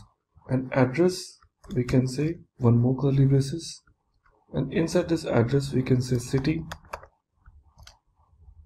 I'm giving the name called what? Bangalore. The another one we are using that is called state. Let me remove this state colon KE. Okay, and the third property we are using that is known as called country. Here you're saying IE, that is called India. So it is closing here, okay, and it is closing here. So the inner document and outer document both are closed. Hit enter, and now you can see the records are inserted. One thing you might notice, the course and the address, these two are embedded documents and they do not have any primary key of its own. Instead, the course and address both are directly dependent on the student object or the student database. So I will say student have the registration number, fine, and the primary key. So the primary key will be associated with the most outer document, and the inner documents are directly associated with them. And now when I try to say db dot student dot find, you can see now the records are fetched. I can understand many of you are thinking every time while adding the record we do not add any object ID, and here you might have observed and there also you have observed. Then what exactly that ID is? Now let me brief you. This ID is nothing but a unique primary key your MongoDB has offered you. That means MongoDB says whichever data you are inserting it. So by default with every single document, MongoDB will associate this by default property called underscore ID, which you can't even ignore. However, you can override. I haven't provided any underscore ID as a property because this is a predefined property associated with every single MongoDB document. If you want to override it, you can override from this value to any value, because if you do not pass any value, this value will be automatically provided. That is a typical hexadecimal value. However, if you want to override it, you can override the value of underscore ID, but you can't change the key name. Let's try with some another record. So the same record, if I try to add, let's go. I'm using call student2, and here I'm saying 1 2 3 4 5. Here if I want to override it, I can just say underscore ID colon. Now I can give the value called what? 101. This you need to remember. So I'm overriding this value with 101. Now adding it, now the records are added. Now let me call find. Now you see this time the records when I fetched. So in this record, the first record contains a default underscore ID. In the second record, it is the one which I have provided. And remember one thing, in MongoDB, you really can't offer any property other than underscore ID as a primary key. Here there is no concept of having the like a composite key which you used to do in traditional IDBMS. Here you have only underscore ID, and this is the only property which you can override it, else by default the new value will be given to you. So this is the first way of how the insert document has been done. We'll be telling you the other ways where the other documents are also added. Okay, so in the previous examples you have seen like how we can add the records, but I also tell you there is another alternative options are available if you want to insert the records in a bulk. that option is also possible in MongoDB. How we can do? Let's try to understand. Here we would like to use one very simple concept called var my emp equal to, now starting with a typical object like this, and after that I'm adding this, and within this I'm adding the first property called emp id colon 1. After this, okay, now you can see it is not understanding, because that is a challenge when we talk about call the logical part, because you go with multiple lines, it is not supporting. However, we have to follow the same lines now. emp id 1, and we just give the second property called emp name. So emp id, just remove this, I just say emp id and I say emp name colon admin. Okay, adding it here. So first record here, again I'm adding another one that is called emp id colon 2. Okay, and now colon manager. Okay, again colon 3 and colon QA. Add it. Okay, and this curly braces is closing. After this, your square bracket is also closing, and once it is done, you come down and say db dot new emp dot insert. Okay, and here you pass the name of the object called my emp, and you can see now it is telling you n inserted 3. That is known as called bulk insert, where you're inserting multiple records in a single shot. See how easy it is for you. Okay, now you simply use db dot, the collection name is what? Your new emp dot find, and you can see now all 3 records are inserted with its default object ID.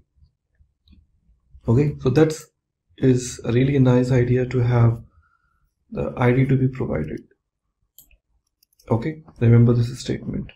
So you understood finally how we can add the records in a bulk. Going forward, we will also talk about which is related to your update as well as delete in your upcoming demos. Okay, but here that is the first thing which you realize it, how we can perform those kind of operations in very simple and straightforward manner. Okay everyone, so now we have got 3 records with us, and in case if I'm planning to perform update on any of my records, how will I do this now? So we have a predefined functions available name called update function. Let's see how this update function can really work. So we use this statement name called db dot, what is my collection name, which is known as called a new emp. Okay, dot update. Okay, so what I will do, I will say db dot new emp dot update here. Okay, now when we talk about called update, we have a statement available. Okay, what is that? That is called emp id, we have called emp name. So we say wherever the emp id is this, I want to change what? The name. How can I do this now? Very simple. To perform this, what I would like to do now, I want to basically add few more records to give you some more better idea. You can see now here we have a call admin id name. So I just do one thing. I just change the IDs. 1, 2, 3. I just say 4. I say 5. I say 6. Okay, and I call this. Again, the 3 records are inserted. Now let me try to call find. Now we have total number of 6 records are available, where admin is repeated, manager is repeated, QA is repeated. Now let me try to update the record. Okay, now I want to say db dot new emp dot update. Here I would like to perform the property like in what name. I say emp name colon. I say admin. Okay, so I just close that and I use another curly braces with dollar set. Set means you want to set the new value. Here we are giving emp name. Okay, what I want to do, I say wherever the name is admin, change to what? Admin new. That name I want to change it. Close this, and run. Now you can see it is saying n match to 1 and the record fields are updated like this. Let me check. Well, here I will see the value called admin new is updated, but I have one more admin called admin. It is not changed, and that is something which you need to notice. What you need to notice is like when you try to perform update. So what MongoDB does, it starts from the top, find the first record, change the value or modify the value, and come out from the loop. It doesn't carry forward its search process for the next level of results. And that is something which is, I really want to do that. So in case if you are planning to change those values multiple times, so what you need to do, let's take a look. Here in the similar example, here we have a call name admin, second property we have a call manager. Let's try to say managers are repeated twice, so we just want to change to new underscore manager, and I want to update multiple values. So what I will do here, I will put comma and say multi colon true. Okay, saying multi-colon true, that you want to say, hey, I want to update multiple search or multiple repetitions. Hit enter. This time you can say it is saying and match to and modify to. That means 2 records found and 2 records are modified. Let's check. There we go. We have got new manager is updated in both the location. That's something which is really awesome, because this is how you try to perform the multiple changes. Well, in our previous examples, you see like how we can perform the update part, but we have a one more beautiful feature available inside the MongoDB, and that is called how exactly we can perform upsert. Clear? Let's talk about upsert. Upsert is a combination of update and insert. Let me try to show you one magic here.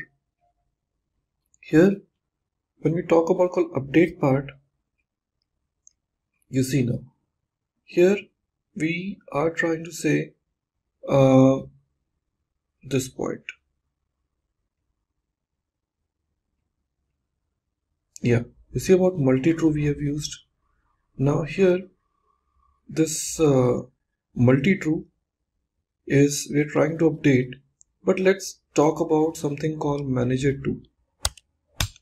Enter. Now you can see it is saying no records found.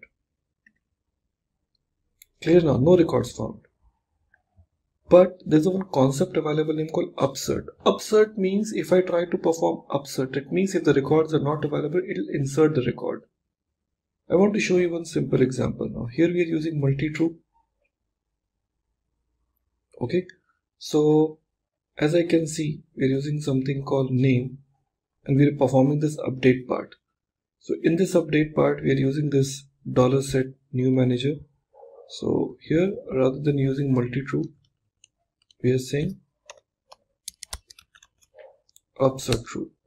When I say upsert true, so what happened now?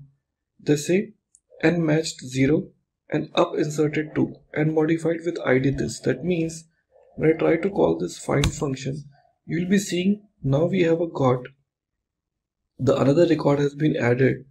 Are we clear now? As a new record. So upsert does what? Upsert says like if the records are found, I will update it. If it is not, I will insert it. That means if I try to call the same thing, manager 2, fine, it is added as a new manager. Now if I just try to say not manager 2, I will call QA, and here we are saying emp equal to new underscore QA. And now you can see it is saying n matched 1, n upserted 0, and modified 1. So it is clearly telling you like, hey, I did not find any inserted part, but yes, I matched one record, I found one record, and the one record is updated now. That is very, very beneficial feature when you really want to perform upsert. So that is the advantage of upsert. That is what's called update plus insert. Very important feature that depends on the requirement. If you want to add, you can certainly add this. So the way we have tried to add this upserted part, we can also try to perform the delete part also. Okay, so MongoDB also helps you to perform the delete part. And how you'll be trying to add it now? Let's try to understand. Here in my code, if I want to perform any delete part, I have this statement name called db dot, the option we are using it, that is now called collection name emp, new emp, sorry, dot, we have an option name called remove. In this remove, we would like to offer the property. Okay, and what we're talking about now here, let's try to add the ID here or the name which you would like to import. So I want to say like emp name admin new. So we just say p name. Okay, and then name is called what? Admin new. Okay, emp name admin new. When I say remove, you can see it is removing the first record. So you can see now the records are removed.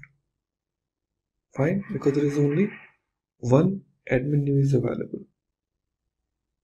Okay, now in a similar way, if I try to remove the property called new underscore manager, new underscore manager, hit enter. Now you can see the 3 records are removed. So it's not like update which removes update only one record. It can also eliminate more than one records at the same time. That's the benefit of remove. So now you can see we have already implemented some records. As I seen earlier, like we have performed the delete part now. Now when I try to say db dot new emp dot find, 3 records are available with me, 3, 4 and 6. Now when it comes to insert part we have seen, update part we have seen, delete part we have seen. Now it's time to basically fetch the records. So find function we've already seen, but in find function we also have some conditions, so-called queries. So in case if you want to limit the number of records into your application, you can also do that. Let's see, db dot new emp dot find. Clear now? So in find you can also pick up the specific records too. Like when I'm saying dot find, and here we can just say name colon admin.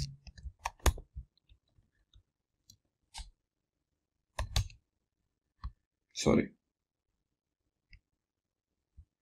Here to put curly braces.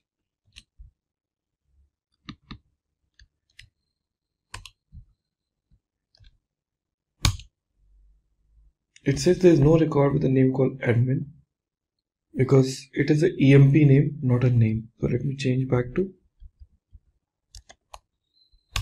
Now I can see it finds one record. So like that, you can also apply a condition, okay, into your code. Now, in a similar line, if you really don't want to offer any condition, okay, but you want to limit the number of records to be shown, so you have this function available name called limit 2. 2 means only 2 records. Now you can see, though I have 3 records, but it is only showing me 2 records because I have limit those number of records into my code. Also, we can perform sorting in case if you want to perform the sorting in ascending and descending order, that also you can also do. So here, rather than saying limit, we just put this option name called sort, and in this sort, on which property you want to sort it, that also you can mention. So we can just say emp name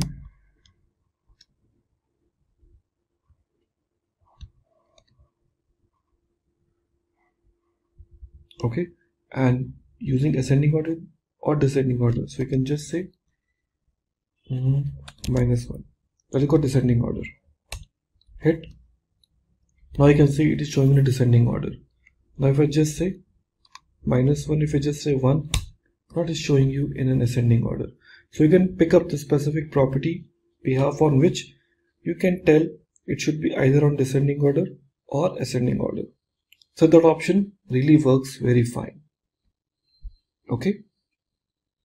So that's like how you can perform the queries. But remember one thing, you can also search the records based on their embedded columns too. Because if you see in our previous records, we have some records added. Okay, that is, let me try to say show collections. I will call SL student and student. Okay, db dot find. Okay, you can see we have records which are embedded records. Now if you want to search the records based on their embedded properties, like I'm talking about address, there's one property name called city. Fine, so if you would like to pick up those records, these are also possible. So how you can do this? Very simple. So you say db dot student dot find. Okay, so inside this find you can provide the specific properties. Like my outermost property name is called what? Address. So we are using this option called address dot city. So we say city. Are we clear? Colon.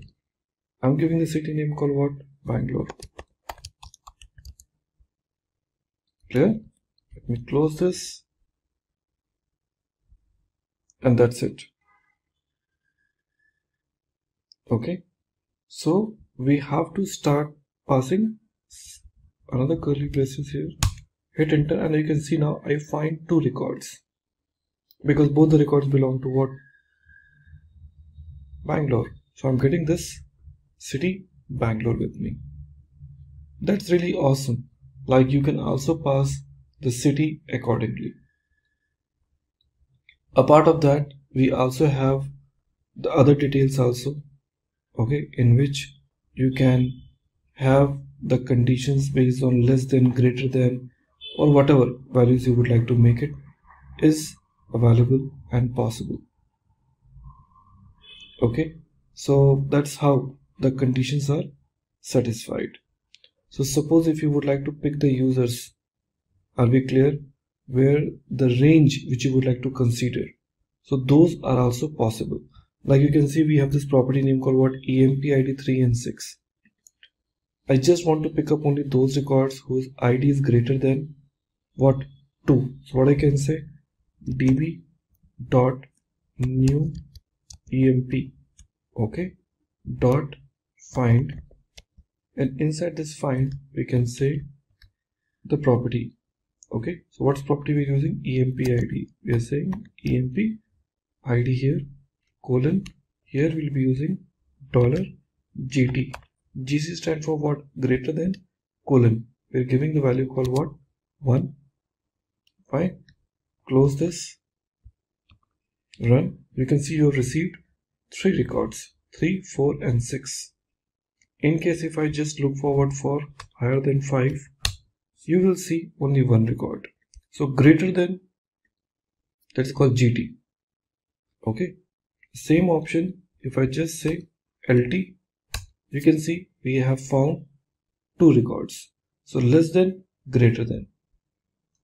Okay, so that's how exactly you offer it. Okay, and also you can provide the condition, so-called limit. As I can say, find EMP ID the way we provided. So here I will not use less than. Okay, instead I'll be providing another property. Let me show you what. So here in EMP ID, whatever we have taken, so let me try to take the property called find, and here we are providing EMP ID, and then we're using another curly braces, and we're using $in. Is very important property, $in, colon, here you provide the details. I'm saying inside, so the property is 346, we are saying 3, 6. Close this, and you can see we got 2 records which matched with 3 and 6. That's the benefit of having this. Okay everyone, so in our previous example we have already seen many activities. This time we are trying to offer you something very interesting feature, and that is known as called working with indexing. See, MongoDB is one of the most popular tool, and one of the reason why it is very popular because it is having the facility of having indexing. Now what exactly the index does? So friends, main job of having this index is to basically give you the concept of like how one particular document, which is huge document, in case if you would like to perform any sort of indexing inside this, how you will be applying this. So to apply indexing into my code, let's try to understand why index is really required. Without indexing and with indexing, how you'll be making a difference into the code. So to make it happen, we would like to insert some records to confirm. Okay, so what I will do is in step number 1, previous records, if I see, I have got 46341, depends on what earlier records we had it. So we had a call new emp. So db dot new emp dot find. So we have total number of 3 records are available. So it's okay, we can have this 3 records with me. Now let me try to apply indexing. Without indexing, if I want to find the result, what outcome I'm gonna receive. So to know about how much time it's gonna be taking, if I have got large number of records with me, I'll be using this statement name called db dot, the name is called new emp dot explain, and here I'll be using one predefined functionality called execution stats.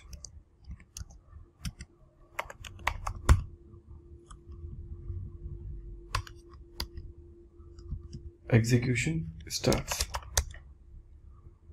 Okay, now here after this execution stats, we'll be using dot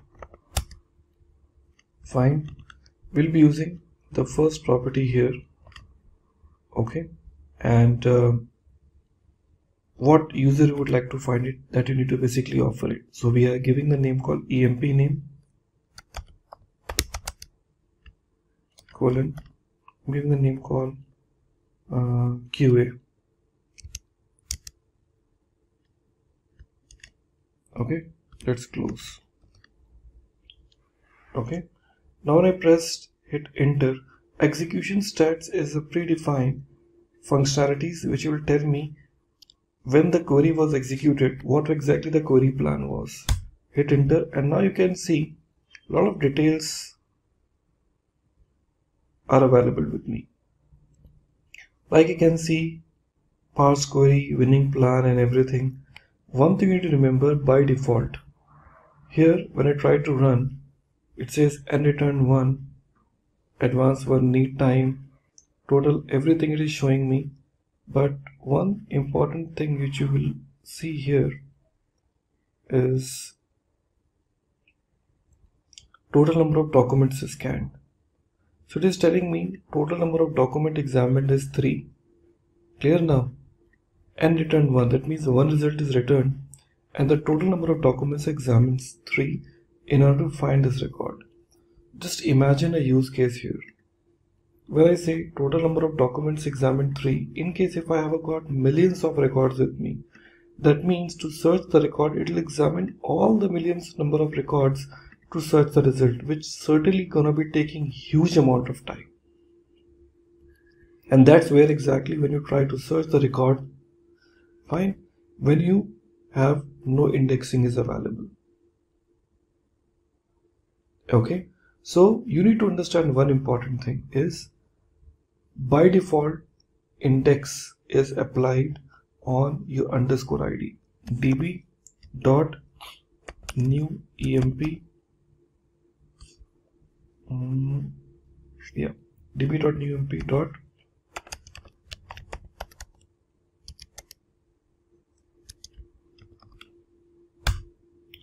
when I say db.newemp.get index is a predefined function, it tells me like, hey, by default index is applied on underscore ID. That's a fact, because by default index is applied on underscore ID, not on the other properties. So I need to identify which of the properties are required to be get indexes. MongoDB advantage is it is supporting multi-column indexes, and that's what exactly we would like to see. So let's see in our next demo. Now we will try to apply indexing on our own property. Okay, so to apply the index, what we need to do, we have to say db dot, certainly we will be talking about called collection name called new emp dot create index. Here you have to pass two things. Number one, on which property you would like to apply. Okay, and it has to be ascending or descending. So I'm trying to apply on emp name, and I want the index to be applied on ascending order. Okay, so here colon 1, hit enter. You can see now it is telling me like number of indexes before 1 and number of indexes after 2. That means earlier index was available only on one particular property, now it is applied on 2 properties. If you want, you can check. Now you can see there's another property is added called emp underscore 1. Now if I try to execute a similar query which I executed earlier, QA, now you'll be seeing there's a different statistics altogether. Here if I see in my code, see it will tell you total document examined 1. See now earlier the number of document examined were 3, but since this index is applied, now it is telling me the total number of document examined is 1. So performance is certainly improved. So to search your document, it won't be searching the complete collections. Okay, rather it will search what? Only that particular column in which it is actually applied for. So that's the benefit, in fact, I would say, when you will be using these kind of indexes into your code. Okay, So hope we all are clear and understood about this concept. So let's go ahead and get this implemented into our system. Well, this is the first way of how the index can be applied. So you can also apply index on multiple properties. Clear? So that we will show you one by one how it is. Okay everybody, so we have already seen in our previous example how we have applied indexes in our existing MongoDB application. So it is also a possibilities where we want to also apply the index on other number of properties too.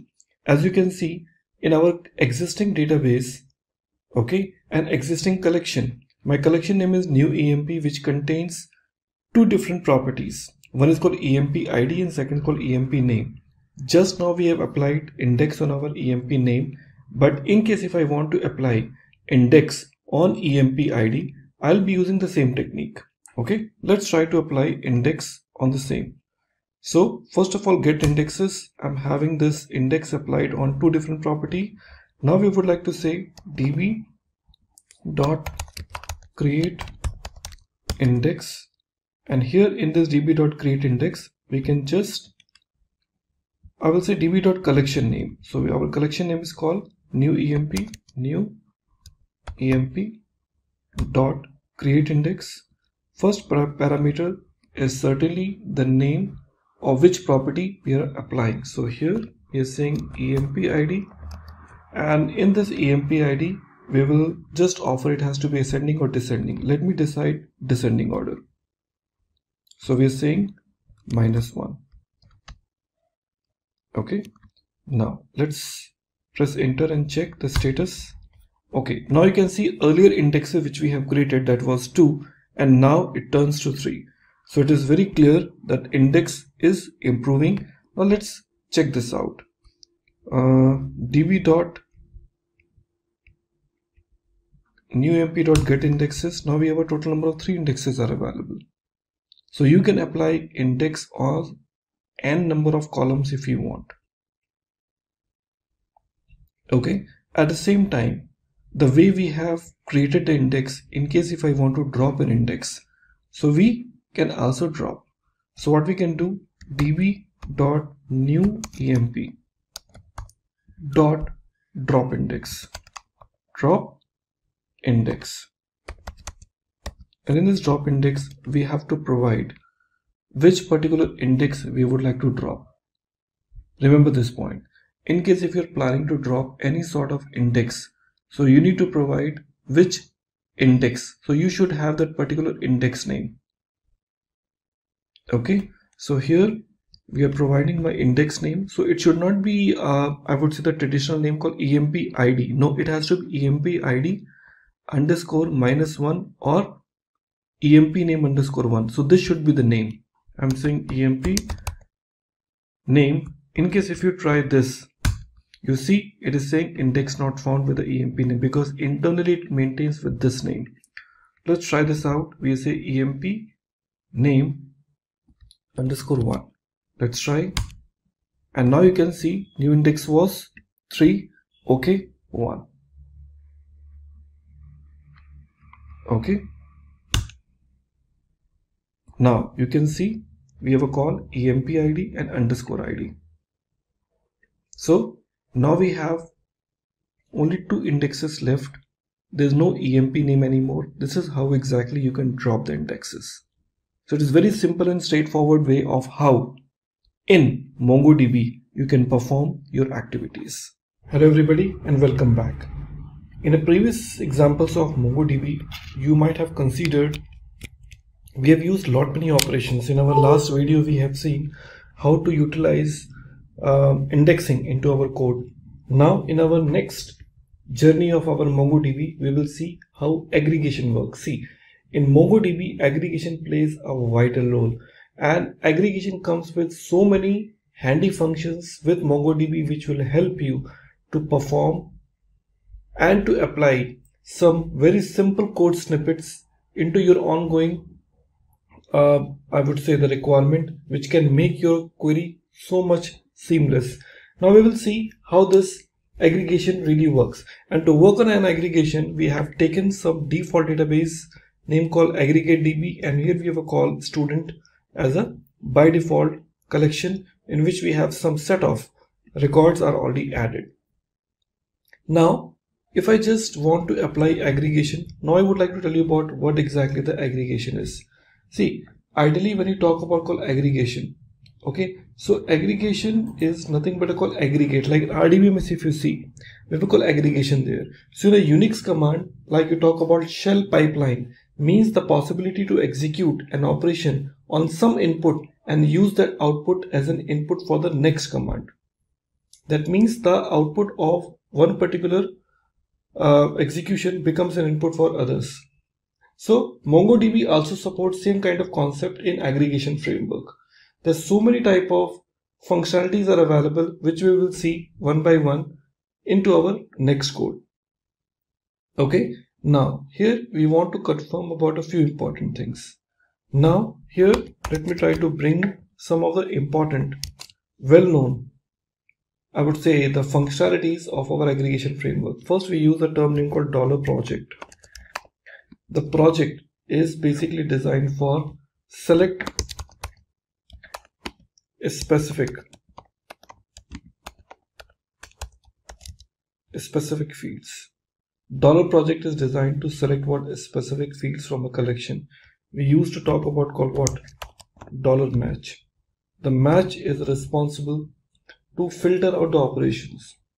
Are we clear now? It is designed to filtering out the operations. You talk about $group.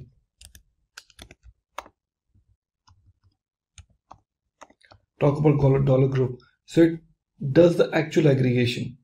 Fine. We talk about call $sort. Okay, it basically sort the document. Okay, like that there are so many operations are available, which we will see one by one in our aggregation behavior. Now my first example, the one which I want to execute, I have a called student record with me, which contains the student name, okay, the section and the marks and the subject, on which subject the person or the student is appeared. Now here my first requirement is we want to filter data based on a section A, because students belong to the different sections. As you can see now, they belong to the different sections, section A, B, C, D.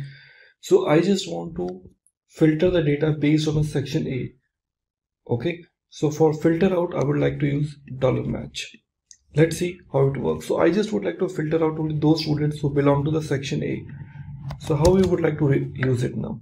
I will say db dot student dot aggregate, and inside this we would like to use this square brackets and then curly braces, and then use $match.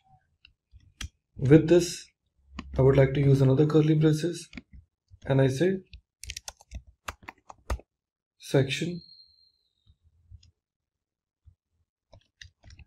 A. Okay, and I close this, close this, close the square bracket, close this. Okay, so db.student.aggregate, aggregate should be always associate.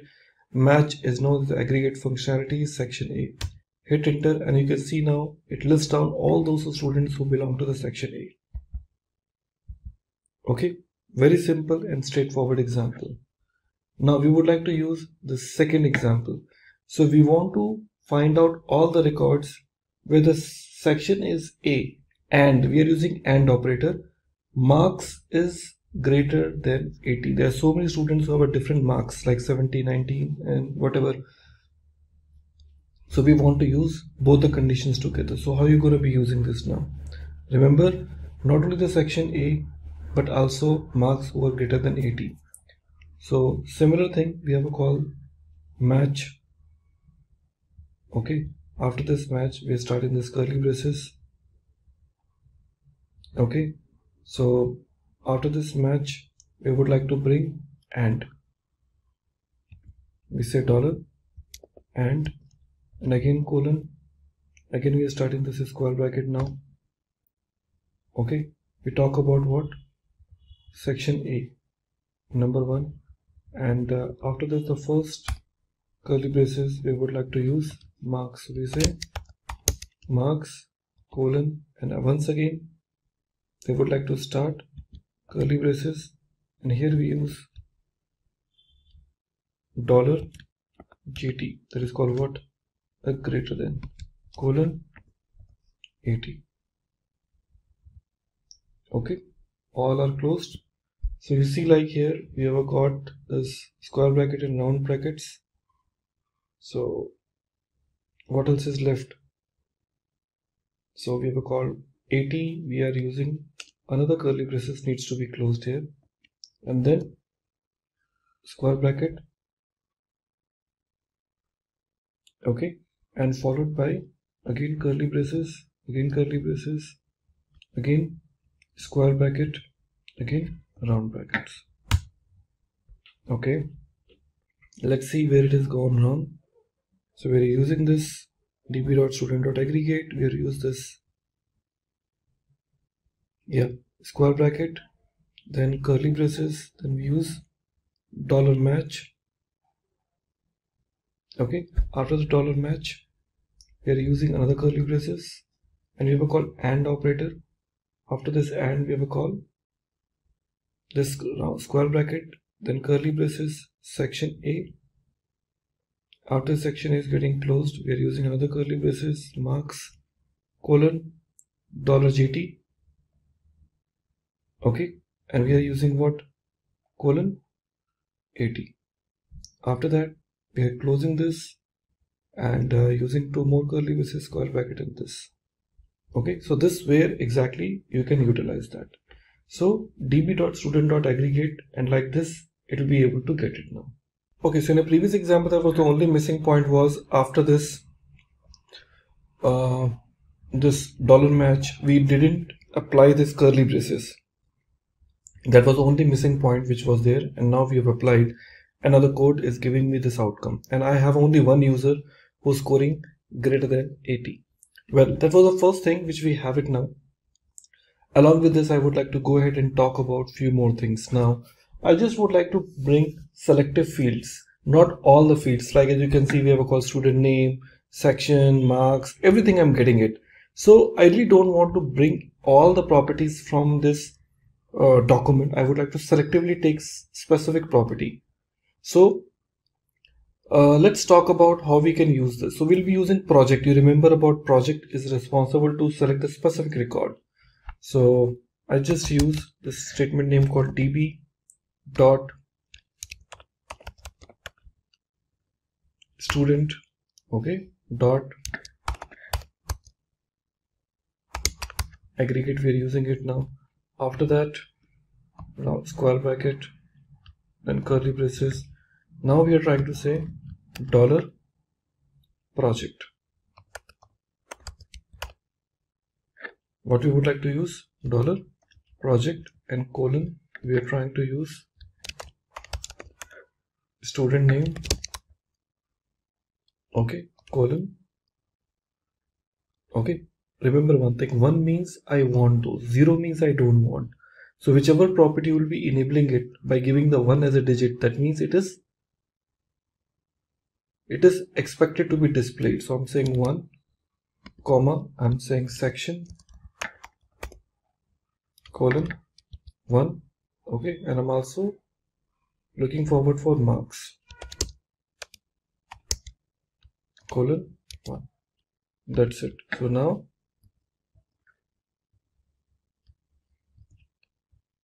you can see now I am once again picking up only those like student, section, and marks. Now if I go back and remove some properties, like I only want student and section, you can see I have only student and sections are used. Here if I just use this statement name call underscore id colon 0, now you can see only the names and sections are visible, ID is not, because I really don't want ID. By default ID is shown, but if I say it's 0, that means the ID will not be visible here. So like that you can select the columns or the properties accordingly. That was the one way. Now the other thing I would like to use, what if you want to find out the student name, section and marks from student? Once again, we want to find out the student name, section and marks from the student collection where the section is A. Okay, so here it will be the combinations of match as well as the project. How we can use this? Let's take a look towards my implementation. If you see the previous one, what we have used here, you remember about, we have used this statement called aggregate match. Okay, so now we would like to go back and utilize, after this $match, this is a curly braces, I'm giving section colon A. Okay, section colon A, and after this I'll close this. Okay, and close this again. Again, I'm opening it up by using this option called project, $project. We're picking up the project right now, and here with this colon symbol we can use again and say student name,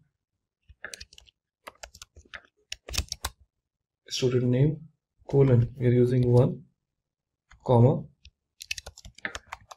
section colon 1 and 1, marks colon 1, and now closing this. Now you can see I got those. So the requirement was, we want to find out the student name, section and marks from student collection where the section is A. So you are not only using the match, okay, but also using what? The selective details. Like this you can implement it. Okay, that's where exactly the projection really works. So projection gives you many opportunities which you can utilize it for your own, and also it comes with many predefined functions like in sum, AVG and all. So let's talk about those functionalities too. So this is the first thing which we have seen, aggregations are taken place. Now in case if you would like to perform the group, like if I want to find out the total marks, group by, okay, section, like each and every section I would like to confirm the total marks in every section, then how will I basically do that? So let's try to get this example also. So here, let me try to go back, and we will not be using match here because I would like to use the group part. So after this curly braces, we want to use $group. Okay, that is called group by in RDBM is how you use it. Here we use this curly braces. Again, here we are passing this underscore ID. Okay, you have to provide underscore ID in a group because you cannot skip it. That part you need to be always remember. You really can't skip $ID whenever you're trying to talk about called group. This is a compulsory field, you need to have it. After that, I'm using this section. In this section, we are saying $section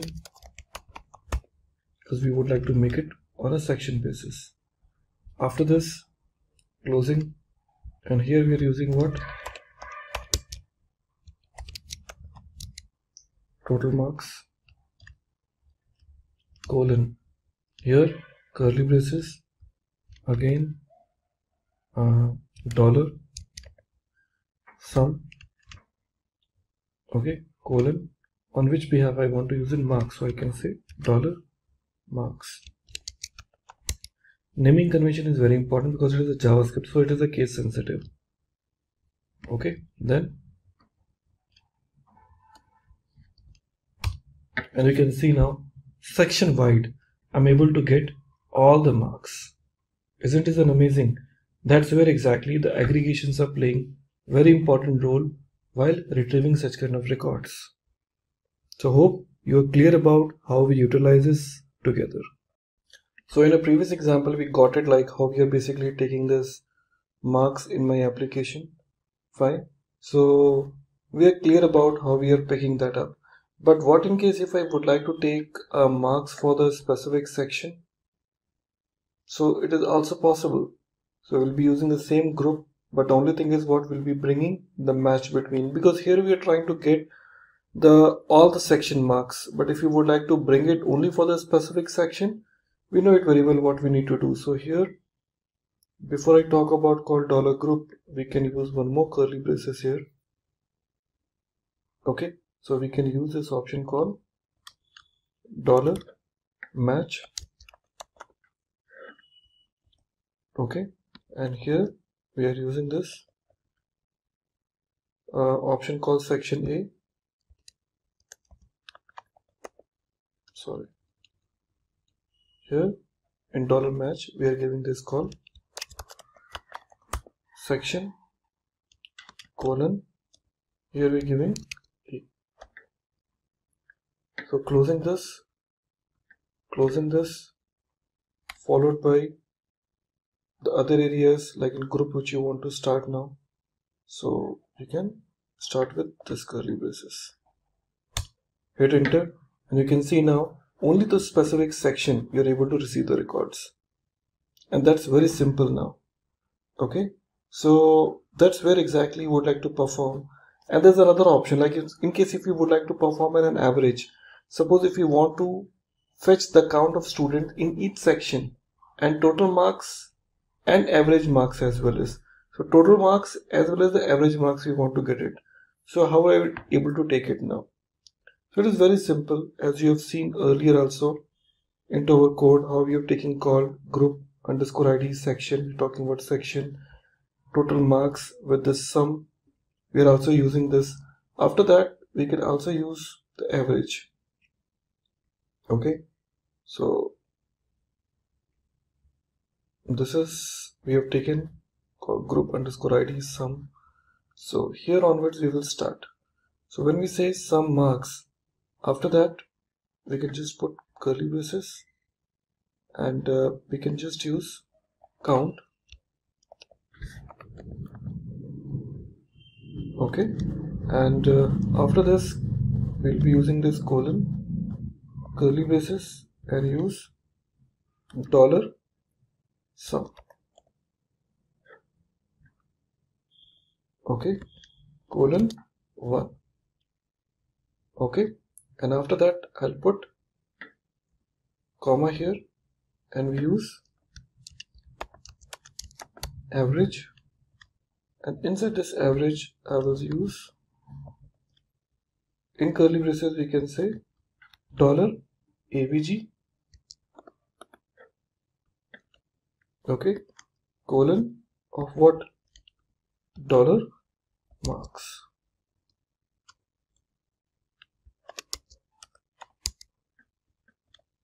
Very simple. So curly braces is closed. Okay, so total how many? 3 curly braces will be closed, 1 square bracket and round brackets. And now you can see you got the average markings in each and every section. So just imagine how easy it is for you to deal with the aggregations. So aggregation seems to be a very simple approach provided by MongoDB that really create a difference of how the aggregation changes the way how you react to. Okay everybody, so after going through the idea of like how we can utilize the concept of aggregation, it's time to talk about like how when it works with MongoDB. MongoDB is properly known for, I will say, for replication, that is called high availability, and that feature comes by default with MongoDB. You really don't need to install any software for this because it is a built-in feature for the MongoDB. So when you download that, it comes along with this, so no additional configuration setup is really required when it comes to the MongoDB part. Okay, so let's get started and talk about how MongoDB can offer the replication. See, the idea behind a replication is what? The idea behind a replication is like you are replicating it. Okay. So when you talk about replication, you are replicating your data to where? To the multiple childs. So here in MongoDB, we have one concept available. Okay. That is known as called master. Okay. And slaves. Okay. Master is one and there will be multiple slaves. Okay. So these slaves where your records are actually stored, and this is a master which will be responsible to replicate the data to all its childs when the request comes. Due to that, in case if one particular node fails, so automatically the data will be taken from the other nodes. That's the beauty of having this master and node slave process. So to make this possible, we have a very simple option available. In MongoDB, we have one concept like called MongoDB Atlas. So there we can go and get our cluster ready. So here we start with the concept name called MongoDB Atlas. Let's search for MongoDB Atlas, and here I see MongoDB Atlas Database as a Service. See, this is a free tool. It's a cloud environment where you really don't need to install MongoDB in your local machine. It is a cloud-based MongoDB support which is free to use with a limited amount of space. But yes, for the testing purpose, it is the best suitable. So I can start with the start free, or else I can say the login here.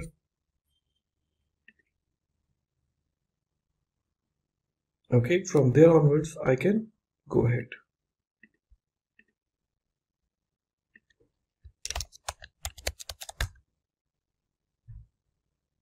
Now it is getting ready.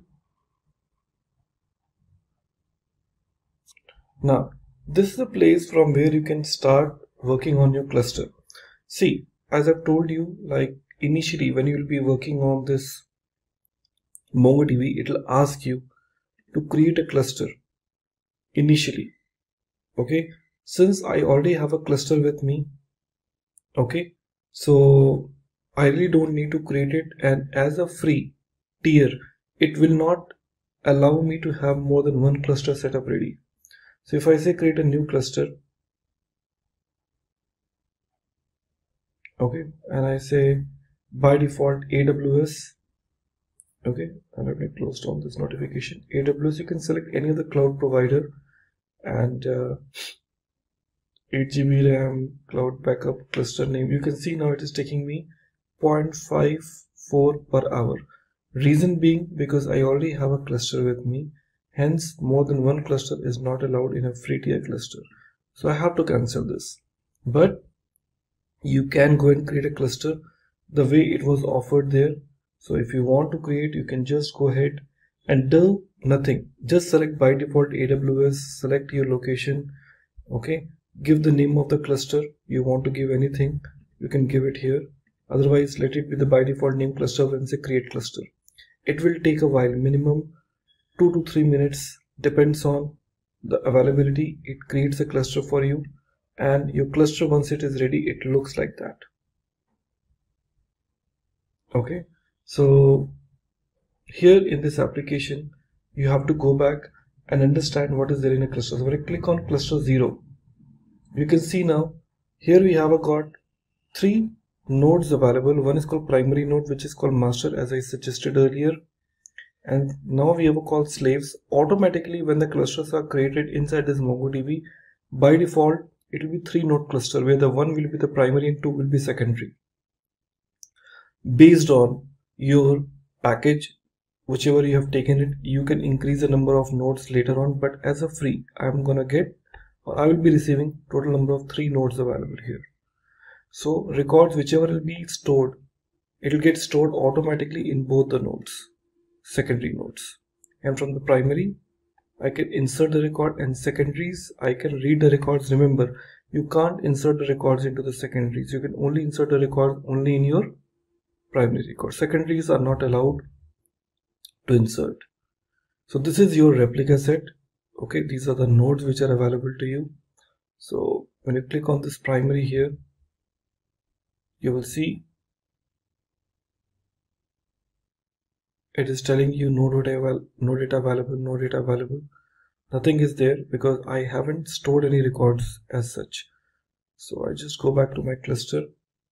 So initially I would like to go back and create few things now. Okay, I would like to go back and set up few initial things at a time of creating the cluster, because when a cluster is created, clear now, so in that point of time no setting is configured, you have to do few settings now. First setting is you have to put it, remember the steps. First step will be your network access. So in network access you have to go and you have to say add IP address, and in this add IP address you have to select this option from which location you would like to accept. Only those IP addresses will be whitelisted. Otherwise what you can do, you can see here in my options I have given 0.0.0. that means all IP addresses are acceptable. So all IP addresses are used. Okay, so this you have to enable it, otherwise you won't be able to get this network access from any third-party locations. Next you have to talk about call database access, which is required for you to create a new user. There are already some new users are created, but it is recommended that you to go and create a new users here. Okay, so you can go back and add a new user. So by default it is username and password is given, so you can go back and create a new user. When I say add user, you can give the username as well as the password as per your own convenience. So new user I'm going to create it, that is known as called SL, okay, user, and here we're giving call admin 123. So SL user admin 123. Remember this will be the username and password. I'm saying add user, new user is automatically added, SL user admin 123. So once you have provided this network access, database access, next you have to create a new data. So what you need to do, when you go back to your statement, okay, network access, database access, it will ask you like you want to create a new database. So I just go back to my project 0. There will be an option called collections. You have to go back and create a new collection here.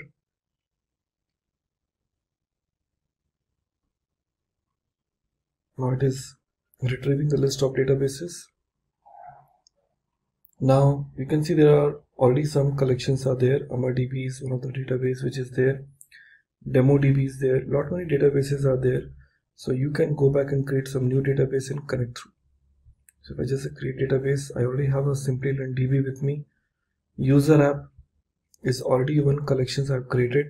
So creating a database in collection is very easy. If I give you the quick demo, I say create database, give the collection name called SL demo, okay, and give the username called AMP SL demo and employee. I say create. Now you can see SL demo and create. It is there with me. So there is no record right now, and once it is there ready, so remember SL demo and employee. I'll go back to my code again, project 0, and from here I can say connect because I want to connect it. So to connect it from, because your MongoDB is already there, so you want to connect it through. So to connect it through, we have a very simple option available. You can just click on this connect option. Multiple options are there. Through Mongo Shell, connect your third-party application with the MongoDB Compass. So since I already have a Mongo Shell with me, so Mac OS, I have this Mac OS with me, so you can just use this line. Okay, so if you have a window, you can select your window. Since I have this Mac OS, I'm selecting this line, but I need to replace with this you can see this username, okay, and you have to give the username here. I'll select this. I open my terminal, okay, and this is, I'm just closing this and opening up another terminal here. Since I want to connect with the Mongo shell now, so what I need to do here in this, I'll just paste that, the command which I have it now. Username is, you remember I told you, you call some users which we have already created. Let's check.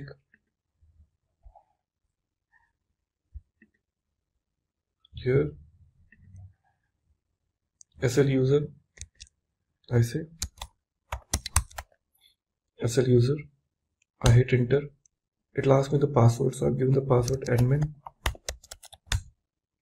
And now you can see it is connecting with me to this particular,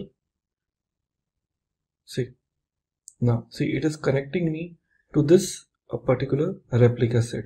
You can see in a logs it is telling you very clearly, okay, saying that it is a username 4.2, and you can see it is connecting with your shard cluster, the cluster which is created, and this is where exactly I have it with me.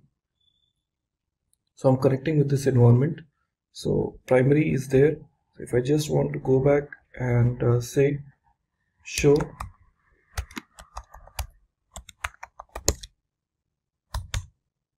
collections, so I can go back and create a new collection here. Okay, so it's up to you now. By default collection which is their employee, so I can say db dot employee dot insert, and now here we can just add name,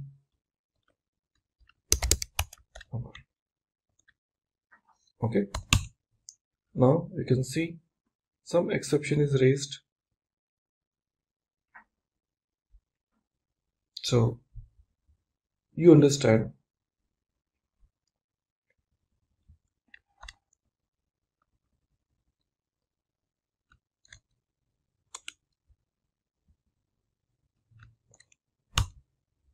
Now you can see the records are added into my primary cluster. So if I just go back and go back to my project 0 where we have got collections,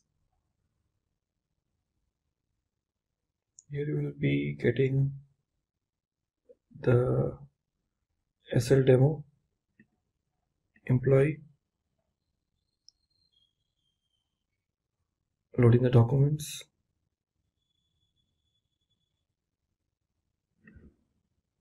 So it takes time to get this, but this is where exactly you see the records will be stored. Okay, so that's where exactly it works fine for all of you. So we have this record. Okay, so when I say show collection, so we have a call employee, and I say db dot employee dot find. So I can see we have got new collection name called. This is added right now. Okay, so like this you have got the first connection established and the records has been inserted. Hey everyone, my name is Ishan and I welcome you all to this session. In this session, we will have a look at the basics of GitHub. Before diving deep into the subject, let's first have a look at a use case. The use case we will consider today is of the world's largest sporting goods retail brand, Decathlon. Decathlon has 1600 stores spread in 52 countries with around 100,000 employees. The IT team of GitHub consists of 1000 members that helps Decathlon to bring its shopper's journey to their devices. So here, we will first see the problems that they faced, and then we shall see how did they sort out that problem. In the beginning, Decathlon worked on the data center with the help of a VPN. And using a VPN was a huge challenge in terms of workflow visibility and avoiding redundancies. So the first problem is how to maintain workflow visibility and avoid redundancies. Then since there are so many stores located at so many different places, hiring of developers seemed to be a difficult task, as a physical workplace was always needed. So the second problem is, how would they hire developers? Now, let's see how did Decathlon solve these two problems one after the other. In the first case, the entire Decathlon shifted from any other remote repository to GitHub. GitHub turned out to be an amazing open source community as the code became more visible across the organization and now anybody could contribute to it. Then, let's talk about the second case for hiring the developers. As we know, GitHub is an open source community, so it helped in collaboration with any developer all over the world. The potential developers could now contribute to benefit the global community. Now the question arises, what made this contribution possible? So the major contribution role was played by the version control system. This was just a single case amongst many others. There are many organizations that have benefited from GitHub. Now, when we have realized how GitHub has revolutionized the market, let's start learning more and more about GitHub. As we move forth, let's have a look at what is version control system. Version control system are the software tools that helps in recording the changes made to the files by keeping a track of modifications done to the code. There is one repository and each user has their own working copy. The changes are committed to the repository, which are possible to be seen by others. The two most important things to make changes visible are you commit and they update. As we discussed, it is a system that keeps a track of different versions of a file, and hence a specific version of a file can be called whenever needed. This makes the collaboration amongst developers easy and also provides the members of the team to work on the latest version of the file. Moving forth, let's see what is Git. Now, when we have learned version control system, the next thing we need to know is what is Git. Git is the most commonly used version control system that helps in tracking changes made to the files. Hence, we may have a record of all the changes that have been made to a file, and we can also revert back to a specific version. Git simplifies the process of software development with the help of easy source code management. Git is not only helpful and popular among developers, but also helps non-technical people to keep a track of all the files they have been working on.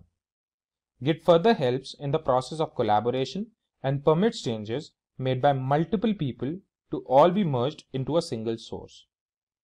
Then, Git automatically merges the changes so two people or two different sources can even work on different parts of the same file, and later on merge those changes without losing each other's work. This is especially useful when the projects are really big and many people are involved in it. Now, when we know what is version control system and basics of Git, it is time for us to jump on the topic, what is GitHub? GitHub is a service hosted on the web where all the projects are stored. Every project on GitHub has its own repository and its unique URL. Git provides a graphical interface to store the files and helps team members to coordinate on the project from anywhere. GitHub provides several access control and collaboration features like wikis and basic task management tools for every project. Let's now have a look at the features of GitHub.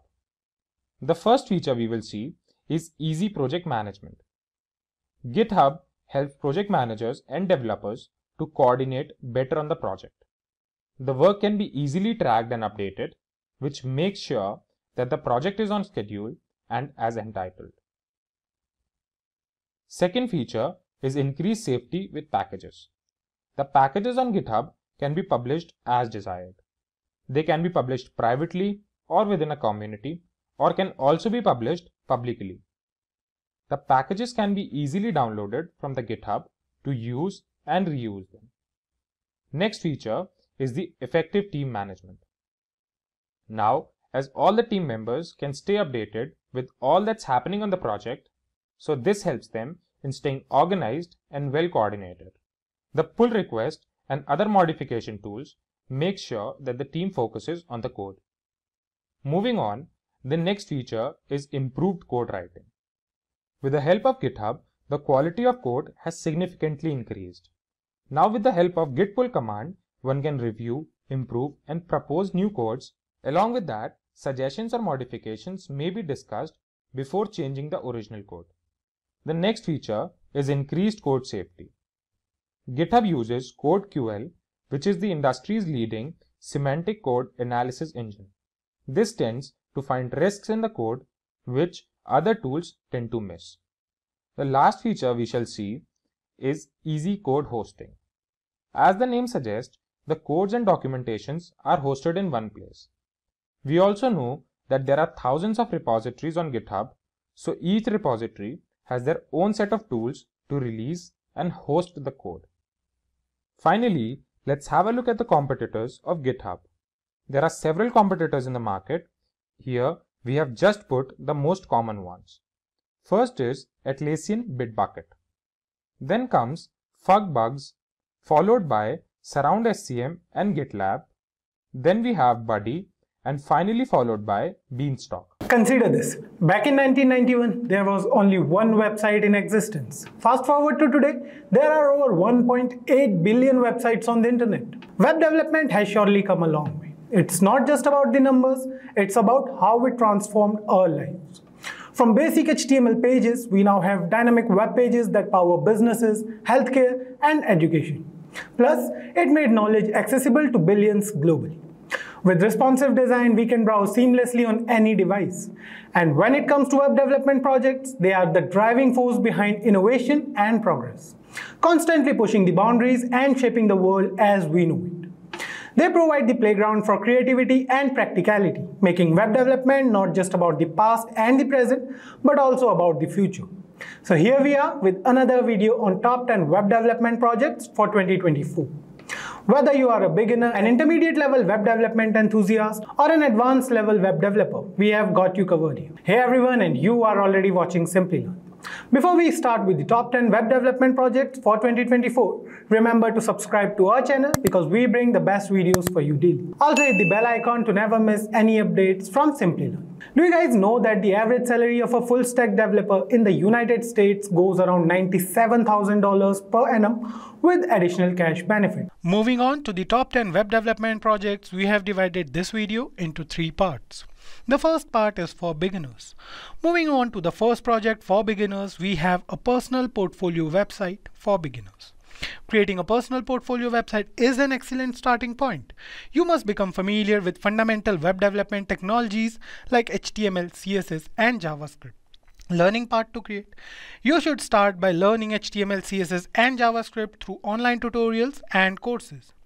The first step is to design your portfolio layout using HTML and CSS, focusing on responsive design principles. Add interactivity with JavaScript, such as creating a navigation menu or interactive sections. Practice by building and refining your portfolio over time. At the end, host your portfolio using GitHub Pages for free hosting or Netlify for additional features. Moving on to project number 2, we have a basic blog building. A basic blog is a great way to progress from the basics to more practical web development skills. You will need to expand your toolkit to include Node.js and Express.js for the backend. You should start by learning HTML, CSS, and JavaScript basics. Develop the front end of your blog using HTML and CSS. Then set up a server using Node.js and create RESTful routes with Express.js for your blog posts. Implement features like creating, editing, and deleting blog posts, and consider storing data in a JSON file or a simple database. To make your blog accessible to others, deploy it on platforms like Heroku or a similar hosting service. The next project we have for beginners is a to-do list app. A to-do list app is a simple yet effective project for beginners. It reinforces HTML, CSS, and JavaScript skills while introducing the concept of data persistence. Path to create this project is you should start studying HTML, CSS, and JavaScript fundamentals. Then design a simple to-do list interface with HTML and style it with CSS. Implement basic to-do list functionality with the help of JavaScript and use JavaScript to save and retrieve task data from local storage. This project helps solidify your understanding of user interfaces and basic data management. Moving on to intermediate projects, these projects are for people who possess a decent knowledge of HTML, CSS, and JavaScript and know the basics of backend technologies. The first project we have in this category is an e-commerce website. Creating an e-commerce website is a challenging yet rewarding intermediate level project. This project introduces technologies like React.js, Node.js, Express.js, and of course MongoDB. Start by building the front end with React.js, crafting product pages, and implementing a shopping cart. Develop a RESTful API using Node.js and Express.js to handle user authentication and manage product data stored in a MongoDB database. Consider implementing features like user reviews, ratings, and order history to enhance the user experience. And then deploy your e-commerce site to a hosting platform like Heroku for public access. Moving on to the next project, we have a weather application. The weather app project combines front-end development skills with API integration. You'll use HTML, CSS, JavaScript, and React.js to create a user-friendly weather application. The first step is to begin by designing an intuitive user interface for entering location information and displaying weather data. Utilize React.js to fetch and present weather information from a public weather API, for example, Open Weather Map. For an extra challenge, incorporate geolocation features to automatically detect and display the user's local weather conditions. The next project we have on our list is a social media dashboard. An intermediate level project, the social media dashboard introduces you to React.js and state management with Redux. Design a dashboard interface composed of React.js components that display social media metrics and analytics. Manage the application state with Redux to ensure a smooth user experience, mainly when dealing with real-time data updates. You can also integrate charting libraries or create custom graphs to visualize data trends. This project is ideal for those looking to deepen their knowledge of React.js and state management. The last intermediate level web development project we have is an online quiz platform. The online quiz platform is an intermediate level web development project that involves building a dynamic website where users can participate in quizzes on various topics. Design a user-friendly interface for registration, login, and quiz taking. Implement user authentication, RESTful API for quizzes, and secure database storage. Allow users to select quizzes by topic and difficulty. Deploy the platform on a hosting service for user engagement. These are the projects you should consider creating and adding to your resume if you are an intermediate level web developer to make your resume stand out of the crowd. Moving on to advanced level projects. Talking about the advanced level web development projects, for advanced level web development projects, you should master both front-end and back-end skills. The first project we have in this category is a real-time chat application. An advanced project, the real-time chat application drives into real-time communication and WebSocket technology. Design a user-friendly chat interface with React.js components and create a WebSocket server using Node.js and Socket.io to enable real-time messaging. Implement user authentication and private messaging feature for a complete chat experience. Hosting this project may require more advanced server deployment techniques. The next project we have in this category is a content management system. Building a content management system or CMS is an ambitious advanced project encompassing various web development technologies. Create a CMS with React.js for the admin panel, providing users with the ability to create, edit, and manage content. Develop a RESTful API using Node.js and Express.js to handle data storage and retrieval, possibly using a MongoDB database. Implement role-based access control to differentiate between administrators and content creators. This project provides hands-on experience with complex application architecture and user management systems. Moving on to the third advanced level web development project and the last project for this video, we have a progressive web application. Convert an existing web app into a progressive web app to improve performance and offline usability. Use HTML, CSS, JavaScript, React.js, and service workers. Enhance your app to meet PWA standards, ensuring cross-device compatibility. Implement service workers for offline caching. Optimize for speed and installability, offering users a reliable experience even offline. This project delves into advanced web development techniques and keeps you updated on modern trends. These web development projects cater to various skill levels from beginners to advanced developers. So choose a project that aligns with your current skill level and gradually challenge yourself with more complex tasks. Today we are going to talk about how to land awesome coding internships you've been dreaming of. But before that, let me tell you about Brian Acton. You might not know his name, but you have probably used the app he co-founded, WhatsApp. Before he became a tech billionaire, Brian was just a college student trying to get his foot in the door. Back in 1994, Brian was a computer science student at Stanford. He loved coding but had no idea how to turn that passion into a career.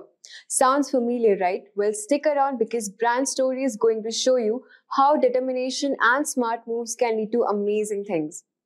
Brian didn't just rely on his degree, he built projects on his own, contributing to open source software and creating programs that solved real world problems. This helped him build a strong portfolio, something which you can do too. When it came time to look for internships, Brian cast a wide net. He applied to many companies, including some of the biggest names in tech. And guess what? He faced rejection. Both Facebook and Twitter turned him down for jobs. But Brian didn't let that stop him. He landed an internship at Apple where he worked on the eWorld project. This experience was crucial as it gave him real-world skills and important connections in the tech world. Just like Brian, working on coding projects and contributing to open source software can showcase your skills and passion. Don't fear rejection and use internship as launchpads. In this video, we will break down how to build coding portfolio, find internship opportunities, make your application stand out, and ace your interviews. By the end, you'll have a clear plan of landing your dream internship. So let's get started. Firstly, understanding how companies hire interns is crucial. This is important to know as you can plan. When preparing for coding internship, understanding how companies hire interns is very important. Big tech companies like Google, Microsoft, Amazon, and Facebook have structured internship programs that usually open applications in August or September for the following summer internship. These internships are highly competitive. For example, Google's STEP internship receives over 125,000 applications for about 2,000 positions each year. Microsoft Explore program and Amazon's SD internship follow similar timelines. Most of these companies complete their summer intern hiring by December or January. On the other hand, smaller companies and startups often have more flexible hiring timelines. They post internship opportunities year-round on job sites like Indeed, LinkedIn, or AngelList. These companies typically start looking for summer interns in January or February. Some might even hire interns just a month or two before the internship starts. This flexibility can be advantageous if you miss the application window for larger firms. Then we have resume building and interview preparation. Building a strong coding portfolio is highly important. Highlight your relevant coursework, skills, and experience. Use keywords from job descriptions to tailor your resume for each application. Include personal and school projects, contributions to open source software, and any certifications. Make sure to proofread your resume to ensure that there are no errors. Employers highly value personal and school projects, with over 70% considering personal projects when evaluating candidates. For instance, you can showcase a cross-platform app built using Flutter or a website developed with React and Node.js, including detailed README screenshots and future feature ideas on GitHub, which can significantly enhance your portfolio. Open source contributions are also a big plus. They demonstrate your ability to collaborate and solve real-world problems.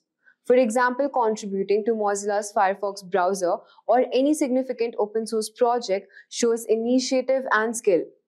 Then we have networking, which plays a significant role in landing internships. Joining coding groups, attending meetups, and actively participating in social media discussions can open doors to opportunities. University career fairs and companies' information sessions are excellent places to make connections. It's reported that 85% of jobs are filled via networking. Engaging in platforms like LinkedIn, where you can follow companies and participate in relevant discussions, can increase your visibility. Attend events like Tech Talk Boston or join coding groups like Python programmers to build your network. Let's talk about cold messaging on platforms like LinkedIn, which can be effective. Find the right person, such as technical or university recruiter, using LinkedIn search filters. Keep your messages short and engaging, ideally under 100 words. Mentioning a specific can show genuine interest and increase your response rates. A targeted approach focusing on second-degree connections often yields better results. Utilizing coding platforms, then we have hackathons, which are another great way to secure internship. These events usually last for around 24 to 48 hours, which are intense but rewarding. Major hackathons like PenApps and Hack MIT attract many participants and company sponsors. Offering a fantastic networking opportunity, approximately 86% of hackathon participants say the experience helped them in job interviews. Participating in these events can also lead to direct job offers from company recruiters who attend. Finally, when preparing for coding internship, utilizing coding platforms like LeetCode, HackerRank, and GitHub can be incredibly beneficial. For interview preparation, practice common coding challenges and questions. Additionally, review the basics of the programming languages and technologies listed in the job description. Behavioral interview questions are also common, so prepare to discuss your past experiences, how to work in teams, and how you handle challenges.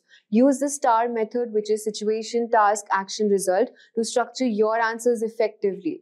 HackerRank offers skill certification in languages such as Python, Java, SQL. Aim to complete the problem-solving intermediate certificate, targeting a top 10% score to stand out of potential employers. GitHub is crucial for showcasing your work. Maintaining a consistent commit history with at least 3 code push-ups per week demonstrate your ongoing dedication and involvement in coding projects. These platforms not only help you build and display your skills, but also prepare you for technical challenges of coding internships. At last, let's discuss some of the best platforms for finding internship, which includes LinkedIn, which is great for networking and job listings. Indeed, extensive listings for internship in various fields. Then we have Glassdoor, which offers companies reviews and salary information, along with job postings. Next on the list is AngelList, which is ideal for finding internship at startups. Internships.com is a dedicated platform for internship listings, and Simply Hired aggregates listings from multiple sources. Remember, getting an internship takes time and effort. It's common to apply to 20 or more places securing an internship. Many successful candidates attend multiple hackathons and spend months working on the projects. The key is persistence. Build impressive projects, expand your professional network, and continuously improve your coding skills. With dedication and the right approach, you can find a great internship opportunity.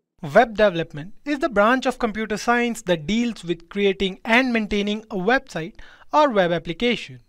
Every website you come across is designed with a mix of certain methodologies. A website is generally divided into 3 parts. Front end, the section that is visible to everyone. Backend, the website section is not accessible to the user. Database, where all the data of the website is stored.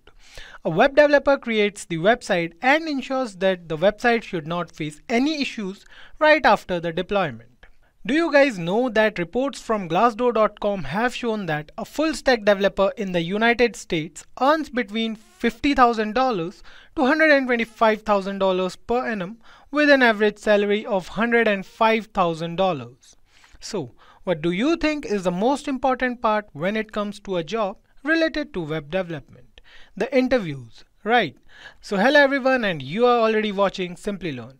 Here we are with the complete video on web development interview questions. This video will cover the most frequently asked technical interview questions from a web development profile. But before we start, if you enjoy watching such content and are new to our channel, then hit the subscribe button and press the bell icon to stay updated with the latest technological trends in the market. We'll start this video with the most basic technology, the HTML interview questions. We'll then take you through CSS interview questions, followed by JavaScript, Angular, and React interview questions. We'll finally take you through the backend, where we'll cover Node.js interview questions. So let's hand over this session to our training experts. Now we are heading towards an HTML interview questions. Now here are a few questions like, what is an attribute in HTML? So you can consider the attributes are the properties that can be added into the HTML tag, and that changes the way the tag behaves or it is displayed. Okay, so you can see here you have a call button. Okay, so attributes are added right after the name of the HTML tag. So button is an element for me, it's not an attribute. Okay, so what is a marquee in an HTML file? So marquee is something which keep on rotating. Okay, say for scrolling down the text page or the text on the web page, marquee is used. Sometimes you might have seen when you want to display some very important information, okay, which needs to scroll at the bottom or else the right after a specific period of time, you always use marquee. It is one of the very old element available under the HTML page. So it scrolls the image top, left, right, center automatically everywhere. So you always use marquee tags for rotating it. So the next is, what is the semantic in HTML? See, semantics are HTMLs are nothing but a call another coding style. Okay, so when you talk about a semantics, so they are basically reinforcing the meaning of the contents. Like typically you have seen we are using div and span tag, but the div and span tag really don't make sense to us as an HTML reviewer unless I go inside those and get to know about what they're really doing it. So semantics are nothing but these are the standard tags. Are we clear? So you can see like here, like bold tag is not useful for the bold statement, as well as the italic tag is useful for what? For the italic tag. So instead of, we are using strong and em tags. Are we clear now? So this makes more sense to us. Now, the next thing is, how do you display a table in an HTML web page? So obviously we have got table tag, and under the table tag, I can align the complete layout of my web page because of table head, table body, table row, table columns. There are multiple different type of elements which are available, okay, which are the part of table. It's just to basically align the content in a proper format. So what is SVG? Okay, so SVG is basically known as a kind of a graphic which is written in a typical XML language. The SVGs are the high quality graphics which doesn't tear off when you basically grow and increase or zoom. So normally what happens, GIF image, we talk about JPEG images, after beyond certain point, their pixel get deteriorated, but here in SVG it never happens. So you go to any level when you want to zoom and you're gonna get accurate contents at any point of time.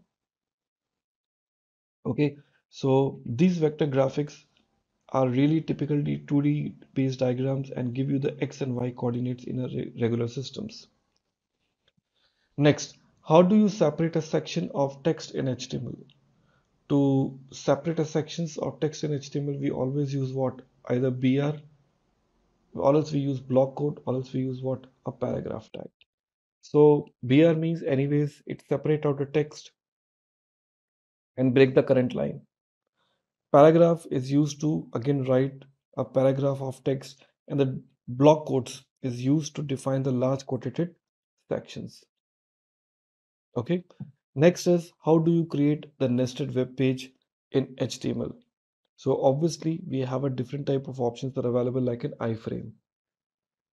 Okay, you mean to say page within a web page. Okay, so we can create a page within a web page with using iframe.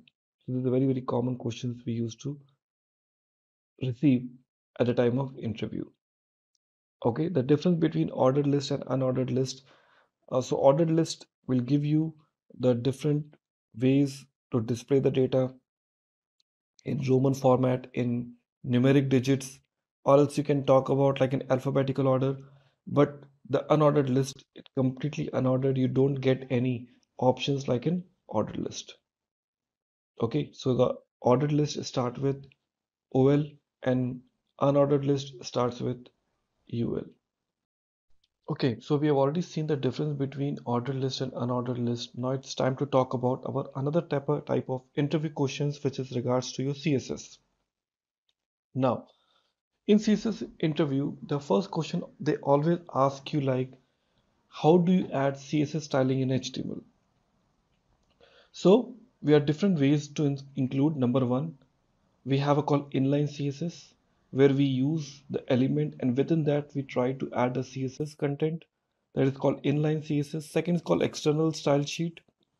Okay, where you can just use as a secondary or the external CSS file and just include it into your existing HTML page. Okay, that is the additional file which you write it in a CSS and you include it in HTML. And third is called, which is the internal style sheet, which you write it within your HTML. But the only difference happens when you talk about external, it is reusable across multiple web pages. Now, the different type of CSS selectors which are available. So we have a different selectors like a universal selector which is available. where you use the asterisk sign and select all the elements and offer the common style. Second, we talk about element type selector, where you have the specific element name into your mind and you offer that particular type of selector. ID selector is responsible to select the particular element with it having the proper ID.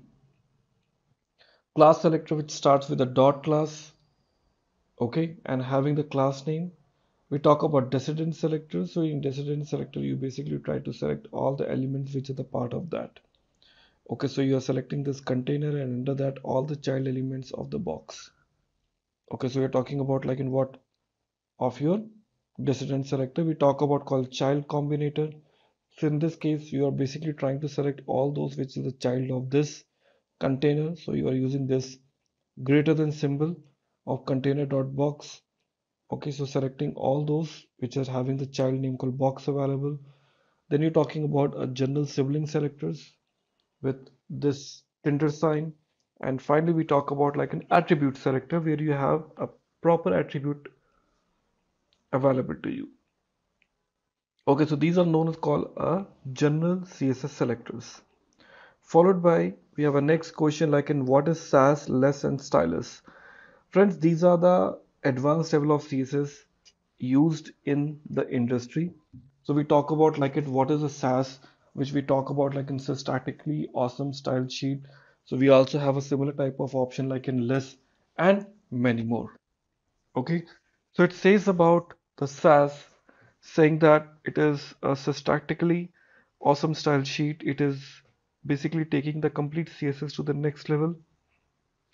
So that is a third-party website, but once again, it is very awesome CSS, which can offer you the mathematical functions as well as the reusability. We talk about less.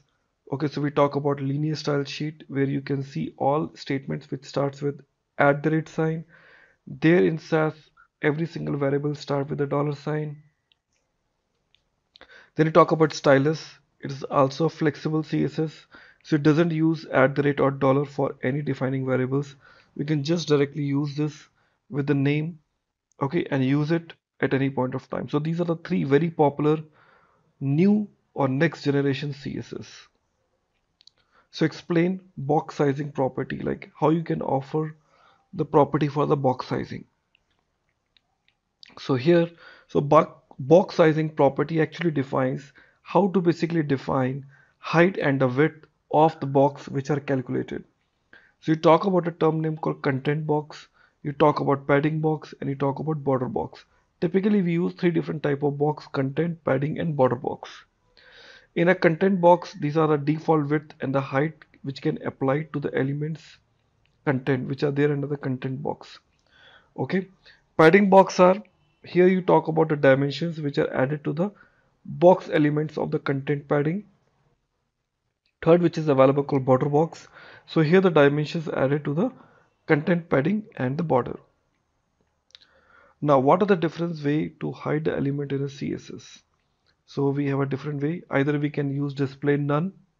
That means whatever is there inside the DOM, it won't be visible to you.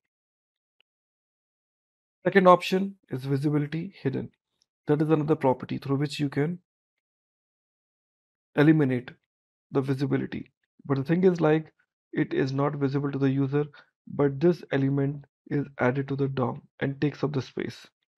But in display none, it doesn't load in a DOM. So somewhere to when you want to talk about performance, display none is anytime better. And second called position absolute. So this can be made to the appear outside the screen. So three different options are available.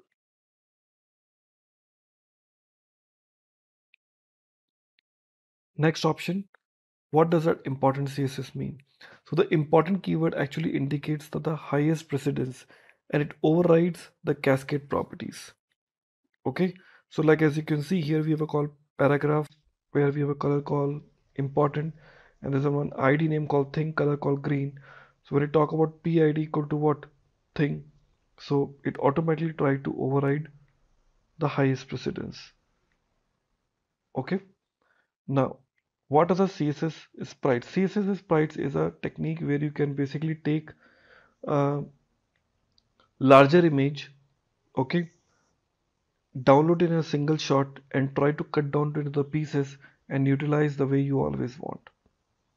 Okay, so if you're using this small images separately,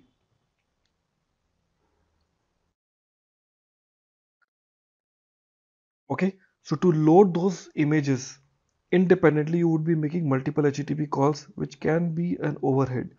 So it is good to basically download this lengthy image in a single shot, clear, and utilize them as per your convenience within your application.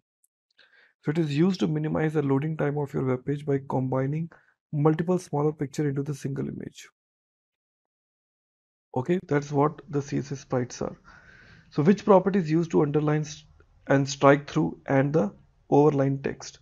So we have this option: text style, text type, text decoration, text transform. Okay, so the text decoration. So the text decoration is the one which will be helping you to achieve this.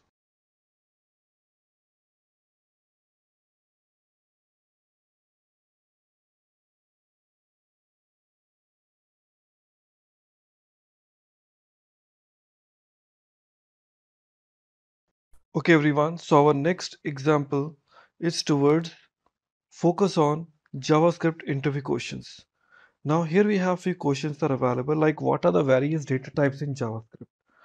So JavaScript contains different type of JavaScript data types, like if you think about all different types which are there generally: byte, short, int, long, float, double, character, boolean. These are all different type of data types are supported inside a JavaScript. Okay, now going ahead, what is the callback in JavaScript? So the callback means is a function, okay, that is passed to another function as an argument on a parameter. Okay, so what is the callback? Callback means don't call me, I will call you. Clear? So the idea is like you are passing the function itself as a parameter to the another function, because the JavaScript is known to be a call non-blocking, which never wait for the code to finish. It continues to move on. And due to some reason, if your function it's taking some time to execute, so JavaScript won't wait for that particular function to finish, so you use callback to prevent such behavior. Okay, that's called a JavaScript callback. Now what is the difference between function declaration and function expression? See, this is called function declaration, and you talk about a function expression. Function declaration is just to declare a separate statement within a main JavaScript code, and you can be called before the function is defined. Okay, it gives you the better readability, where the function expression are always created inside the expression. Okay, and it is created when the execution point reaches it. Are we clear? And it is used when there is a need for a conditional declaration of a particular function. Now, what do you understand about the cookies in a JavaScript? So it is one of the very common question.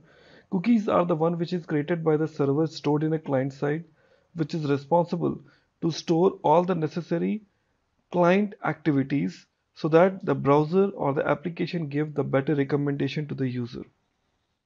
Okay, so it is just a small text file which is stored in a browser itself.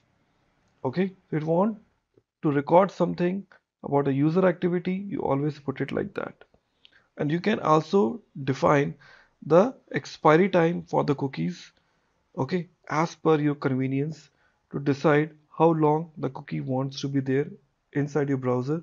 If you do not offer any time span, by default the cookie will get lost immediately the moment the browser closed. Next, what are the closures in JavaScript? So closures are the JavaScript is a feature where the inner function has an access to outer functions, variables, and the properties. Okay, so you can consider a closure has a three scope chains. Number one, it has an access to its own scope that is defined within its curly braces. Second, it has an access to the variable of the outer function and also has an access to the global variables. Now, the closure is a JavaScript feature, as I told you, like which has an access to the outer functions variable. Simple example I can give it to you is a function which is known as called inner function, and there's a function defined on the top is an outer function. So it is having all the functionalities access of the outer function inside it. Now, what are the imports and export in JavaScript? So import and exports in a JavaScript is a very common way how in Java you use the term name called import a package. But in JavaScript it is little different. Unless you export something, you can't import it. Okay, so if you want to access any of your files, properties or methods outside of your file, you always use the statement of import and export. So here you can see you have got one property like an sqrt which you are exporting it, and you have one function which is called square. There's another function called, you can say, diag, which you are exporting it and importing it just the way you always want. So that is how it is importing and exporting. What is the difference between undefined, undeclared and null in a JavaScript? See, undefined means a variable that is declared but the value has not been assigned yet. That is called undefined. Undeclared means like it is a null. First of all, we talk about null. Null means it is an assignment value that we can assign to any variable that is meant to contain no value. And undeclared means the variables are not declared and do not exist in a program. Okay, that is called what? Undeclared. How to remove the duplication from the JavaScript array? So you basically needs to use the standard filter methods. Okay, this is basically responsible to help you to analyze whether we have some duplicates available or not. So we'll be using filter methods. Okay, so these are basically known as called array and the current element and the index of current element, and by using the for loop, it is an empty array is used for the storing all the repeated elements. Okay, so these are known as called a typical JavaScript discussion which we have taken place. Multiple questions are there which we have already answered. Okay everyone, so we will go ahead with the next set of interviews which is related to your Angular. So Angular is as popular like in React. Okay, so there are some questions which are usually asked like what is the data binding? Okay, so the data binding is actually the process which allows the application, okay, to have some data associated with your HTML page from your TypeScript classes or the vice versa. Okay, so the data binding is the one through which you bind the data. Okay, so you can see here it says like Angular uses two-way data binding. When the changes happens in a model, it will be affected in a view, and when the changes happens in a view, it will affect the model also. So it is used to typically keep the model and view in sync with each other to have the data interchange. What is a TypeScript? TypeScript is a typical, I would say, a language which is used by Angular, okay, to develop Angular component services, pipes, decorators, and multiple things. It is a superset of JavaScript and it supports JavaScript libraries and APIs. It is a pure object-oriented in nature, uses object-oriented principles, better development time, fast to load, and additional features to the JavaScript for sure. Okay, what is an AOT compilation? How it is different from JIT? AOT stands for ahead of time compiler, which is converting all Angular and HTML and TypeScript code into the JavaScript code during the build phase before the browser downloads and run the code. Okay, so AOT is far more faster and lightweighted in the size. Just-in-time compiler is a by default compiler. Okay, so it is a process where the compiling computer code to the machine code during the execution of runtime. So this ensures the faster rendering in the browser. It also known as called dynamic compilation. Are we clear? So when you want to develop this AOT compiler, you always use hyphen AOT. Okay, so here you always use JIT compiler because that is the by default compiler used when you say ng build. Next, what are the pipes in Angular? So pipes means they are the decorators. They never change their default value, but just for the representation purpose, they change the values. Okay, to look more better the way they always want. Okay, so pipes are ready-made or else it can be customized, created. Angular also comes with lot many predefined pipes. Okay, like it comes with the pipe symbol here. Okay, so you can chain the pipes together. It can be provided with some arguments at the runtime with the colon sign. Okay, now you pass the input, you put the pipe and get some result with some decorated outcome. Now you can see the pure pipes uses the pure functions. Clear? So these pipe doesn't use any internal state and the output remains the same as long as the parameters passed to stay the same. Angular calls the pipe only when it detects the changes in the parameters being passed. A single instance of the pure pipe is used throughout the all components. Okay, so this is how you see how the pipes are being used. So we have defined the pipe, okay, which is the value called true and false for the pure, and giving the class by implementing pipe transform. So you can see here the impure pipes for the say for every change detection actually happens in an Angular. And impure is called, are we clear? It regards to the changes in the input fields. Okay, they will be calling every time. So multiple pipe instances are created for the same for these pipes. Inputs passed to these pipes can be mutable. By default, all pipes are pure. Only if you want to make it impure, you always say like pure colon true or pure colon false. Now, what are the promises and observables in Angular? See, promises, it is a typical JavaScript object. Okay, it emits a single values at a time. They execute immediately after the creation and not cancelable. They are pushed error to the child promises. Okay, where the observables are only executable when subscribed to them. They won't call unless you subscribe to them using subscribe methods. So they help perform operations like in for each, filter and retree and everything. When you unsubscribe this, they won't get called and won't listen anymore. What are the form controls and the form groups? See, the form controls and form groups, these are the two predefined objects comes with your Angular. So these all text boxes from you take the input, it may be radio buttons, it may be the drop down, it may be the check boxes are called form controls.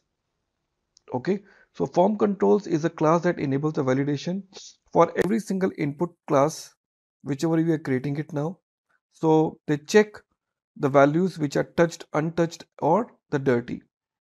Clear? Now when we talk about called form group, they are basically forming a group which under which you have a called relevant fields joined together are called what? A form group. Okay, so form group class represents a group of controls like you talk about address, contains city, state and pin code.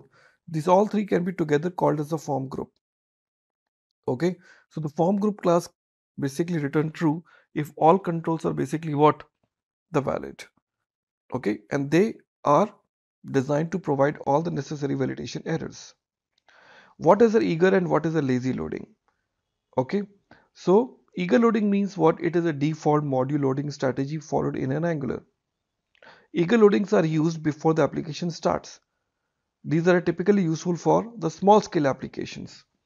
Lazy loading, however, is designed for dynamically loads the features only on demand. This makes your application far more faster. So in a bigger application, we really don't make eager loading because it hamper the performance. And you want only when the client asks you want to use lazy loading. What is a string interpolation in Angular? See, string interpolation is written under the double curly braces. It is a typically one-way binding where you get the data from the TypeScript classes and display directly over your browser. It denotes with the curly braces and it always display the data comes from the component to the view.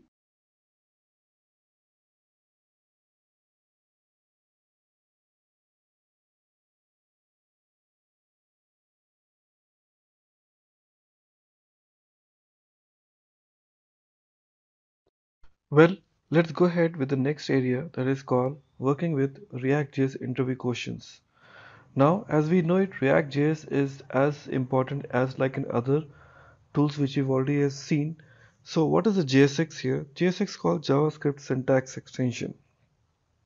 Okay, So this syntax extension to the JavaScript in React.js is in the way how you express to bind JS and HTML together to result a JSX content.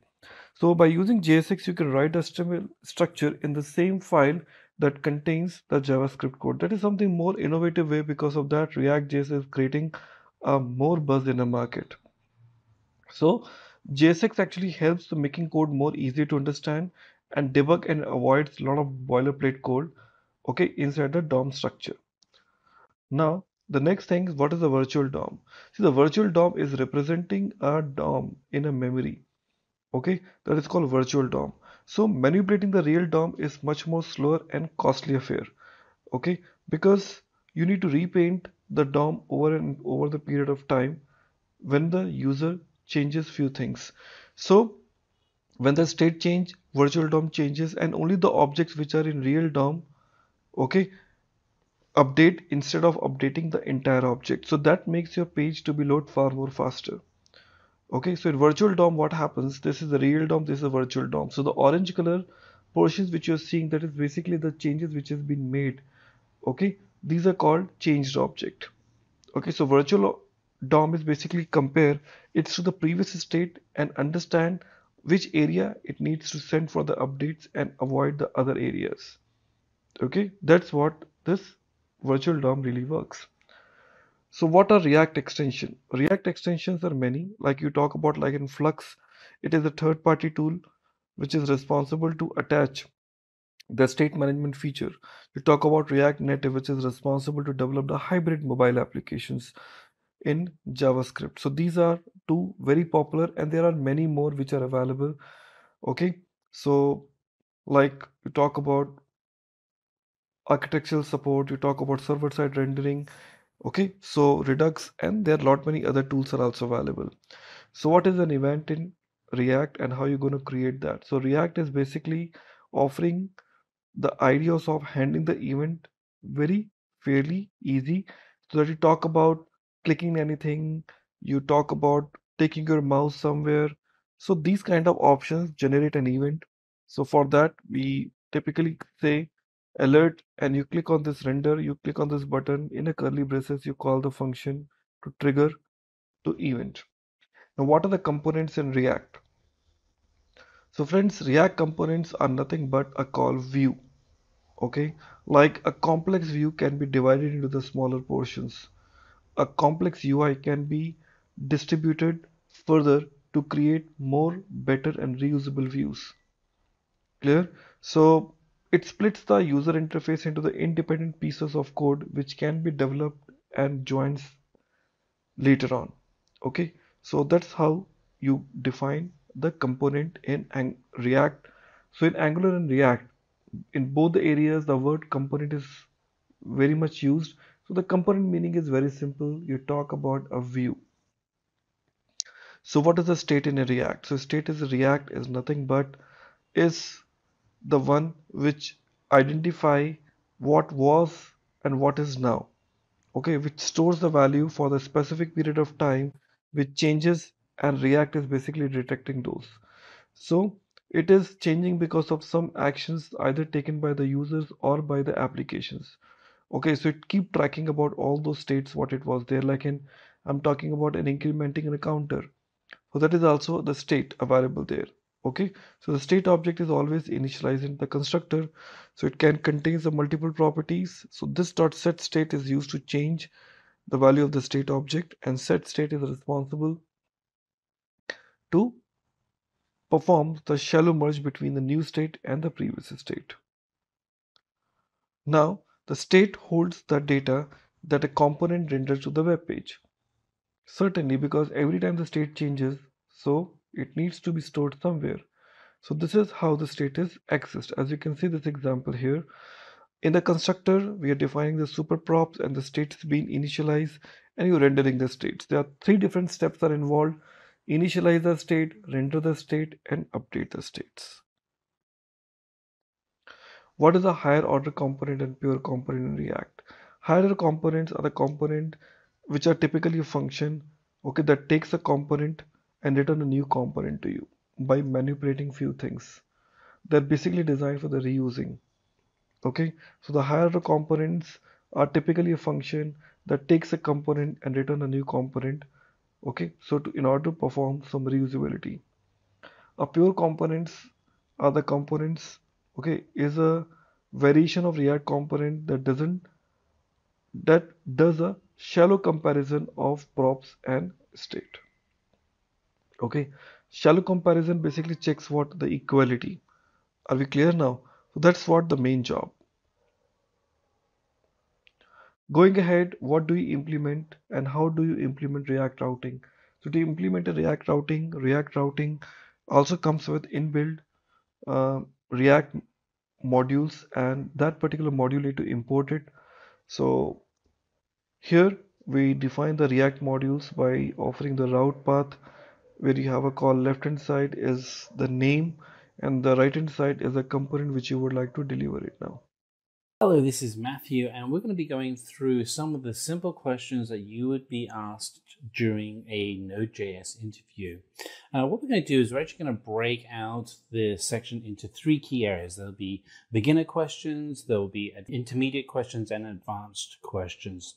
And the expectation is, as you go through this video, is that these questions could be pushed together as you're going through the interview. Kind of think of it like this: is if you've answered the beginner questions that you would get asked at the beginning of the interview with confidence and surety, then the client is going to then jump to those intermediate and advanced questions quite quickly, and they're looking for people who can help them serve and solve their problems at that more intermediate and advanced level. So let's just get started. So the first question you're probably going to be asked is, what is Node.js? Do you know what it's for? And essentially, Node.js is one of the most popular, if not the most popular, open source cross-platform JavaScript programs. It allows you to build out web applications that run on the server. It's extremely flexible. It allows you to implement a lot of solutions outside of just the core programming runtime. And it allows you to build solutions extremely quickly in an open source mindset for DevOps. It is used essentially for creating client-side web applications. We'll see this later on, and you may want to talk a little bit about using Express.js and how you can build out APIs to work with Node.js and connecting to databases such as MongoDB.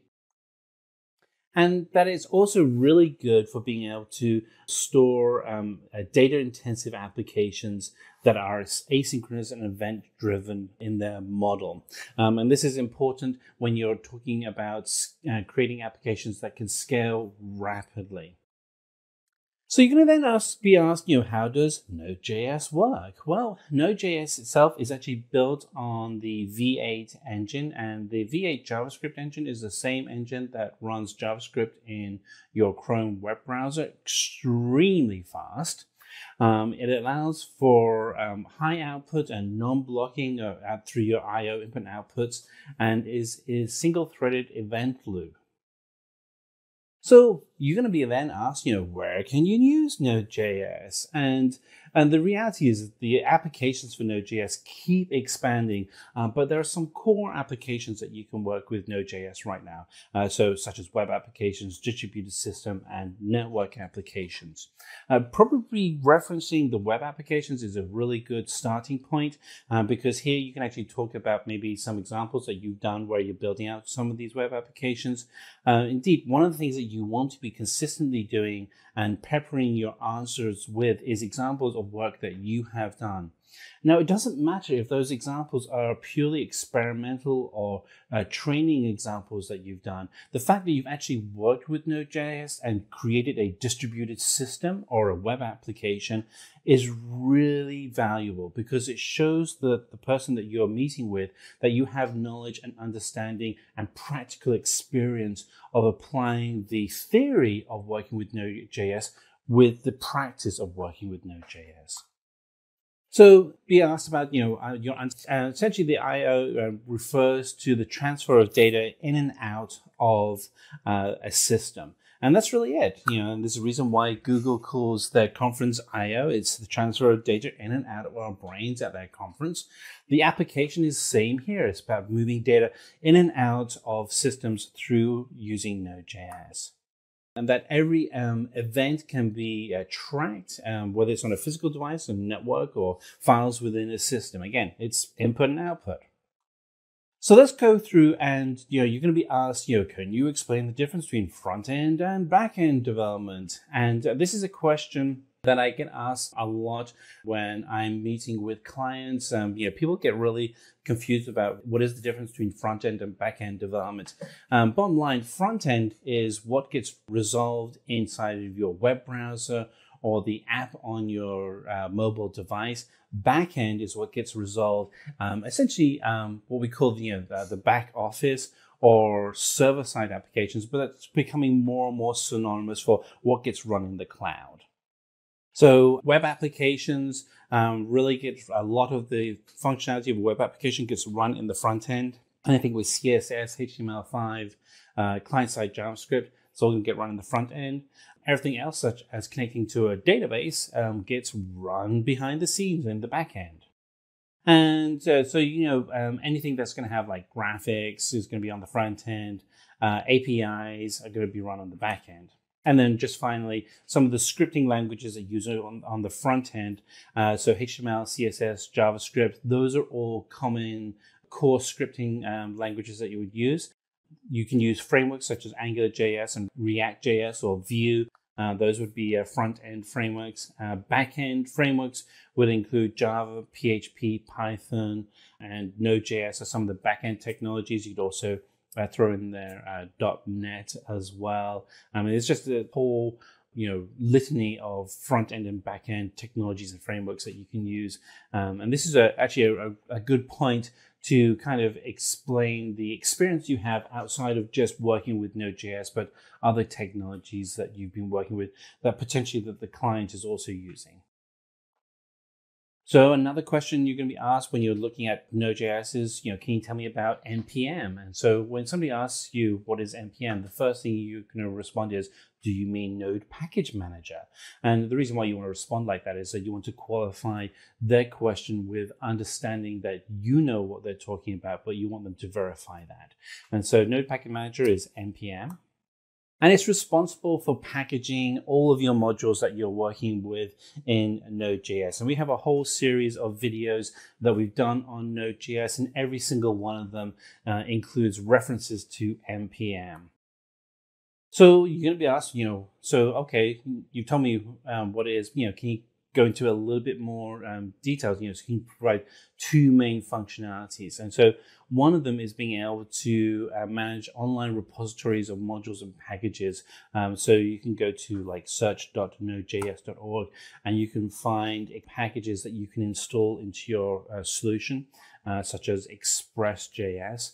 And it also provides a command line utility that allows you to manage your packages very quickly through terminal window or command line.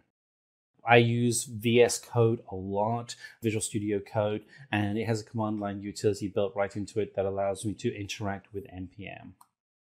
So what are some of the modules in Node.js? And so, modules in Node.js, they're essentially like JavaScript libraries. So you can think of some of the JavaScript libraries that you may have used. The functionality is somewhat the same, but they're designed for Node.js and to run on the server. And there are ways in which you can go ahead and create some of those modules. So for instance, if we're creating a web server, you can actually use the require command to be able to require that the server be there. So the example we have on the right-hand side shows that we really do need to have HTTP, which is a web server, and we require that to be installed. And so that if you're running that NPM package, it will actually install the HTTP server, and then you can actually write some code to actually then listen on the local host port 2000 for where you'll be running your application. And there are just, there's a whole bunch of modules that come with Node.js right out of the gate. And here are some of the modules that you have. We also referenced just earlier on, HTTP is a core module for running a web server. You have a utility function that is useful for developers to assess features within your Node.js project. You have a URL module for any URL parsing you'd be doing. And you also have a stream, which allows you to be able to stream data in and out of your system and be able to manage how that's being worked. And then zlib, which allows you to compress and decompress files so that you can keep your storage of files to a minimum. So a question you're going to be asked is, why is Node.js being preferred over backend technologies such as Java and PHP? Particularly with Java, it's a very mature, stable language. It's been around for more than 20 years. PHP runs some of the most powerful and largest websites out there, such as Facebook. So why would you use Node.js? Well, the first response is kind of a gimme, but it is really fast. And if you watched any of the videos that we've done on Node.js, building out solutions and developing the solutions, you'll see just how fast it is. The second is the really kind of the secret sauce with Node.js is the Node Package Manager. And the Node Package Manager allows you to install additional functionality such as Express or Mongo as a database into your solution really quickly. And there's over 50,000 bundles available for Node Package Manager. If you're building out a real-time application that's data intensive and you need to have APIs quickly developed, then Node.js is really the great solution for you. It allows you to build out these solutions really quickly. And there is a easy synchronization between the server and the client due to the code base. And then finally, because the structure of Node.js is JavaScript, if you are making the pivot from being a front-end web developer to Node.js, it's just going to make it a lot easier for you to pick up Node.js because you have that common language of JavaScript. And on top of that, JavaScript is the world's most popular scripting language. So let's talk about some of the differences between Angular and Node.js. And so the reason why this question may come up is the person interviewing you is seeing whether or not you do know the difference between a front-end framework and a back-end framework. And this is one of those questions where you can go, well, there are differences, but the differences are because they complement each other. So Angular is a front-end development framework, whereas Node.js is a server-side framework. Other differences, though, between the actual frameworks themselves is that Angular is written in TypeScript, which is a modification of JavaScript. Node.js is written in C and C++. Angular is used for building out single-page client-side web applications. And so that's the key word there is client-side. Whereas Node.js is about building out fast and scalable server-side network applications. Again, the two complement each other. Angular splits web applications into the MVC and model view control components, whereas Node.js generates a lot of database queries. It does more than that as well, but you can think of Node.js as that glue to your database. So let's talk a little bit about when you're connecting to a database with Node.js. And so you're going to probably be asked, what is the most popular database used with Node.js? And there are a couple. MongoDB is largely the most popular NoSQL cross-platform database. MySQL is also very popular, and that's a more traditional relational database. You would go with MongoDB for really more modern solutions. When you're looking at creating an application that's going to really scale into just managing masses and masses of data that has to be created, read, updated, and deleted very, very quickly. For some of the other popular libraries that you use for Node.js, Express.js is a very popular one. I really like working with Express.js. It allows me to build out web applications really quickly. More importantly, it allows me to build out APIs very quickly, and which, APIs are essentially web applications themselves. But being able to do that very quickly with a framework like Express.js is very useful. Mongoose is an application that makes connecting to a Mongo database really easy. So here is an example of Express.js, which is in itself really a flexible but a solution that you can do lots with, and Mongoose, which is a more focused solution, which allows you make it easier to connect to your databases. So, what are the pros and cons of working with Node.js? There's lots of ways, and we explained this earlier on, that you can actually build out applications that run on the cloud. Why would what are the pros and cons? So a pro is that Node.js is extremely fast at processing an event-based model. It really is fast. A con is if you have something that is a very heavy computational task, it's not so good at that. Now, I will caveat that this is that Node.js is getting better all the time. And so you might have to provide an example of what a very heavy computational task is. And that may be calculating a risk on an insurance application against many, many variables. That may be something that's seen as computationally very heavy. But what you can do in that example is you can then offload the task to another solution that's designed for it and use APIs to pass the data back and forth. Pro, JavaScript is used for building out your applications with Node.js. Great, lots of people know JavaScript. A restriction, and again, this is evolving as JavaScript itself evolves, is that when you do a callback, you may end up doing lots of nested callbacks if you're doing something that's very complicated. Again, another way around the con, and so this is one of the things that I always look for, is if you have a blocker or a barrier, how do you get around that barrier? And so, for instance, when you're talking to your recruiter, you can say, look, the reason why I use Node.js is that it's fast, it's event-based driven, I can use JavaScript. There are some challenges, but what I do to get around those challenges are, and that's where you can say that, you may run the complex script off and you may write that in .NET or Java or PHP, and then use an API to do the response back into Node.js. So you get the benefits of both worlds, but minimize the investment in having to manage a complex environment such as Java versus a relatively simple environment with Node.js. The Node Package Manager makes it extremely easy to access just an awful lot of functionality. With over 50,000 packages, there's a package for that. So from being able to have a tool that creates unique identifiers that you might need to have for generating content that gets posted into a database, through to being able to connect to databases, through to running so many different solutions. The NPM Package Manager, with its access to so many different packages, makes it great for getting access to all that content.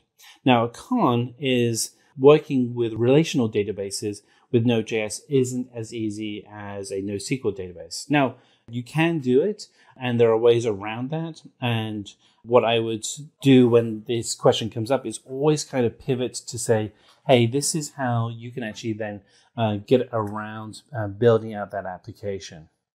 Pro for Node.js, designed for streaming huge amounts of data in and out. A con is that Node.js is single-threaded, and so it can be CPU intensive.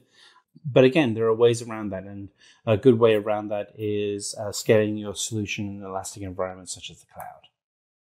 So what is the command used to import an external library? And so to import an external library, the command is the require command. So an example we have here is you're going to start a variable, and the variable is going to be for HTTP. And you're going to then require the HTTP service. That means that the application itself won't run unless the external library, the HTTP library, is installed.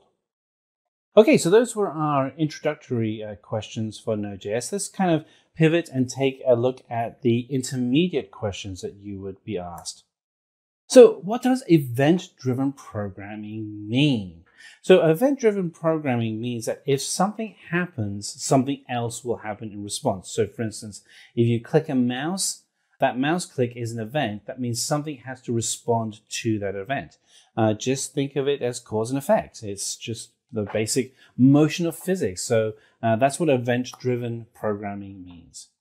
You also look at it as a callback function so that when an element is executed, something will happen in response. So what is an event loop in Node.js? So an event loop in Node.js is when you do an asynchronous call. And what that essentially means is that you are sending out data, and then a non-blocking input-output from Node.js is pulling data back in. What is an event emitter in Node.js? So an event emitter has really two areas of focus. One is that it manages the classes that hold all the objects within your event. And we have an example of this on the right-hand side. And then whenever an event actually is thrown, the functions are then called on that event synchronously. So for instance, we have in our example on the right-hand side, we create an event, and then we have the functions that are executed in a series from that event. So let's talk about the API functions in Node.js. So there are two types.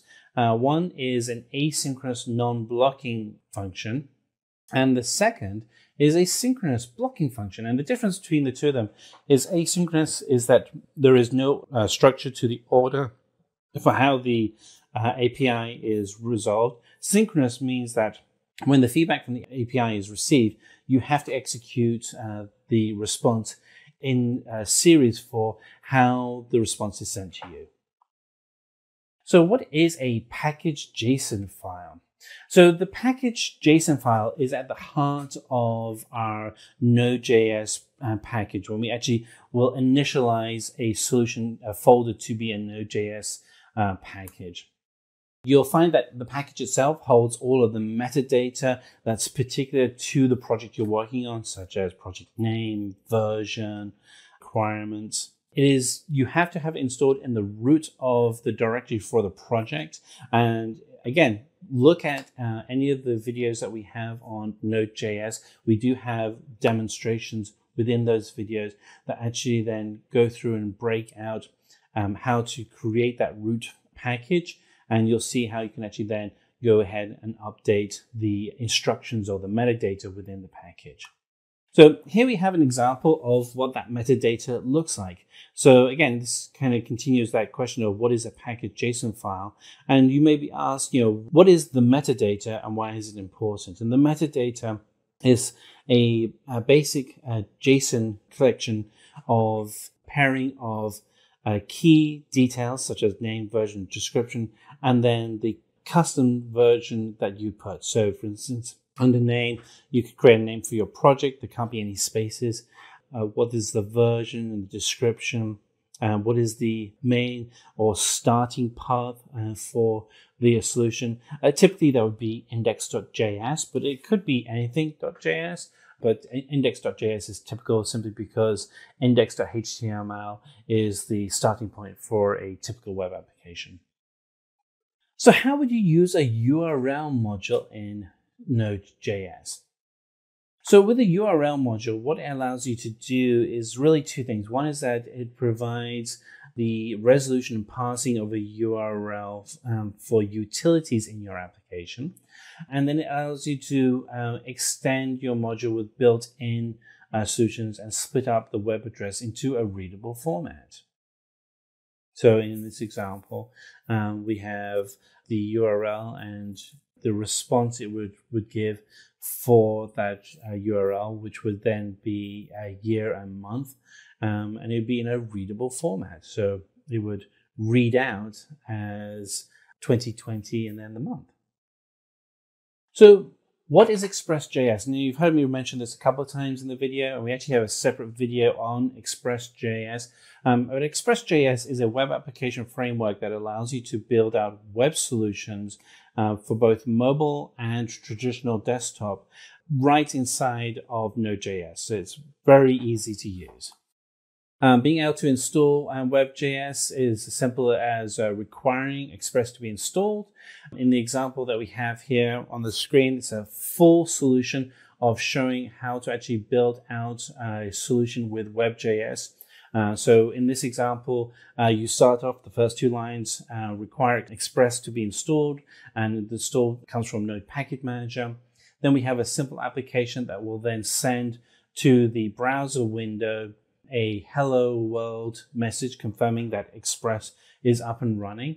And then the third block of content, starting with var server, actually will define the port where your application is going to run. So in this instance, the port is going to run on localhost, and the port will be port 8081. And so you can actually go to localhost :8081, and when you do that, that will trigger the application that will forward up the message hello world, and it's all coming from Express.js. So what are streams in Node.js? So streams are objects that allow you to read and write data continuously back and forth within your application. And there's really 4 different types of streams. There's readable, writable, duplex, and transform. The readable one is streams for which data can be read. The writable is streams that you can actually write to. A duplex is a stream where it is both readable and writable. And transform are streams that can manipulate the data while it is being read or written. So how do you update and delete a dependency? So say, for instance, we want to install something like Express. So if you wanted to install Express, what you would do is you would just write inside of your project. You want to go to terminal window and write in the command npm install Express. If you want to update the dependencies within your Node Package Manager, to update all of them, all you have to do is write the command npm update all dependencies. And then if you want to explicitly uninstall a dependency such as Express.js, that's using the uninstall command. And so that would again be going to terminal window, and you would type npm uninstall Express. And again, it's really easy to create a simple server in Node.js that will run a simple command. The HTTP service is actually built into Node.js. You don't need to use Express.js. I typically use Express.js when I want to do a web server, because typically what I find is that I will want to go and do something more complicated. But if you want to do something that illustrates just the core functionality within Node.js, you can actually just require the core HTTP service that actually comes as part of Node.js. And then you can actually then go ahead and tell it to create a service, and then to write in plain text a command or a text string, such as in this case, it'll be hello world, that would pop out. And then the final line is to then listen that if you go to a web browser that's on port 127.0.01 or localhost, and go to port :8080. Once you actually go to that, that will trigger this application, and you'll get the text hello world pop up on your screen. So explain synchronous and non-blocking APIs in Node.js. So all the APIs in Node.js are asynchronous, which means that they are non-blocking, which means you can run them continuously and scale around that, which is just fantastic. It's one of the reasons why Node.js can scale so fast. And the API means that the APIs can return data, send data after it's been called, and really increase the efficiency of events as they are triggered within Node.js. So how do you implement async in Node.js? And so the example that we have on the left-hand side allows us to trigger async, and it's using the async function. And as you can see in this example, it's actually something that can be done very quickly. In this example, we're actually making a command to localhost and an app that's running on port 3000. And then depending on what we get, if there's an error message, then we'll have error message go to the console log, which is the terminal window. And if we get a response to an application, then we'll actually get a positive response, which would be fetched response. So again, very quick and easy that you use the async function to be able to build out and to get your asynchronous code. So what is the purpose of module exports? So a module export is a way to encapsulate the entire code for a solution in a single package, in a single file. And then you can then share that with other developers, so you're all working from the same environment. So thanks for watching. We hope this video helped you understand the basics of full stack web development. Keep practicing and you'll be well on your way to building amazing web applications. Don't forget to like, share and subscribe for more helpful content. See you in the next video. Staying ahead in your career requires continuous learning and upskilling. Whether you're a student aiming to learn today's top skills or a working professional looking to advance your career, we've got you covered. Explore our impressive catalog of certification programs in cutting-edge domains, including data science, cloud computing, cybersecurity, AI, machine learning, or digital marketing. Designed in collaboration with leading universities and top corporations, and delivered by industry experts, choose any of our programs and set yourself on the path to career success. Click the link in the description to know more.